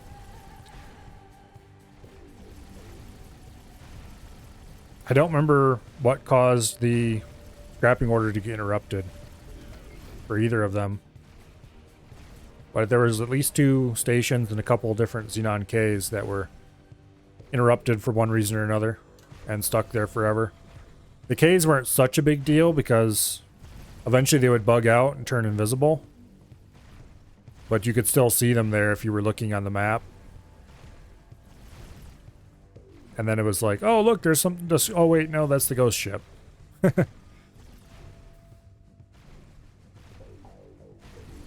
anyway.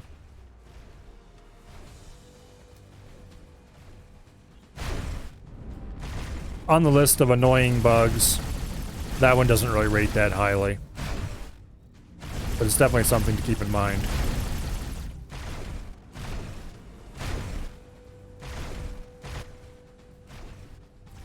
What is... Okay, look, that ship has not called in an order and said, hey, we're under attack. It's just sitting there getting shelled. Awaiting orders. Sin. Of course. It would be Bo's... I tell you what, Bo is bad luck for naming ships. I don't know why I let him name ships. Every single time. They're suicidal.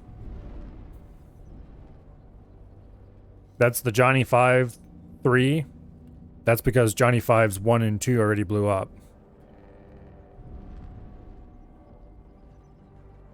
They just are all out. Shoot me harder, daddy, or something. I don't know.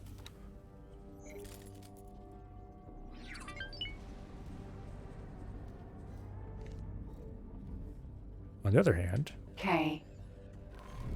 that K is going to find out why this is the second most powerful ship in the fleet compared to an Asgard, or that's not an Asgard. Well, the most powerful ship in the fleet, other than the Asgards, I guess.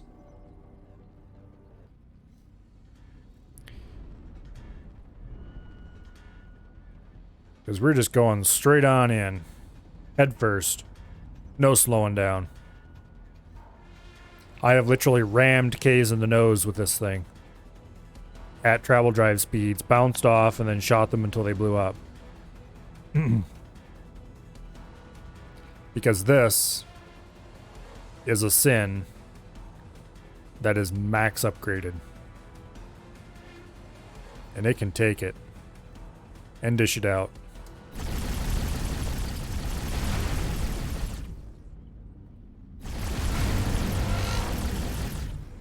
Oops. There we go. No need to try to shoot the engines and maneuver around it. Nope. No need to even shoot at the guns. We're just going straight on in.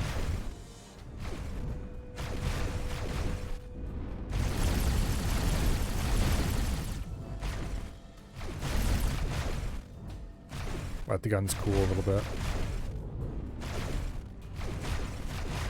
We're even going to let it get above us.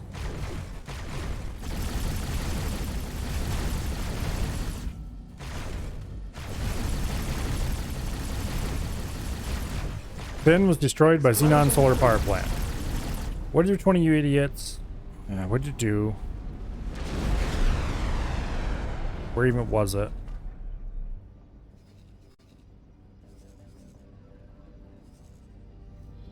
I don't think it was...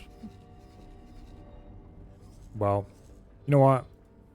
Do I care? I think it was one of the unnamed sins.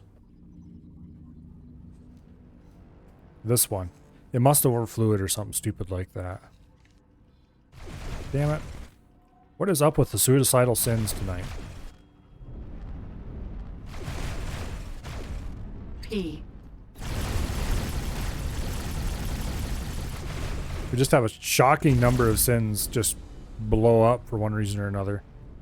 None of which make any sense at all.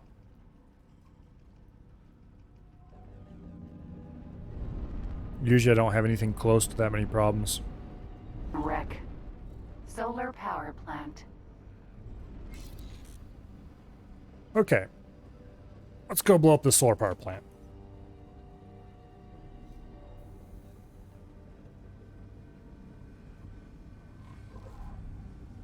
It's almost 10:30. I think we can still clear this system. And the next one. Maybe. Maybe we'll have one more X4 stream in us yet. In this run. I was kind of hoping we could finish it tonight, but... Clearly I should have stopped playing Factorio earlier if I wanted that to happen.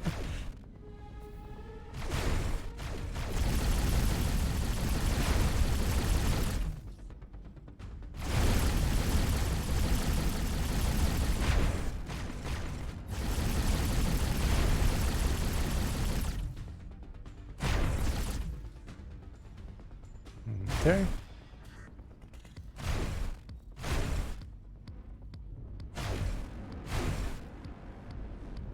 Dang, Rex in the way.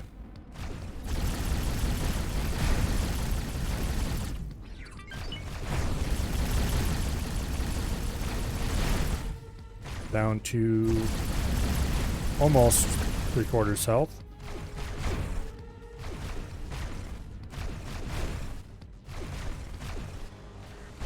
Explosion imminent. At least one of the sins is here and working. 75% health.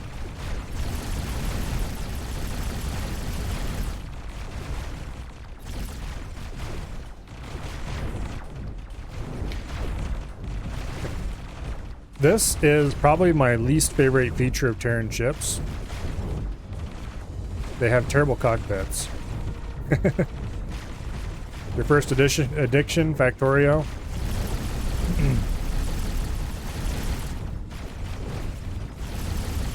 It's definitely a great game.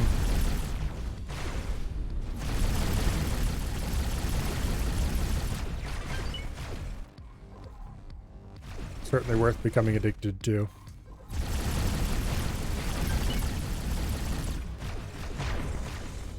Not sure how many hours I have. Well, there's no way to know how many hours I have in Factorio because a lot of them were spent in the non-Steam version. But I've definitely sunk my share of time into it. I'm not the kind of person who likes building gigantic mega factories, but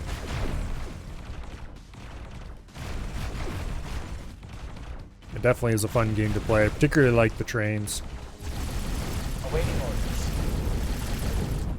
Why is the wheelbarrow reporting that it has not been moved or done a thing in a long time? It's been parked in Family's Inn with no orders. Okay, now it has no orders.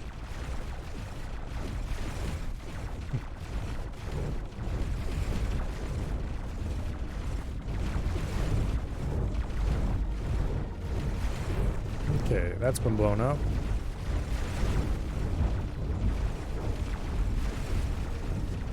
Never gonna do anything with Guiding Star. I just claimed them so that I would have a to finish that mission without waiting for Zyrus Dominion to finally get their head out of their butt and claim it.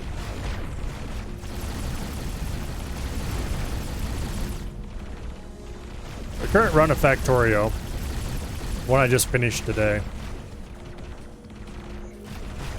and this bears kind of a resemblance to the way I play X4, I guess. I played until I had automated space science and was able to do and was doing infinite researches. And it was like, yeah, you know, I'm kind of done with this. We'll start a new run, but not right now.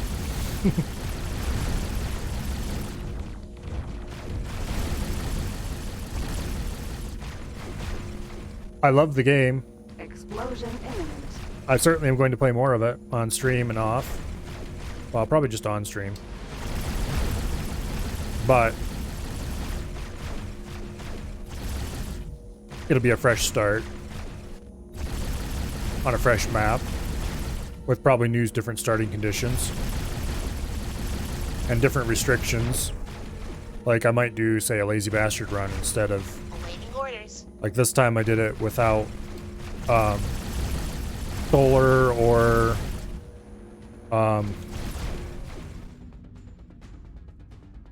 what are our columns? Logistics bots.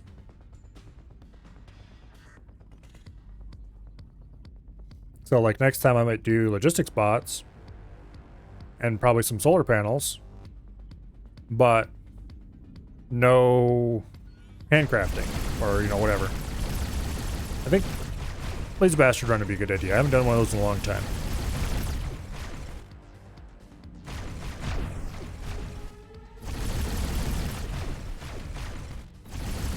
In particular, I've never done one of those in the Steam version, so I don't have the achievement.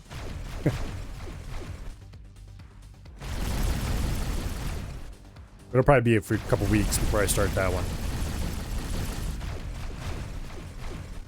Awaiting orders.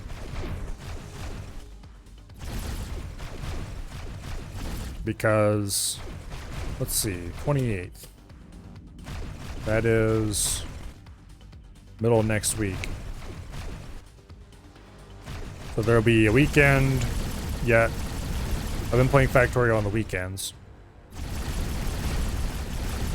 So we'll have a weekend of some random thing or another. Imminent. And then in the middle of the week sometime, supposedly, Foxhole 1.0 is supposed to come out. And assuming it's not total trash, which is not necessarily a given considering the balance problems they've had the last couple updates. And even if it is total trash, I'm going to play at least some of that on stream. Is it better to have a megaplex or multiple specialized stations next for it?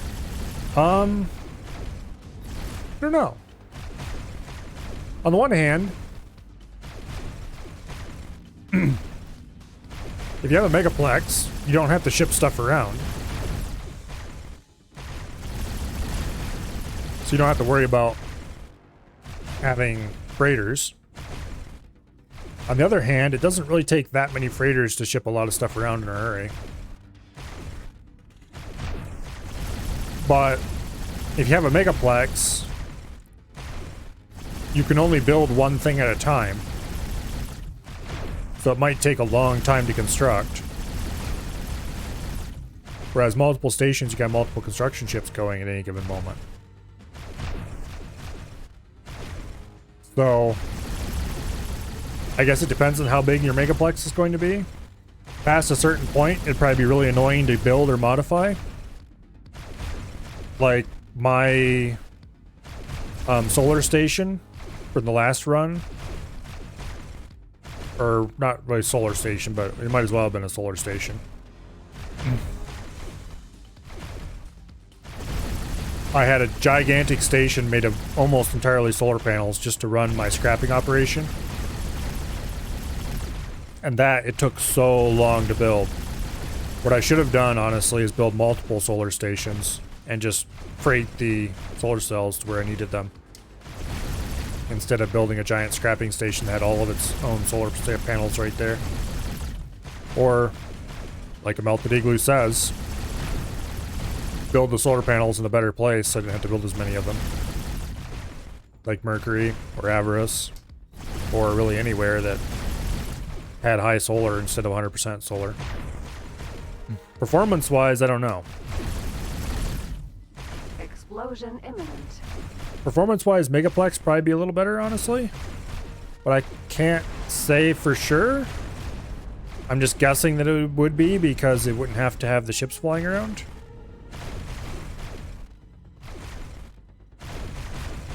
But I don't actually know.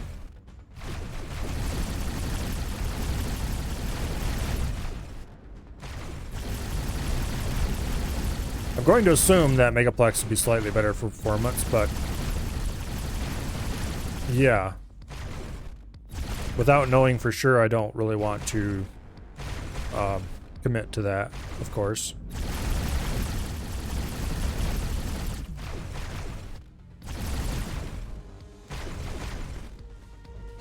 Big station can probably make money faster since you can build a crew for it and have it produce even faster.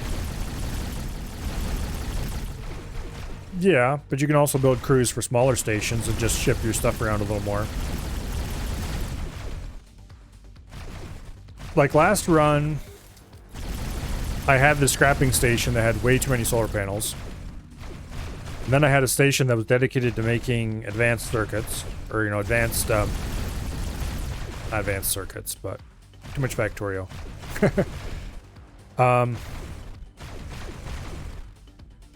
Whatever they're called now.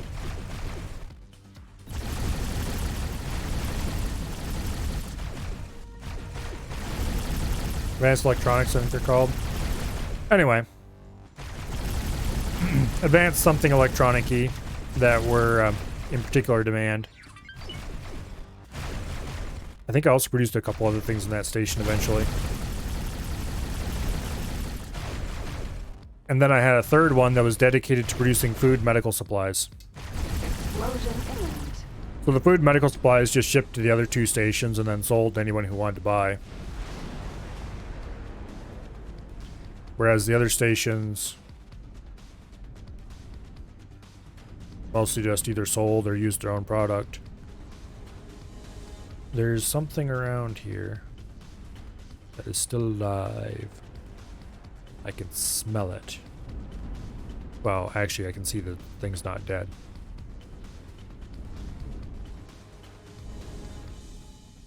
I think it's over here. There we go. Awaiting orders. Also, if you find a station layout that can produce money quick, you can always add modules. I think it depends on if you want 10 stations checked through in your menu or just a couple. That's also a thing you'd have to worry about. If they're all making money, you're gonna spend longer to going through and checking on your stations. I know even with just a couple stations, it could take quite a while to take the pulse of my empire, so to speak. Now this run, I have a station that does everything. Admittedly, my economy isn't very big, but there it is. This can produce every Terran ship in the game with split crews because, well, I didn't want to do Terran crews. I mean, sure, yeah, it's not that great as far as economy goes, but it can crank out enough Asgards and Sins to keep me happy. It also doesn't make too bad of money either. Sells quite a bit of ships. Like here, somebody bought a Sin. Terrans, apparently. Actually making quite a bit selling to energy traders right now. Small amounts, but still, you know, money piles up. Most of these big jumps are going to be like somebody bought a Sin or somebody bought a Baldric or... Okay, that was a Sin. There's a Baldric. There's a Baldric. There's an Awaiting orders. Okinawa.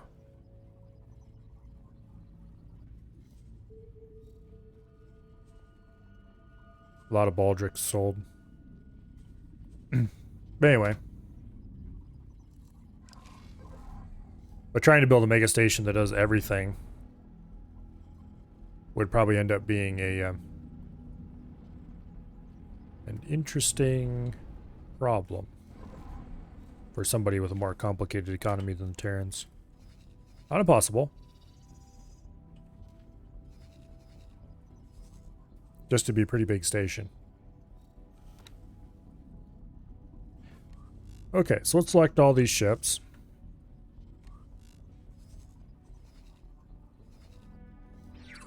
And let's go through to Savage Spur 1.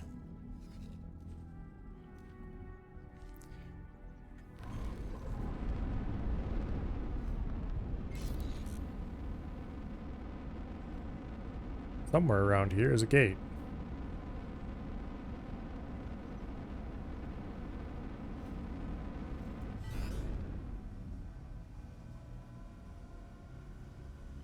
Over that way.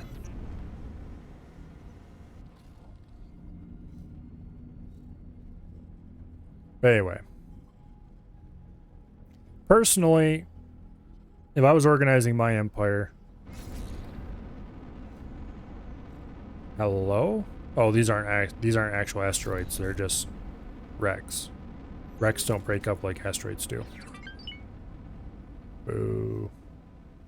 Anyway, personally, if it was me, I would probably use a few large-ish stations. Simply because of the time it takes to construct. And they would all be themed, as in similar industries grouped together. So it'd be production chains from raw materials to end product, where the end product is some intermediate. And then the intermediates all get shipped to somewhere else to actually be used. But the inputs would be ores, and the outputs would be, you know, usable products. And to be clear, I would probably just have miners assigned to the station, and the miners would go fly out, do mining, and come back and drop it off at the station, under the station's control. Until such point as it needed like an absolutely insane amount of resources, then I might start doing more centralized mining using mining stations and whatever, and then ship from between those to where they need to go. But anyway.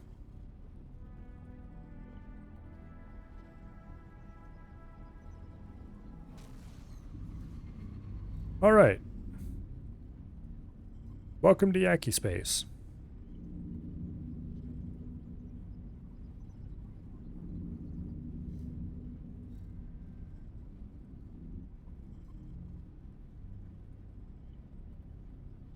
Once the autosave is Entering completed here. system. Savage Spur. How did it go? I'll make my way over to you. Let's go ahead and have a little look around here. Okay. Rod. go attack that solar plant, please. As of yet, unnamed Asgard. You go help him out.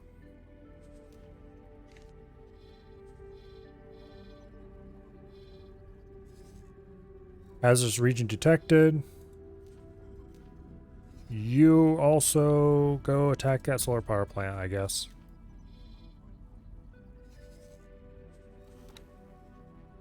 And every last penny.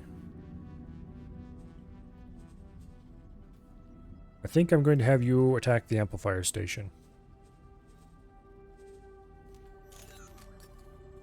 After I check my quest list to make sure I'm not doing anything weird here. Yep, next objective, destroy amplifier station. Okay, congratulations, go blow up the amplifier station.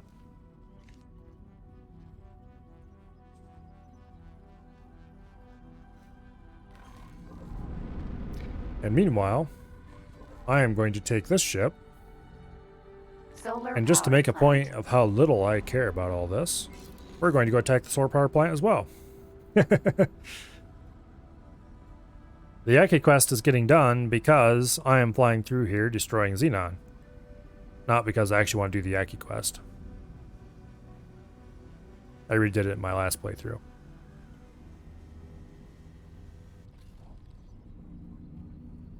I wonder what would happen if you showed up here without ever having done anything related to the Yaki and destroyed that amplifier station. I wonder if it's one of those cases where it's invincible until the quest is,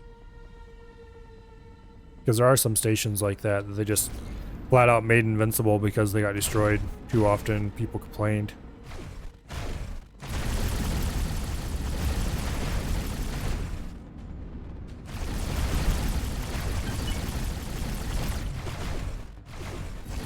Okay, we should be well within range. But anyway.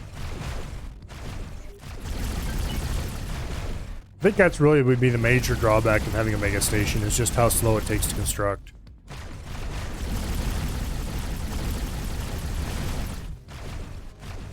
And also, if you realize you screwed up something and want to make a change, it's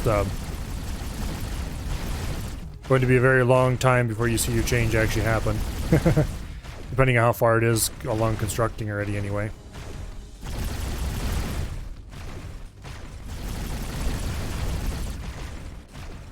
Anyway, this is about when I would normally end stream, but I'm going to go a little longer, which is starting to become a bit of a bad habit lately, but anyway.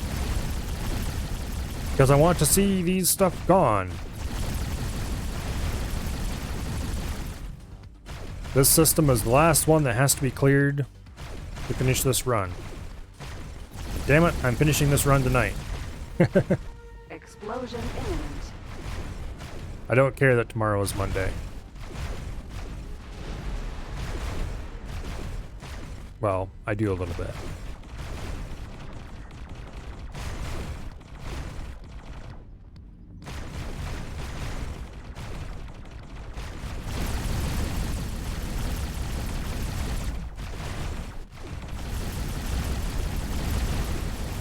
Treat the squishy bits first. Leave the heavier bits for the Asgards to come in and zap. Explosion imminent.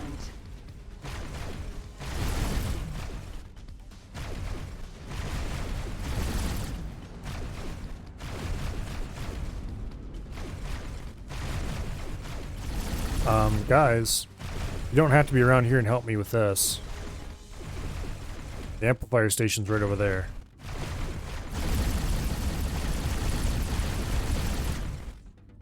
If you want to go destroy the amplifier station, you can go do that.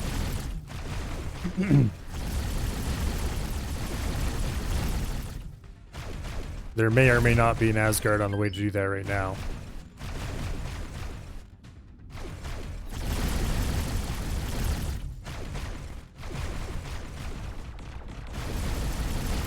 Okay, 70% health in the solar power plant.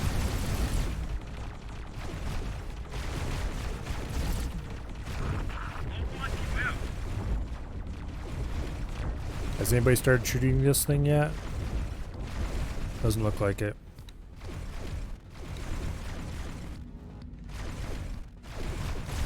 Explosion imminent. I really wish Terran cockpits had reasonable views at the side. They just don't. It's very unfortunate.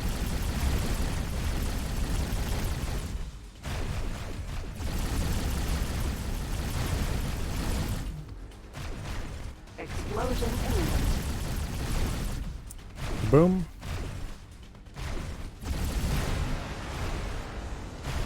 Asgard's a really good ship. I'm sure I don't have to tell any of you guys that.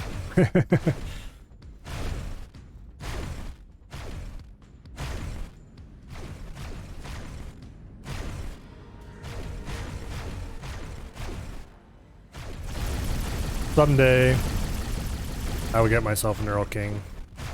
But until then, I shall just marvel at the power of the Asgard. Explosion imminent.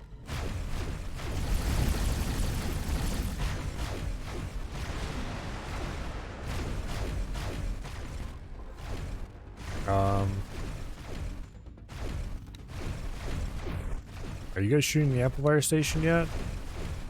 Or is this one of those weird things with the I can't do it?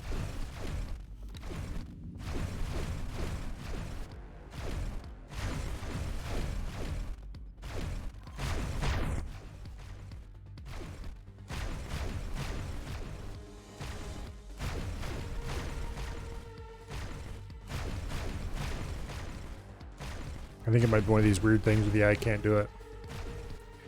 Asgard. Well, let's teleport over to the penny. I guess we'll have to go take care of this ourselves.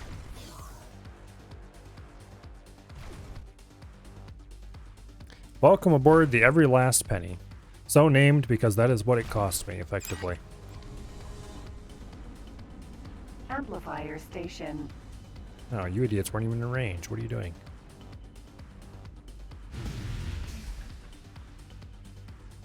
Okay.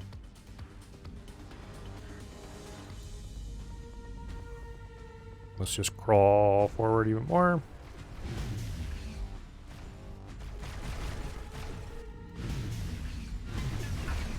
The Yaki don't like this one bit. Here they come. Well, tough for them, I guess.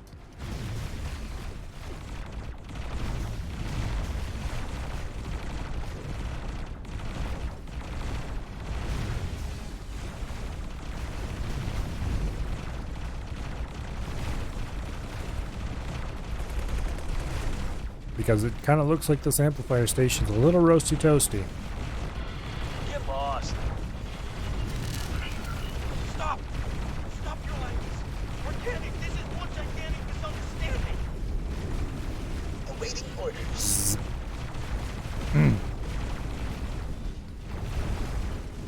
Explain yourself. Now. I'm just destroying Xenon stuff. Sorry if you don't like that. Listen, you've got to understand that this entire project was bound to fail. All it did was keep you holed up in your system, with no bright spot to light up your miserable existence. You put a gun to the Gate Network's head and expected no pushback? You have no idea what you're talking about. Yeah, okay, lady. Do you think that taking away the best protection we had against the Terran scourge would somehow give us hope? How delusional can you be? Oh, yeah, we're being shot. We can't engage You shovel know you drive. people best. No threat short of a total annihilation would keep them from scouring the entire Gate Network to subjugate or eradicate everyone who dares to oppose them. But they don't know, you understand me? They have no idea you're here. In fact, I think the Yaki don't like me the very much. Yaki are an unorganized bunch without a base. For the time being, nobody's gonna bother you here. Forgive me. A little unfortunate. The Yaki give you the quest to destroy all the Xenon stuff and these several systems. Private But then they never do anything with it. They just huddle in their little pirate base and never build more systems. Never really become a proper what do you call it? Never really turn into a proper faction.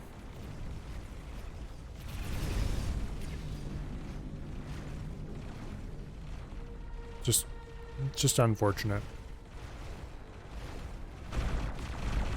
I suppose it probably would have been a lot of work to make them turn from a group of pirates into a proper faction, building their own stuff and, you know, dropping down a shipyard and all that fun stuff. Like, where would they get the construction ships and all that? But you could have, like, made that a quest even. Buy a construction ship for the Yaki. Deliver it at such and so place. Help the Yaki build a station.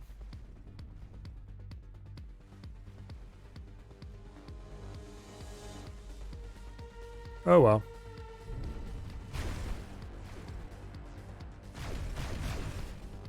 There's plenty enough content, I guess, without having that too.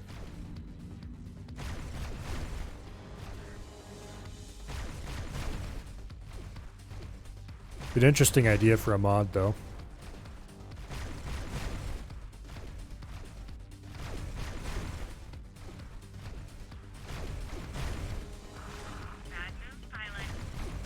I assume that's the kind of thing you could do with a mod.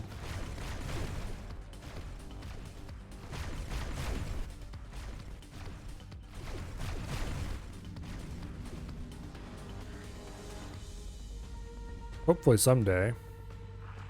Get off my radar.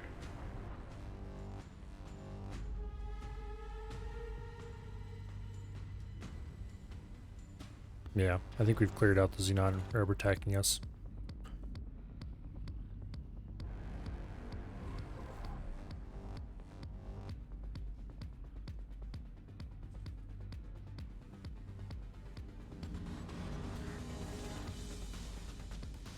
Which one are you? The Tall Boy's Wrath?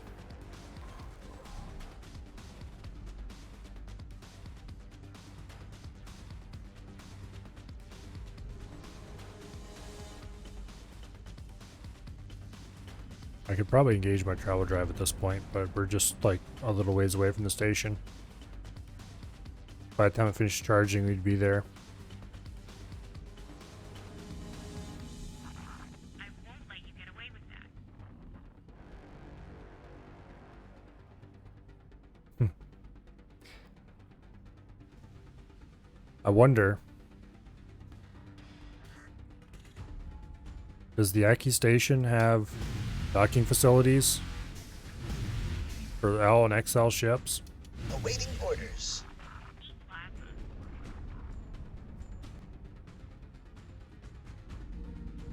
I have to admit, it would be kind of fun to pull up there to talk to them and dock with my Asgard. Like, oh, I hear you don't necessarily like my actions. Cute little station you have there.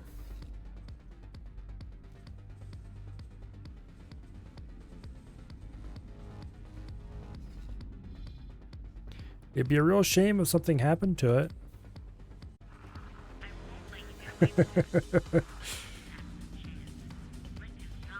No, actually I like the Yaki. The ones that aren't attacking me anyway.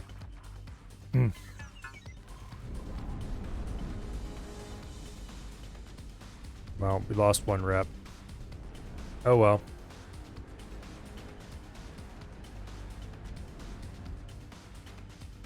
Actually, I probably been able to use that mod I installed a while ago. The one that allows... I'd installed a mod that allows you to radio ships that are hostile to you. And get them to... if they're part of a faction that otherwise likes you, they will stand down sometimes. Based on some conditions I don't remember completely.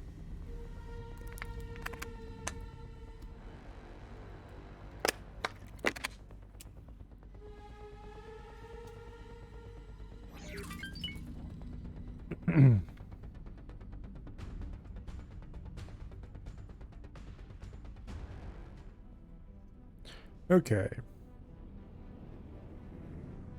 We're going to take out the shipyard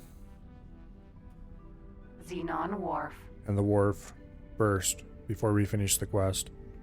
Just because the quest is not a priority for this run. Actually, I don't know if I'll ever finish the quest. Suppose I might as well. Certainly won't hurt anything. Oh, that was one of the other objectives for the last run. Was to finish the Yaki quest line completely. Complete with clearing out all the Xenon for them.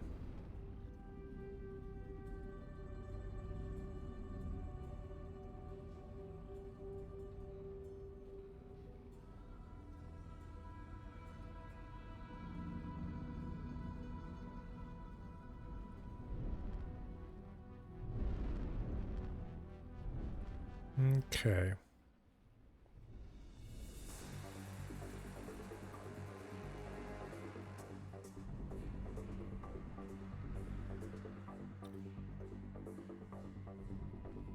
I want to get fairly well positioned and well above them.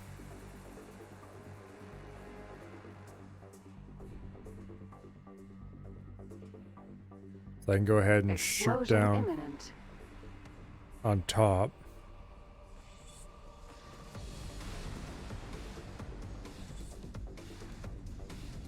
Okay, this is probably a good position.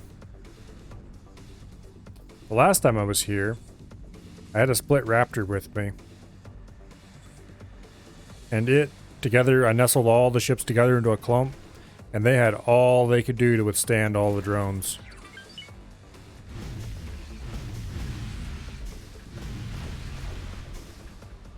Boom.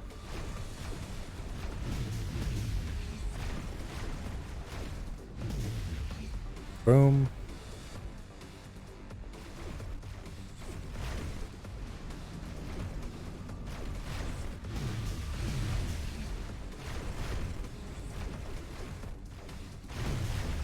Explosion imminent. Kaboom. I don't think that was quite the thing I wanted to make go kaboom, but close enough. I'm not sure if there was a defense module between those two or not.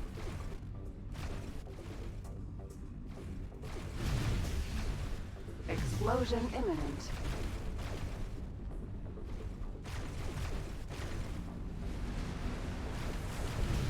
Explosion imminent. Trying to zap all the squishy bits first. Partially because it's just fun to watch them blow up.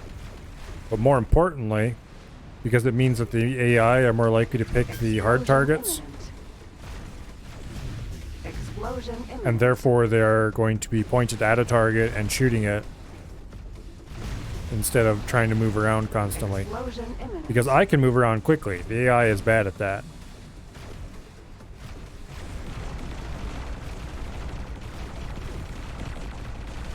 So the more zap zap I do to targets that the AI are going to find harder to shoot, the better.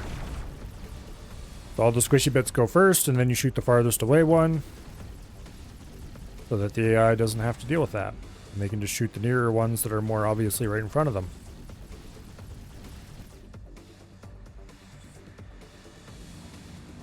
Station's already over half dead. It's already also entirely useless because the functional bit has been destroyed. Explosion imminent.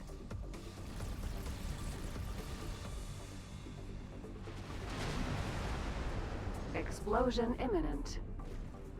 Okay. This is blowing up very quickly.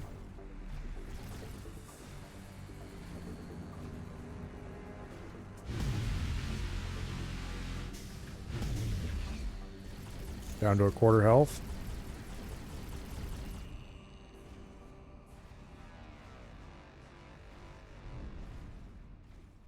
I think there's only 2 modules left, and these 2 modules were a quarter of the health of the whole thing. The health of standard race modules, aka not Terran and not Xenon modules, is just pathetic. compared to Xenon. Terran modules are pretty squishy too. But Xenon are like massive tanks. Which I suppose is done to make them a little harder. But it's to the point where it almost feels unnecessary.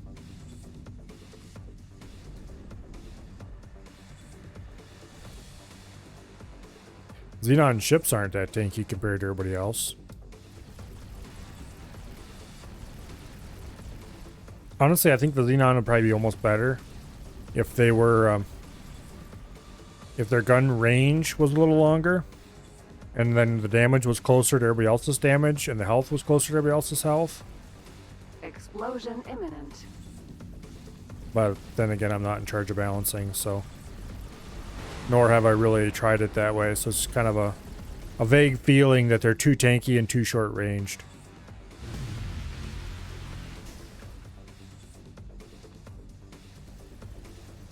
Bit brawlery, maybe. Oh, would you look at this? Hello, Kay.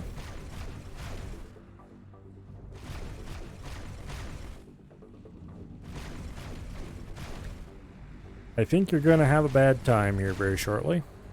Explosion imminent. Explosion imminent. Yep, bad time.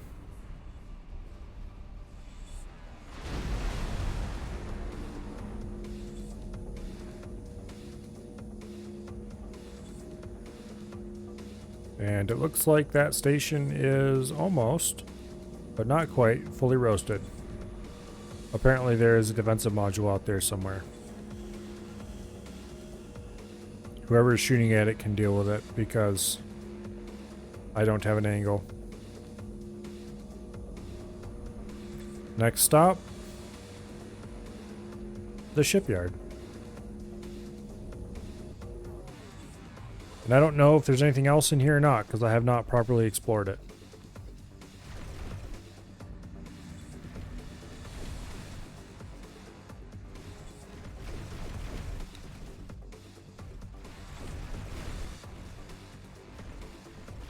Okay, remove all orders. Attack the shipyard. Charge.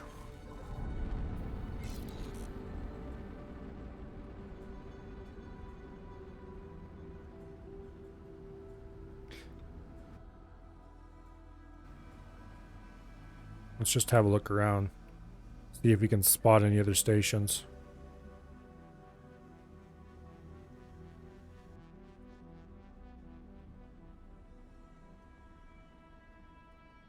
The background is not really conducive to station spotting. But nothing jumps out at me immediately.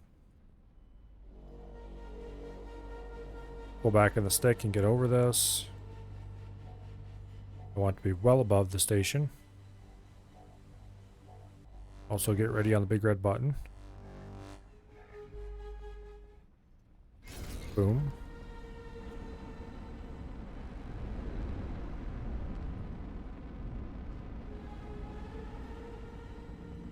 Get the nose down. First things first.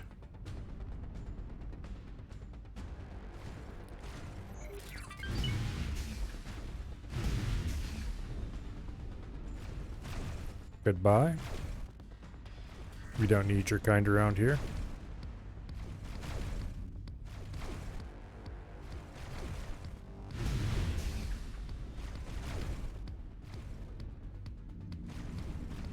And Explosion imminent. kaboom. Take care of all those defense drones the quick and easy way. Explosion imminent. Look at all those defense drones blow up. Explosion imminent. This is the other reason why you shoot the squishy bits first. Explosion imminent. Explosion imminent. Because it just wrecks defense drones.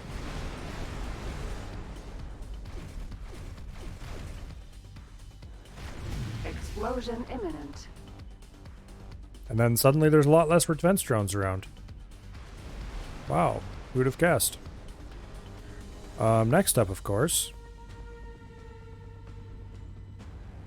is shooting Explosion imminent. these bits because that's the wrong target, Asgard. Because if they don't have the docks, they can't make more defense drones, even if they wanted to.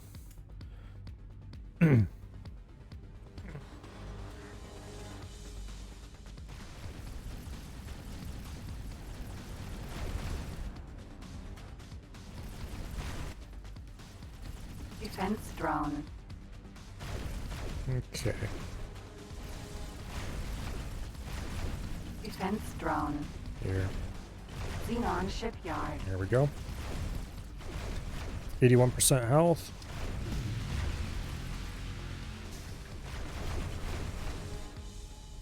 That module's going to go up in smoke soon. I am going to... Wait. There's a squishy bit I missed somehow. Yay! Squishy bit destroyed. I think there might be another squishy bit out there too, so we're actually going to fly over top of the station a bit.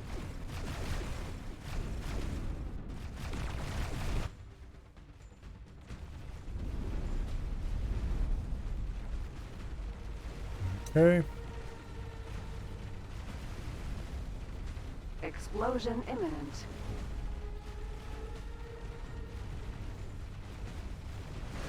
This feels like piloting the Raptor. Except it has actual guns. Well, okay. I shouldn't malign the Raptor's guns. Because the Raptor is amazing. Against a certain kind of target. It is a very, very bad day to be a fighter. When there's a Raptor around.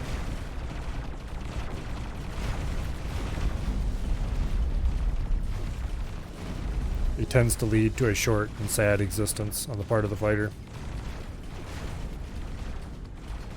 Explosion imminent.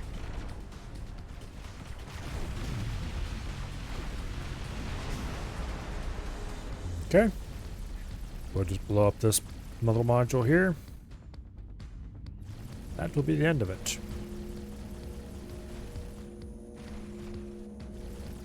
I'm reasonably sure for certain values of reasonable that this is the only station left in this system that's not the Yaki one. I've not fully explored it or anything, but I guess we'll see if it turns gray when I finish off this station. If it doesn't turn gray, then we know there's another defensive station somewhere. If it does turn gray, then we know there's no defense stations, but there could be like a solar power plant or something. Which could be hiding in a gas cloud somewhere or something like that. But I think I would choose to believe that we got them all in that case.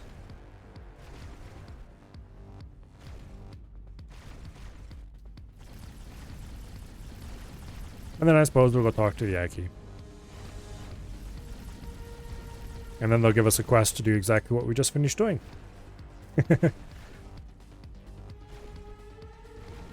Actually, I think that quest requires you to destroy all stations, not just take the systems. So, there's at least a chance that it might not be instantly completed. Which is fine because, well, no, it's not fine actually. Because the mission is to eradicate the Xenon in these systems. That is the objective.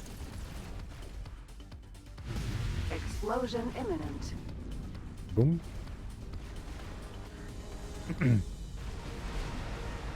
Everybody loves a good kaboom. Except the Xenon. They don't love a good kaboom. They love bad kabooms.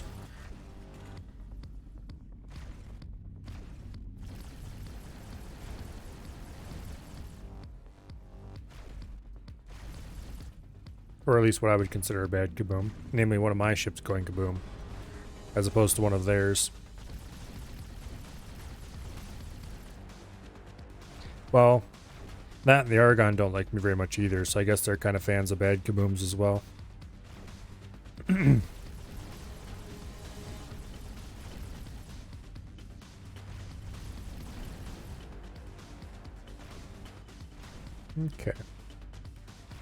33% health on this station. The Xenon modules are so tanky.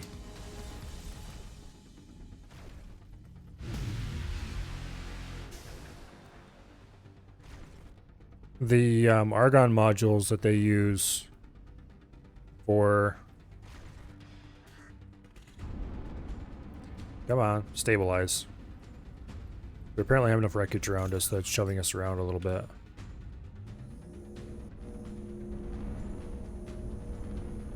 But anyway, the Argon modules they use to buff up their wharves and shipyards are particularly squishy and go up pop, pop, pop as soon as the Asgard even looks at them. But the Xenon modules are just pure solid armor. On one hand, it's unfortunate that there aren't Xenon variants for all the required modules. They don't have to have loner Argon modules. On the other hand, I rather like that there are some squishy bits on it that I can shoot easily. After tanking through the huge armored beam, just pain in the butts that are the Xenon modules. It's kind of cathartic to just pop soap bubbles, comparatively speaking. Explosion imminent.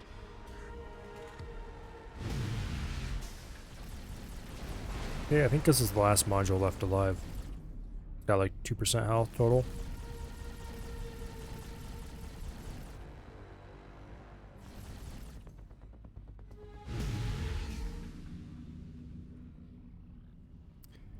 And there we go. Awaiting orders. Now, I am going to... It's still showing red. Awaiting orders. Okay. That means that it is time to take the shape of things to come and fly around a little bit. You know, I named this thing the shape of things to come because it was sort of the pattern I was going to use to make fighters. Awaiting orders. It was the test bed. It was going to be, you know, I'm going to fly this around a little bit and see what it's like, and then I'll probably make 100 of these. Or a few hundred of these. And then I never made any more of them. Just because Terran fighters suck. They're either so slow they can't get out of their own way, or they don't mount any guns at all. Or both. Commonly both. The Takoba, if only it mounted more guns, it'd be pretty okay.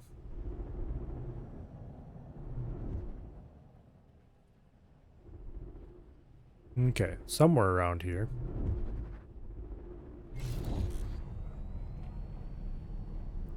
There exists not even more Xenon station, not only more Xenon stations, but also a superhighway. Awaiting orders.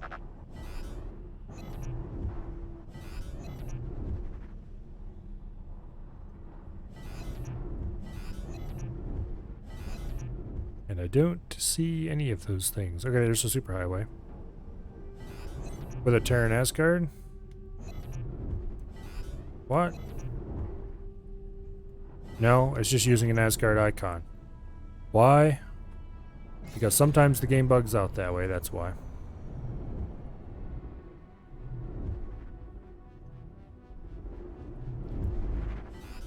Okay.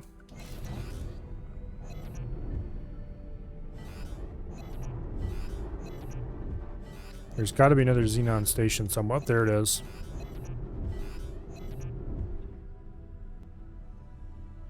Don't think that's it though, because this is just a normal station.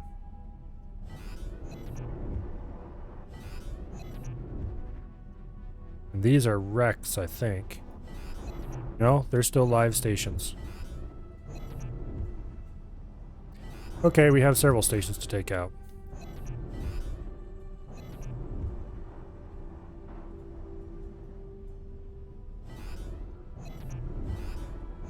Is that it?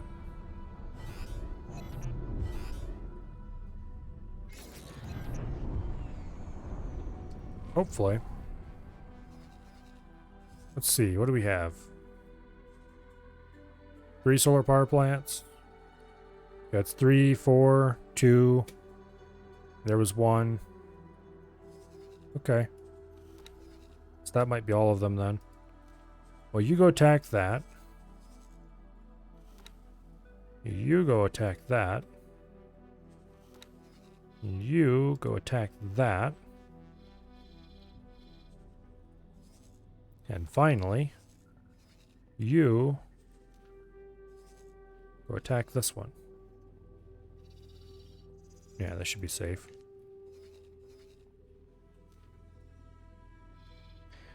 All right. 4 stations, 4 Asgards. It's a race. Well, okay, not really. Get rid of this message icon. The Yaki want to talk to me.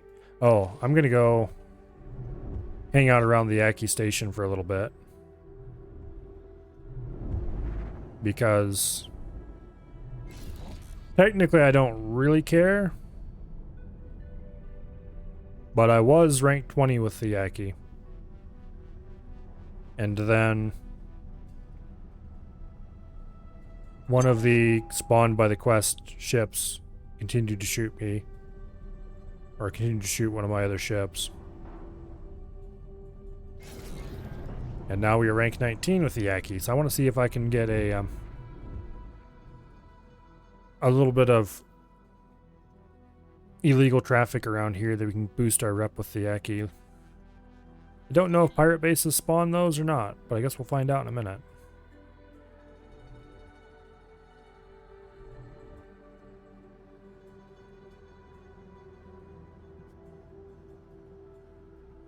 I don't see any civilian traffic, so they probably don't spawn those.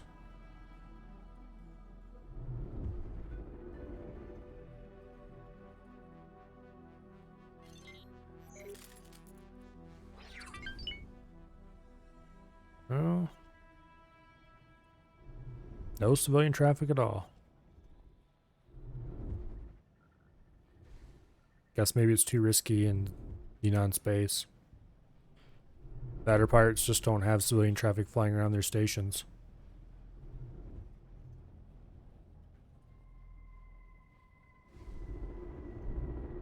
Looks like the Yaki use parented station parts.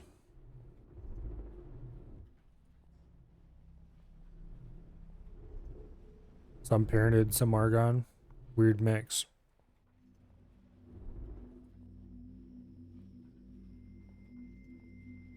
Well, I guess we're not repairing our Yaki rep that way. It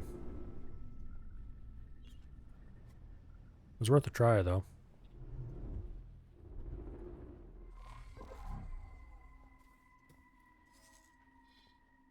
Oh, there's another defense platform. Okay, that makes 5 stations, I guess.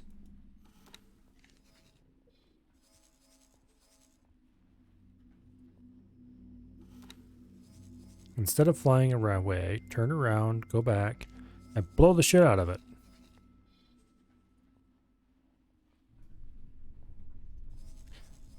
Hazardous region detected. No, okay, nope, that's litigious rodent. First I thought it was the hazardous region that had taken that damage. But nope, just a litigious rodent.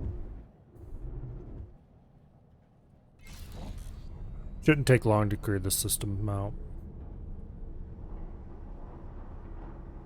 Let's stop by and make sure everybody's shooting what they're supposed to.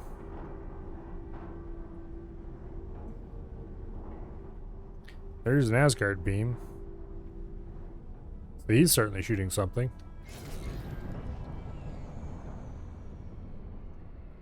Sin, Kurao Kami. Why are you hanging out with those idiots? Okay, whatever.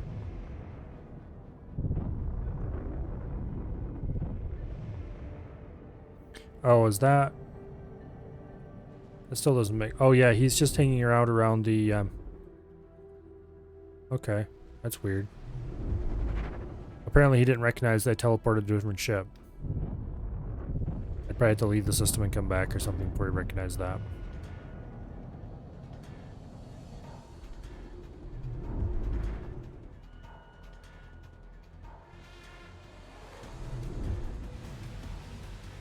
I was about to say, are you going to fire on that thing today or tomorrow? But apparently you decided today.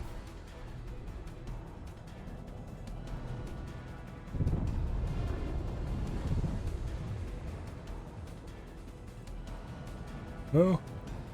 Oh. These stations are all taking damage, so that's good. The Asgards who still have sins. Most of their sins are lining up and firing properly.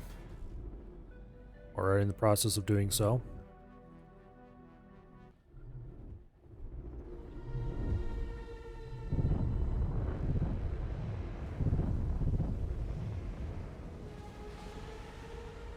That beam gun looks so cool. Oh, something just blew up. Let's park right here in front of, or just above fire control.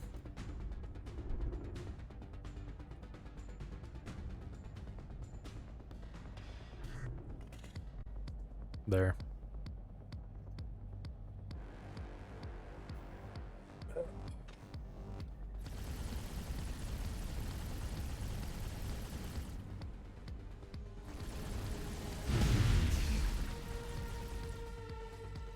Apparently the crew in fire control and the ship captain do not communicate.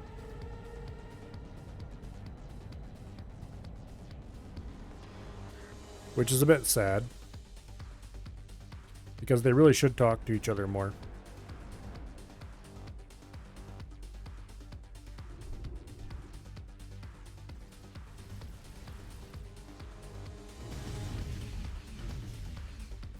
It's like, is it safe to shoot now? You're not going to suddenly swing me past it, right? See all those little blue lines straight ahead of us over there? Or straight ahead of where the camera's pointing? There's the drones.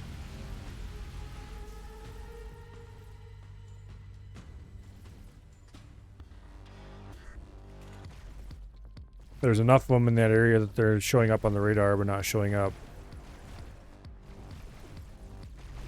Not drawing boxes around them. Oh.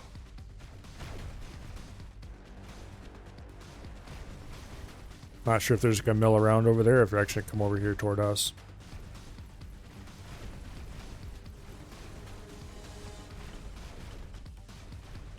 I'm inclined to believe they'd probably mill around over there for a while. They seem to like doing that. Solar power plant.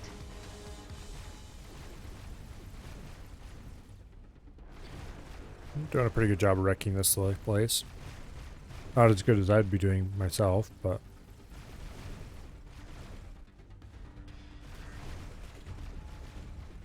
Finally got an Asgard, or a Sin on station.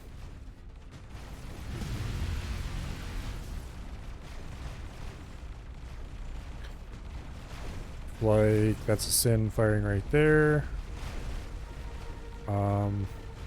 Where's your Asgard? Oh, there he is.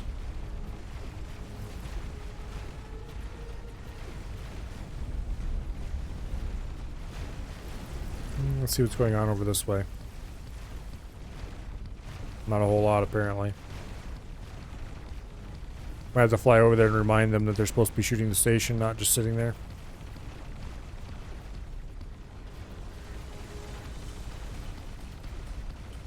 Oh. The module right in front of us is about to blow up. The lights have turned off on it. I'm not sure what the exact health threshold is for module, but it's only a couple percent one way or the other. I think it might be 5%, but I don't remember exactly. In any case, whatever level it is, when they get fairly close to blowing up, the lights turn off and it looks kind of dead looking. And then you shoot a little more and it goes kaboom, and then it looks like scrap.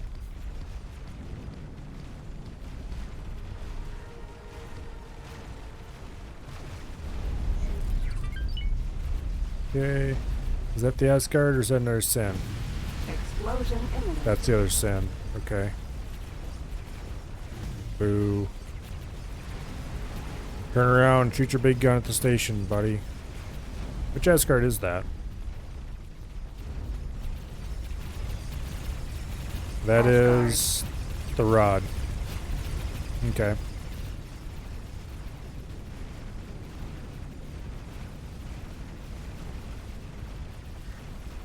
Oh.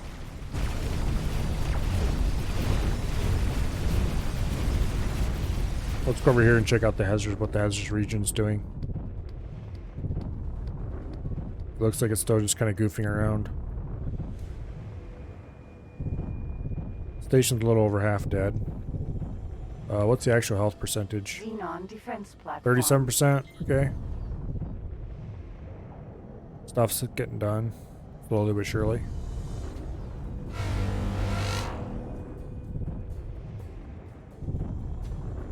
Now, as for you, Solar power plant. 55% health. Being shelled by an Asgard there. There's another Asgard straight ahead of me over there somewhere. Not Asgard, Sins. Okay, both Sins are shelling it properly.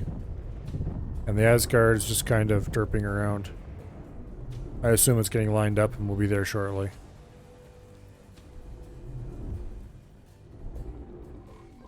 And as for out here, the as of yet unnamed Asgard has basically done nothing but scratch the paint very lightly. Asgard. We clearly need to go and see what's going on with this. It might be one of those cases where it's sitting just out of range. That's more of a Sin thing, though.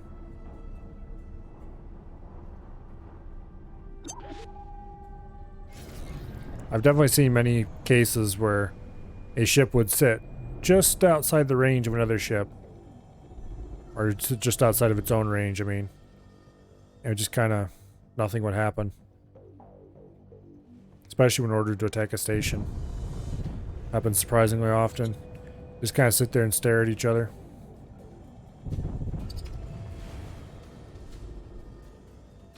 Engage the main laser. There you go. You can do it. See? You just have to believe in yourself. And yet that means stop by and hold your hand for a little bit. I think it's an out-of-sector thing. It only happens when they're in low attention.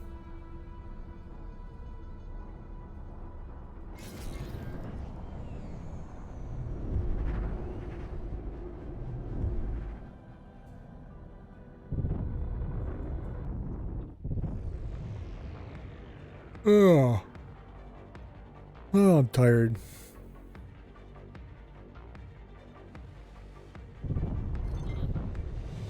I really want to see these last couple stations blow up, though.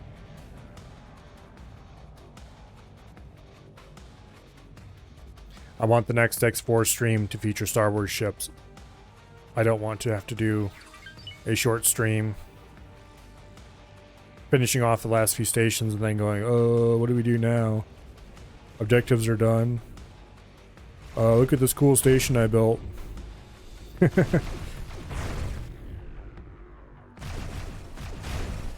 And also, I would just like to see this finished today, because it's been several weeks coming. I'm not sure how many hours have gone into this particular run, but it's a bunch. Probably at least a couple hundred. Well, over 100 for sure, but maybe not a couple hundred.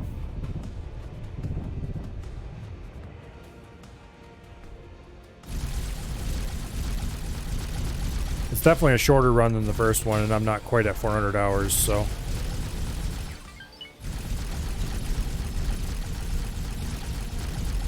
No more build storage for you. Build storages are wrong and evil. Unless they're mine, and then they're good.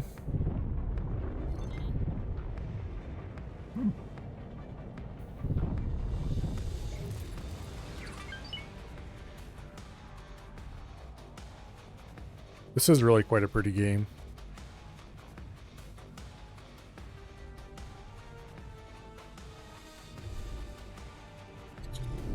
I'm pretty sure this has no relation whatsoever to what real space looks like, but that's fine.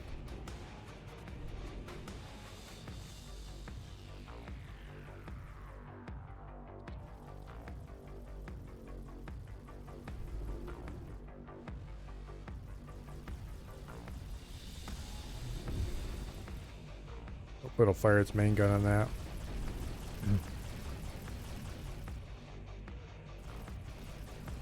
Got a Sin over there firing away. See, this is the hazardous region, isn't it? Asgard. No, it's the Penny. Okay. I don't remember which ships were assigned to the Penny. Sin. The Johnny Five and the Tall Boy's Wrath. Okay.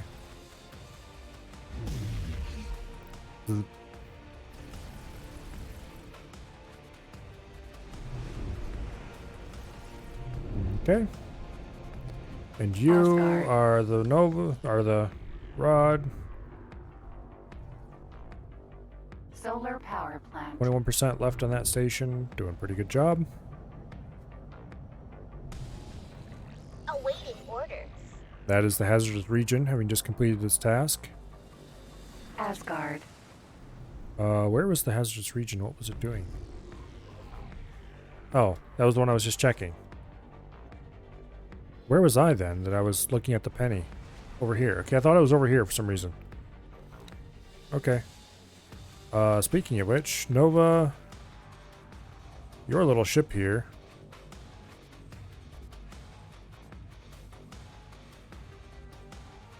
has a K coming. Go blow that K up, please. And when you're done, return to destroying the solar power plant. Hazardous region. You go take out that defense platform. Thank you very much.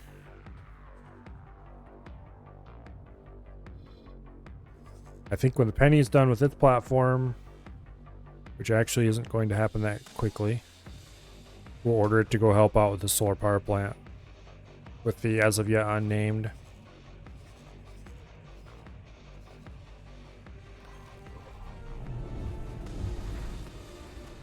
Okay. K. If we're lucky, we're going to see a K get zapped. We're taking hits. I'm inclined to believe that we should get out of here because the AI doesn't seem to be very good at using the Asgard in sector against a K. It looked like it was turning nose on, but then it started turning away, so it's like, nope, we're out of here. Because if it doesn't nose on to that K, it's dead. For in-sector combat.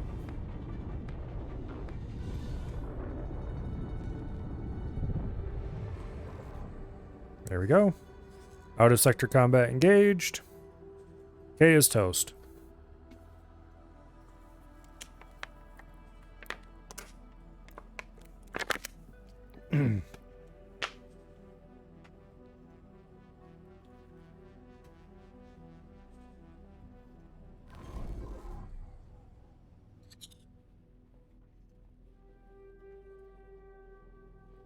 Come on.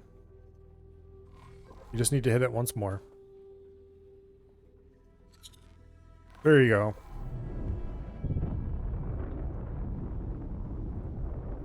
No more K.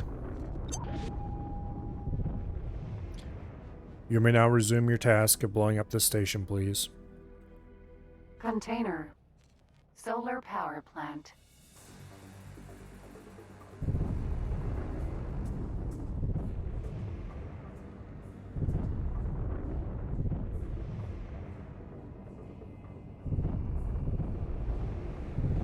What is the Swan Song doing?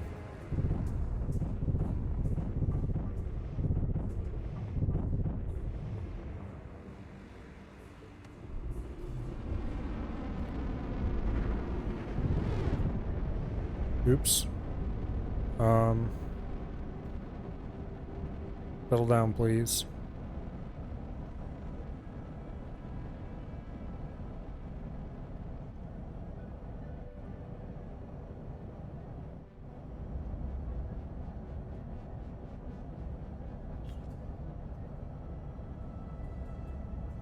Let's get her nose pointed back forward. I don't know why I bothered to hitch a ride on the Swan Song. We're at 26 rep with Zyrith Patriarchy.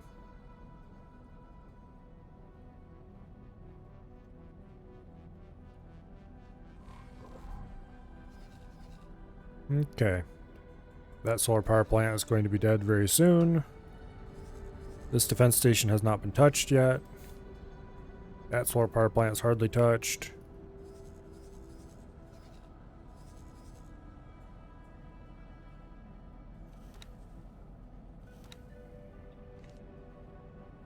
Okay. Well, they'll get around to it eventually. The defense station we're here to blow up is that one right there that the Asgard just opened up on. I do believe that we were probably upside down.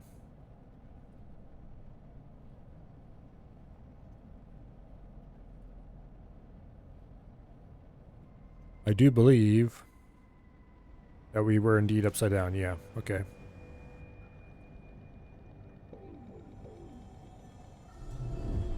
Let's go have a little look at this Asgard.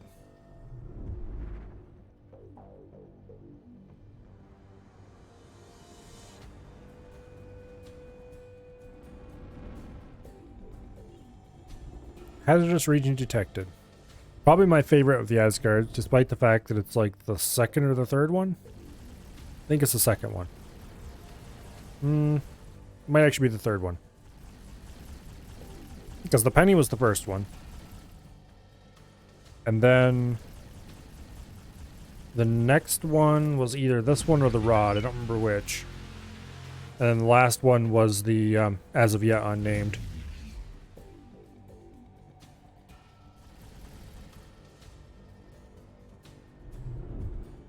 I'm not sure how this kind of de facto became my personal, not really personal, but my own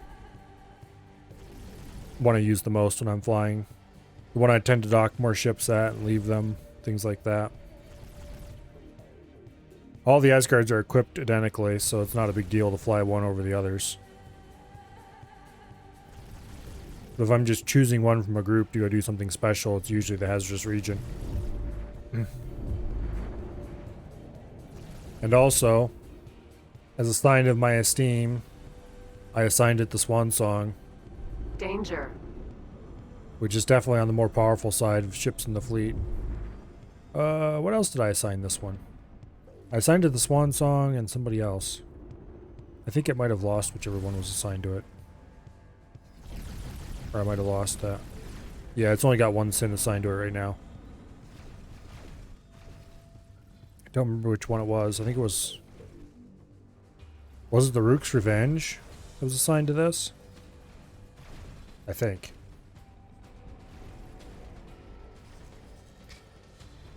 Rip the Revenge. The ship that blew up under mysterious circumstances with no apparent cause.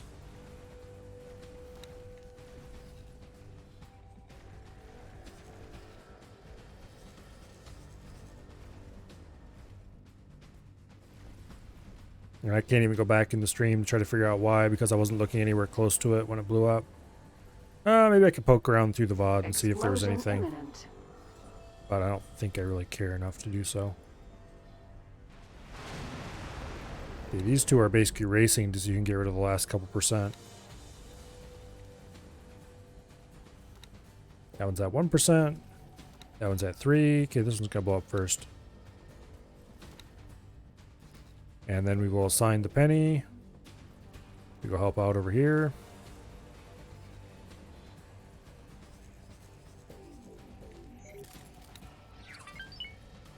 And after that, the rod is going to get to go attack over here. And that should, emphasis on should, be all that has to be blown up around here. Kaboom. No more Xenon Power Plant 4. Now we just have Power Plant 2 and Defense Platform to go. I think that's all that's here in Savage Spur 1. Savage Spur 2 is the Terran's problem, because I'm not taking my fleet through that one-directional superhighway. Because to get back out of here would require a bit of a pain in the butt. The Argon really don't like me.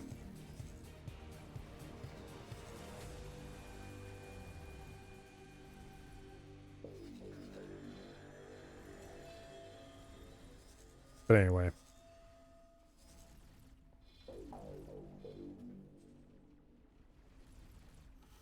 There's a T. You don't see many T's. I wonder if it's painted black.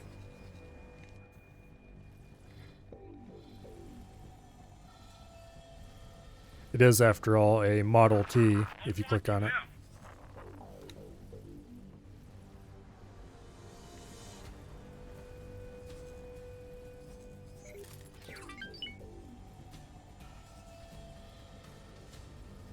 But anyway. 2 more sins and Asgard arrived to take out the defense station.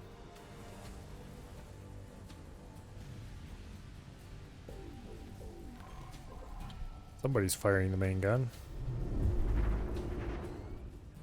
I'll want you out.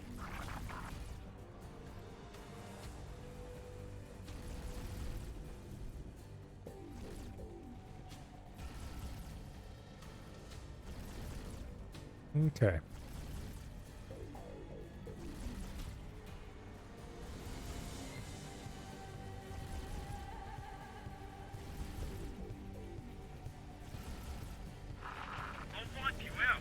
It looks like this Asgard, as long as it doesn't get any wild hairs up its butt and decide to just fly some random spot, has a pretty good line on all of the station modules. It's shooting this one right here first, but after that it just can turn a little bit and get that one, and turn a little bit and get that one, and then get that one. At least that's what I would do if I was, you know, controlling it myself. AI being the AI, it'll probably destroy some of that and then decide it Defense drone. needs to fly over to the other side of the station to continue. Defense drone.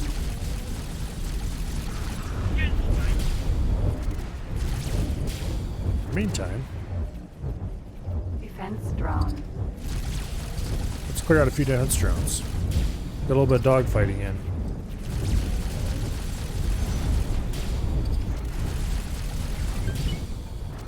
Even if it is against a distinctly inferior target. Defense drone.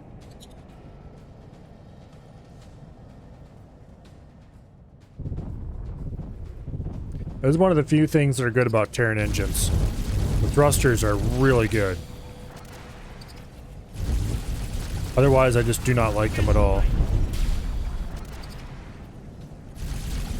I don't even really like their capital ship engines. Explosion imminent. I know somebody was saying in chat the capital ship engines are better, or considered better, but I just like the split ones because they give more speed. But then again, speed isn't the be-all and end-all of everything either. The Terran ones may give more maneuverability, I don't know. Or something like that. Defense drone.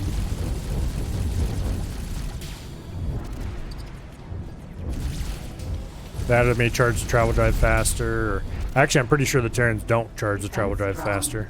Defense drone.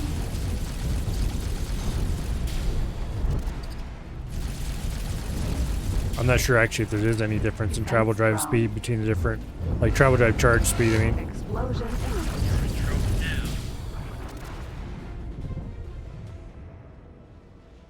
I should probably see if there's anywhere I can just look that up. It's not a stat given in the encyclopedia, but I'm sure there's probably a website, wiki or something that has all that listed.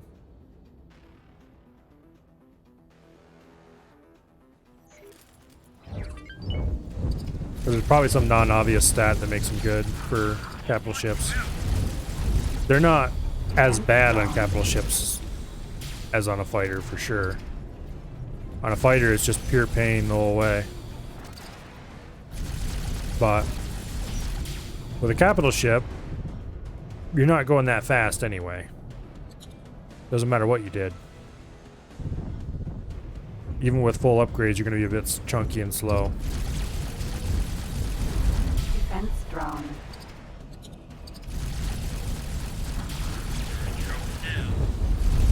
Which is unfortunate. That's just the way it is. Thins are pretty far from being the chunky and slowest ones, though. They're not as fast as a rattlesnake, but they are really maneuverable. Defense drone. Non-defense platform. Okay, that apparently is most of the defense drones. And this defense platform is down to 4% health as well. And this one over here is down to 11% health.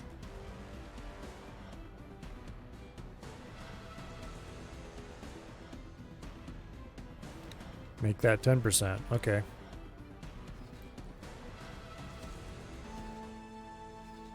Yay! It is now a gray system.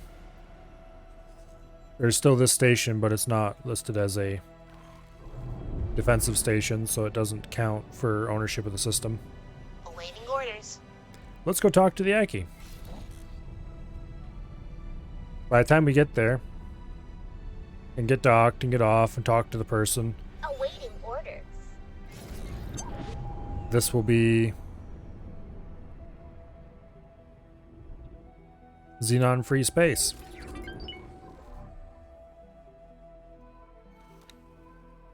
Well, maybe we'll wait a little longer. We'll wait till it actually is Xenon free space before we dock. And then they can go, oh, wow.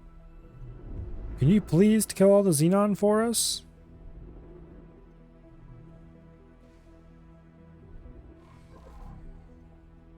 If you're going to condemn us to a terrible death at the hands of our oppressors who are all around us, it's like, look out the window, lady. You see that wreck? Yeah, that's a shipyard.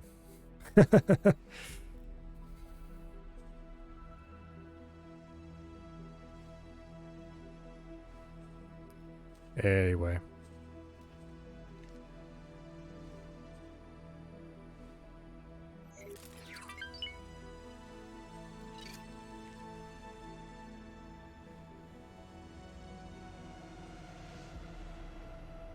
Come on, couple more shots. Uh-oh. Darkest Cascade is once more considered Xenon-owned territory. Because they're trying to build a whole bunch of stuff there.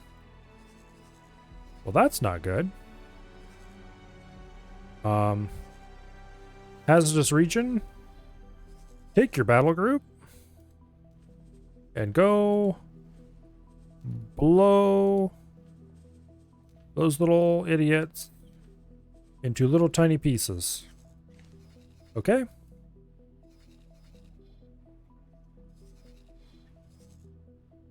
And Rod, you take your battle group and you go to this one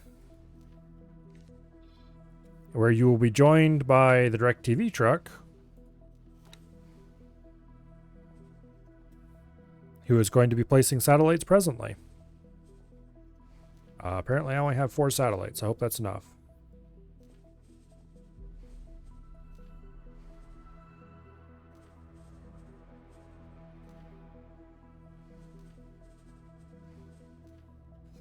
Okay, after getting those 4 satellites, DirecTV truck, fly back to the first steps, and get a full load. Awaiting orders.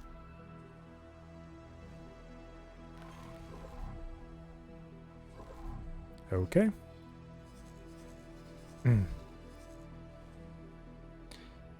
Every last penny, you go destroy that one that's just trying to crop up. As of yet unnamed. Awaiting orders. Go blow up that S. Being a bit presumptuous. I should have been following along with the DirecTV truck the whole time instead of, well, not doing that.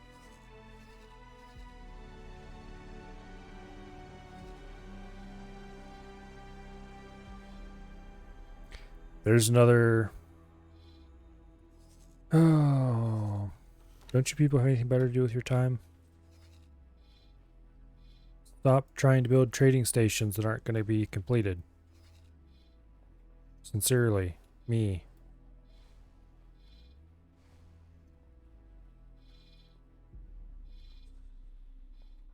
Okay.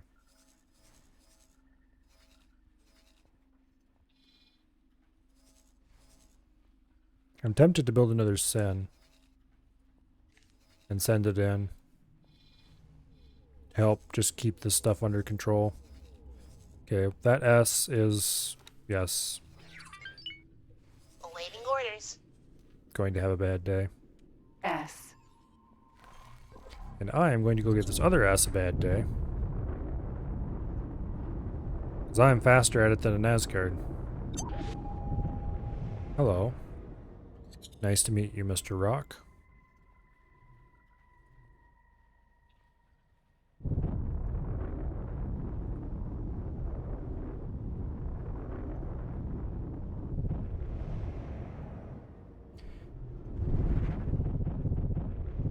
We're basically going to have to destroy all the S's in the area before they stop trying to build stations.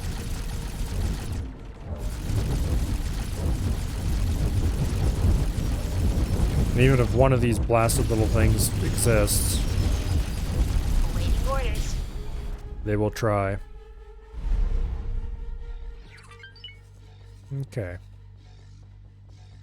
S. Whoa. Stop it. No spin. Spin bad.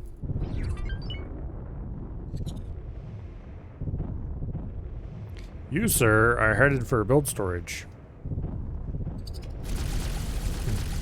Build storages have been declared illegal. At least Xenon build storages have been.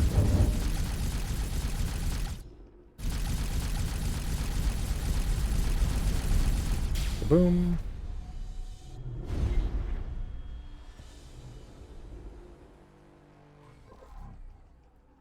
Okay. I'm going to send the as of yet unnamed.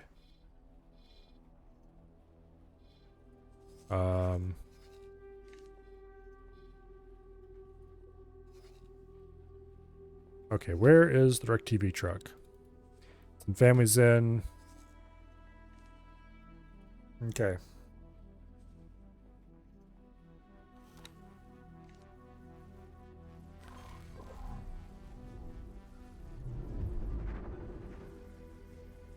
Okay, good. They're shooting at the station.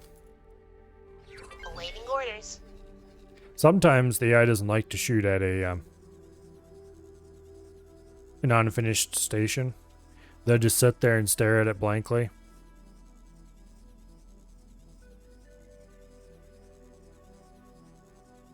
Also, it's a very annoying noise autosave. Please don't do that.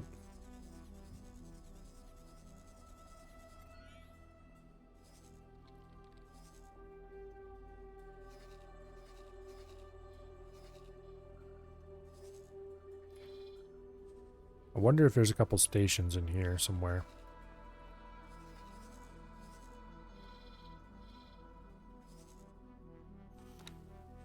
Okay.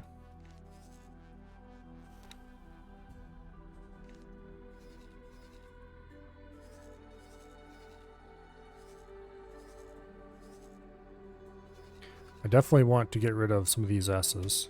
You know what? Let's take the wheelbarrow and let's order it to attack these S's.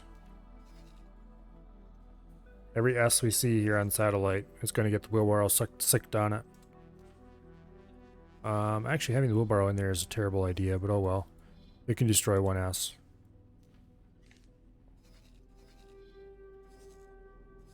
Oh, would you look at that? Well, Rod, I do believe we have found the stations for you to attack. Go blow them up. Why is that idiot still following the swan song? Okay, whatever.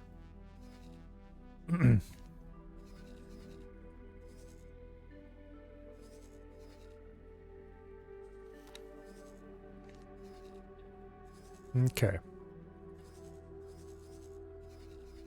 Those won't take long to blow up.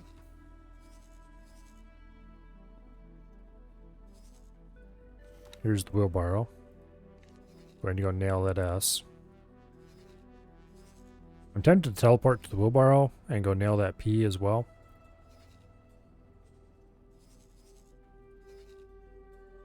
Just to make sure that it knows its existence is appreciated.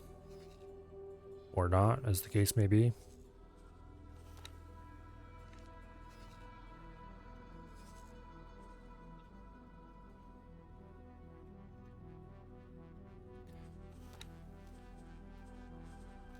We're teleporting to the wheelbarrow. It's not doing a good enough job. Danger. Entering system. Barca's Cascade. Danger. Entering Katana. system. Get out of my seat. Sorry, friend. I'm afraid I'll have to lay low. With these cybernetics and this ship, any Terran we come across would shoot me on sight. Okay. S.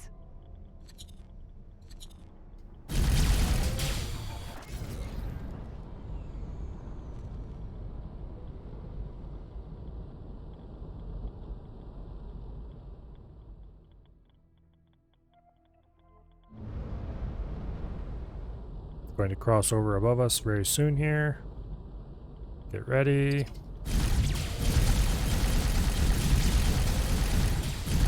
Get back here, you bastard. I can't regenerate my shield, but I can use my thrusters to chase you anyway because they're in ships.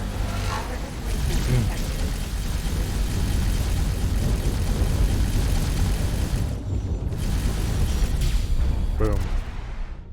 No P's allowed. Or S's, I mean. No P's allowed either. Don't know where that P went.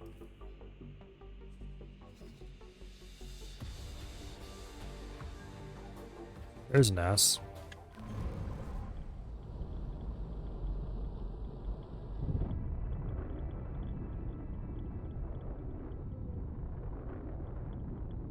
I'm gonna go get those S's that are in next system over. Entering Barca's Cascade. 17. See if they can go give them a warm welcome.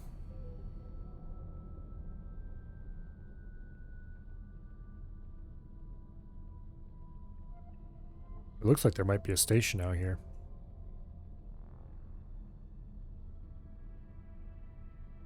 Time to show me what you are transporting. No. Good luck. Yep, there's a station out here that got missed. Looks interesting. Cut your losses. Drop the cargo. Yeah, right. Drop your cargo. Ha ha ha. No. What a bunch of losers.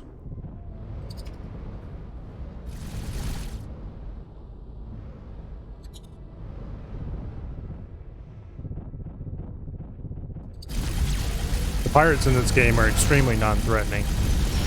At least anything player controlled.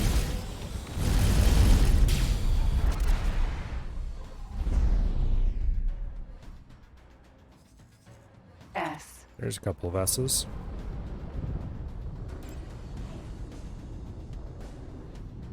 Let's go right ahead and burn on in.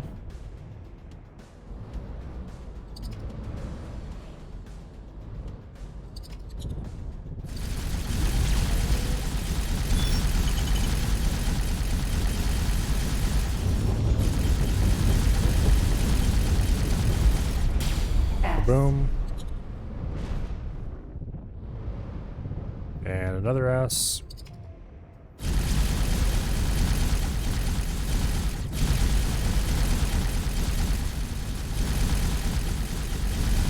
Kaboom.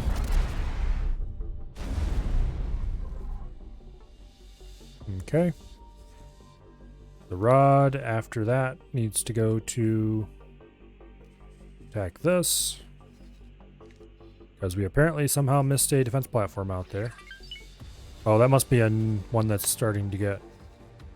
No, it's a... Okay, that's not a defense platform. That's a solar power plant that doesn't have its solar panel. Probably because it's still under construction or something.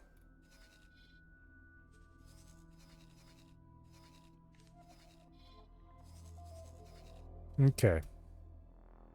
So where is... Did the direct TV truck get blown up? No, it didn't. There it is. Okay, I couldn't find it in the list for a second. I was like, oh no!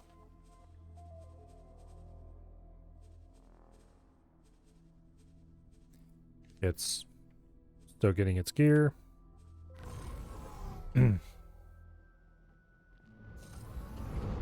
Container. Does anybody want to go tie on a pirate? Yeah. I'm gonna take a closer look at this station. I think it has a build storage, and can't have build storages around here.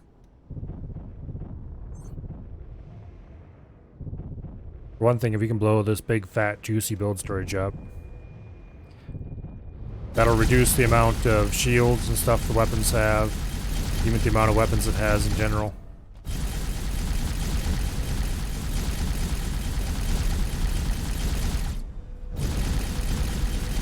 It's shooting me!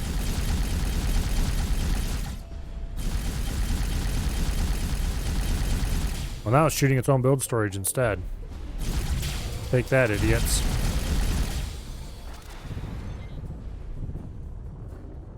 So much for that build storage.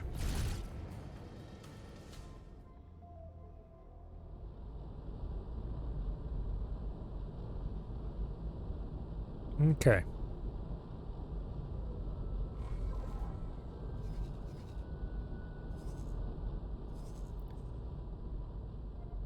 So this has got to be blown up. Actually, the rod is on the way there right now.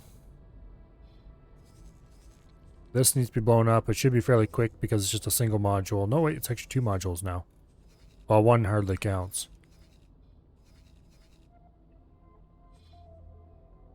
Try to read interesting news stuff when it's paywalled. Yeah, I don't know what news sites think they're doing with paywalls. It's definitely certainly not going to get me to subscribe to them.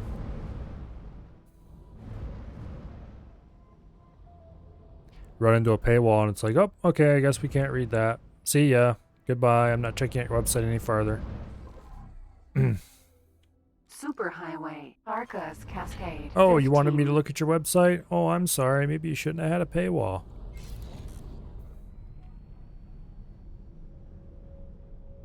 You want to show me some ads? Go right ahead.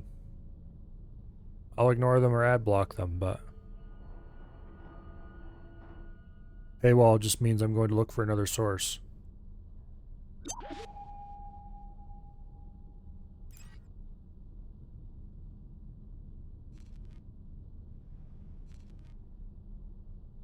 Okay. Time to show me what you are transporting.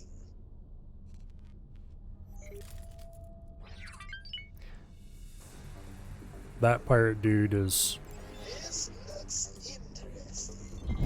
Cut your losses. well, and he's drop not very the smart, let's put it that way. Danger. Entering. Arcus Cascade. Now, we need to be careful with our thrusters in here because small, medium ships can't regenerate their shields in this system. Maybe you can if you have a the right hull mod, but not with the hull mod I have by default. 15. So S. okay, let's intercept this guy. Did we hit him? I think we hit him.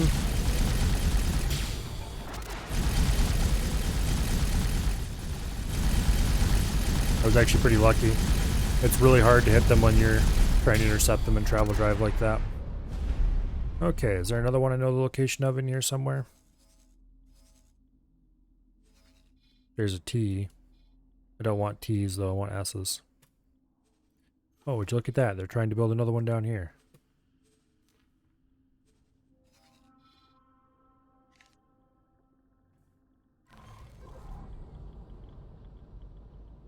Every single S must be squished.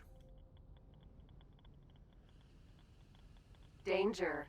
Hazardous region detected. Or else they will never stop trying to rebuild in here.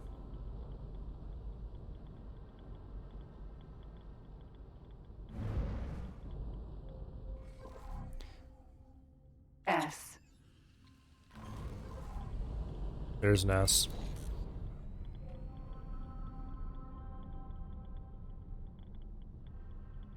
Get ready to kill the drive.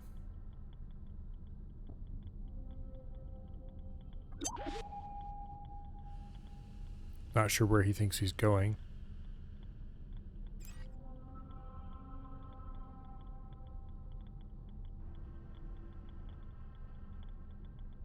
A power distribution unit without any place to dock. We get power. Oh, he's going that way. Guiding star defense platform under attack. Danger.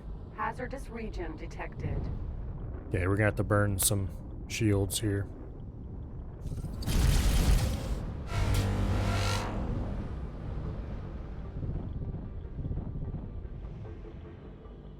We must have hit him because he's slowing down.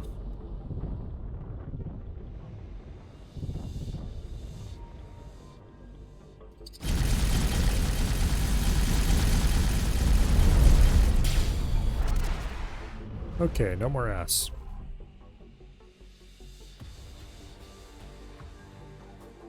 Hazardous region is headed on to the next attempt at a station.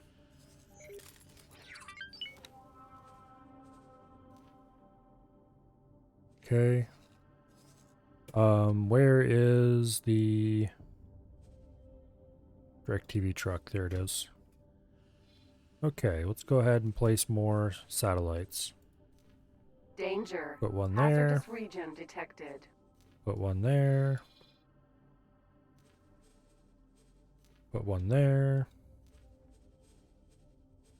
And one there. Probably pretty good coverage for that system, to be honest.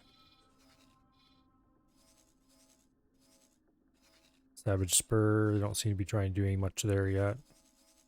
What little of it I can see. So we'll have the DirecTV truck drop a couple more satellites here.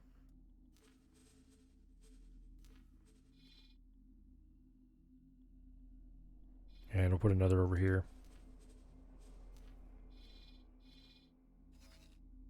Okay.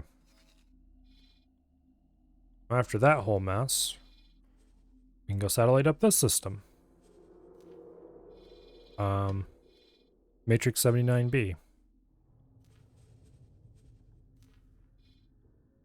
Danger. Hazardous region detected. Yes, yes, I know. You think it's a hazardous region. It is, kind of.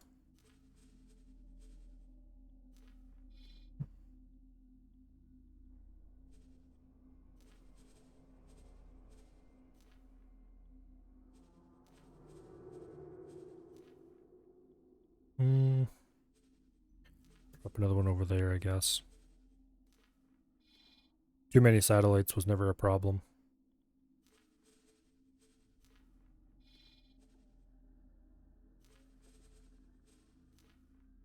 Awaiting order. Or at least never a problem I've ever had.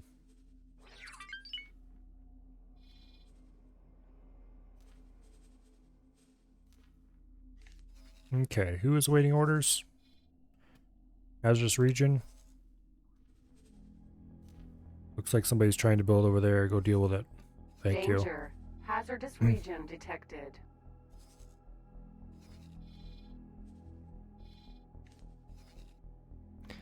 The hazardous region is by far the most important ship. The AI keeps trying to tell me about it.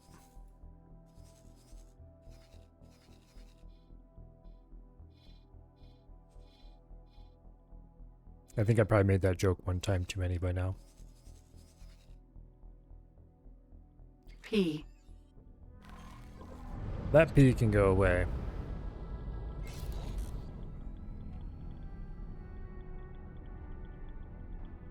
This is no longer Xenon space.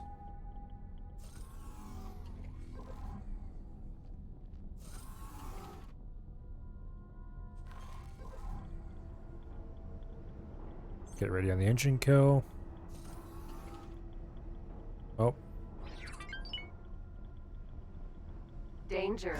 Hazardous region detected.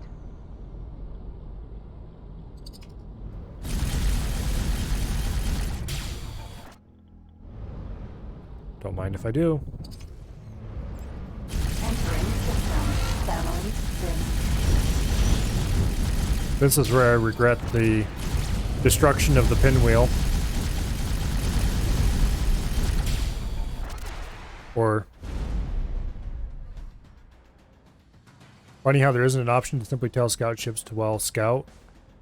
You can tell them to explore a system, but you can't tell them to fly through gates and scout. Entering system. Tharka's Cascade. Well, you can tell them to fly through a gate and scout the other side, I guess. Also, if you right-click on a gate and choose Explorer, they'll fly through and start exploring the system on the other side. Danger. Hazardous region detected. It'd probably be too easy if you didn't have to pay any attention to them. You could just set them loose and let them auto-scout the Thank whole you. universe.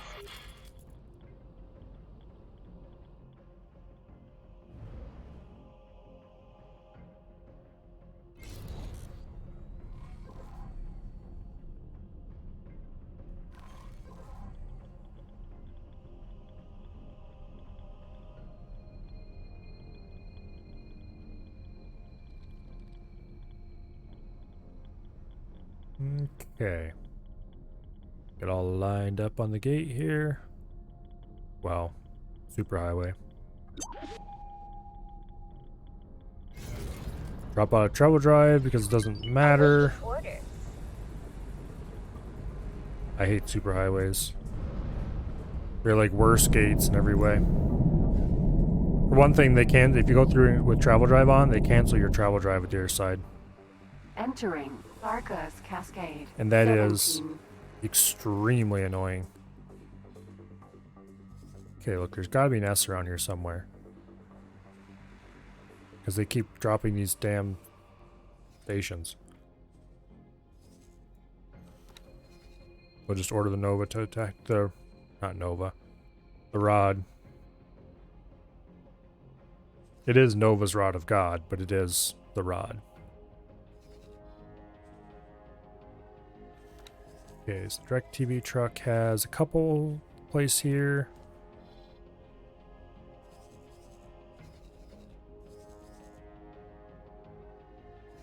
There's a T.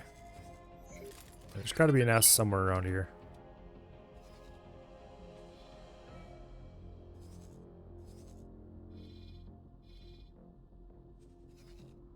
I probably should bring the as of yet unnamed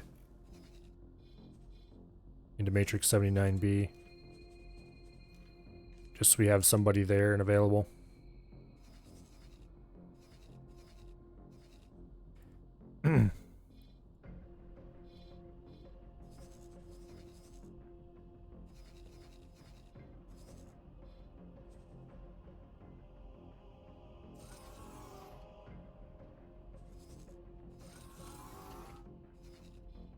Yeah. Every other Xenon station, or not station, every other Xenon system I've cleaned out has mostly stayed cleaned out. I just had to show up, maybe destroy one or two things, and then it just kind of cleaned up on its own. These ones are proving stubborn. They just keep trying to rebuild. Well, they kept trying to rebuild here in Tharka's Ravine as well, but that only lasted for a little bit before they stopped. I think I might have got the last S fairly soon there.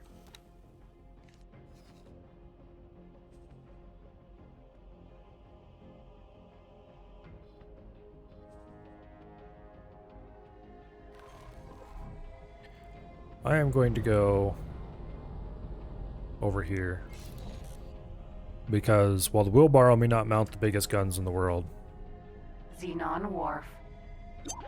it mounts guns big enough to take out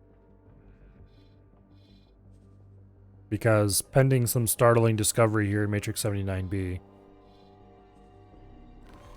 which we're going to be flying through anyway, so we can take a look around while we're there.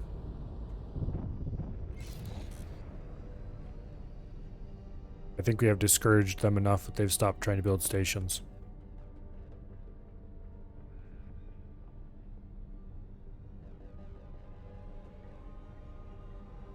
It's midnight already. That's a good solid hour longer than I thought I was going to be going tonight. Well, I should say that's a good solid couple hours longer than I thought I was going tonight. Or hour and a half longer. But when I was like, oh yeah, just go a little longer, I figured it'd be like, oh, I don't know, 30, 40 minutes. I'm gonna be done. But apparently not. Not that I particularly mind. Matrix number 7. Flying around, 9, blowing stuff up in B. X4 is fun, after all.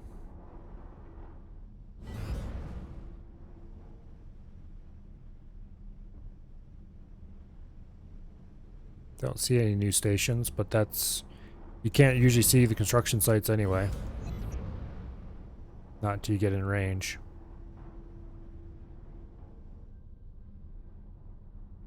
They're sneaky and invisible.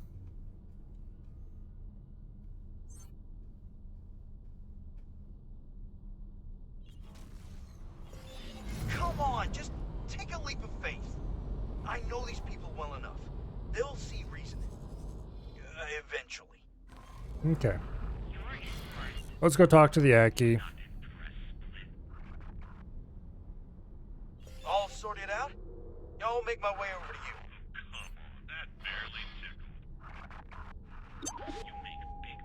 Get ready on the engine kill. This is the wheelbarrow, and it has bad brakes. So we want to kill the engines about 25k out, roughly.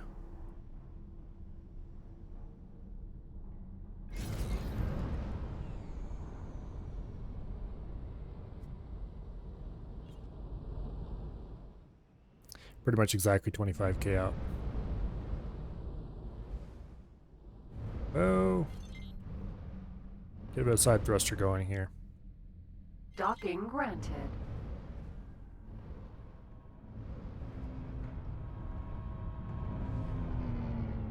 There we go. One thing I do like about the katana is that you can just walk out of the cockpit. Little Galish told me that the gates of the Terran Protectorate might have been turned away from us for the time being. Yes, that happened eons ago. Come in, come in.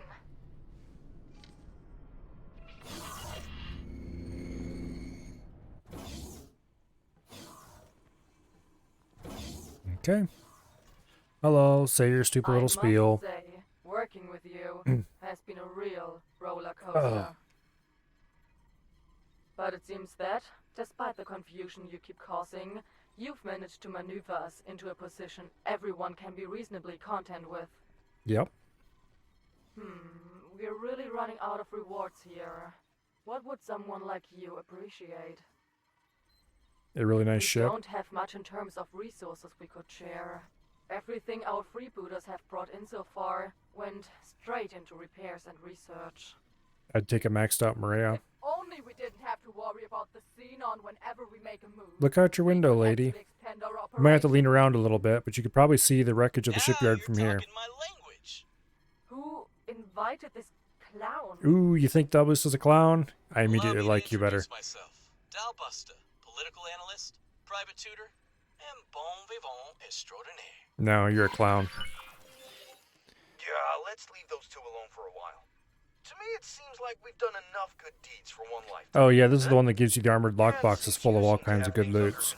I guess I'll subject myself to your command now. Wing leader. There's some really good loot in these boxes, if I remember correctly.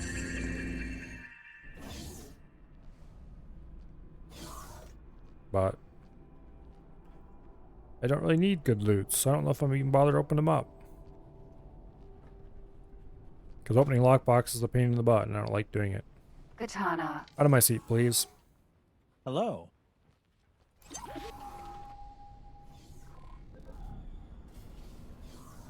Let's get out into space and then let's find out what the missions are.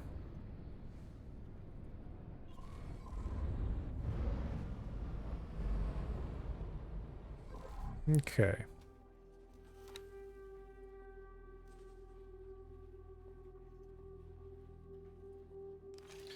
I suppose let's go shoot a few lockboxes.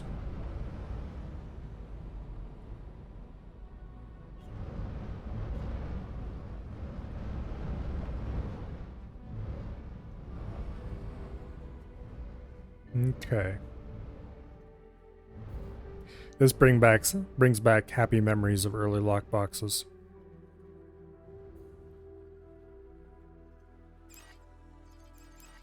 The happy memories part is sarcastic, by the way.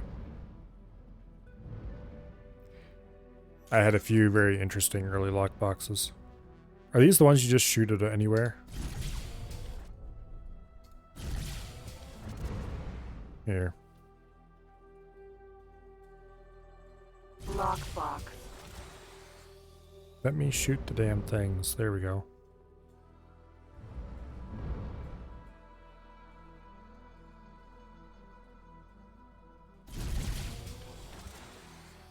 Well, I don't want to blow up the lockbox, because... Okay, blowing up the lockbox is perfectly fine. In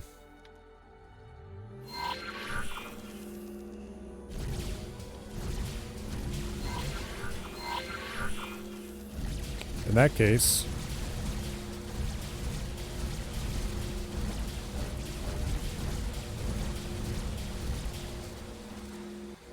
Lockbox.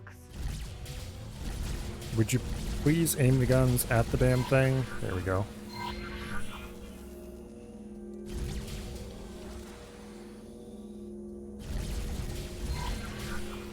These are baby mode lockboxes. You don't actually have to shoot on the locks.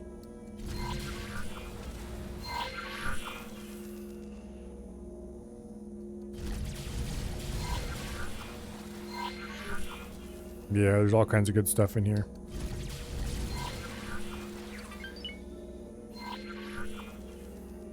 Exceptional ship nano weave, for example. Things that are a bit of a pain in the ass to get a hold of normally. Well, I think we're too close, which is why it's having trouble.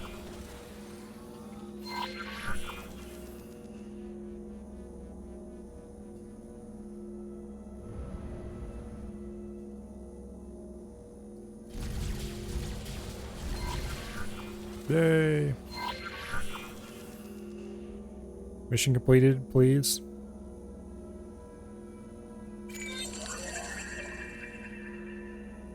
All right.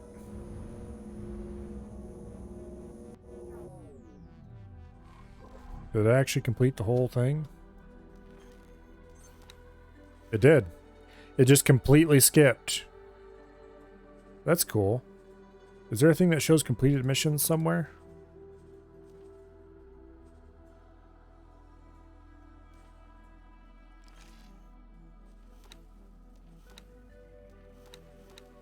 Maybe it's under player information.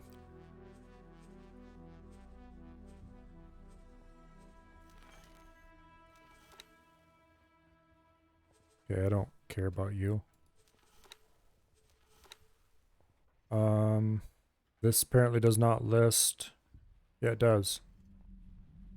Beta the Yaki, you've completed or failed all objectives belonging to this mission. It just completely skipped it.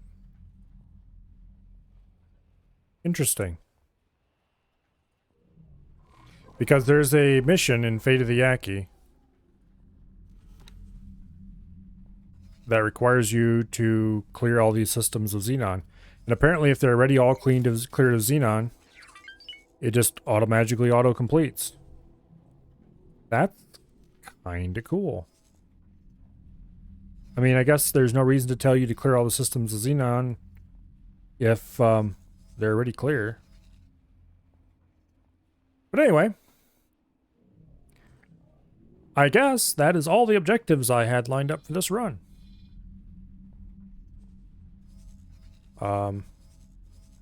Some bastard is blowing my station up.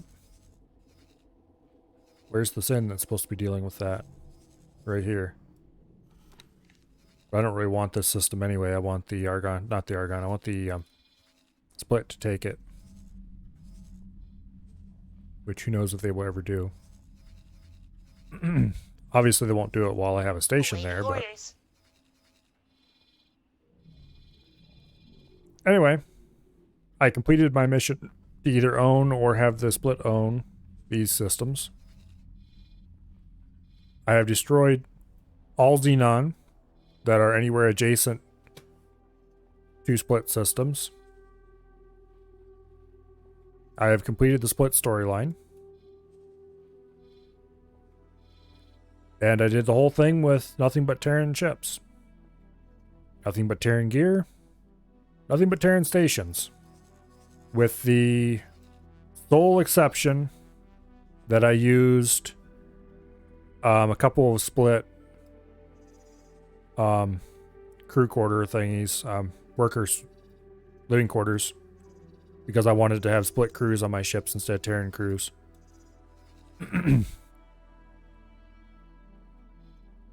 So yeah, the next time I play X4, it'll probably be the Star Wars mod. Or definitely be the Star Wars mod, assuming I can get it to work. Which I am very sure I can get working, because I haven't heard anybody say it's hard to make work.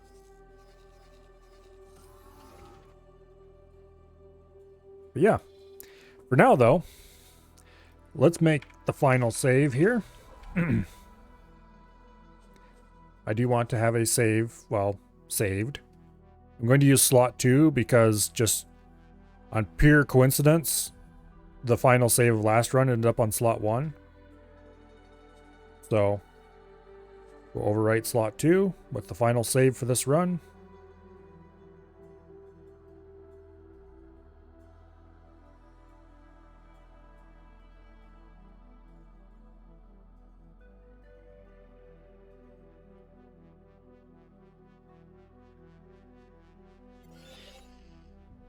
Hey there, partner. I just had a tremendously refreshing conversation with a representative of the Yaki, and I might have dug up another opportunity for you. It's really just a side project. Something small to give you an objective when you find yourself bored. If everything goes well, we could enable it is triggering that quest after all. New market for your goods in this part of the Gate network. All it would take is the elimination of the entire Xenon presence in their system. Already done. Now don't look at me like that. It's just a proposal, okay? And before you ask, there won't be a reward. I'm slightly disappointed. At least not cash on the spot. I just thought that if you're conducting military operations in this area of the Gate network anyway, you might as well get yourself another trade partner in return for your efforts. It's already done. That's it. Have a good one. Dial out.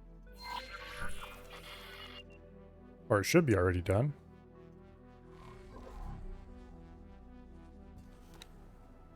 A heart for pirates. Eliminate all Xenon specified system. I am quite sure that is already completed. But it seems to think that it isn't. Okay, that's getting pretty revealed at this point. Arc TV truck, go drop another satellite over there, please. This wasn't part of my objectives for this run, so I don't really care if it's not completed, but I don't know why I'm bothering with this. Probably because I don't want to end the stream. Because despite the fact that it is late, I don't want to.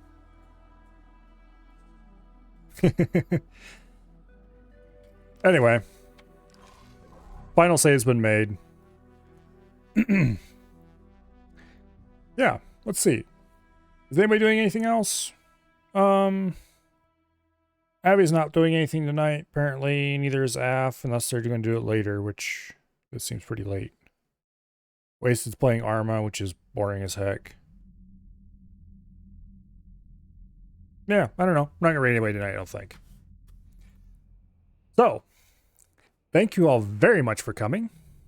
I hope to see you back here tomorrow, of course, for maybe the start of the Star Wars run? Maybe not. We'll see. Generally, I tend to play X4 on the week, during the week. And so I might try to crush as much X4 in as I can before it's time to play Foxhole. But we'll see. I'll have to get the mod installed and that kind of stuff, so it might be a late stream start. But anyway, something will be happening tomorrow. Probably X4, but we'll see. I think I said we'll see enough times now. So I'll just wish you all an awesome night. I hope to see you back here for whatever happens. And yeah, whatever you end up doing, I hope it goes well. And I will see you all later as soon as I can find OBS here. There we go. Good night and goodbye.